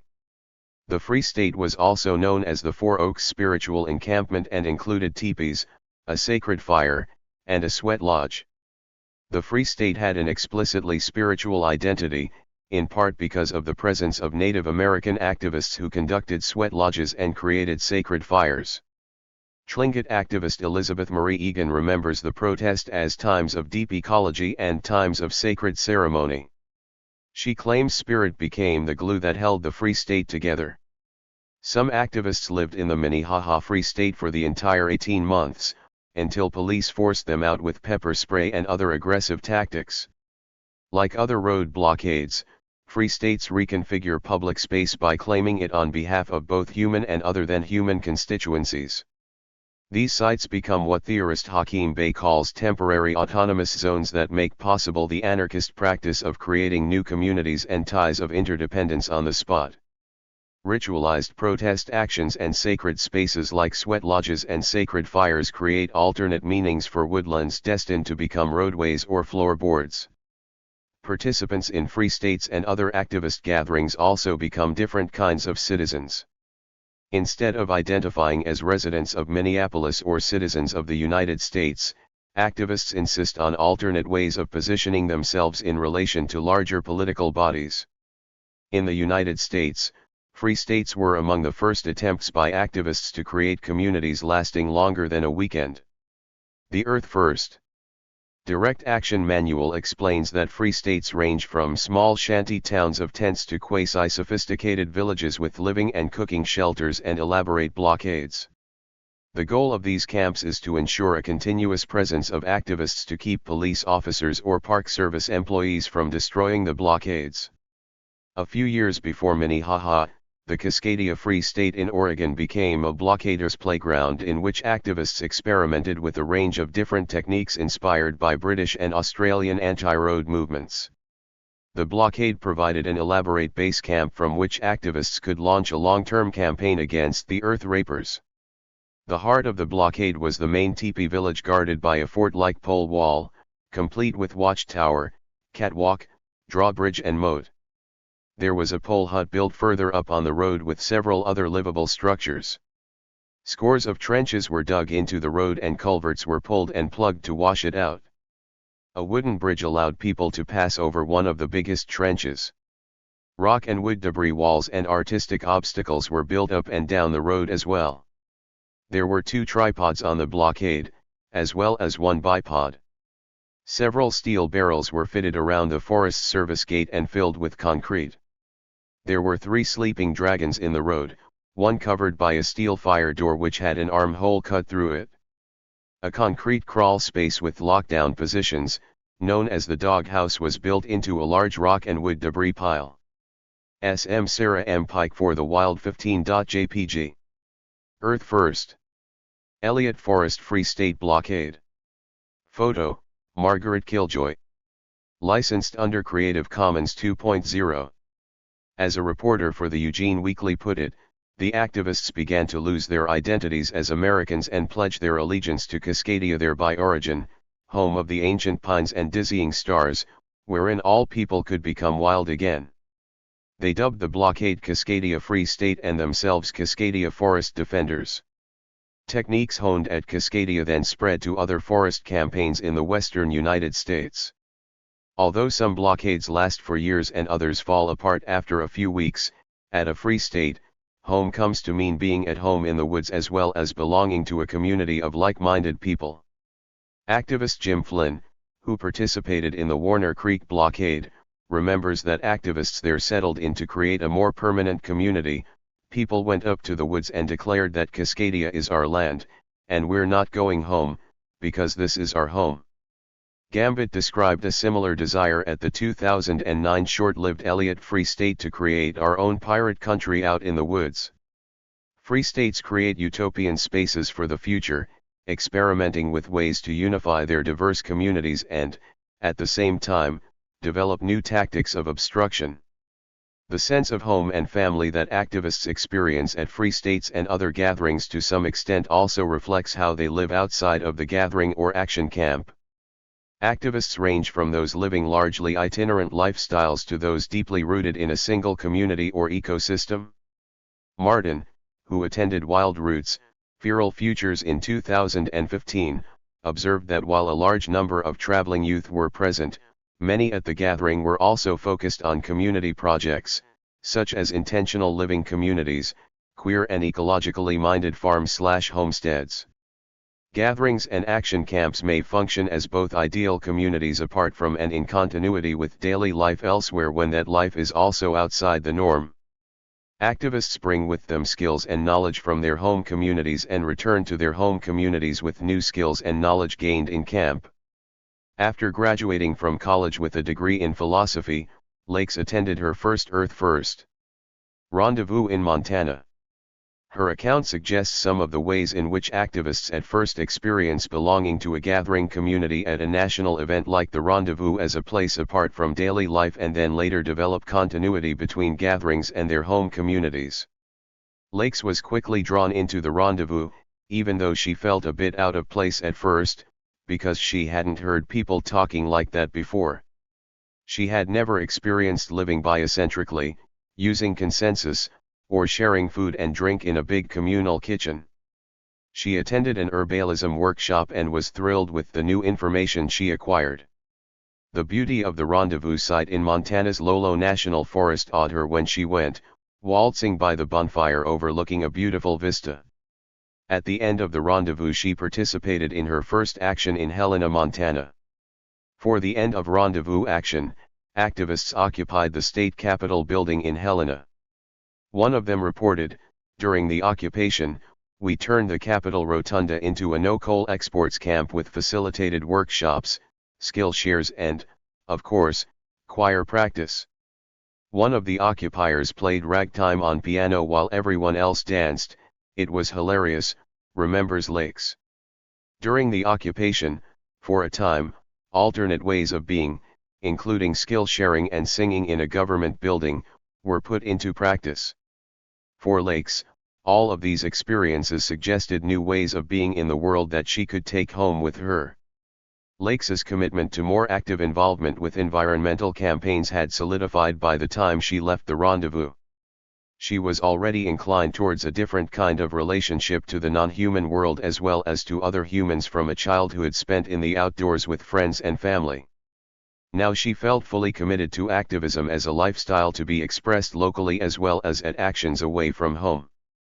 After the rendezvous, she worked for the Earth First Journal, helped with climbing training at the tar sands blockade in Texas, became involved with the Michigan Coalition Against Tar Sands, and started an Earth First chapter in Michigan to fight fracking. Over time her main priorities became wilderness advocacy, especially for roadless areas, and supporting the rights of indigenous people. At the time of our interview, she lived in a communal household that other activists traveled through and in which organizing for actions sometimes took place. The housemates also went dumpster diving and practiced preserving food. When I spoke with her on the phone, Lakes was in the process of tanning a roadkill deer hide. Although still involved with direct action, she is also rooted in place in Michigan where she grew up roaming outdoors and loving bodies of water, where Nordhaus Dune and Sleeping Bear Dune are her special places she visits for spiritual cleansing. Like many other activists, her daily lifestyle involves both putting in place an anarchist community and strengthening bonds with particular landscapes. In contrast, some young traveling activists who participate in gatherings and protests have adopted a lifestyle that is not rooted in particular places. Nomadic youth hitchhike and hop trains, busk, and dumpster dive to eat, own as little as possible, and live off the waste of consumer America. Even early Earth First, ERS-like co-founder Dave Foreman came from rootless backgrounds, according to journalist Susan Zokin, and found a tribe with compatible activists. Martin, an activist who attended Wild Roots, Feral Futures in 2015, estimated over half of the people present traveled at least half the year. Many spoke of the hardships of finding communities that were healthy and functional, and the struggle of finding housing and food while on the road. However, Martin also noted, many people talked about the importance of nomadism in their lives. Freedom of movement and unrestricted travel seemed to be a goal for many people at Feral Futures. Homeless youth drifted through Wild Roots, Feral Futures, and Earth First. Rendezvous, climbed into the trees during the Redwood Wars, and joined the Warner Creek blockade. Some older activists at Forest Actions were dismayed at the influx of homeless youth with no skills or knowledge. But many of them acquired skills along the way and took on important roles during actions. Lily and Johnny were the young hitchhikers I stopped for on my way to Wild Roots, Feral Futures. Their only possessions were small, well-worn backpacks, a 10-gallon bucket of dog food for their dog Pearl, canned goods, and a ukulele and washboard for busking and jamming with friends. Johnny left home at 16 and had been on the road for over 7 years. He lived a vagabond existence, train hopping across the country, teaching other kids how to hop trains, and picking up random work when he needed it. He visited his mother in New Mexico occasionally, but otherwise was mostly on the move. Lily had recently joined him after dropping out of the prestigious Chicago Art Institute. Lily and Johnny are part of a network of feral youth, many of them homeless by choice, fed up with capitalism and the materialistic goals of their generation. Caleb, once a wandering youth, describes his years as a traveler. Being a traveling kid is a pretty feral existence. The whole time my goal also was to learn more about living as naturally as I could, without having to purchase food or clothing. It had a dramatic effect on my view of the world when I suddenly went out and every day had to find somewhere to sleep and food to eat. Gatherings and action camps offer food and company for traveling youth, as well as workshops that provide them with an alternative education. Wilderness protection is not necessarily their central concern, at least not at first. For settled activists like Lakes and travelers like Caleb, living naturally has different meanings. Both try to reduce their environmental impact by dumpstering or processing roadkill, and both model their lives on earlier cultures. Unlike Lakes, who usually had a paying job in her community, young travelers have the least possible involvement in consumer capitalist society. David Graeber observes that teenage and young adult travelers who are runaways or living lives of voluntary homelessness set a kind of romantic standard for autonomous existence, dumpster diving food, refusing paid employment that represents one possible ideal for those wishing to establish an existence outside the logic of capitalism. Because of their rootless existence, they are free to sit in trees and lock down in road blockades for indeterminate lengths of time. These feral youth represent the convergence of activist communities and anarchist youth itinerancy. While some activists model their primitivist impulses on cultures that harbor deep knowledge of the places in which they dwell, others identify with a global activist community focused more intensely on fighting patterns of consumer capitalism. In order to be globally involved as well as locally identified, activists travel to protest spaces around the world. These include climate camps in the United Kingdom and the years-long airport protest village La Paz in France. Climate camps, road blockades, tree villages, and free states transform temporary gatherings into less temporary communities. Global flows of information, experiences, and skills are shared across these various gathering spaces through the movement of individuals, zines and other printed materials, and accounts published online. Some activists have fluid lives distinctly different from others' rootedness in place, though they all tend to be connected through social networks. They may aspire to pre-industrial lifestyles in some areas of their lives, but they remain active participants in networks of the larger environmental, animal rights, and anti-globalization movements. Many of them have online access even if they are homeless and use computers at a local library to check on activist campaigns in France or Australia. Lily, one of the traveling youth I met on the way to Wild Roots, Feral Futures, had a tablet she used for email. Temporary communities at gatherings and protest spaces are always connected to larger networks of others working for social change. Where people come from and where they go after the rendezvous suggests an extensive web of associations and interests that affect and are affected by what happens at gatherings and actions. Exchanges of people and information enrich a community by bringing in new skills and ideas, some more welcome than others. The influx of activists associated with Occupy, an urban phenomenon, created tensions, but at the same time directly connected the Earth First community to urban anti-capitalist struggles. Protest rights and community practices from urban street battles have been transposed onto the woodland settings of anti-extraction and anti-logging campaigns. For instance, at Wild Roots, Feral Futures, a street medic training combined wilderness first responder techniques with medic practices honed in street battles with police. Sharing alternative medical and decision-making structures and tactics across international protest spaces is another way in which activists are creating the world they want to bring into being. But how to go about doing so is fraught with tensions as well as possibilities in these communities. Earth First or anti-oppression. While environmentalist gatherings, free states, and other action camps are intended to be all-inclusive, to facilitate and embody community ideals, in practice they often fall short of these goals. Establishing a place apart from a society many participants have rejected shores up the boundary between activist community and outside world. Activists want to subvert the dominant paradigm, as an Earth First bumper sticker proclaims. However, within gatherings and action camps, living out a new paradigm is a challenge. Activists carry past experiences and inner histories with them into these spaces, including histories of abuse, harassment, oppression, trauma, and mental illness. Green Mountain Earth First, the organizers of the 2016 Round River Rendezvous, addressed this dilemma in Publicity for the Rendezvous. We recognize that the same violence that permeates our relationships with the earth permeates our relationships with each other and ourselves. Eco-liberation equals biocentrism plus deep ecology plus anti-oppression plus solidarity.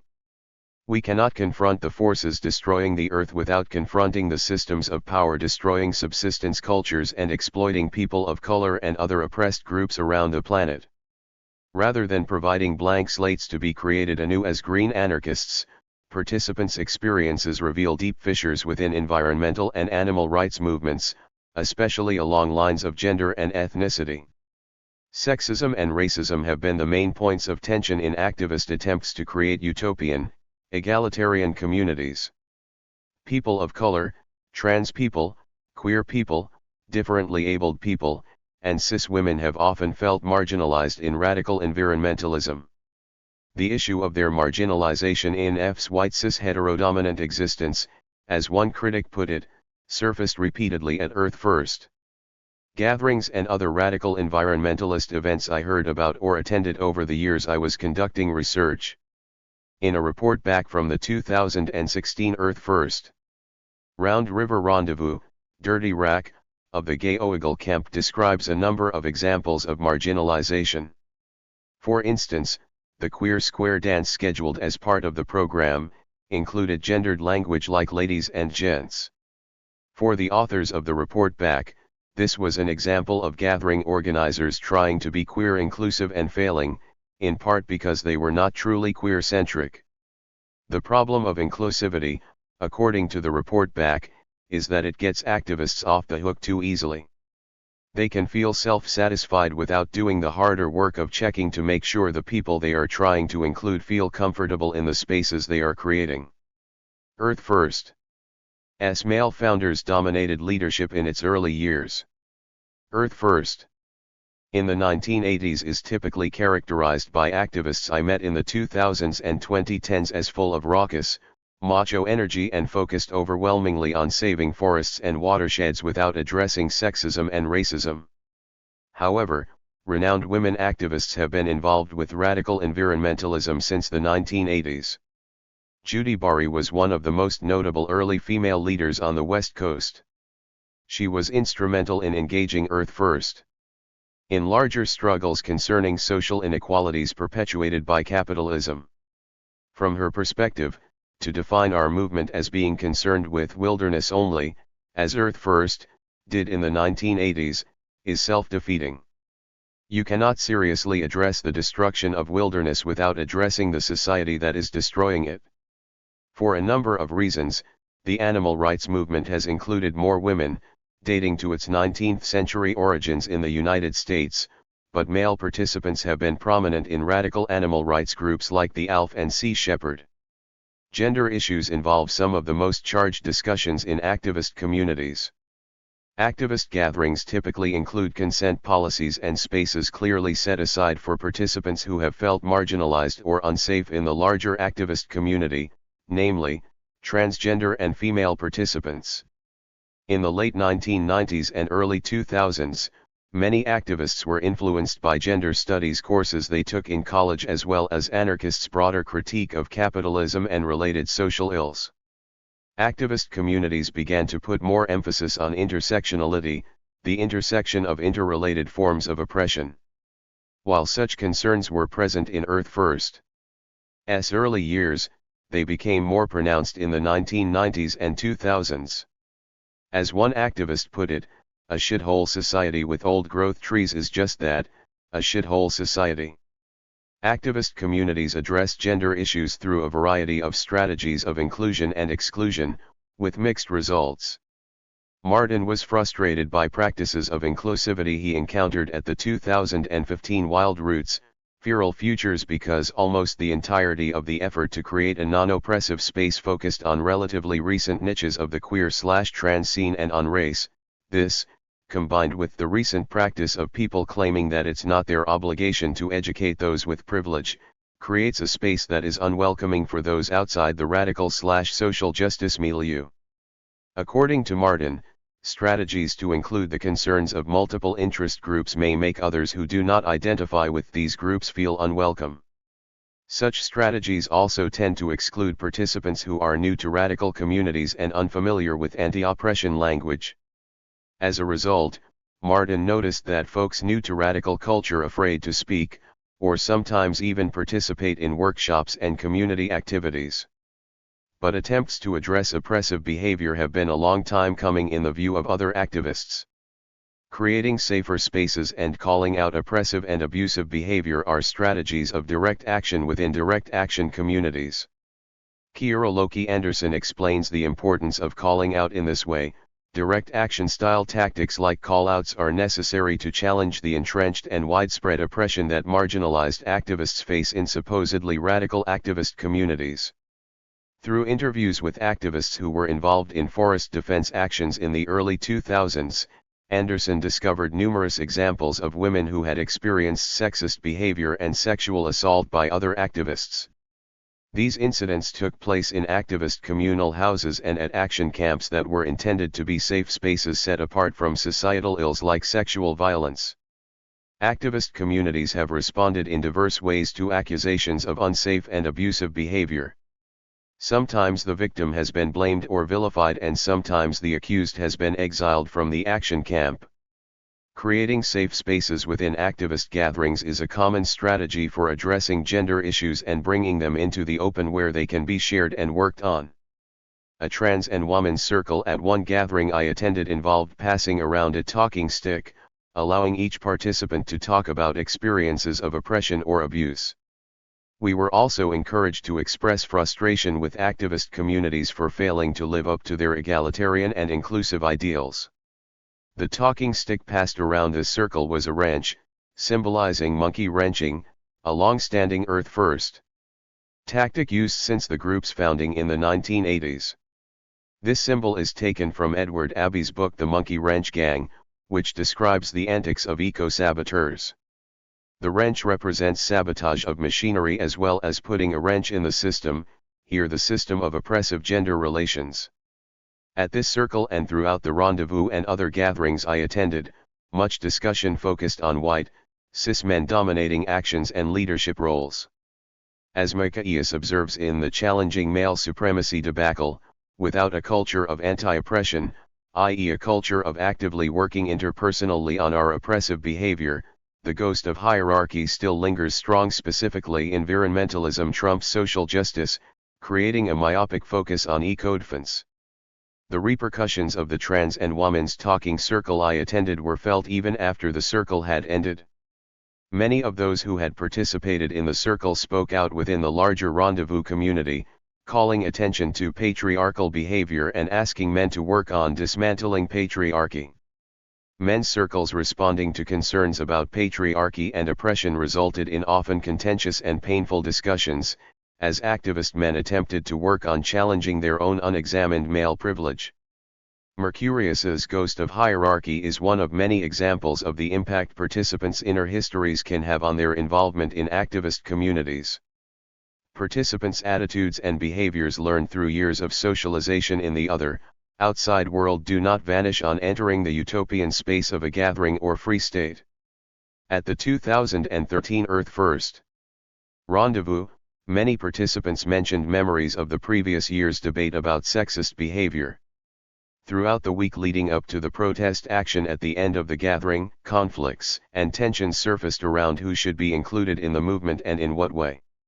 On many occasions during the gathering, a transgender person would express feeling excluded and a female-identified person would confront cis men about dominating conversations. In response, anti-oppression workshops, workshops on challenging patriarchy, and indigenous solidarity organizing were common at radical environmentalist gatherings during my field work.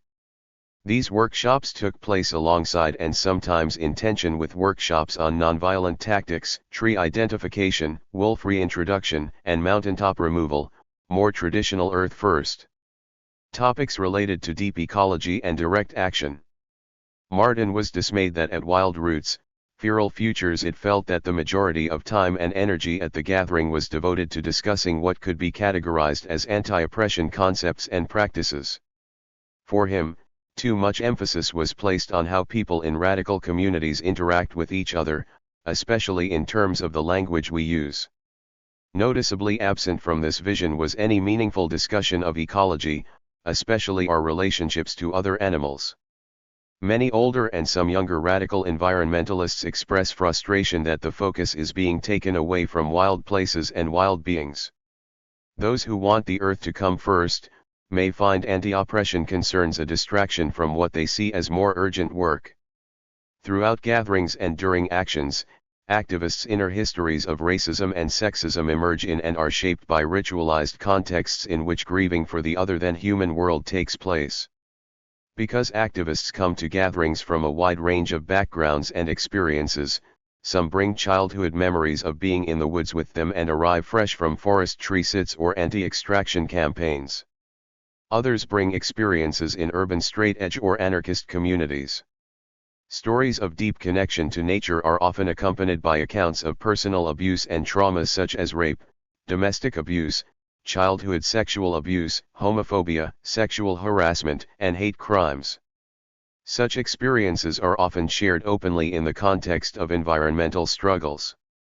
Inner histories composed of memories and emotions from the past that participants bring with them to gatherings and protests, then, shape their experience of the tension between working for the wild and against oppression. Activists' creation of the gathering or action camp as a place apart from and set in contrast to the outside world also influences how these issues are experienced. Memories of deep connections to place or personal suffering, as well as the nature of their conversion to radical environmentalism, shape the heightened emotional responses that characterize conflicts over Earth First or anti-oppression. Decolonizing the movement. In addition to gender, among the most emotionally charged issues are those involving Native Americans and other people of color. Radical activist events that try to embody an ideal egalitarian and inclusive society apart from a capitalist America founded on stolen land are concerned with racism both within and outside radical movements. At Wild Roots, Feral Futures 2012, campers decorated with body paint, wearing masks and carrying torches marched through camp and gathered around a fire. They called the four directions and the rain and made wishes. They declared, "To the earth, to the sky, to the earth," and then after some hoots and hollers, the circle broke and people drummed, sang, danced, got naked, drank whiskey, smoked and howled into the night. A Dine family who had come to the gathering to talk about their local campaign and to learn tree climbing left quietly after the ritual, upset and offended according to one of the participants I spoke with. The following day, people of color at the gathering discussed the offending ritual. I don't understand how all of these white people can run into the forest making up and practicing their rituals when we can't even go into our sacred forest and practice our rituals, objected Sabotage Mahal, who identifies as a woman of color.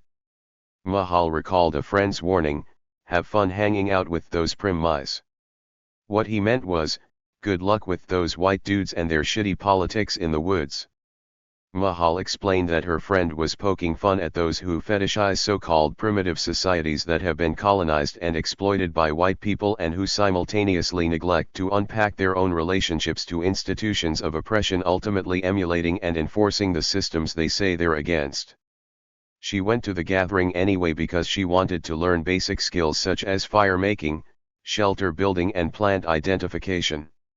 She complained that she came away from the gathering having learned more about oppressive behavior within radical communities. When I attended Wild Roots, Feral Futures the following year, the solstice celebration was subdued and informal. Participants intentionally tried not to replicate the previous year's controversial event. But once again there were conflicts over cultural appropriation of native traditions. This happened the day before I arrived and was explained to me by a couple of different people who had witnessed what happened. A Lakota man who had come to the gathering to lead a workshop noticed a medicine wheel made out of rocks at the site and was offended. He launched into an angry speech about white people who have no awareness of their own heritage and steal native people's traditions. He ended up leaving the gathering. In his wake, ongoing discussions about this incident took place throughout the week and some participants called for decolonizing the gathering.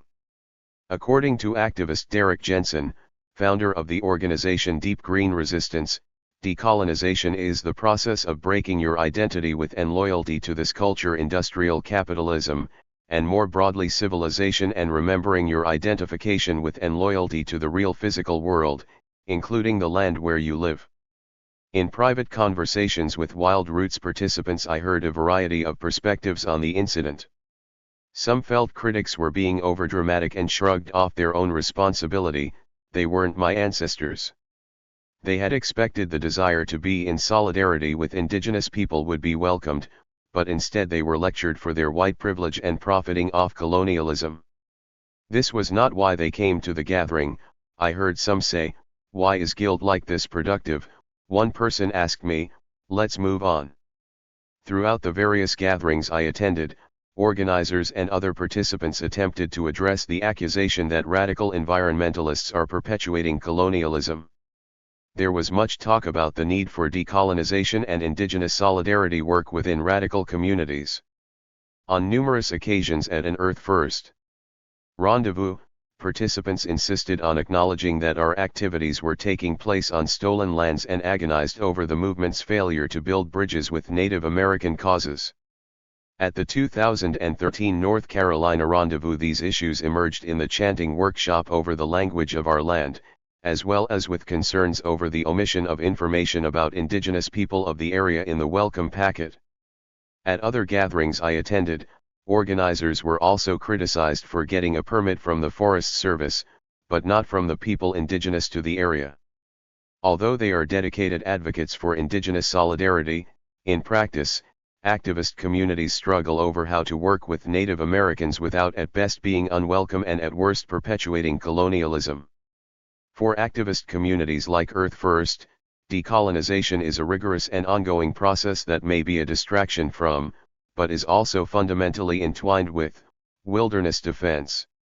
All us parties affected by the same invader need to build stronger alliances, observes activist Rod Coronado. In a workshop I attended on Black Mesa, the largest strip mine in the United States, Turtle told us she had been working with the Dine/Navajo people against the mine for 16 years, why they aren't here is a story we should all know. Turtle identified several issues that had created problems for Earth First, ERS trying to support Native people at Black Mesa. First, they just came in and wanted to lock down not what the Navajo wanted. They acted as if they were more indigenous than the natives. When offered ham and beans, some refused to eat it. This attitude perpetuates the problem, she argued. so activists need to break your vegan itch. Rod Coronado insists that building bridges between animal rights and indigenous movements can begin with not being so fucking judgmental of people who eat animals. Long before there was an animal rights movement, there were indigenous people defending the earth and her animals with their lives. And they still are. Here, a softening of boundaries occurs, when supporting the concerns of other humans takes precedence over identification with non-human animals. The other obstacle to Native American participation that came up in discussions during workshops and in my informal conversations with activists was alcohol. Activists concerned with why more Native Americans were not joining cause with them frequently brought up the issue of drinking in activist communities. Turtle explained that because of the presence of alcohol she would never bring Dine youth to an Earth First gathering. Drinking and drugs have become increasingly controversial at Earth First events, in part out of the desire to create a welcoming environment for Native activists. But participants in recovery are also a factor, as is the presence of animal rights activists influenced by the 1990s straight-edge punk rock scene, in which drinking and drugs were vilified. In 2015, the Earth First Organizers Conference, held near Santa Barbara, California, was alcohol-free. In addition to concerns about alcohol and dietary choices, white privilege continually comes up as an issue when activists try to include people of color in their communities. Many of the experiences prized by activists, such as serving time in prison for animal and environmental causes or living off dumpstered food, have negative connotations for some people of color. In workshops I attended on decolonizing environmentalism, white privilege was examined often in the form of ritualized confession and denounced. In one workshop, a presenter who identified as a person of color criticized that nonviolent shit as well as anarchist beliefs about no national borders or governments. She observed that such beliefs deny the sovereignty of Indian nations. She also identified permaculture and homesteading as problematic since they are further invasions of stolen land. Finally, as an indigenous person from a poor family, she was offended by activists who were proud of doing prison time or being homeless. In an Earth First rendezvous workshop, one participant described a protest at which one of the native guys got angry at the Earth First ERS for protecting trees. Trees can grow back, he said, it's the land and people to be worried about. These examples suggest some of the points of tension between those who prioritize solidarity with indigenous people and others who want to hold firm to the no compromise in defense of Mother Earth that expresses Earth First ER's deep sense of kinship with trees and other species. Such controversies within activist communities are not new in the history of Earth First.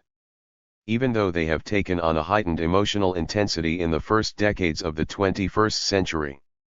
Shortly after Earth First's founding in the 1980s, critiques of racism and misogyny surfaced, as well as differences over whether humans should reproduce, how to integrate animal rights advocates, vegans, and vegetarians into a community that also includes staunch meat eaters, and what to do about crystal-gazing Newagers. By the late 1980s, Earth First founder Dave Foreman and other early Earth First leaders distanced themselves from a movement they believed was no longer putting Earth first, but was overly populated by leftist, anarchist, humanist, class struggle types. As they face many endings in an era of climate change and extinction, some activists continue to emphasize the need to prioritize saving the biosphere over all other issues. All problems are trivial, Paul Watson argues, compared to the one most important issue, the escalating diminishment of global biodiversity. But participants at Earth First gatherings who see social issues as inextricably linked with environmental degradation challenge the biocentric paradigm that has guided the movement. Many of the younger activists I communicated with entered radical environmentalism at what one of them described as a time of transition from the Dave Foreman Rednecks for Wilderness era to the black-clad anarchist street punks of later years. Conflicts over issues concerning transgender people and people of color and tensions around patriarchal and misogynist behavior sharpen and soften boundaries within radical environmental and animal rights movements. Inclusivity does not come about automatically, but necessitates constantly shifting positions about what are appropriate stances and actions. At the gatherings I attended in the 2010s, disagreements over violent property destruction like arson might be heated, but did not usually result in exclusion from the community. Arguing that transgender identity is a social construction, on the other hand, might result in being ostracized from activist communities. Because of the rise of transgender awareness and activism in the 2010s, transphobia has been added to the list of issues radical environmentalists call attention to within their communities. Derek Jensen and Lierre Keith, well-known biocentric activists and founders of the organization Deep Green Resistance, sparked heated discussions in activist communities by their stance on transgender issues. In an editorial statement, the Earth First Journal editorial collective explained why the journal would no longer include pieces written by members of Keith's and Jensen's Deep Green Resistance organization, in light of DGR's continued assault on trans people with language and analysis that denies the struggles of trans people and even goes so far as to deny the value, worth and power of their existence in radical movements, labeling trans people as somehow not real, or as postmodern manifestations of individualism. The Earth First Journal Collective will no longer print or in any way promote DGR material. Anyone suggesting limits on immigration and reproduction for ecological reasons might get a similar response in the second decade of the 21st century. Clearly, who and what is included and excluded has shifted over the more than 30 decades of radical environmental and animal rights activism's history in the United States. Softening and sharpening the bounds of inclusion. Spatial and ritual practices at gatherings and protests reveal some of the ways in which activists are negotiating these internal conflicts and issues. In response to criticism that the summer solstice ritual at Wild Roots, Feral Futures was culturally offensive, the following day a fishbowl was designed to help facilitate understanding of and education about the legacy of colonialism for Native Americans. Anyone who identified as a person of color could join the inner circle of the fishbowl. An inner circle of 7 people then voiced concerns about cultural appropriation and related issues.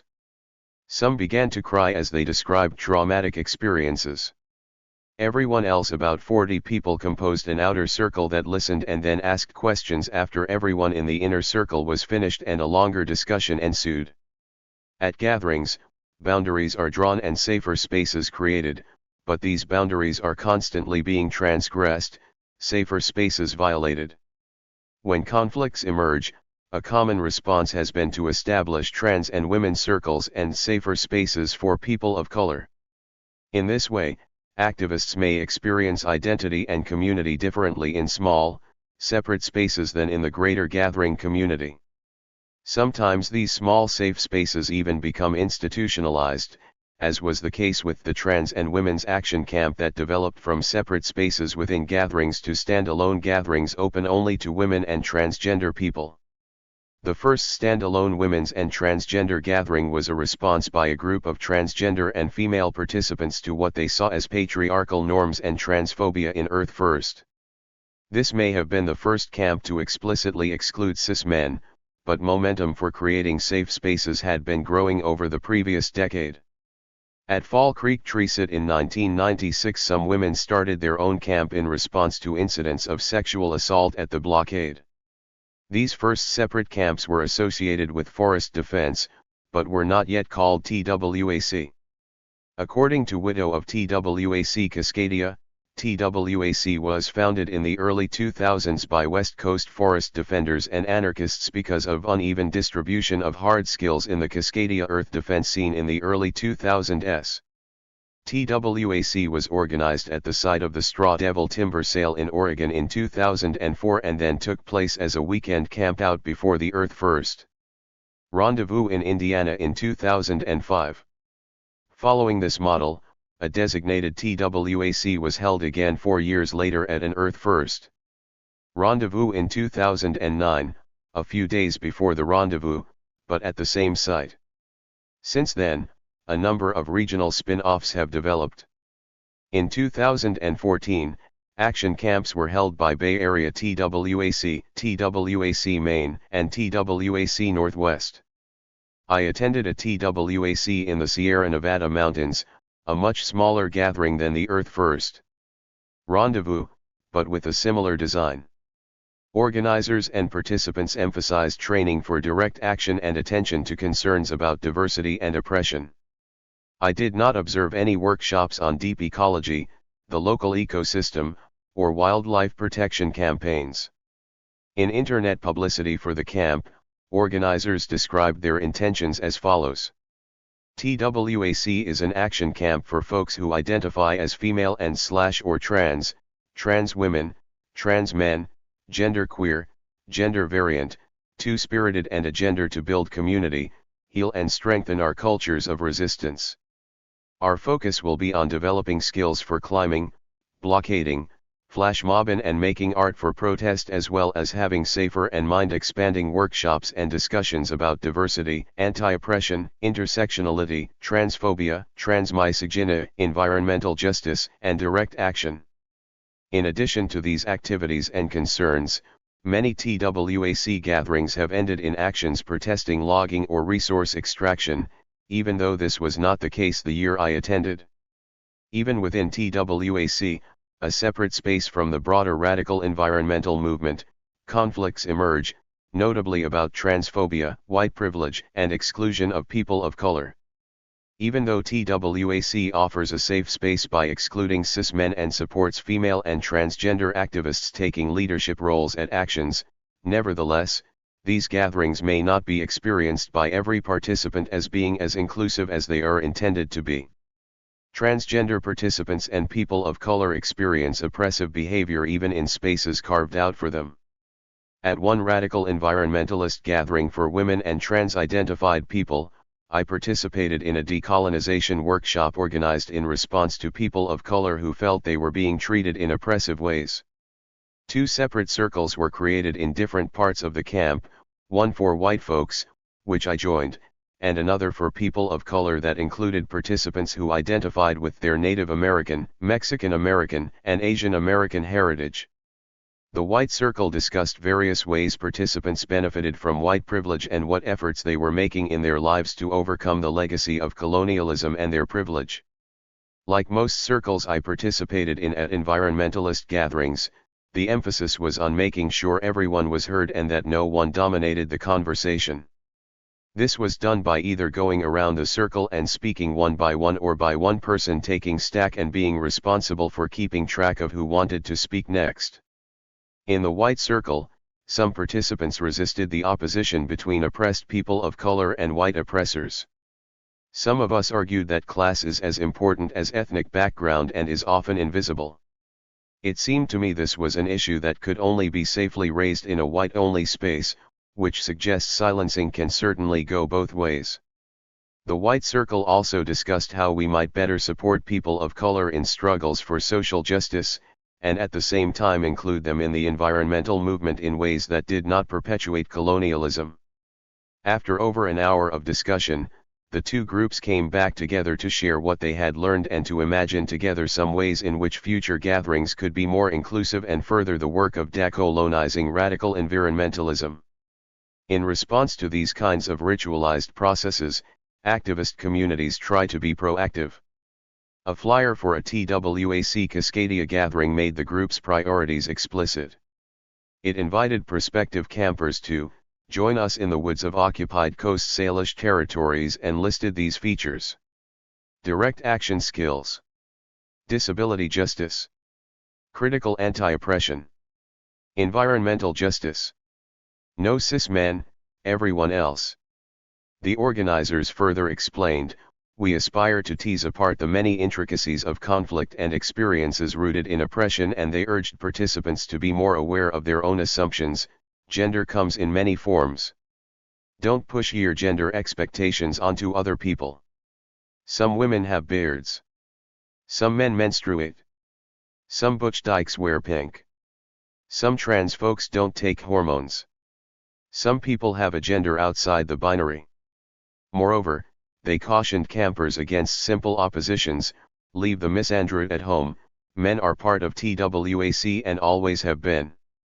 It is okay to vent about men in your life, but blaming all men or all cis men for oppression ignores how cis women and trans people perpetuate oppression as well.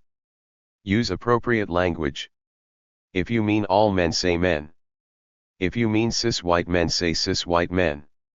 Regardless of these priorities, the organizers acknowledged in their welcome packet that creating an environment free of oppression is impossible because they recognize that we live in a pretty thoroughly fucked up world. Campers bring complicated personal histories and biases with them. One strategic response to conflict at gatherings and action camps is a defensive move, a retreat into smaller, safer spaces within the larger community for those feeling oppressed or marginalized by other activists. For example, the Earth First Rendezvous in the Smoky Mountains featured a chill space for people of color and a special area set aside for a trans and women's tree climbing camp. As one Earth First admitted during a rendezvous morning circle, there are only safer spaces, the boundary of the gathering itself, with guards at the front gate 24 hours a day, spaces set aside for trans and women's circles, camps, and tree climbing, and then spaces within those spaces for people of color. In addition, some gathering organizers differentiate sober from rowdy late-night fires to address the needs of campers who are in recovery, as well as those who want to drink. The practice of creating different levels of safe spaces in which safer and more intimate sharing can happen is seen as essential, even in preparing for large public protests. Clearly there is a tension here in drawing boundaries of separate spaces for women, trans-identified people, and people of color, fracturing the community into smaller, safer spaces, when the goal for most activists is to build a broad and inclusive movement. Activists also created spaces that reified the normal by separating into circles of ritualized self-examination in order for men to dismantle patriarchy and for white people to explore white privilege. As Nell put it in her analysis of gender hierarchy at the 2006 rendezvous, uneasy feelings about gender hierarchy were never effectively communicated to the entire rendezvous, because discussions of manarchists were relegated to smaller circles, the queer/trans circle, the woman's circle, the patriarchy in the movement workshop, and the challenging oppression working group meeting. The tension between the desire to create smaller safe spaces and the need to address oppressive behaviors with the entire gathering community is an ongoing concern. For this reason, in contrast to separating into smaller, safer spaces, the other type of spatial strategy one witnessed at gatherings was an offensive move. This strategy brought open discussion about fraud issues into the largest public gathering spaces such as morning circles. In these gathering-wide spaces, activists told stories, made arguments, and brought about changes. An apology at one morning circle for not including information about indigenous people in the welcome packet was a public response to critique and conflict. Another example of more public, institutionalized responses is the practice of beginning workshops by asking each participant to give their preferred gender pronouns. In this instance, notions of difference and inclusion are expressed and heard, allowing participants to self-identify and avoid everyone having to guess gender identity by the way people present themselves. On the other hand, this practice can be off-putting for those unfamiliar with it. I had never heard of identifying one's preferred pronouns before attending my first rendezvous in 2009. What did I identify with that day? Was there something wrong with being an essentialized she rather than a they? For me, this practice at first felt awkward, like a forced essentialism that did not capture how I thought of myself as a pronoun or otherwise. On the other hand, it made me realize how gender non-conforming or transgender people must feel when categorized as a she or he. They are not, simply because of physical characteristics. In contrast to creating boundaries around safer spaces by differentiating people, one way boundaries are softened is through role-playing. This practice is most common in direct action trainings in which ritualized responses require identification with a vilified group such as police officers. In workshops geared towards end-of-gathering actions, activists take turns playing police officers or angry workers who have arrived at work to find their office doors blockaded. For instance, during a role-play on de-escalation I participated in, One activist played a Texas Republican who could not understand why anyone would fight against American oil self-sufficiency. She entered into the mind of the Republican to try to understand and act out a very different perspective. In this way, role-playing involved overcoming distances between activist and enemy. Without compassion for the police officers' or workers' perspective, nonviolent civil disobedience is not as effective. Other strategies to address oppressive and oppositional relationships include working as allies with specific communities. Such efforts try to avoid further marginalizing the concerns of female and transgender participants and people of color. Solidarity work with Native Americans is common because their struggles often involve environmental issues and endangered species, as well as concerns for sacred sites and land use. Regardless of the many tensions existing between non-native activists and native people, numerous stories in the Earth First Journal and among activists I spoke with attest to successful collaboration. Radical environmentalist involvement with Black Mesa is one of many examples of solidarity with Native American campaigns, even though non-native support has been controversial. In 2013, I was handed a flyer inviting activists to support the Black Mesa struggle for non-indigenous defenders of mountains and earth. This is an opportunity to work with and for Native Americans most impacted by colonialism and corporate-sponsored environmental injustices on the front lines on their terms. In a similar expression of solidarity with indigenous causes, Earth First activists in Minneapolis joined a coalition of Anishinaabe people trying to prevent wolf hunting. Although the Earth First ERS acknowledged they are of European heritage, as are the wolf killers, one of them invoked their ancestral past in another way. Some kind of fundamental agreement is being broken, an understanding that goes back past Jesus, past Rome, back to a time when our ancestors lived side by side with the wolves of old Europe. In these acts of solidarity, white activists disidentify with other white Americans and try to usher in a less oppressive society that challenges the legacies of colonialism. Radical activists partner with other organizations and movements with which they have common cause. In the Earth First Journal, at gathering workshops, and during the annual Earth First Rendezvous by Original Roundup, activists share stories of working in support of or in coalition with a wide range of groups, including Catholics as well as Native Americans. An activist who was at the tar sands blockade in Texas described to me his surprise at a local Baptist church that opened its doors and welcomed tar sands activists. The pastor was a former anti-nuclear power activist and gave a sermon supporting direct action and civil disobedience. As the blockade went on, several activists lived with people from the congregation. Some activists at the 2013 rendezvous also attended Witness Wednesdays, organized by the National Association for the Advancement of Colored People in Raleigh, North Carolina. These examples complicate the anti-Christian rhetoric so common among activists. In practice, then, religious as well as ethnic and class boundaries are crossed or blurred. Activists fighting mountaintop removal in Appalachia provide another example of coalition building and cooperation with local communities. Following in the tradition of Judy Bari and other Earth First ERS who tried to forge common cause with loggers in Northern California, the Radical Action for Mountain People's Survival campaign in rural West Virginia addresses local communities directly on its website. As predominantly outsiders in these communities, we are in a position of privilege. Our work here is guided by local residents whom themselves may not walk onto a mine site, but do support direct action in the coal fields. In solidarity, we offer our resources, our networks, our time, our bodies, and our personal freedom to this struggle. In a similar fashion, activists with Rising Tide, a group founded by Earth First ERS, shut down the port of Vancouver, Washington in 2013, in solidarity with the International Longshore and Warehouse Union that was fighting a new oil terminal.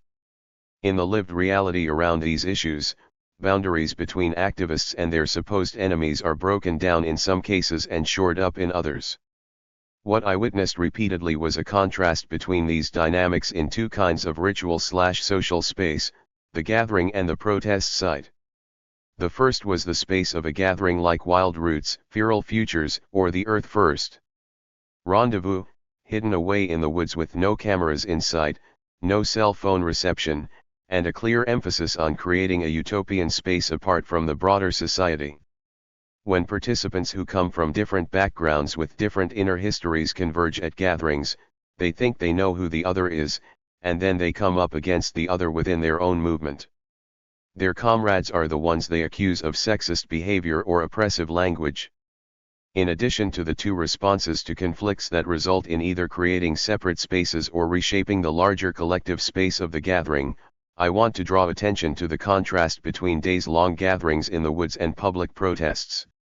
On the last day of the 2013 rendezvous, everyone departed before dawn in a long caravan of cars heading towards an undisclosed protest site. Leaving the forest behind, our destination was a manufacturing plant for chemicals used in hydrofracking. Workers arrived that day to find both entrances to the plant blocked by two activists sitting in tripods.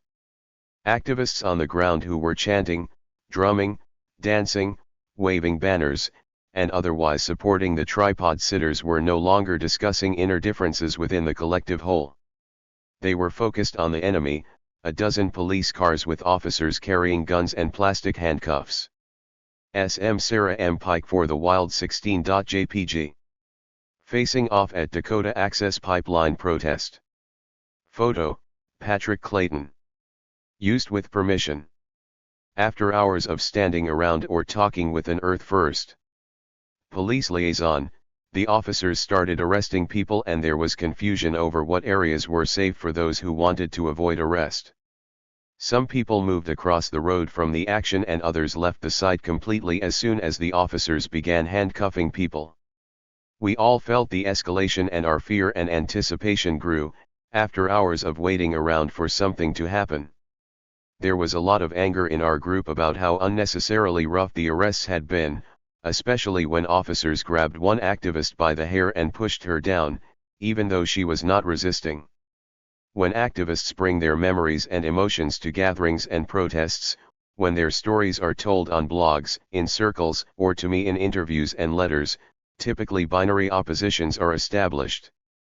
The wild is everything of value and the other is police officers, civilization, Christianity, the logging or oil companies that destroy wild places, or patriarchy and sexist men. At public protests, no one criticized chants or called for creating separate spaces for those feeling silenced or oppressed. Drama and danger, heightened emotions, and a sense of collective identity prevailed. Everyone was unified against the police and fracking chemical plant owners.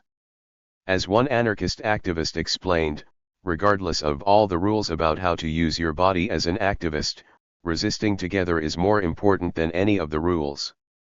Resisting together in public protest spaces tends to dissolve differences that are more apparent in activist-only sites like remote gatherings or small action camps.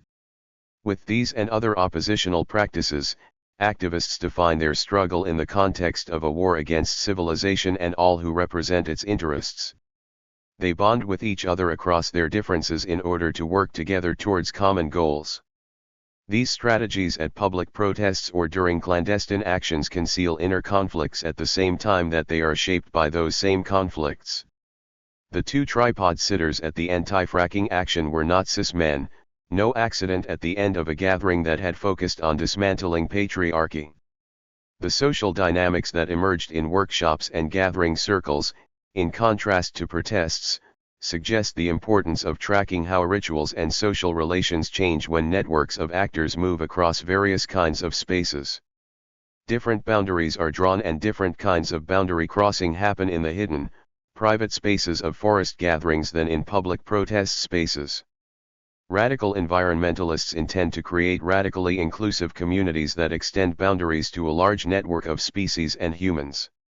Yet in practice these rituals exclude in at least two ways. Even when they try to be explicitly inclusive of people of color and transgender people, they are experienced by some participants as exclusionary. Moreover, gatherings and protests always explicitly exclude radical environmentalists, others, capitalism, corporate America, law enforcement officers, oil company workers. These enemies are always positioned in contrast and opposition to the wild, to Mother Earth, pagan religions, and indigenous communities. Although I wanted to linger, I drove away from the 2013 Earth First Rendezvous and back to my non-activist life. I wrote the following in my field notes: we enjoyed the intimacy of strangers so common at activist gatherings, a shared experience together. In a beautiful wilderness setting we talked about what's wrong with the world out there, tried to address the parts of the outside world we have brought with us and tried to create new kinds of relationships, learn new skills. Some people leave for Rainbow, others leave for the tar sands blockade in Utah. I can see why moving from one event to another, from one activist space to the next would be attractive. Gatherings and actions do more than attract, they offer rare opportunities to connect deeply with other beings, critique social ills, engage in self-criticism and self-transformation, learn concrete skills, create the kinds of communities we want to live in, and engage body and soul in direct actions geared towards change. The sense of being part of a shared struggle is generated both from working together over internal conflicts and from facing off against the enemy. Both experiences occur in the context of a sense of urgency in the face of mass extinctions and impending planetary disaster.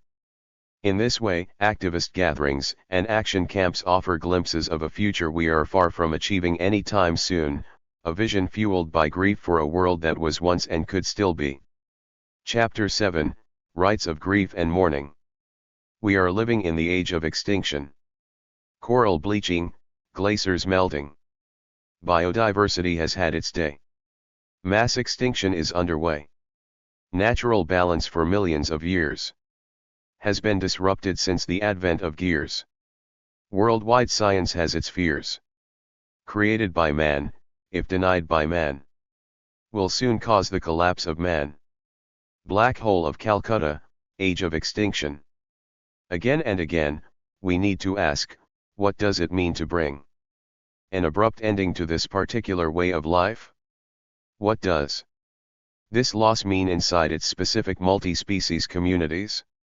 How are we called into responsibility here and now, and how will we take up that call? Tom Van Doren, Flightways, Life and Loss. At the edge of extinction. In the damp, leafy Allegheny forest of western Pennsylvania, I was taking advantage of a break in the rain to browse in the distro area across the road from my campsite at Earth First. 2012 Round River Rendezvous. Amid copies of the Earth First Journal, buttons, bumper stickers, zines on deep ecology, herbal medicine, anarchist thought, and memoirs of actions, was a simple 4x6 woodcut print. The downcast profile of a young woman with a braid and brimmed cap is turned toward a highway with a dotted line down the middle. Splayed out on the highway are two animals that look like a coyote and fox, roadkill lying helpless and abandoned, dead on the road. A caption over their bodies reads, "Sometimes the grief is too hard to bear," and the heading in larger letters below the image is Weltschmerz. The image moved me, and I took a copy from the stack. Every time I look at it, I feel the grief and shame the destruction caused by roadways brings and the emotion behind activists' anti-civilization comments, as well as the reason some of them eat roadkill. The image I found on the distro table draws attention to the everyday destruction of other species, endangered or not, by human activities. In this and many other instances, activists draw attention to the hidden costs of contemporary life and reveal the motivating emotions behind their anti-civilization rhetoric: empathy, love, grief. Like the woman in the image, they choose to turn towards what is unbearable, putting grief into words and actions. This means not only paying attention to the everyday destruction of other species, but also to mass extinction. The print took an intimate moment of one activist's encounter with dead animals to suggest a more powerful grief about the impact of human life on the lives of other species with which we share the planet. Radical environmental and animal rights activists mourn for non-human others in a variety of ways that both express their kinship with these others and strengthen their commitments to radical causes. In the context of activism, grief is an overwhelming sense of loss and sadness, often felt viscerally in one's body for the bodies of others who are suffering or have died. Grief is a central influence in conversion and commitment to activism. It is both an expression of deeply felt kinship bonds with other species and a significant factor in creating those bonds. In this chapter I explore the role of grief in environmental and animal rights activism within an apocalyptic context in which activists are engaged in a war for the wild and for the animals that involves martyrdom and self-sacrifice.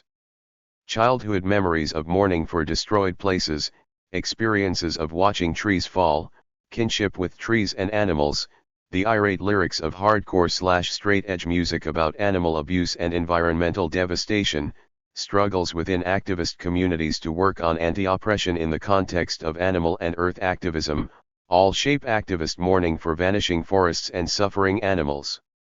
The presence of intimate others in childhood memories and forest action camps and the experience of meeting the eyes of mink in cages before liberating them, go hand in hand with a powerful sense of loss over their absence/death.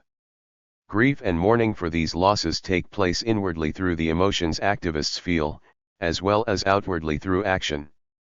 Activists' actions as well as their inner histories both express and constitute grief at protests. Their very participation in protests is part of an ongoing process of remembering the dead and disappearing, including those who are intimately known or the more abstract dead of the sixth extinction. In the sixth extinction, exacerbated by climate change, about 40% of all amphibians and a quarter of all mammals are considered endangered, among a host of other endangered species. In this extinction, humans are the asteroid, to borrow Elizabeth Colbert's phrase, and are likely to have catastrophic effects on many different species, not unlike the extinction of dinosaurs at the end of the Cretaceous period that was caused by an asteroid.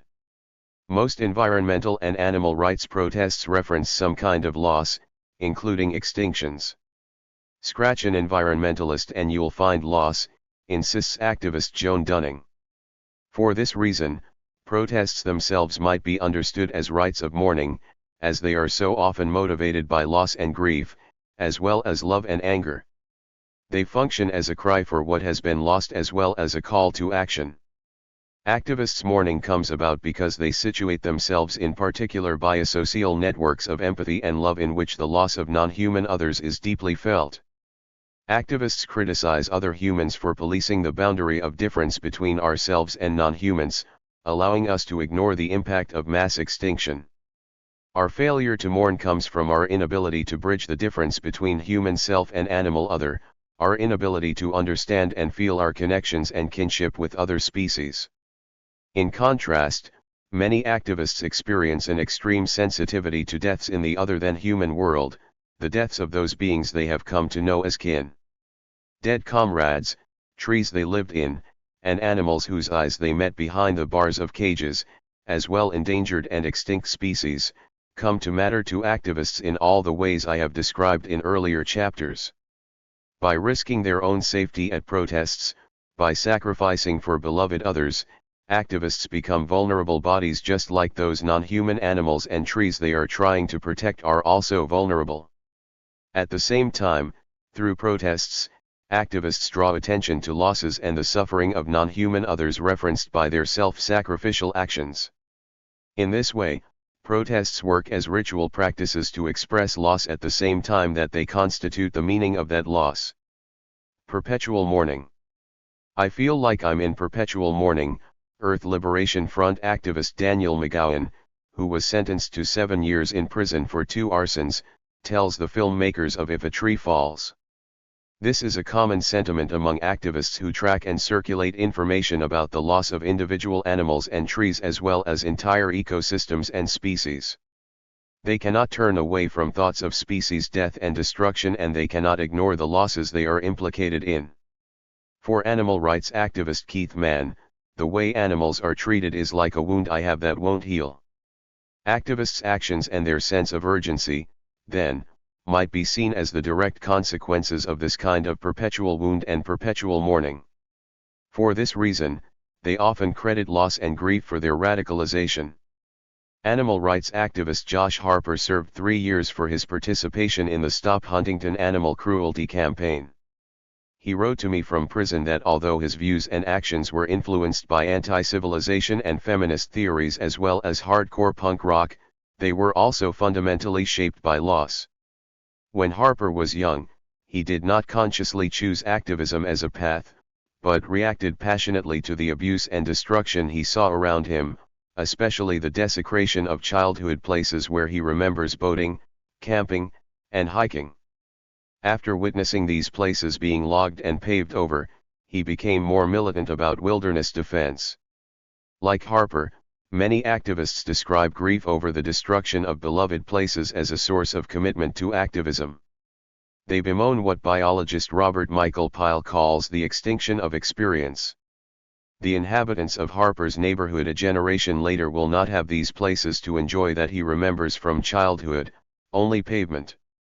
In addition to valuing other species for themselves, activists also imagine the experiences other people will not have because of the places and species vanished from the earth. In 2000, long before the SHAC indictments, Josh Harper was on a boat off the Olympic Peninsula in the Pacific Northwest trying to stop a maka whale hunt. His boat was boarded by the Coast Guard and he was issued a subpoena to appear at a grand jury investigation. The grand jury was investigating Animal Liberation Front and ELF actions he had vocally supported, although there was no evidence that he was involved in any of these actions. Harper refused to cooperate with the grand jury and explained why, first and foremost, this world is dying. All that is beautiful about the world is being destroyed and paved over. The animals are being either killed or turned into machines for human consumption. Harper's story suggests the ways in which childhood memories of beloved and destroyed places and ongoing awareness of environmental devastation and the suffering of other animals motivates activists. The contrast between a beloved wild landscape and the parking lot it becomes, or a wild mink and the fate of its caged brethren, is what makes activists keep fighting. SM Sarah M. Pike for the Wild 17.jpg. Old growth clearcut in Oregon. Photo, Francis Etherington. Licensed under Creative Commons 2.0. In a letter to the Earth First Journal, an activist named Chris describes how loss of a special landscape was directly responsible for his becoming involved with direct action. Chris lived at the end of a dead-end street surrounded by woods until a lumber yard came in with trucks, chainsaws, and bulldozers and destroyed everything. I went to my window to stare into the lush, dark green of the beautiful woods as I had done all my life. This time there was only bare dirt. Chris wept and then decided, now you know what to do with your life. Transformation of a wild landscape into something alien affects a transformation within activists. Activists' transformations result in a turning towards, rather than away from, the deaths and suffering of non-human others. Activists feel compelled to make their predicaments visible and act through tree sits, blockades, and animal liberation to prevent further losses. Activists' grief is the flip side of their love for and identification with non-human others. They react to the visual absence of those others or visible signs of the damage done to them. For Chris and Harper, the damage was to places they had lived in for years. But for many activists, the desecration of forests where they have come to protest, among trees they have come to know, even just for a few weeks, creates a similar sense of loss. Merrow recalls a tree sit eviction in which there came a machine that prepared the ground for the cherry picker. Another activist locked himself to a branch with a lockbox and Merrow was sitting behind him to support him when I heard chainsaws and the first tree falling to the ground. It was a tree in which Merrow had been constructing a treehouse, a 200-year-old oak, which I had totally fallen in love with. Knowing the tree personally made the eviction much worse. It sounds horrible when a tree is hitting the ground. It is the moment when you realize it is too late that you cannot make this unhappen and that the tree, which you know so well and which has become your friend, is now dead.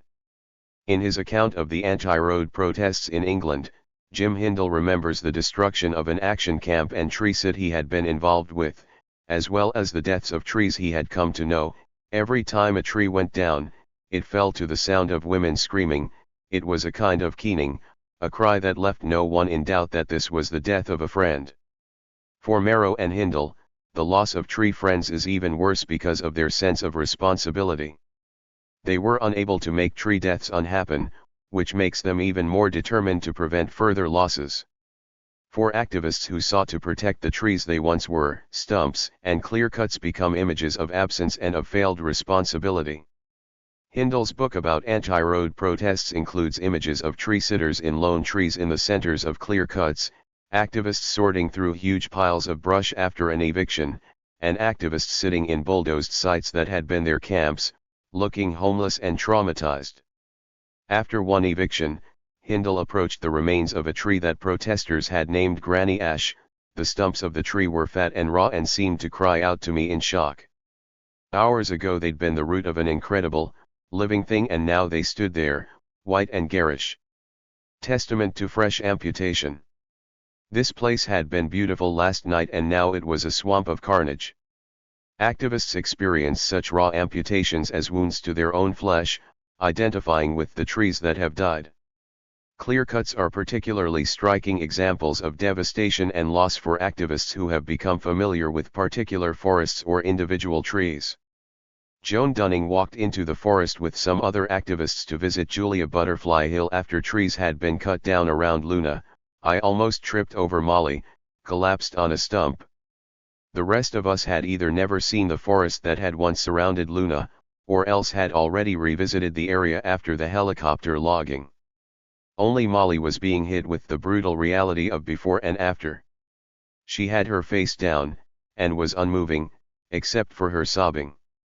Eric McDavid, who served 10 years in prison for his participation in planning ELF actions, recalls the shock of walking into a clear cut. It was like walking upon an open wound, one which I was experiencing in my own body, destruction that is often hidden from us. This kind of visible loss, viscerally felt, is the inverse of what environmental humanities scholar Tom Van Doren calls the dull edge of extinction, in which what is lost is less visible because the disappearance of species has taken place over such a long stretch of time. These activists experience the sharp edge of extinction. They have intimate knowledge of the devastation of forests, the deaths of trees they have known, and animals whose habitats have been destroyed. How protests make loss and grief visible. Activists depict absence, suffering, destruction and loss through artwork, photos, videos, and written descriptions. They bring public attention to what is otherwise hidden, the hunting of predators like mountain lions and wolves, the killing of seals and whales in remote places, and the abuse of beagles and primates in research facilities. They rally support through the outrage provoked by videos of seal slaughter and experimentation on beagles in laboratories or images of clear-cuts and land bulldozed for oil pipeline construction. Media exposés, undercover videos of animal abuse, videos of activists being beaten or pepper sprayed, these are all strategies in the struggle to shape public opinion. These strategies make logging companies and animal researchers into evildoers and eco-warriors into saviors of animals and the wild. Activists aim to disrupt and shift public perceptions of logging and animal testing by making the victims of these practices visible as objects of grief. For many activists, grief about clear-cuts and roadkill functions as what photographer Chris Jordan calls a powerful doorway. While Jordan hopes his Midway photographs of dead baby albatrosses full of plastic detritus from Midway Atoll will arouse grief in the viewer, so too do activists hope to affect others with their actions that make losses and suffering visible. From their perspective, civilization stands on the often invisible foundations of coal, oil, and gas. Moving up from those invisible depths, you pass through a jumble of supporting horrors: battery chicken sheds, industrial abattoirs, burning forests, beam-trawled ocean floors, dynamited reefs, hollowed-out mountains, wasted soil. Finally, on top of all these unseen layers, you reach the well-tended surface. Activists insist that we ask what other, hidden, suffering makes our lives possible. Although Julia Butterfly Hill saved the redwood tree Luna through her highly publicized 2-year tree sit, about a year after she came down from the tree, someone vandalized Luna, chainsawing a big gash in her side. Because of Hill's and Luna's previous fame, the story was covered by major news outlets. Hill was bereft when she learned of the damage, Luna is the greatest teacher and best friend I have ever had. I gave 2 years of my life to ensure that she could live and die naturally. But 2 years is nothing compared to the 1,000 years she has lived, providing shelter, moisture and oxygen to forest inhabitants. It kills me that the last 3% of the ancient redwoods are being desecrated. I feel this vicious attack on Luna as surely as if the chainsaw was going through me. Hill grieved for Luna and held a healing ritual for her friend. She treated her with a mixture of herbs and clay, packing clay into the gash. A medical team of forest ecologists stabilized the tree with steel cables and braces since the damage would not kill it, but would make it more vulnerable to toppling over in a storm. In a poem called Luna's Cut, Hill writes, "I heard today. Luna's been cut. The pain I feel right now that threatens to rip me apart is the pain I feel every time I see an ancient elder cut. The pain I feel every time another species goes extinct. Chainsaws to sacred beings. When do we begin to look at where this disease begins? In the disconnection from the sacred. In the disconnection from the heart. The person who ripped metal into Luna's flesh is just as ripped apart inside as Luna now is. As I now am. As is the world. May the tears that pour out from the depths of my soul cleanse the sadness of any who would wish to react in rage. The person who so viciously attacked Luna has enough anger for the world." Luna survived the attack, but Hill is reminded by her injury that other species continue to go extinct. By attracting news media attention to her grief over Luna's wound and her attempts to heal the tree, Hill demanded that suffering and loss of other species be made visible. For Hill, the act of the individual who wounded Luna exemplifies greater destructive acts committed by humans against other species. Mourning the intimate dead and distant extinctions. Julia Butterfly Hill's concern for Luna's wound, Josh Harper's witnessing of a beloved wild place paved over, and Jim Hindle's encounter with the stumps of former tree friends are on one end of the spectrum of activists' sense of loss, close up and personal. But entire species that are threatened and endangered become important to activists too, just like the trees and animals they have known as close friends. There is a clear connection between the demise of places and beings activists have loved and their more general sense that the world is dying. For activists, campaigns to save specific places such as old-growth redwood groves are important not only in and of themselves, but also because they are small battles in a larger war against the onslaught of development around the world. In a poem entitled New Chimney Farm Bedtime Stories, poet Gary Lawler sees it this way. This morning the field is full of trucks, tractor trailers with pieces of a house soon to stand where last year there was forest. This morning the turtle who spent the week laying eggs in the sand beside the road lies crushed on the pavement, eyes open, still breathing, and just yards down the road the squirrel has already died. These are the first signs. We leave the earth a cleared place. Spaces where the woods were. Spaces where the turtles were. What becomes of the world with us in it? For Lawless, these local signs tell us of greater tragedies caused by humans and the likely outcome for a world with us in it. To understand our clearing of the world, activists invoke scientific research, especially on habitat destruction and extinction rates. In 2010, the Earth First journal dedicated 2 pages to a species obituary, although the author, Aguamala, notes, much larger lists exist, none can ever be complete. The roll call of species sacrificed on the altar of industrial civilization grows by at least 6 organisms every hour. The obituary includes birds, moths, toads, flowers, and mammals, among others. 7 species are highlighted with information about specific conditions caused by humans that led to their extinction: loss of habitat and breeding sites, hunting and poaching, toxoplasmosis carried by feral cats, pollution, and overfishing. Aguamala observes that a part of all living beauty and inspiration dies with the Alala crow, and the extinction of the Holdridge's toad in 2007 leaves a hole of sorrow. For most activists, imagining extinction comes easily, in part because of first-hand experience of the loss of beings and places they cared for whose disappearance is visible and viscerally felt.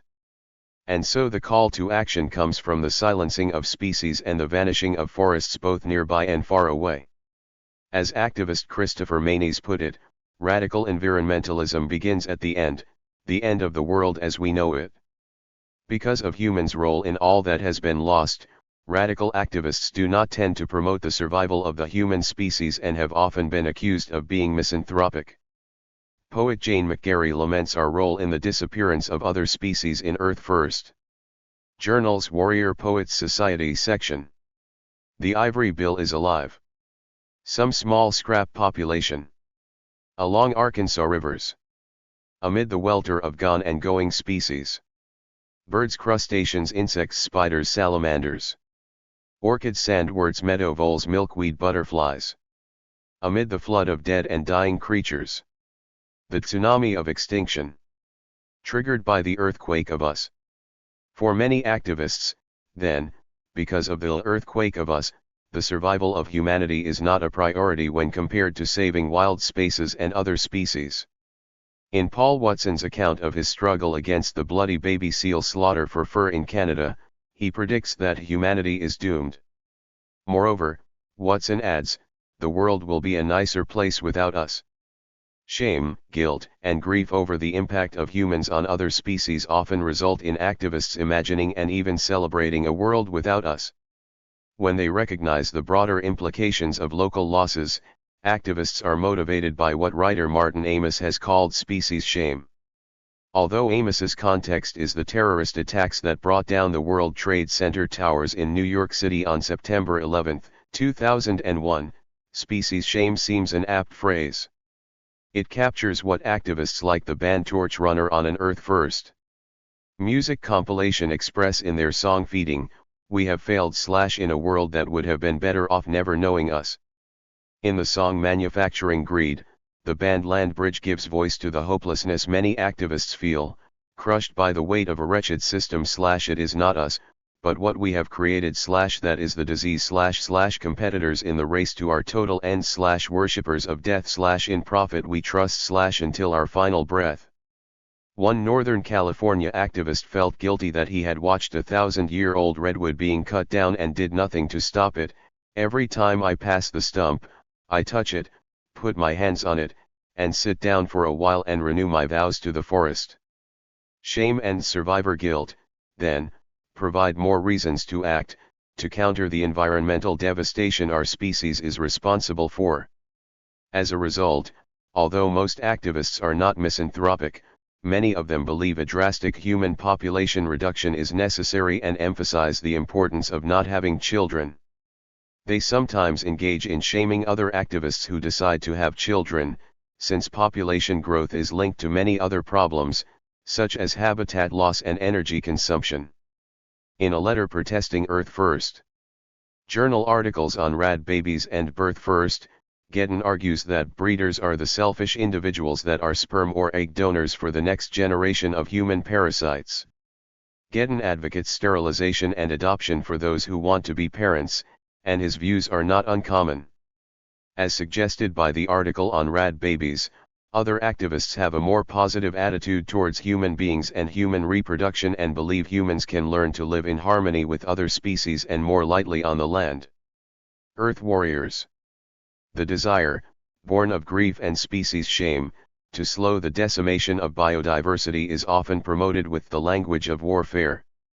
Activists side with the wild against civilization and help the collapse of modern human economies along, while at the same time trying to save animals and the wild. Collapse has two meanings for activists, either the decimation of ecosystems and climate change that must be prevented, even though it may be inevitable, or the decline of civilization as we know it that they believe is inevitable. Former anti-roads activist and writer Paul Kingsnorth clarifies this distinction in a debate on Hope in the Age of Collapse. The modern human economy is an engine of mass destruction. Its ravaging of all non-human life is not incidental, it seems to be a requirement of the program. For Kingsnorth, it is this economy and the culture that supports it that are hopeless, but nevertheless, standing up in whatever small way we can to protect beauty and wildness from our appetites is a worthy cause. For many of the activists I spoke to, this is the cause to which they are dedicated. Being for the wild and for the animals means protecting animals and wilderness from human appetites while society collapses around them. When they urge others to join their cause and explain their motivations, activists tend to divide the world into a battle between good and evil. In forest action camps and hardcore punk rock music scenes, as I have shown, civilization and its agents are the enemies. Earth warriors fight on the side of ecosystems, non-human animals, and indigenous people, and against the forces of civilization, sealers, multinational corporations, greed, police, and snitches. Earth First. Co-founder Dave Foreman argued in 1989 that we are involved in the most sacred crusade ever waged on Earth. In a zine, Down with Empire, Up with the Spring I picked up at Earth First's Round River Rendezvous, the anonymous author insists, at the beginning of the 21st century we all have to choose sides. Do we remain on the side of industrial civilization or do we stand with struggling peoples in defense of our Earth?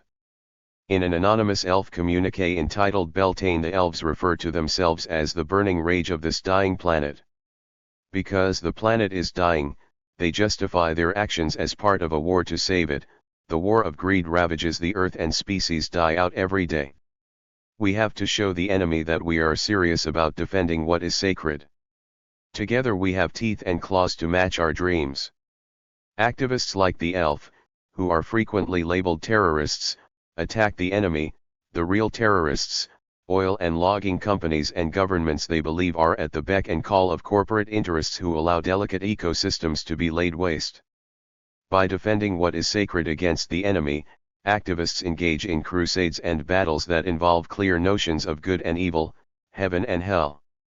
For activists, heaven is the wild, while hell is, as one zine describes it, industrial civilization plowing onwards.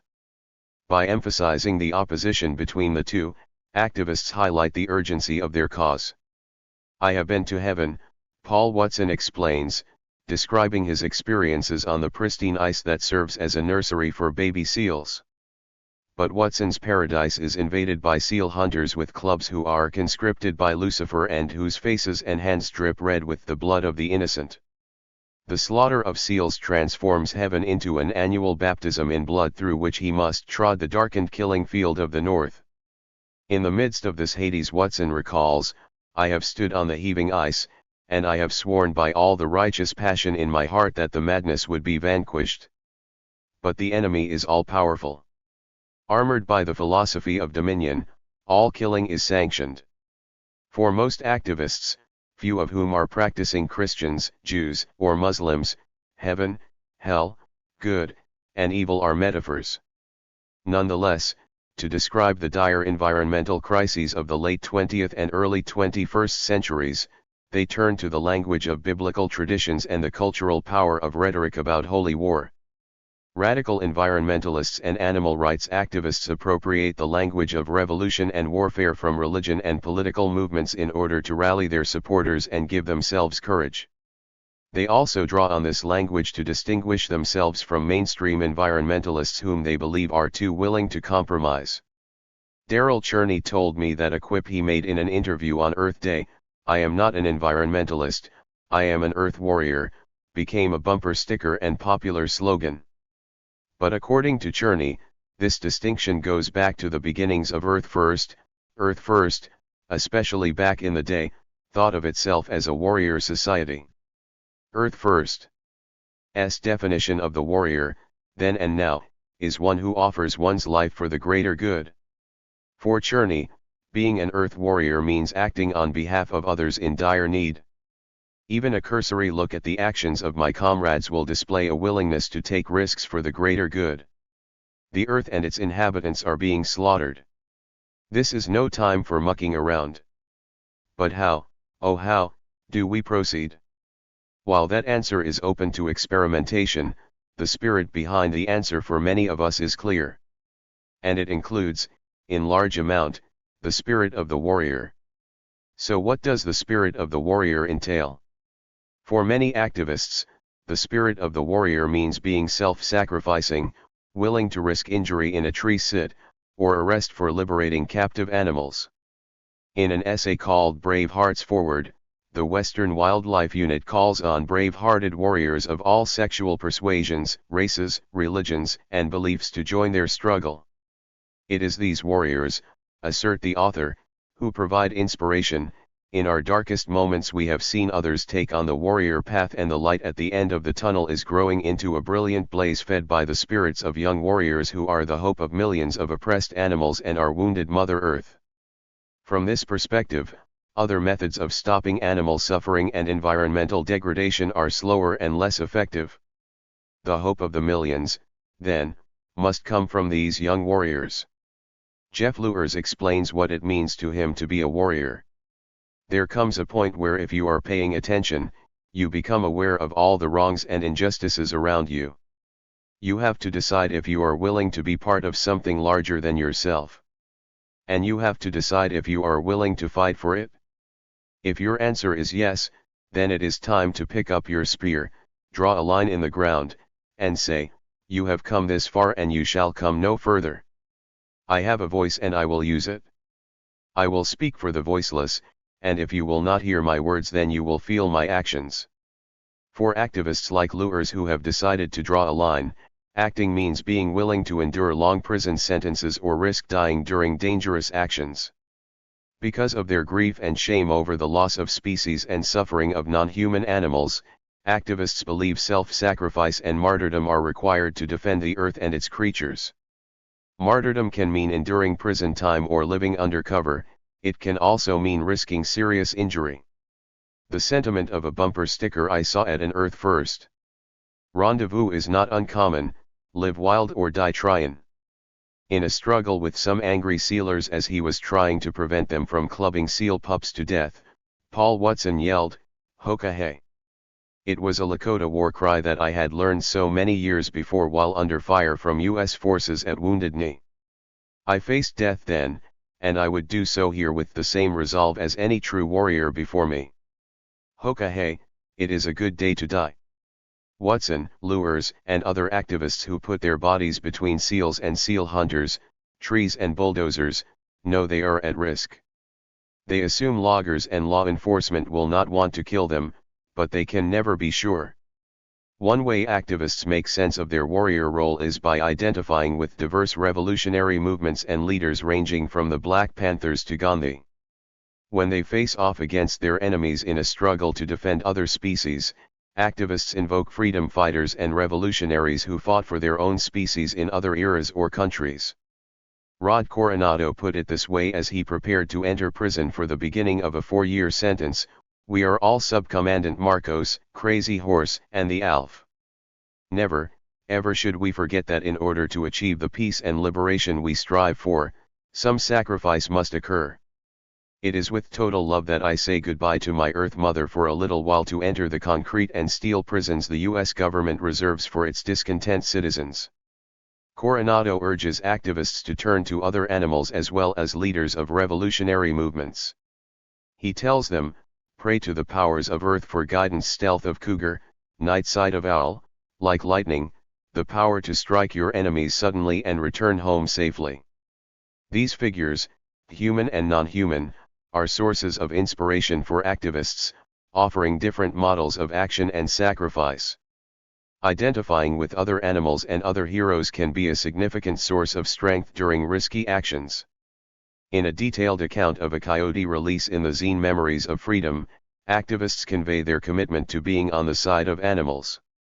This account suggests how they come to take on their role as warriors who must move between worlds, drawing from the models of coyote brethren as well as human heroes.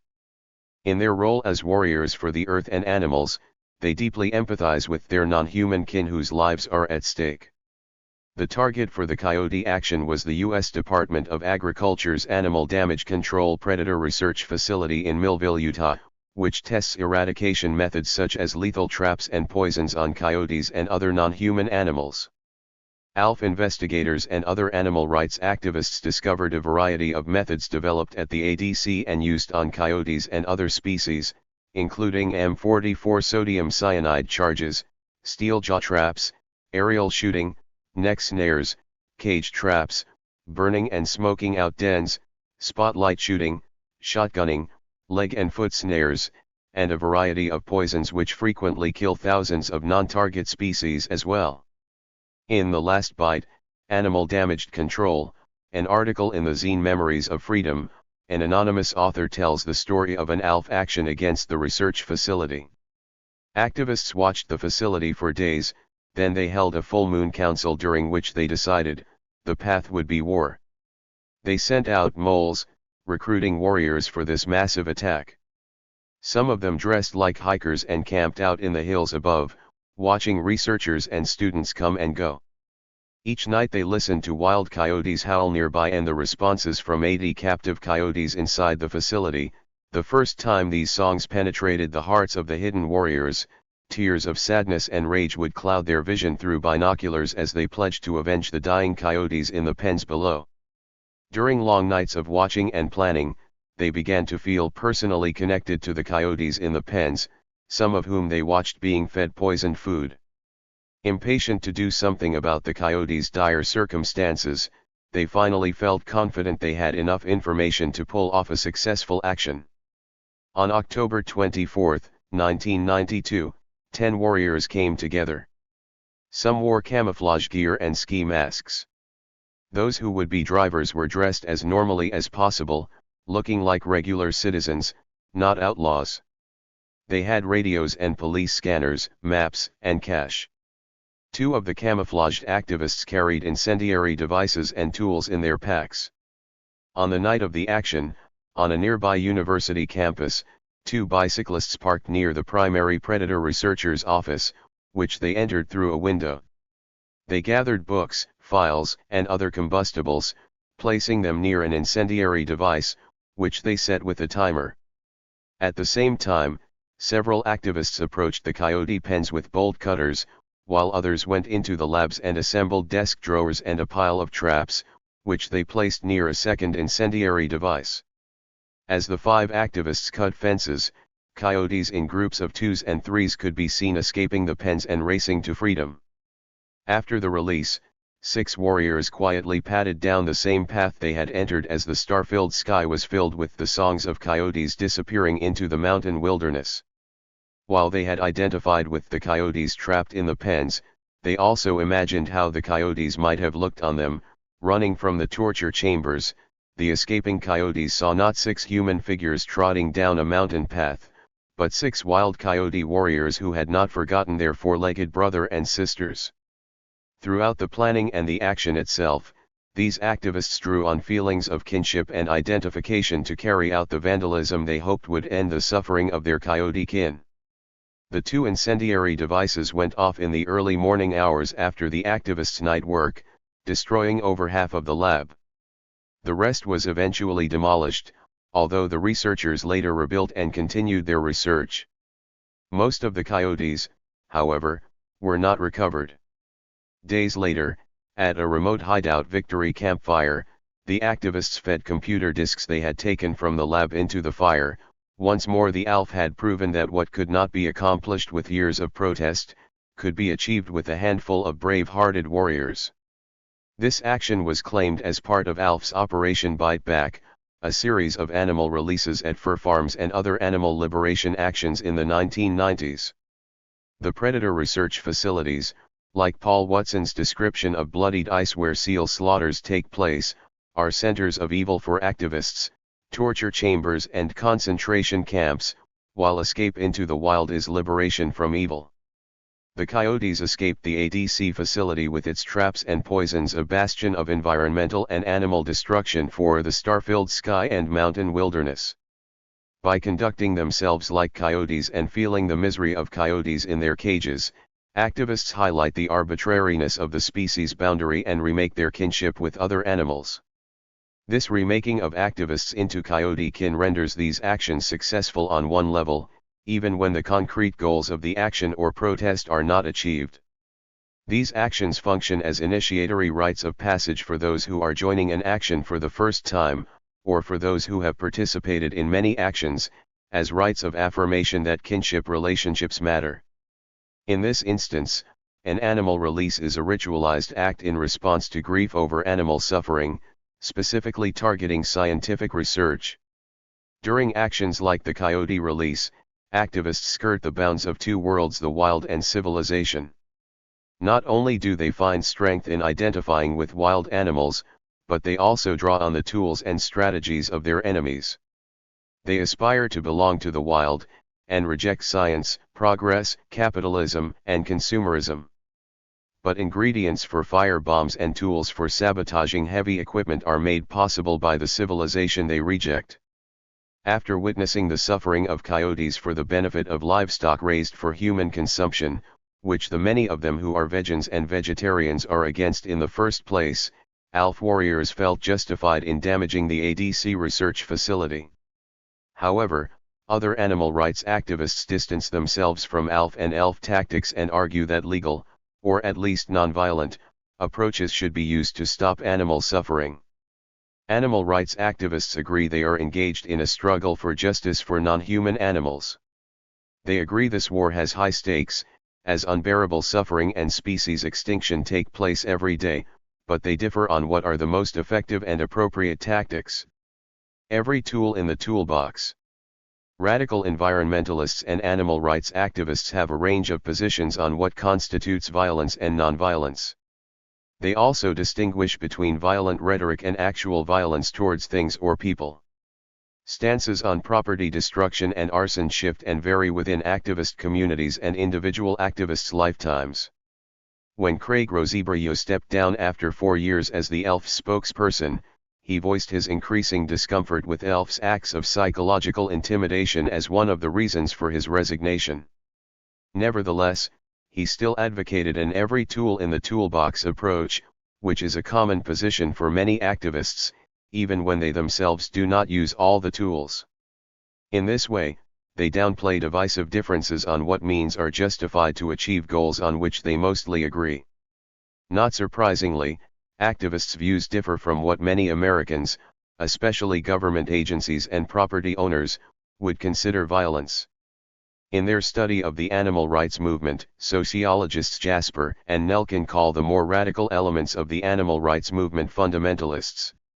On the other hand, ethicist Gary L. Francione, co-director of Rutgers University Animal Rights Center, suggests that most animal rights activists are not extreme enough. Animal welfare reforms often conflict directly with the fundamental values of rights theory. For Francione and other ethicists who share his views, the rights attributed to non-human animals necessitate their liberation from oppressive situations. Making cows more comfortable before they go to slaughter is not sufficient. The tension between nonviolence and property destruction emerges within protests and also in relation to other movements activists emulate. Some aspire to the nonviolent resistance of Martin Luther King Jr. and the civil rights movement, while others prefer to emulate the more militant approach of the Mexican Zapatistas. In rhetoric, if not always in practice, many radical environmental and animal rights activists prefer more confrontational figures that align with their sense of being involved in an urgent struggle. Malcolm X's dictum "by any means necessary" is often invoked by activists. They also draw inspiration from Spanish anarchists, the Palestinian Intifada, and the South African anti-apartheid movement, among others. SHAC activist Kevin K. Jonas argues that history has taught us valuable lessons about guerrilla tactics used in the overthrow of the South African apartheid government, how economic sabotage in the Boston Tea Party ignited our country's fight for independence. K. Jonas does not deny violence is involved, but insists that the use of violence as an appropriate tactic is not done out of a love of causing destruction and harm. For K. Jonas and other activists, violence is often a last resort when other methods are too slow and forests and animals are dying. The broader anarchist movement has significantly shaped attitudes about the use of force among radical animal rights and environmental activists. Property destruction during the Occupy Wall Street movement and at the 1999 WTO protests in Seattle was lauded by some but critiqued by others. While there are many pacifists among American anarchists, some anarchists are condescending toward and critical of pacifism, seeing it as something for white liberals. From this perspective, nonviolence is a luxury for those who have privilege. As a POC-identified leader of a workshop on decolonizing the environmentalist movement at an activist gathering I attended put it, leave off with all the white nonviolent shit. Regardless of their urgent words and the use of forceful symbols like Earth First. S raised and closed fist, reminiscent of the Black Panthers, most activists do not engage violently with other humans, even when they have not committed themselves to nonviolence. However, they have no such qualms regarding property destruction. For the majority of activists involved with Earth First, the ELF, and the ALF, property destruction is justified when that property is harming non-human animals and ecosystems. As Rod Coronado, who later admitted being involved with the ALF ADC coyote liberation, puts it, I've seen what goes on behind laboratory doors of places like Huntington Life Sciences, and I'd be a hypocrite to say I wouldn't want to plant a bomb to stop it. But the ALF and ELF, whose actions tend to be more militant than those of Earth First, explicitly state that everything must be done to ensure no one is injured during the action. ALF's mission statement urges those planning actions to consider danger to other sentient beings. Take into account humans as well as rodents you can't see. Realize that change may upset a miniature ecosystem on which some beings may rely. Fires or bombs can kill mice and birds you didn't see. For this reason, at the Vail, Colorado, arson, Bill Rogers did not set fire to one of the buildings the saboteurs had planned to burn because a hunter was sleeping in it. Behind these justifications of property destruction is a critique of speciesism. For activists, the assumption that the rights of non-humans are as important as those of humans is a key justification for acting with force. Rod Coronado suggests activists are hypocritical when they do not support ALF and ELF actions that involve property destruction. As he puts it, in failing to support actions that cause no injury, except to life-destroying property, we fail to live up to our own belief in the rights of other species. The Earth and her threatened animal nations deserve the same level of defense that we support when human life is threatened. The facts of their suffering and the attribution of rights to other species excuse damaging life-destroying property. For most activists, private property is not a right, nor is it something passive. Laboratories, cages, and bulldozers are all agents of suffering. Animals and forests are innocent victims and inanimate things are the evildoers. One ELF communique put it this way, the ELF wholeheartedly condones the use of violence towards inanimate objects to prevent oppression, violence, and most of all to protect freedom. Property is not seen as something value-free. From this perspective, a researcher's desk holding reams of paper describing studies made possible by the suffering of animals is a fair target. Activists, then, rarely see strategic property destruction as violence, though some make an exception for arson, which they believe can too easily get out of control. They tend to nuance the meaning of property destruction so it is either a kind of nonviolence or a special kind of violence, even anti-violence. Paul Watson describes his confrontational tactics as aggressive nonviolence in which damage is permitted to inanimate objects used to kill sentient creatures. Pat Rice-Jones explains that many uses of force are not violent. Violence is unjustified or excessive injurious use of force.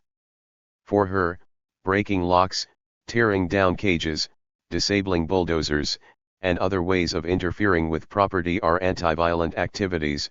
Violence is never okay, but force is sometimes necessary. Actions are anti-violent when they prevent further violence. Even though he does not engage in property destruction, forest activist Sparrow agrees that property destruction is not inherently violent if no life is taken or physically harmed, which does not include the harm of losing one's research or the stress involved with having one's office burned down. I'm talking about physical harm. It's hard to feel sorry for the animal torturer or gas-guzzling SUV salesman when there are innocent critters and people dying left and right, every day, for profit. But not all activists agree that these ways of thinking about actions involving property destruction keep them from being violent. On the other side of the issue of property destruction are those committed to nonviolence for whom destruction of offices and research facilities is seen as a violent act. These critics denounce such tactics as violent because they see them as counterproductive. They believe activist strategies should be in line with their goal to bring into being a nonviolent society. In his essay, How I Became an Eco-Warrior, Jeff Luers describes a conflict at the Fall Creek blockades when some activists decided to fight back after receiving violent treatment at the hands of road construction workers. These activists rejected dogmatic adherence to nonviolence, because no matter what we were not going to let this forest fall. For this reason, when the Freddies pulled their pepper spray, we pulled ours. Over the camp flew a banner, if trees fall, blood spills. For this language and the willingness to fight back they were denounced by some activists and supported by others. In a critique of home demonstrations in which animal rights activists protested vivisection outside researchers' homes, author Carol J. Adams acknowledges the urgency activists feel to prevent non-human animal suffering. Their powerlessness seems to call us to use any means possible to stop their abuse. But for Adams, acting out of urgency is dangerous because it causes us to see everything in black and white. Animal activist Lee Hall goes farther, condemning acts of intimidation and property destruction because they are a gift to the state. These acts can more easily be labeled eco-terrorism than nonviolent civil disobedience. They seem to merit repressive laws and allow animal researchers and loggers to paint all activists as dangerous criminals. For all these reasons, property destruction and inflammatory rhetoric remain controversial in activist communities where their ethics and strategic value are hotly contested. Radical activists chafe against the terrorist label and criticize its presence in courtrooms and news media coverage of their actions. We were eco-saboteurs, not terrorists, insists Chelsea Gerlach, one of the ELF cell members responsible for the arson at Vail, Colorado. When arguing against attempts by the FBI, prosecutors, and judges to depict them as terrorists and apply terrorist enhancements in their sentencing, activists are particularly troubled by the groups they are associated with, given that their actions did not injure anyone. Daniel McGowan was shocked during his sentencing when the prosecutor said that our actions were analogous to the actions of the Ku Klux Klan. I pride myself on speaking out when I hear racist garbage. As an activist with the Buffalo Field campaign sees it, people are going to prison for their entire lives for defending the earth when rapists get a few years for a violent crime against another human. Chelsea Gerlach got involved with ELF around the time a right-winger had just bombed the Oklahoma City building, killing 168 people, and anti-abortionists were murdering doctors. But the government characterized the ELF as a top domestic terrorism threat because we burned down unoccupied buildings in the middle of the night. The disproportionate sentences they have received, often because of post-9/11 terrorism enhancements, add to activists' sense of injustice. It is not they who are the terrorists, activists argue, but those they fight against. In an Earth First Journal story about pollution in Alberta, Canada, activists accused of being terrorists responded, "The real eco-terrorism is what is going up the stacks and into the water." One slogan for the campaign against Maxim during the Redwood Wars declared, "The eco-terrorists live in Texas," referring to Maxim's corporate headquarters in Houston. When Paul Watson was asked about eco-terrorism in an interview, he contended that eco-terrorism is a form of violence usually carried out by corporations. The Exxon Valdez was an eco-terrorist ship. Eco-terrorism is simply the terrorizing of the environment and living things within the ecosystems under assault. Therefore, the destruction of a whaling ship is counter-terrorism. If their enemies are the real terrorists, then activists are heroes, preventing real terrorist acts by multinational corporations. As Crow asked during his sentencing, "Am I a terrorist or a patriot?" As patriots in a long tradition of American radicalism advocating illegal acts, from civil disobedience in the civil rights movement to property destruction in the anti-war movement, activists serve a moral imperative that often makes them into martyrs for their causes. Martyrs and fallen warriors. On March 28, 2013, 140 miles north of San Francisco near the small town of Willits, California, a 24-year-old tree sitter called the Warbler, a local farmer who had lived for 2 months in Liberty Ponderosa, a ponderosa pine slated for demolition, announced the beginning of her hunger strike while some of her supporters wept. She sent all of her food down to the ground in buckets. She told her supporters by cell phone, "I, Amanda Sense-Eman, am going on a hunger strike to protest the proposed Willits bypass. I am witnessing the destruction of my home. The construction of the bypass would fill in wetlands and in other ways have a significant impact on Little Lake Valley and its watershed, the habitat of migratory birds, salmon, steelhead, and tule elk, among others." A few weeks earlier, Sense-Eman, sitting on a platform 70 feet up in the ponderosa pine, explained in an interview that while this area was her home, she was also there to protest bigger issues. "It's not just about these wetlands and this forest, it's happening everywhere.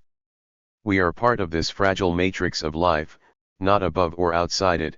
Asphalt does not harbor life." 6 days later she was extracted by 4 police officers in a cherry picker. Like the precarious bodies in road blockades and tree sits I described in Chapter 3, activists like Sense-Eman use hunger strikes to draw attention to environmental and animal rights issues by sacrificing their own comfort and health. Their vulnerability also works on their fellow activists, who may be moved by such sacrifice to act in turn. For instance, solidarity actions have taken place for tree sits like the Warblers, for activists in prison, or to mark the anniversaries of activists' deaths.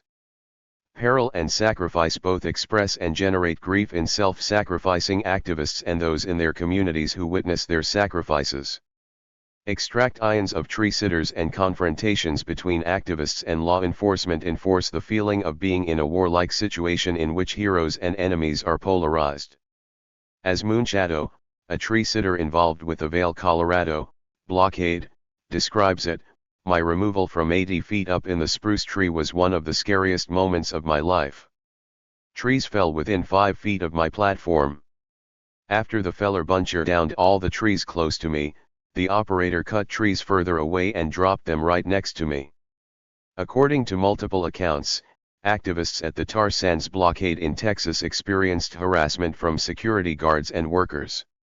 Aaron described to me how bulldozers approached the tree village. From up in the tree where he was sitting, he was terrified when they started cutting down trees nearby. He watched the area around the tree village become militarized with dozens of police officers carrying guns. While those in trees are particularly vulnerable, support crews on the ground are also subject to harassment. Earlier in the tar sands blockade action, on the day after 8 protesters climbed 80 feet up in trees and began occupying what would become a tree village, 2 protesters on the ground locked themselves to a piece of machinery that was being used by TransCanada to bulldoze the area. An activist watching what happened described it this way. "Under the active encouragement from TransCanada, local police employ torture tactics on both peaceful protesters. They twist and contort the tube that the blockaders had locked their arms into, cutting off circulation to their hands and cutting abrasions into their hands and forearms. Police discharge pepper spray into their lockdown tube, and the chemicals burn their already open wounds. Despite the immense pain, our brave blockaders remain locked to the machinery for several hours, determined to stop this toxic tar sands pipeline." Both protesters are then tossed by police officers, congratulated on a job well done by TransCanada senior supervisors. Shannon and Benjamin are eventually removed and arrested when it is clear that TransCanada is willing to do whatever it takes to increase pain levels to physically unbearable levels.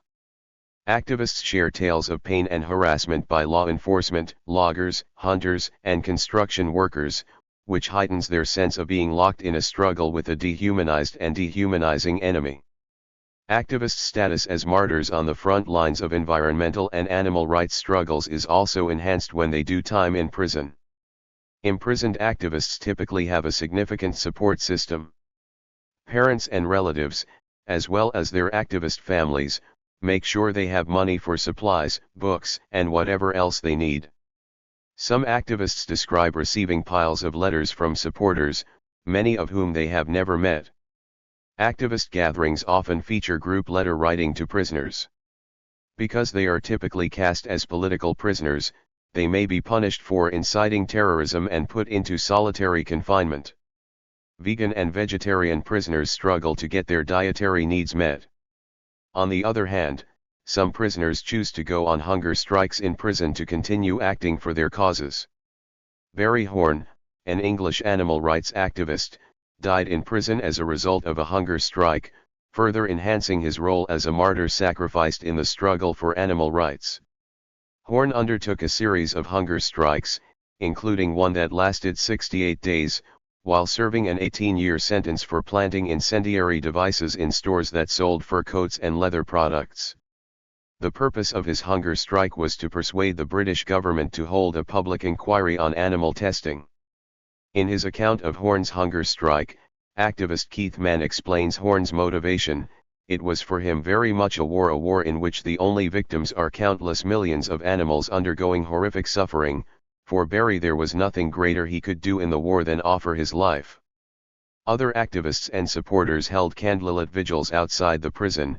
Activists in other countries burned Union Jack flags in front of British embassies in solidarity, and 18 other animal rights prisoners in the United Kingdom started solidarity fests. Over time, Horn's health deteriorated and he made a living while specifying that if he should lose consciousness, he not be kept alive. At the beginning of his third hunger strike, Horn explained how the difficult decision to start another hunger strike was made for the animals. The tortured dead cry out for justice, the cry of the living is for freedom. The animals have no one but us, we will not fail them. He began the third hunger strike on October 6, 1998, and ended the strike after 68 days in failing health. He died a year later of liver failure. Activists hope their sacrifices will make others pay attention to and value the causes they sacrificed for. In an article written in response to the death of Earth First, activist Brad Will, the contemporary pagan writer and activist Starhawk, explains that martyrs are made, because sacrifice means to make sacred. In an instant, that ordinary comrade you remember singing at the fire or arguing at the meeting, someone you might have been charmed or irritated by or attracted to, or not, someone who showed no mark of doom or prescience of what was to come, becomes uplifted into another realm, part symbol, part victim, locus of our deepest love and rage. It is that love and rage, she argues, that can move us to action. Activists who die for animals or forests not only make their own lives sacred, in Starhawk's sense, but also point to causes that are worth dying for. Just as vulnerable bodies hanging from treetops bring the endangered species they want to protect into public space, so too do hunger strikes like Horn's aim to highlight the ideals activists strive for. Loyalty and betrayal.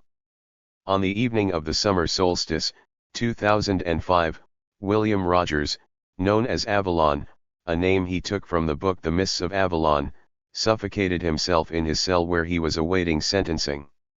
He left behind a note to his friends and supporters: certain human cultures have been waging war against the earth for millennia.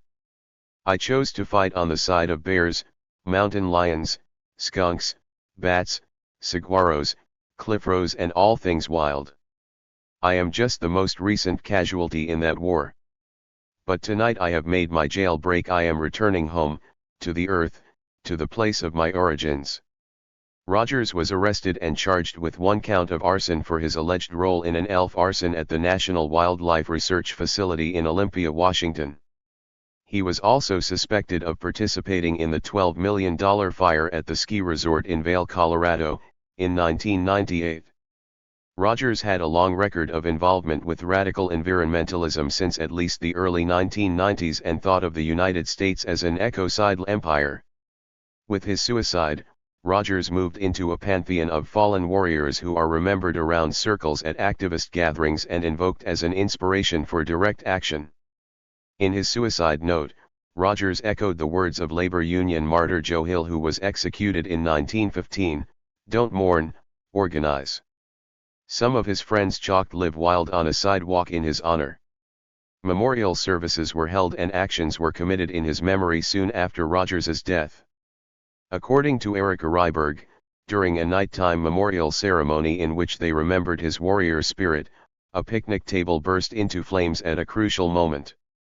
They put out the fire, blew out the remaining candles, and remembered Bill in the darkness he loved so well. Surrounded by the scent of ponderosa pine and granite, his friends lingered a few moments more before gathering around a campfire to tell stories of Bill. On the anniversary of his death in 2012, the liberation of 28 beagles from a laboratory was dedicated to Rogers. As his friends wrote in an elegy, "Long live Avalon, endless tears on this dark night, but no fading memories or forgotten names, it will go down in action." Accidental deaths are also tragic opportunities for commemorative action. In April 2002, 22-year-old Beth O'Brien fell to her death at the Eagle Creek tree sit when she slipped while climbing a rope ladder between platforms, 150 feet up in truth, a 400-year-old Douglas fir. As in the case of other activists' deaths, O'Brien's was made meaningful in the context of a holy war in which she was the latest casualty, a war her friends would continue to fight on her behalf. According to one friend of O'Brien's, at her funeral in Santa Rosa, her father noted that right-wing talk show host Rush Limbaugh had called her a tree-sit suicide bomber. O'Brien's father was outraged and called for us to take action. Before taking action, Cascadia Forest Alliance held a memorial vigil at Mount Tabor Park in Portland that drew more than 200 people. A few months later, Cascadia Forest Alliance activists returned to Mt. Hood to establish a tree sit in another part of the forest they feared would be logged. A local news weekly noted that O'Brien's presence was reflected in renewed safety concerns and in the operation's name Whorehound, in honor of O'Brien's forest name. On the one-year anniversary of O'Brien's death, her friend Tristan linked her with other struggles by invoking a song from the 1980s about El Salvador's FMLN guerrillas, "The best ones have already gone / those that have fallen for our freedom / those that have fallen for our freedom." On the 5-year anniversary of her death, a remembrance appeared on Portland's indie media site, 5 years since Whorehound fell. An online post toasted her, "I lift a glass to her, pour some on the earth, and drink deeply," while another mentioned other activists who had died, David Chain and Avalon as well. "They still live in our hearts, souls, and keeps the fire burning in our spirits. A howl goes up for all whenever I think about them and what they stood for." In addition to these gatherings, actions, and virtual memorials, O'Brien's memory was also carried on through material expressions of mourning. In 2015, O'Brien appeared in artist Kiera Loki Anderson's Earth First memorial quilt, also known as the Cascadia Tree Sitters Quilt, and designed to commemorate 20 years of forest activism and honoring all the forest activists involved that are no longer with us. When Anderson brought the quilt to an Earth First gathering and interviewed some activists about it, one of them explained its importance in this way: "The quilt connects me with the reason I'm angry, the reason I'm fighting, and the reason why we've lost so much." On the night of another instance of memorializing, at another Earth First gathering a year earlier, I made my way down a dark forest path at an Earth First Round River rendezvous. I was heading for the night to howl, a bonfire set apart from the rest of the camp. Some participants sat on logs, while others stood at the edge of the circle, talking and laughing with their friends. One of the activists gathered at the fire asked us to remember fallen warriors. Those who had died, like Bill Rogers and David Chain, were named and howled for. Those in prison, like Marius Mason, were also honored. Endangered and extinct species were mentioned as well. We howled for each of them. Participants also sang songs and recited poetry. It was a night of mourning as well as celebration, as the community praised and commemorated its loyal fallen warriors. Traveling to clear cuts and other places where loss has happened to protest that loss, and naming solidarity actions for dead activists are ways of keeping the memory of dead ones, trees, humans, non-human animals alive. Inviting news media to cover protests also enables those losses to be remembered through images and stories circulated on the internet and in print news sources.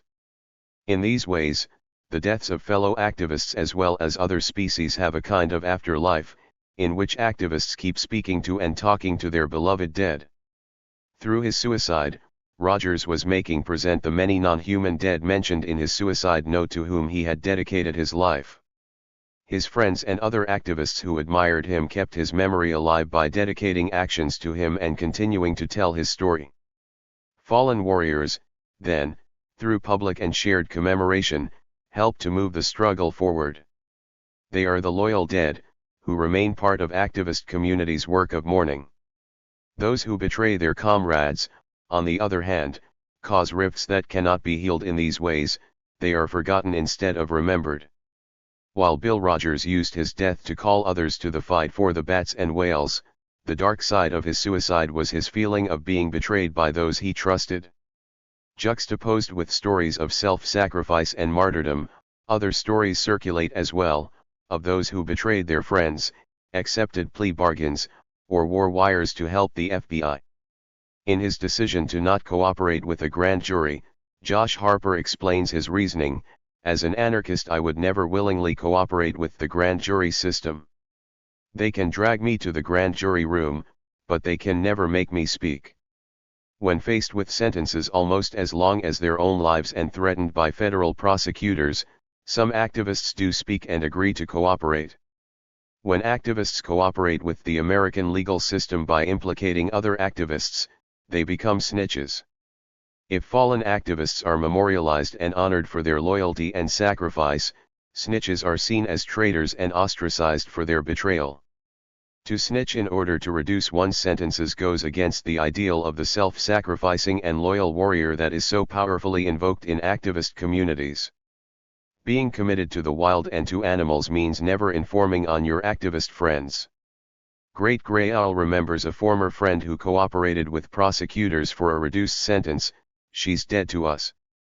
I like to remember her as she was when she was one of us, when she was brave and fiery and dedicated." Snitches, then, have gone over to the other side, against their own ideals. "I can't imagine being able to live with myself if I sold out my friends or betrayed the movement," writes Great Grey Owl. "The kind of cooperation we're seeing is a betrayal of everything these people believed when they became activists." The issue here is not simply that snitches have betrayed their friends. Snitches also weaken a movement that relies on trust and non-cooperation with the government. For their former comrades, such betrayal seems to call into question the seriousness of all activists' commitments. Bill Rogers' death exemplifies the difficulty many activists experience in balancing hope for change made possible by their actions and despair over extinction, non-human animal abuse, habitat loss, and the failings of their movement, in the case of snitches. Radical environmentalist rhetoric is characterized by this tension between hope and despair. Utopian visions of rewilding the world after industrial collapse and creating new communities compete with despair over the onslaught of destruction activists see around them. Apocalyptic thinking and the seeds of contingent hope. The war for the wild and for the animals is made up of heroes and martyrs who risk their lives, are willing to spend years in prison, and never sacrifice their friends for their own self-interest. This war is imagined within an apocalyptic context that fuels some of the urgency activists feel. Since activists depict themselves as eco-warriors on the side of nature in the battle for the future of Earth, their view of the future requires the destruction of everything they identify with the forces of evil. Most activists both expect and hope for a collapse of civilization as we know it. They may desire the survival of small communities after the collapse, but many suspect there will be a devastating and chaotic period and that humans may not survive. Those I interviewed repeatedly told me that the end of civilization and perhaps the end of biotic life will come, if not in their lifetimes, then in the not-too-distant future. On an Earth First compilation, the band Resina characterizes the collapse this way: ancient beauty covered in concrete, destroyed forests, there's nothing left to eat/blow up the mountains, pollute the stream/it takes more than dreams to fight the machine/locked up our hearts sewn shut our eyes looking up to the smoke and charred skies. As Rabbit, a member of the Earth First Journal Collective put it, if civilization as we know it collapses, probably the best case scenario, we're all going to die. For many activists, a collapse could mean one of two possible outcomes. In the first scenario, ecosystems will be destroyed, the planet will die and so, too, will humans. In the second scenario, civilization will collapse, but the wild will continue in some form, regardless of what happens to humans, who may or may not survive. On the No Compromise CD, the band Oi Polloi sings, "There has to be another way, capitalism spread around the globe / nightmare, pain and blood / desert where trees grew / pollution without end, destruction and death, we need another way." But most activists are not hopeful that contemporary human societies will find another way. Activists' sense of hope in finding another way is fragile and contingent, especially next to their certainty about collapse. Rabbit holds out this kind of contingent hope that some wild spaces will remain. Rewilding can be as simple as tearing down a fence or creating a balance of an ecosystem by planting native plants, but the main thing is moving to where we can back off and let it do what it wants to do. Protecting what we have left that is wild is probably the most important thing we can do. Although most activists despair that civilization is doomed, they continue to act and advocate for the wild. Theirs is a hope in the intimate and immediate, the glimpse of a place reclaimed by weeds and wildflowers, the satisfaction of working side by side with friends to shut down a fracking site for a day, or to free dozens of coyote from a research facility. Another source of hope for the future is in activists' attempts to create inclusive, egalitarian communities to replace hierarchical social structures that are in part responsible for exploiting forests and abusing non-human animals. Martin describes the kind of hopefulness he witnessed at Wild Roots, Feral Futures gathering that seemed to lie in current social justice practices and concepts. Primarily, this means recognizing the intersectionality of struggles. Many people at the gathering believed that meaningful change could come about through radical anarchist and activist communities reshaping how humans live with each other as well as with the more than human world. Hope, then, takes at least two forms among activists: hope for the end of industrial civilization and return of the wild, and hope that human communities can be fundamentally transformed. Radical environmentalism is characterized by a deep tension between apocalyptic doom and contingent hope. This paradox leads to the call to act because, out of the rubble of civilization, perhaps something will survive. Tar Sands activist Eamon Farrelly explains his determination to not give way to despair: "I'm a human being who still gives a fuck, and who hasn't been morally and spiritually crushed despite the best efforts of those who profit from the silence and complacency of the masses in the face of genocide. As a person of conscience and soul, I am not willing to stand by as the forests fall, as the waters run black, and as the least guilty among us are continually exploited and made to suffer the most." The main source of hope for activists like Farrelly is that regardless of what happens to humans, the wild will survive, and perhaps with it, indigenous people, the least guilty. SM Sarah M. Pike for the Wild 18.jpg. Earth First. Journal covers. Primal Future. Because activists construct oppositions between the destructive practices of civilization and the liberating promise of the wild, it is the wild that beckons from the primal future that activists envision. Animal rights activist Peter Young argues that the root of the problem is domestication. For this reason, his vision for the future is a return to a harmonious relationship with our surroundings and the animals with whom we share this planet, one free of domination. Activists' primal future is the opposite of a technological solution to environmental problems. It is a reaction against technology and a return to the past. One aspect of this return to the past is rewilding, a way to address the ills of domestication. In the zine Reclaim, Rewild, a vision for going feral and actualizing our wildest dreams, Laurel and Skunk argue that there's another way to live. Another, older world beneath the asphalt of what's mistakenly referred to as the real world.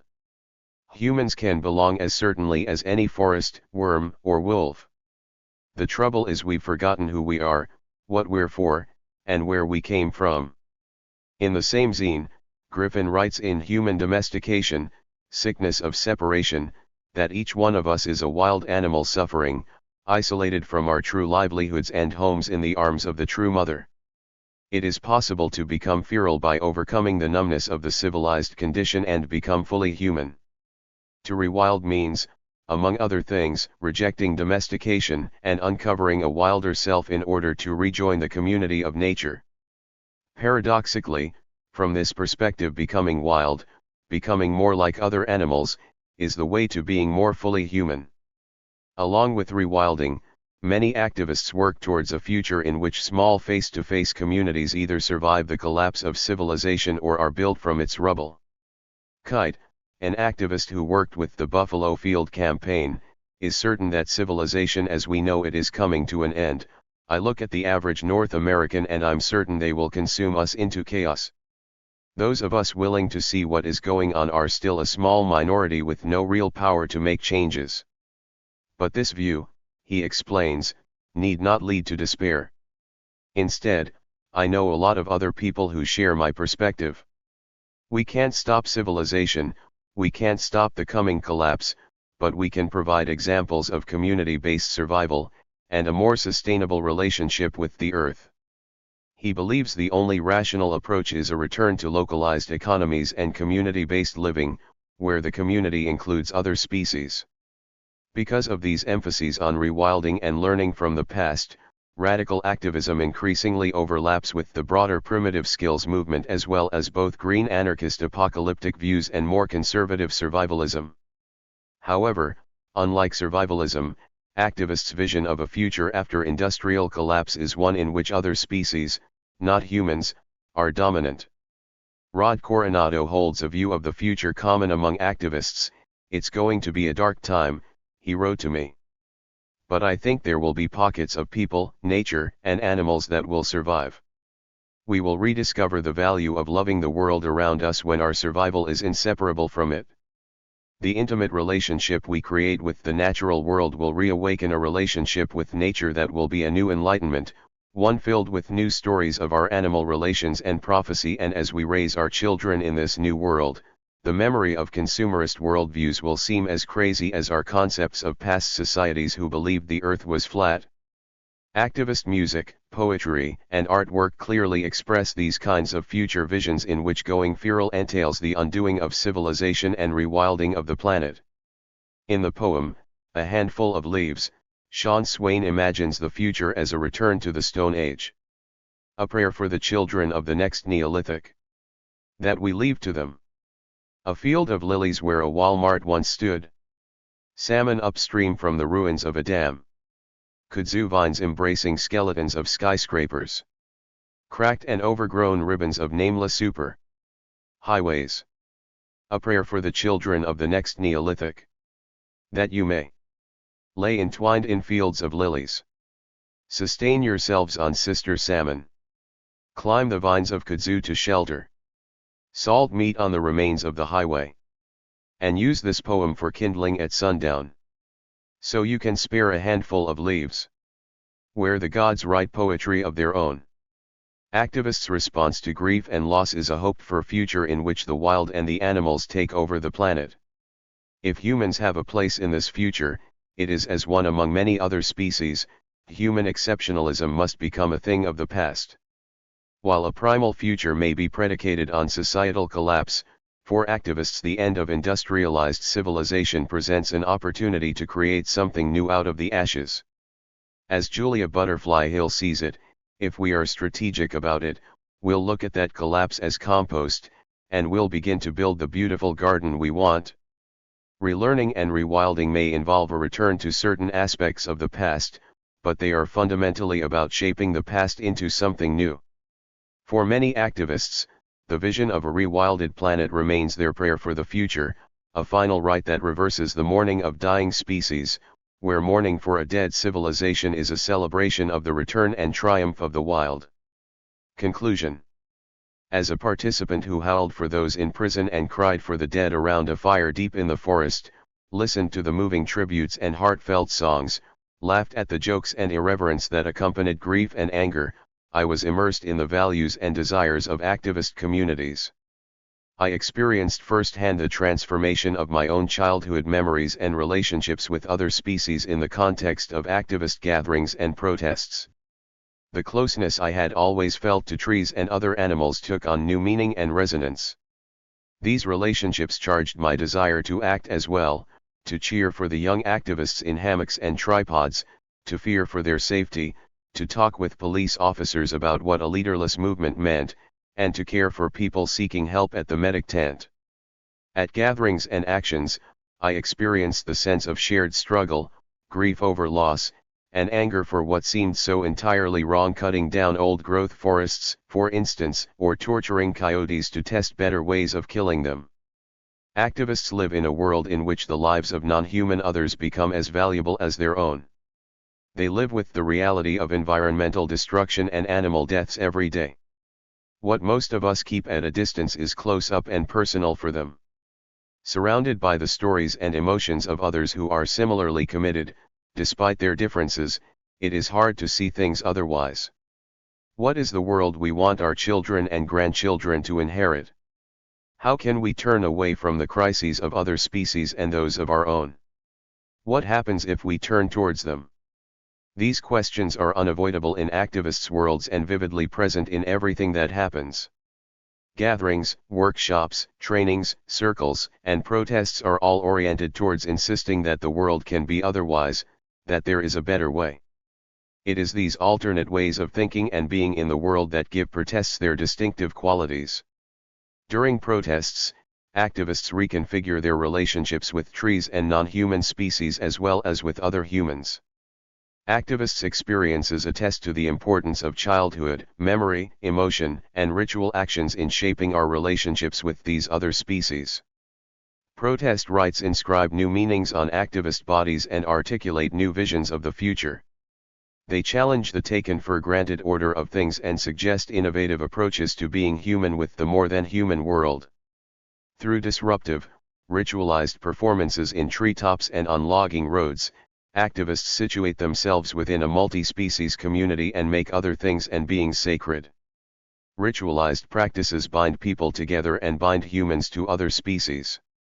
At the same time, they may reveal rifts and construct oppositions, such as between the wild and civilization.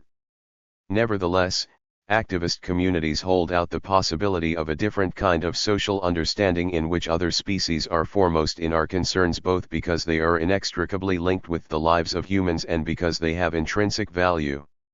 What to make of the terrorism label that so often frames public understandings of radical activism? There is clearly a gap between my account of activist communities and the eco-terrorism stereotypes circulated by American law enforcement agencies.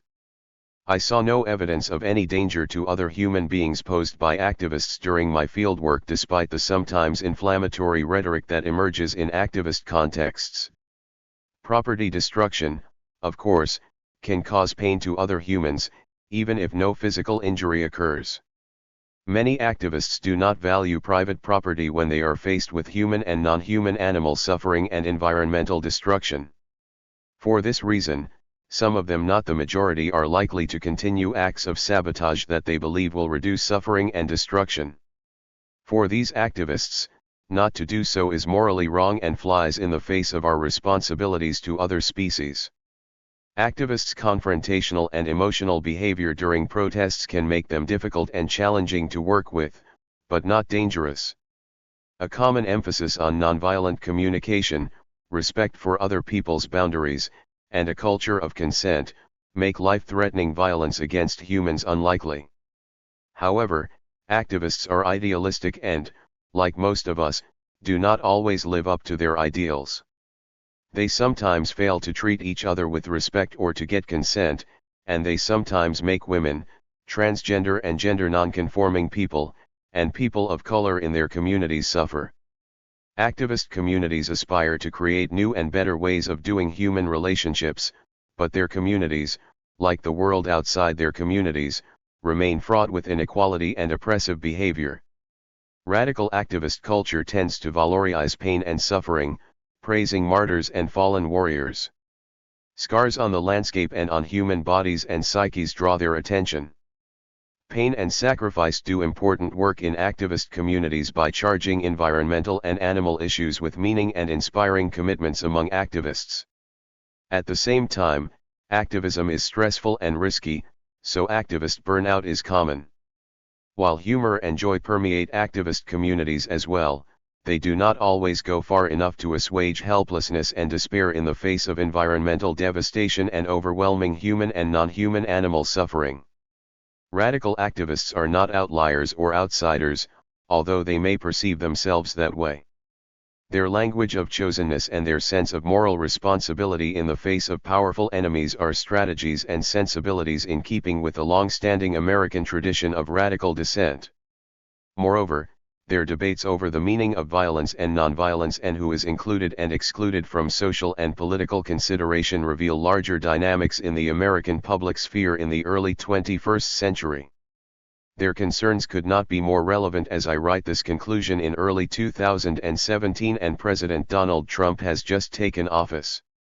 Activists oppose almost every single point of President Trump's agenda, especially his disregard for environmental protection, gay rights, feminism, and indigenous rights. The issues activists raise will continue to be central concerns for Americans who similarly desire a more tolerant, inclusive, and sustainable society. Many other Americans know that we cannot continue to live as we have been, that resources are limited and climate change is already affecting our communities. Practices such as mountaintop removal and oil pipeline construction risk the health and well-being of human and other than human communities. Corporate capitalism, greed, and an anything-goes-for-profit mentality are what activists oppose. Putting a stop to excessive consumption of natural resources and forcing us as a society to consider alternatives, these are goals that locate activists closer to a much broader constituency. The large numbers of people who participated in the Occupy movement or supported Occupy, the many who traveled to or donated money to the Standing Rock protests against the Dakota Access Pipeline, those who supported Black Lives Matter, whether or not they were African American, the crowds of young people who rallied around Senator Bernie Sanders when he campaigned for the Democratic presidential nomination, and the outpouring of thousands protesting President Donald Trump's immigration ban as un-American are all cries for a more inclusive and sustainable society. Even the many white voters who turned out to vote Donald Trump into the presidency felt disenfranchised by the current political system and wanted change. Since at least the WTO protests in Seattle in 1999, there is a sense among many young Americans in particular that something is broken in American democracy and that economic structures and policies are a key aspect of that brokenness. This awareness is coupled with growing trends that value the natural world and non-human animals. Radical activism's concern for the intersectionality of oppressions, in particular, is likely to resonate with a broader audience as college campuses increasingly address transgender rights and prison populations surge, and as oil pipelines are approved for construction next to Native American sovereign lands. Issues involving the rights of non-human animals and the environment will continue to be linked with human rights and environmental justice issues, especially as the effects of climate change are tragically felt. If these activists are any indication, resistance to unbridled consumption that benefits a minority of Americans and takes precedence over the survival of the wild and the well-being of many humans will continue to grow. Afterlives. Radical activism is exhausting and hazardous. For this reason and others, it is not a long-term occupation for most activists. Yet even when they leave the front lines, they continue to be engaged with activities in continuity with their lives as activists. Rod Coronado was released in 2008, and although he retreated from public protests for a few years, by 2015, he was back in action. He founded the Wolf Patrol to monitor wolf hunting in Wisconsin. In an interview with Kevin Tucker for the Green anarchist publication Black and Green Review, Coronado described the ambiguous role of being a monitor since he can no longer engage in illegal and more confrontational actions due to the conditions of his parole. He watched a hunter set a wolf trap and then Coronado placed a camera where it could film the captured wolf's suffering and trauma. But he could not do anything about the trap, legal in Wisconsin. As he drove back to camp, Coronado started thinking about the wolves in the area near the trap and worrying about one getting caught. He kept imagining the worst, that a wolf had caught the scent of the bait and was heading for the trap. I started crying because I felt horrible. I consider myself a cousin to the wolf, he is my relative and I care about him. And here I was walking away from a threat placed specifically for him, and all I could do was take pictures of his suffering. If I did more, I might go right back to prison. If activism is the result of a youthful conversion, as it was in Coronado's case, what kinds of commitments, if any, occur over time? This book has been concerned with youthful activists, the majority of those populating tree sits, road blockades, and activist gatherings. Many of the activists I communicated with at the beginning of my research, such as Rod Coronado and Jeff Luers, are no longer involved with illegal activities, both because of legal agreements and because they have chosen to find other ways to put their commitments into practice. In 2015, this meant Coronado was dedicating his time to the Wolf Patrol. Even if they were no longer involved with direct action, almost all the activists I met or corresponded with were living out values consistent with those of their earlier activist identities. Jeff Luers went back to college after being released from prison and received a degree in landscape architecture. He worked on a green alley project in Eugene, Oregon, and forest restoration in Warner Creek, helping to conduct environmental impact surveys, arboreal surveys, recording, photographing, and sampling red tree vole nests. He also identified native plant communities and performed select habitat treatments. He continued to speak out against the misapplication of the eco-terrorism label and the current state of radical environmentalism. After serving 40 months in prison, Lauren Gotzola of the SHAC-7 was listed as a staff member for the Center for Constitutional Rights in New York City in 2015. According to her bio on the organization's website, Gotzola recently completed studies for an interdisciplinary MA in the law, history, and philosophy of free speech and the First Amendment, through Antioch University. She serves on the executive committee of the New York City chapter of the National Lawyers Guild and organizes with the NLG's Animal Rights Activism Committee.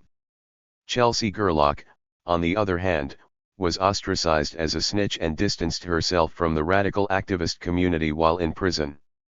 While serving her sentence, she became interested in Buddhism. After being released, she was in the news for her work as a DJ, raising money at an ecstatic dance event for her nephew who has cerebral palsy. In 2015, according to a news story about the dance event, she was a student at Portland State University and planning to pursue a graduate degree in divinity after finishing her BA. She explained the course her life had taken in this way: "During my prison time, I found spiritual practice to be a source of life, peace, and positive transformation. As an activist," she remembered, "I was trying to change the world, basically by brute force, but I've learned that true change requires a change of heart, and that comes from within." In this way, Gerlach also continued to express the values that shaped her earlier activism: compassion and concern for others, human and non-human. For these activists and the many others I spoke with, their years of direct action were not a frivolous, youthful indulgence, but very much in continuity with their lives as older adults. The urgency they once felt to sacrifice their own health and safety for the other than human world usually shifted. With time, they settled into more socially acceptable jobs and became committed to stable lives with their partners and children. Even though they were no longer involved with putting their bodies on the line in tree sits or animal releases, they continued to carry out their commitments for the wild and for the animals. The distinctive kinds of thinking and being that emerge in and are constituted by activist ritualizing offer models for other ways of being in the world. But what it means to be for the wild and for the animals remains a charged debate.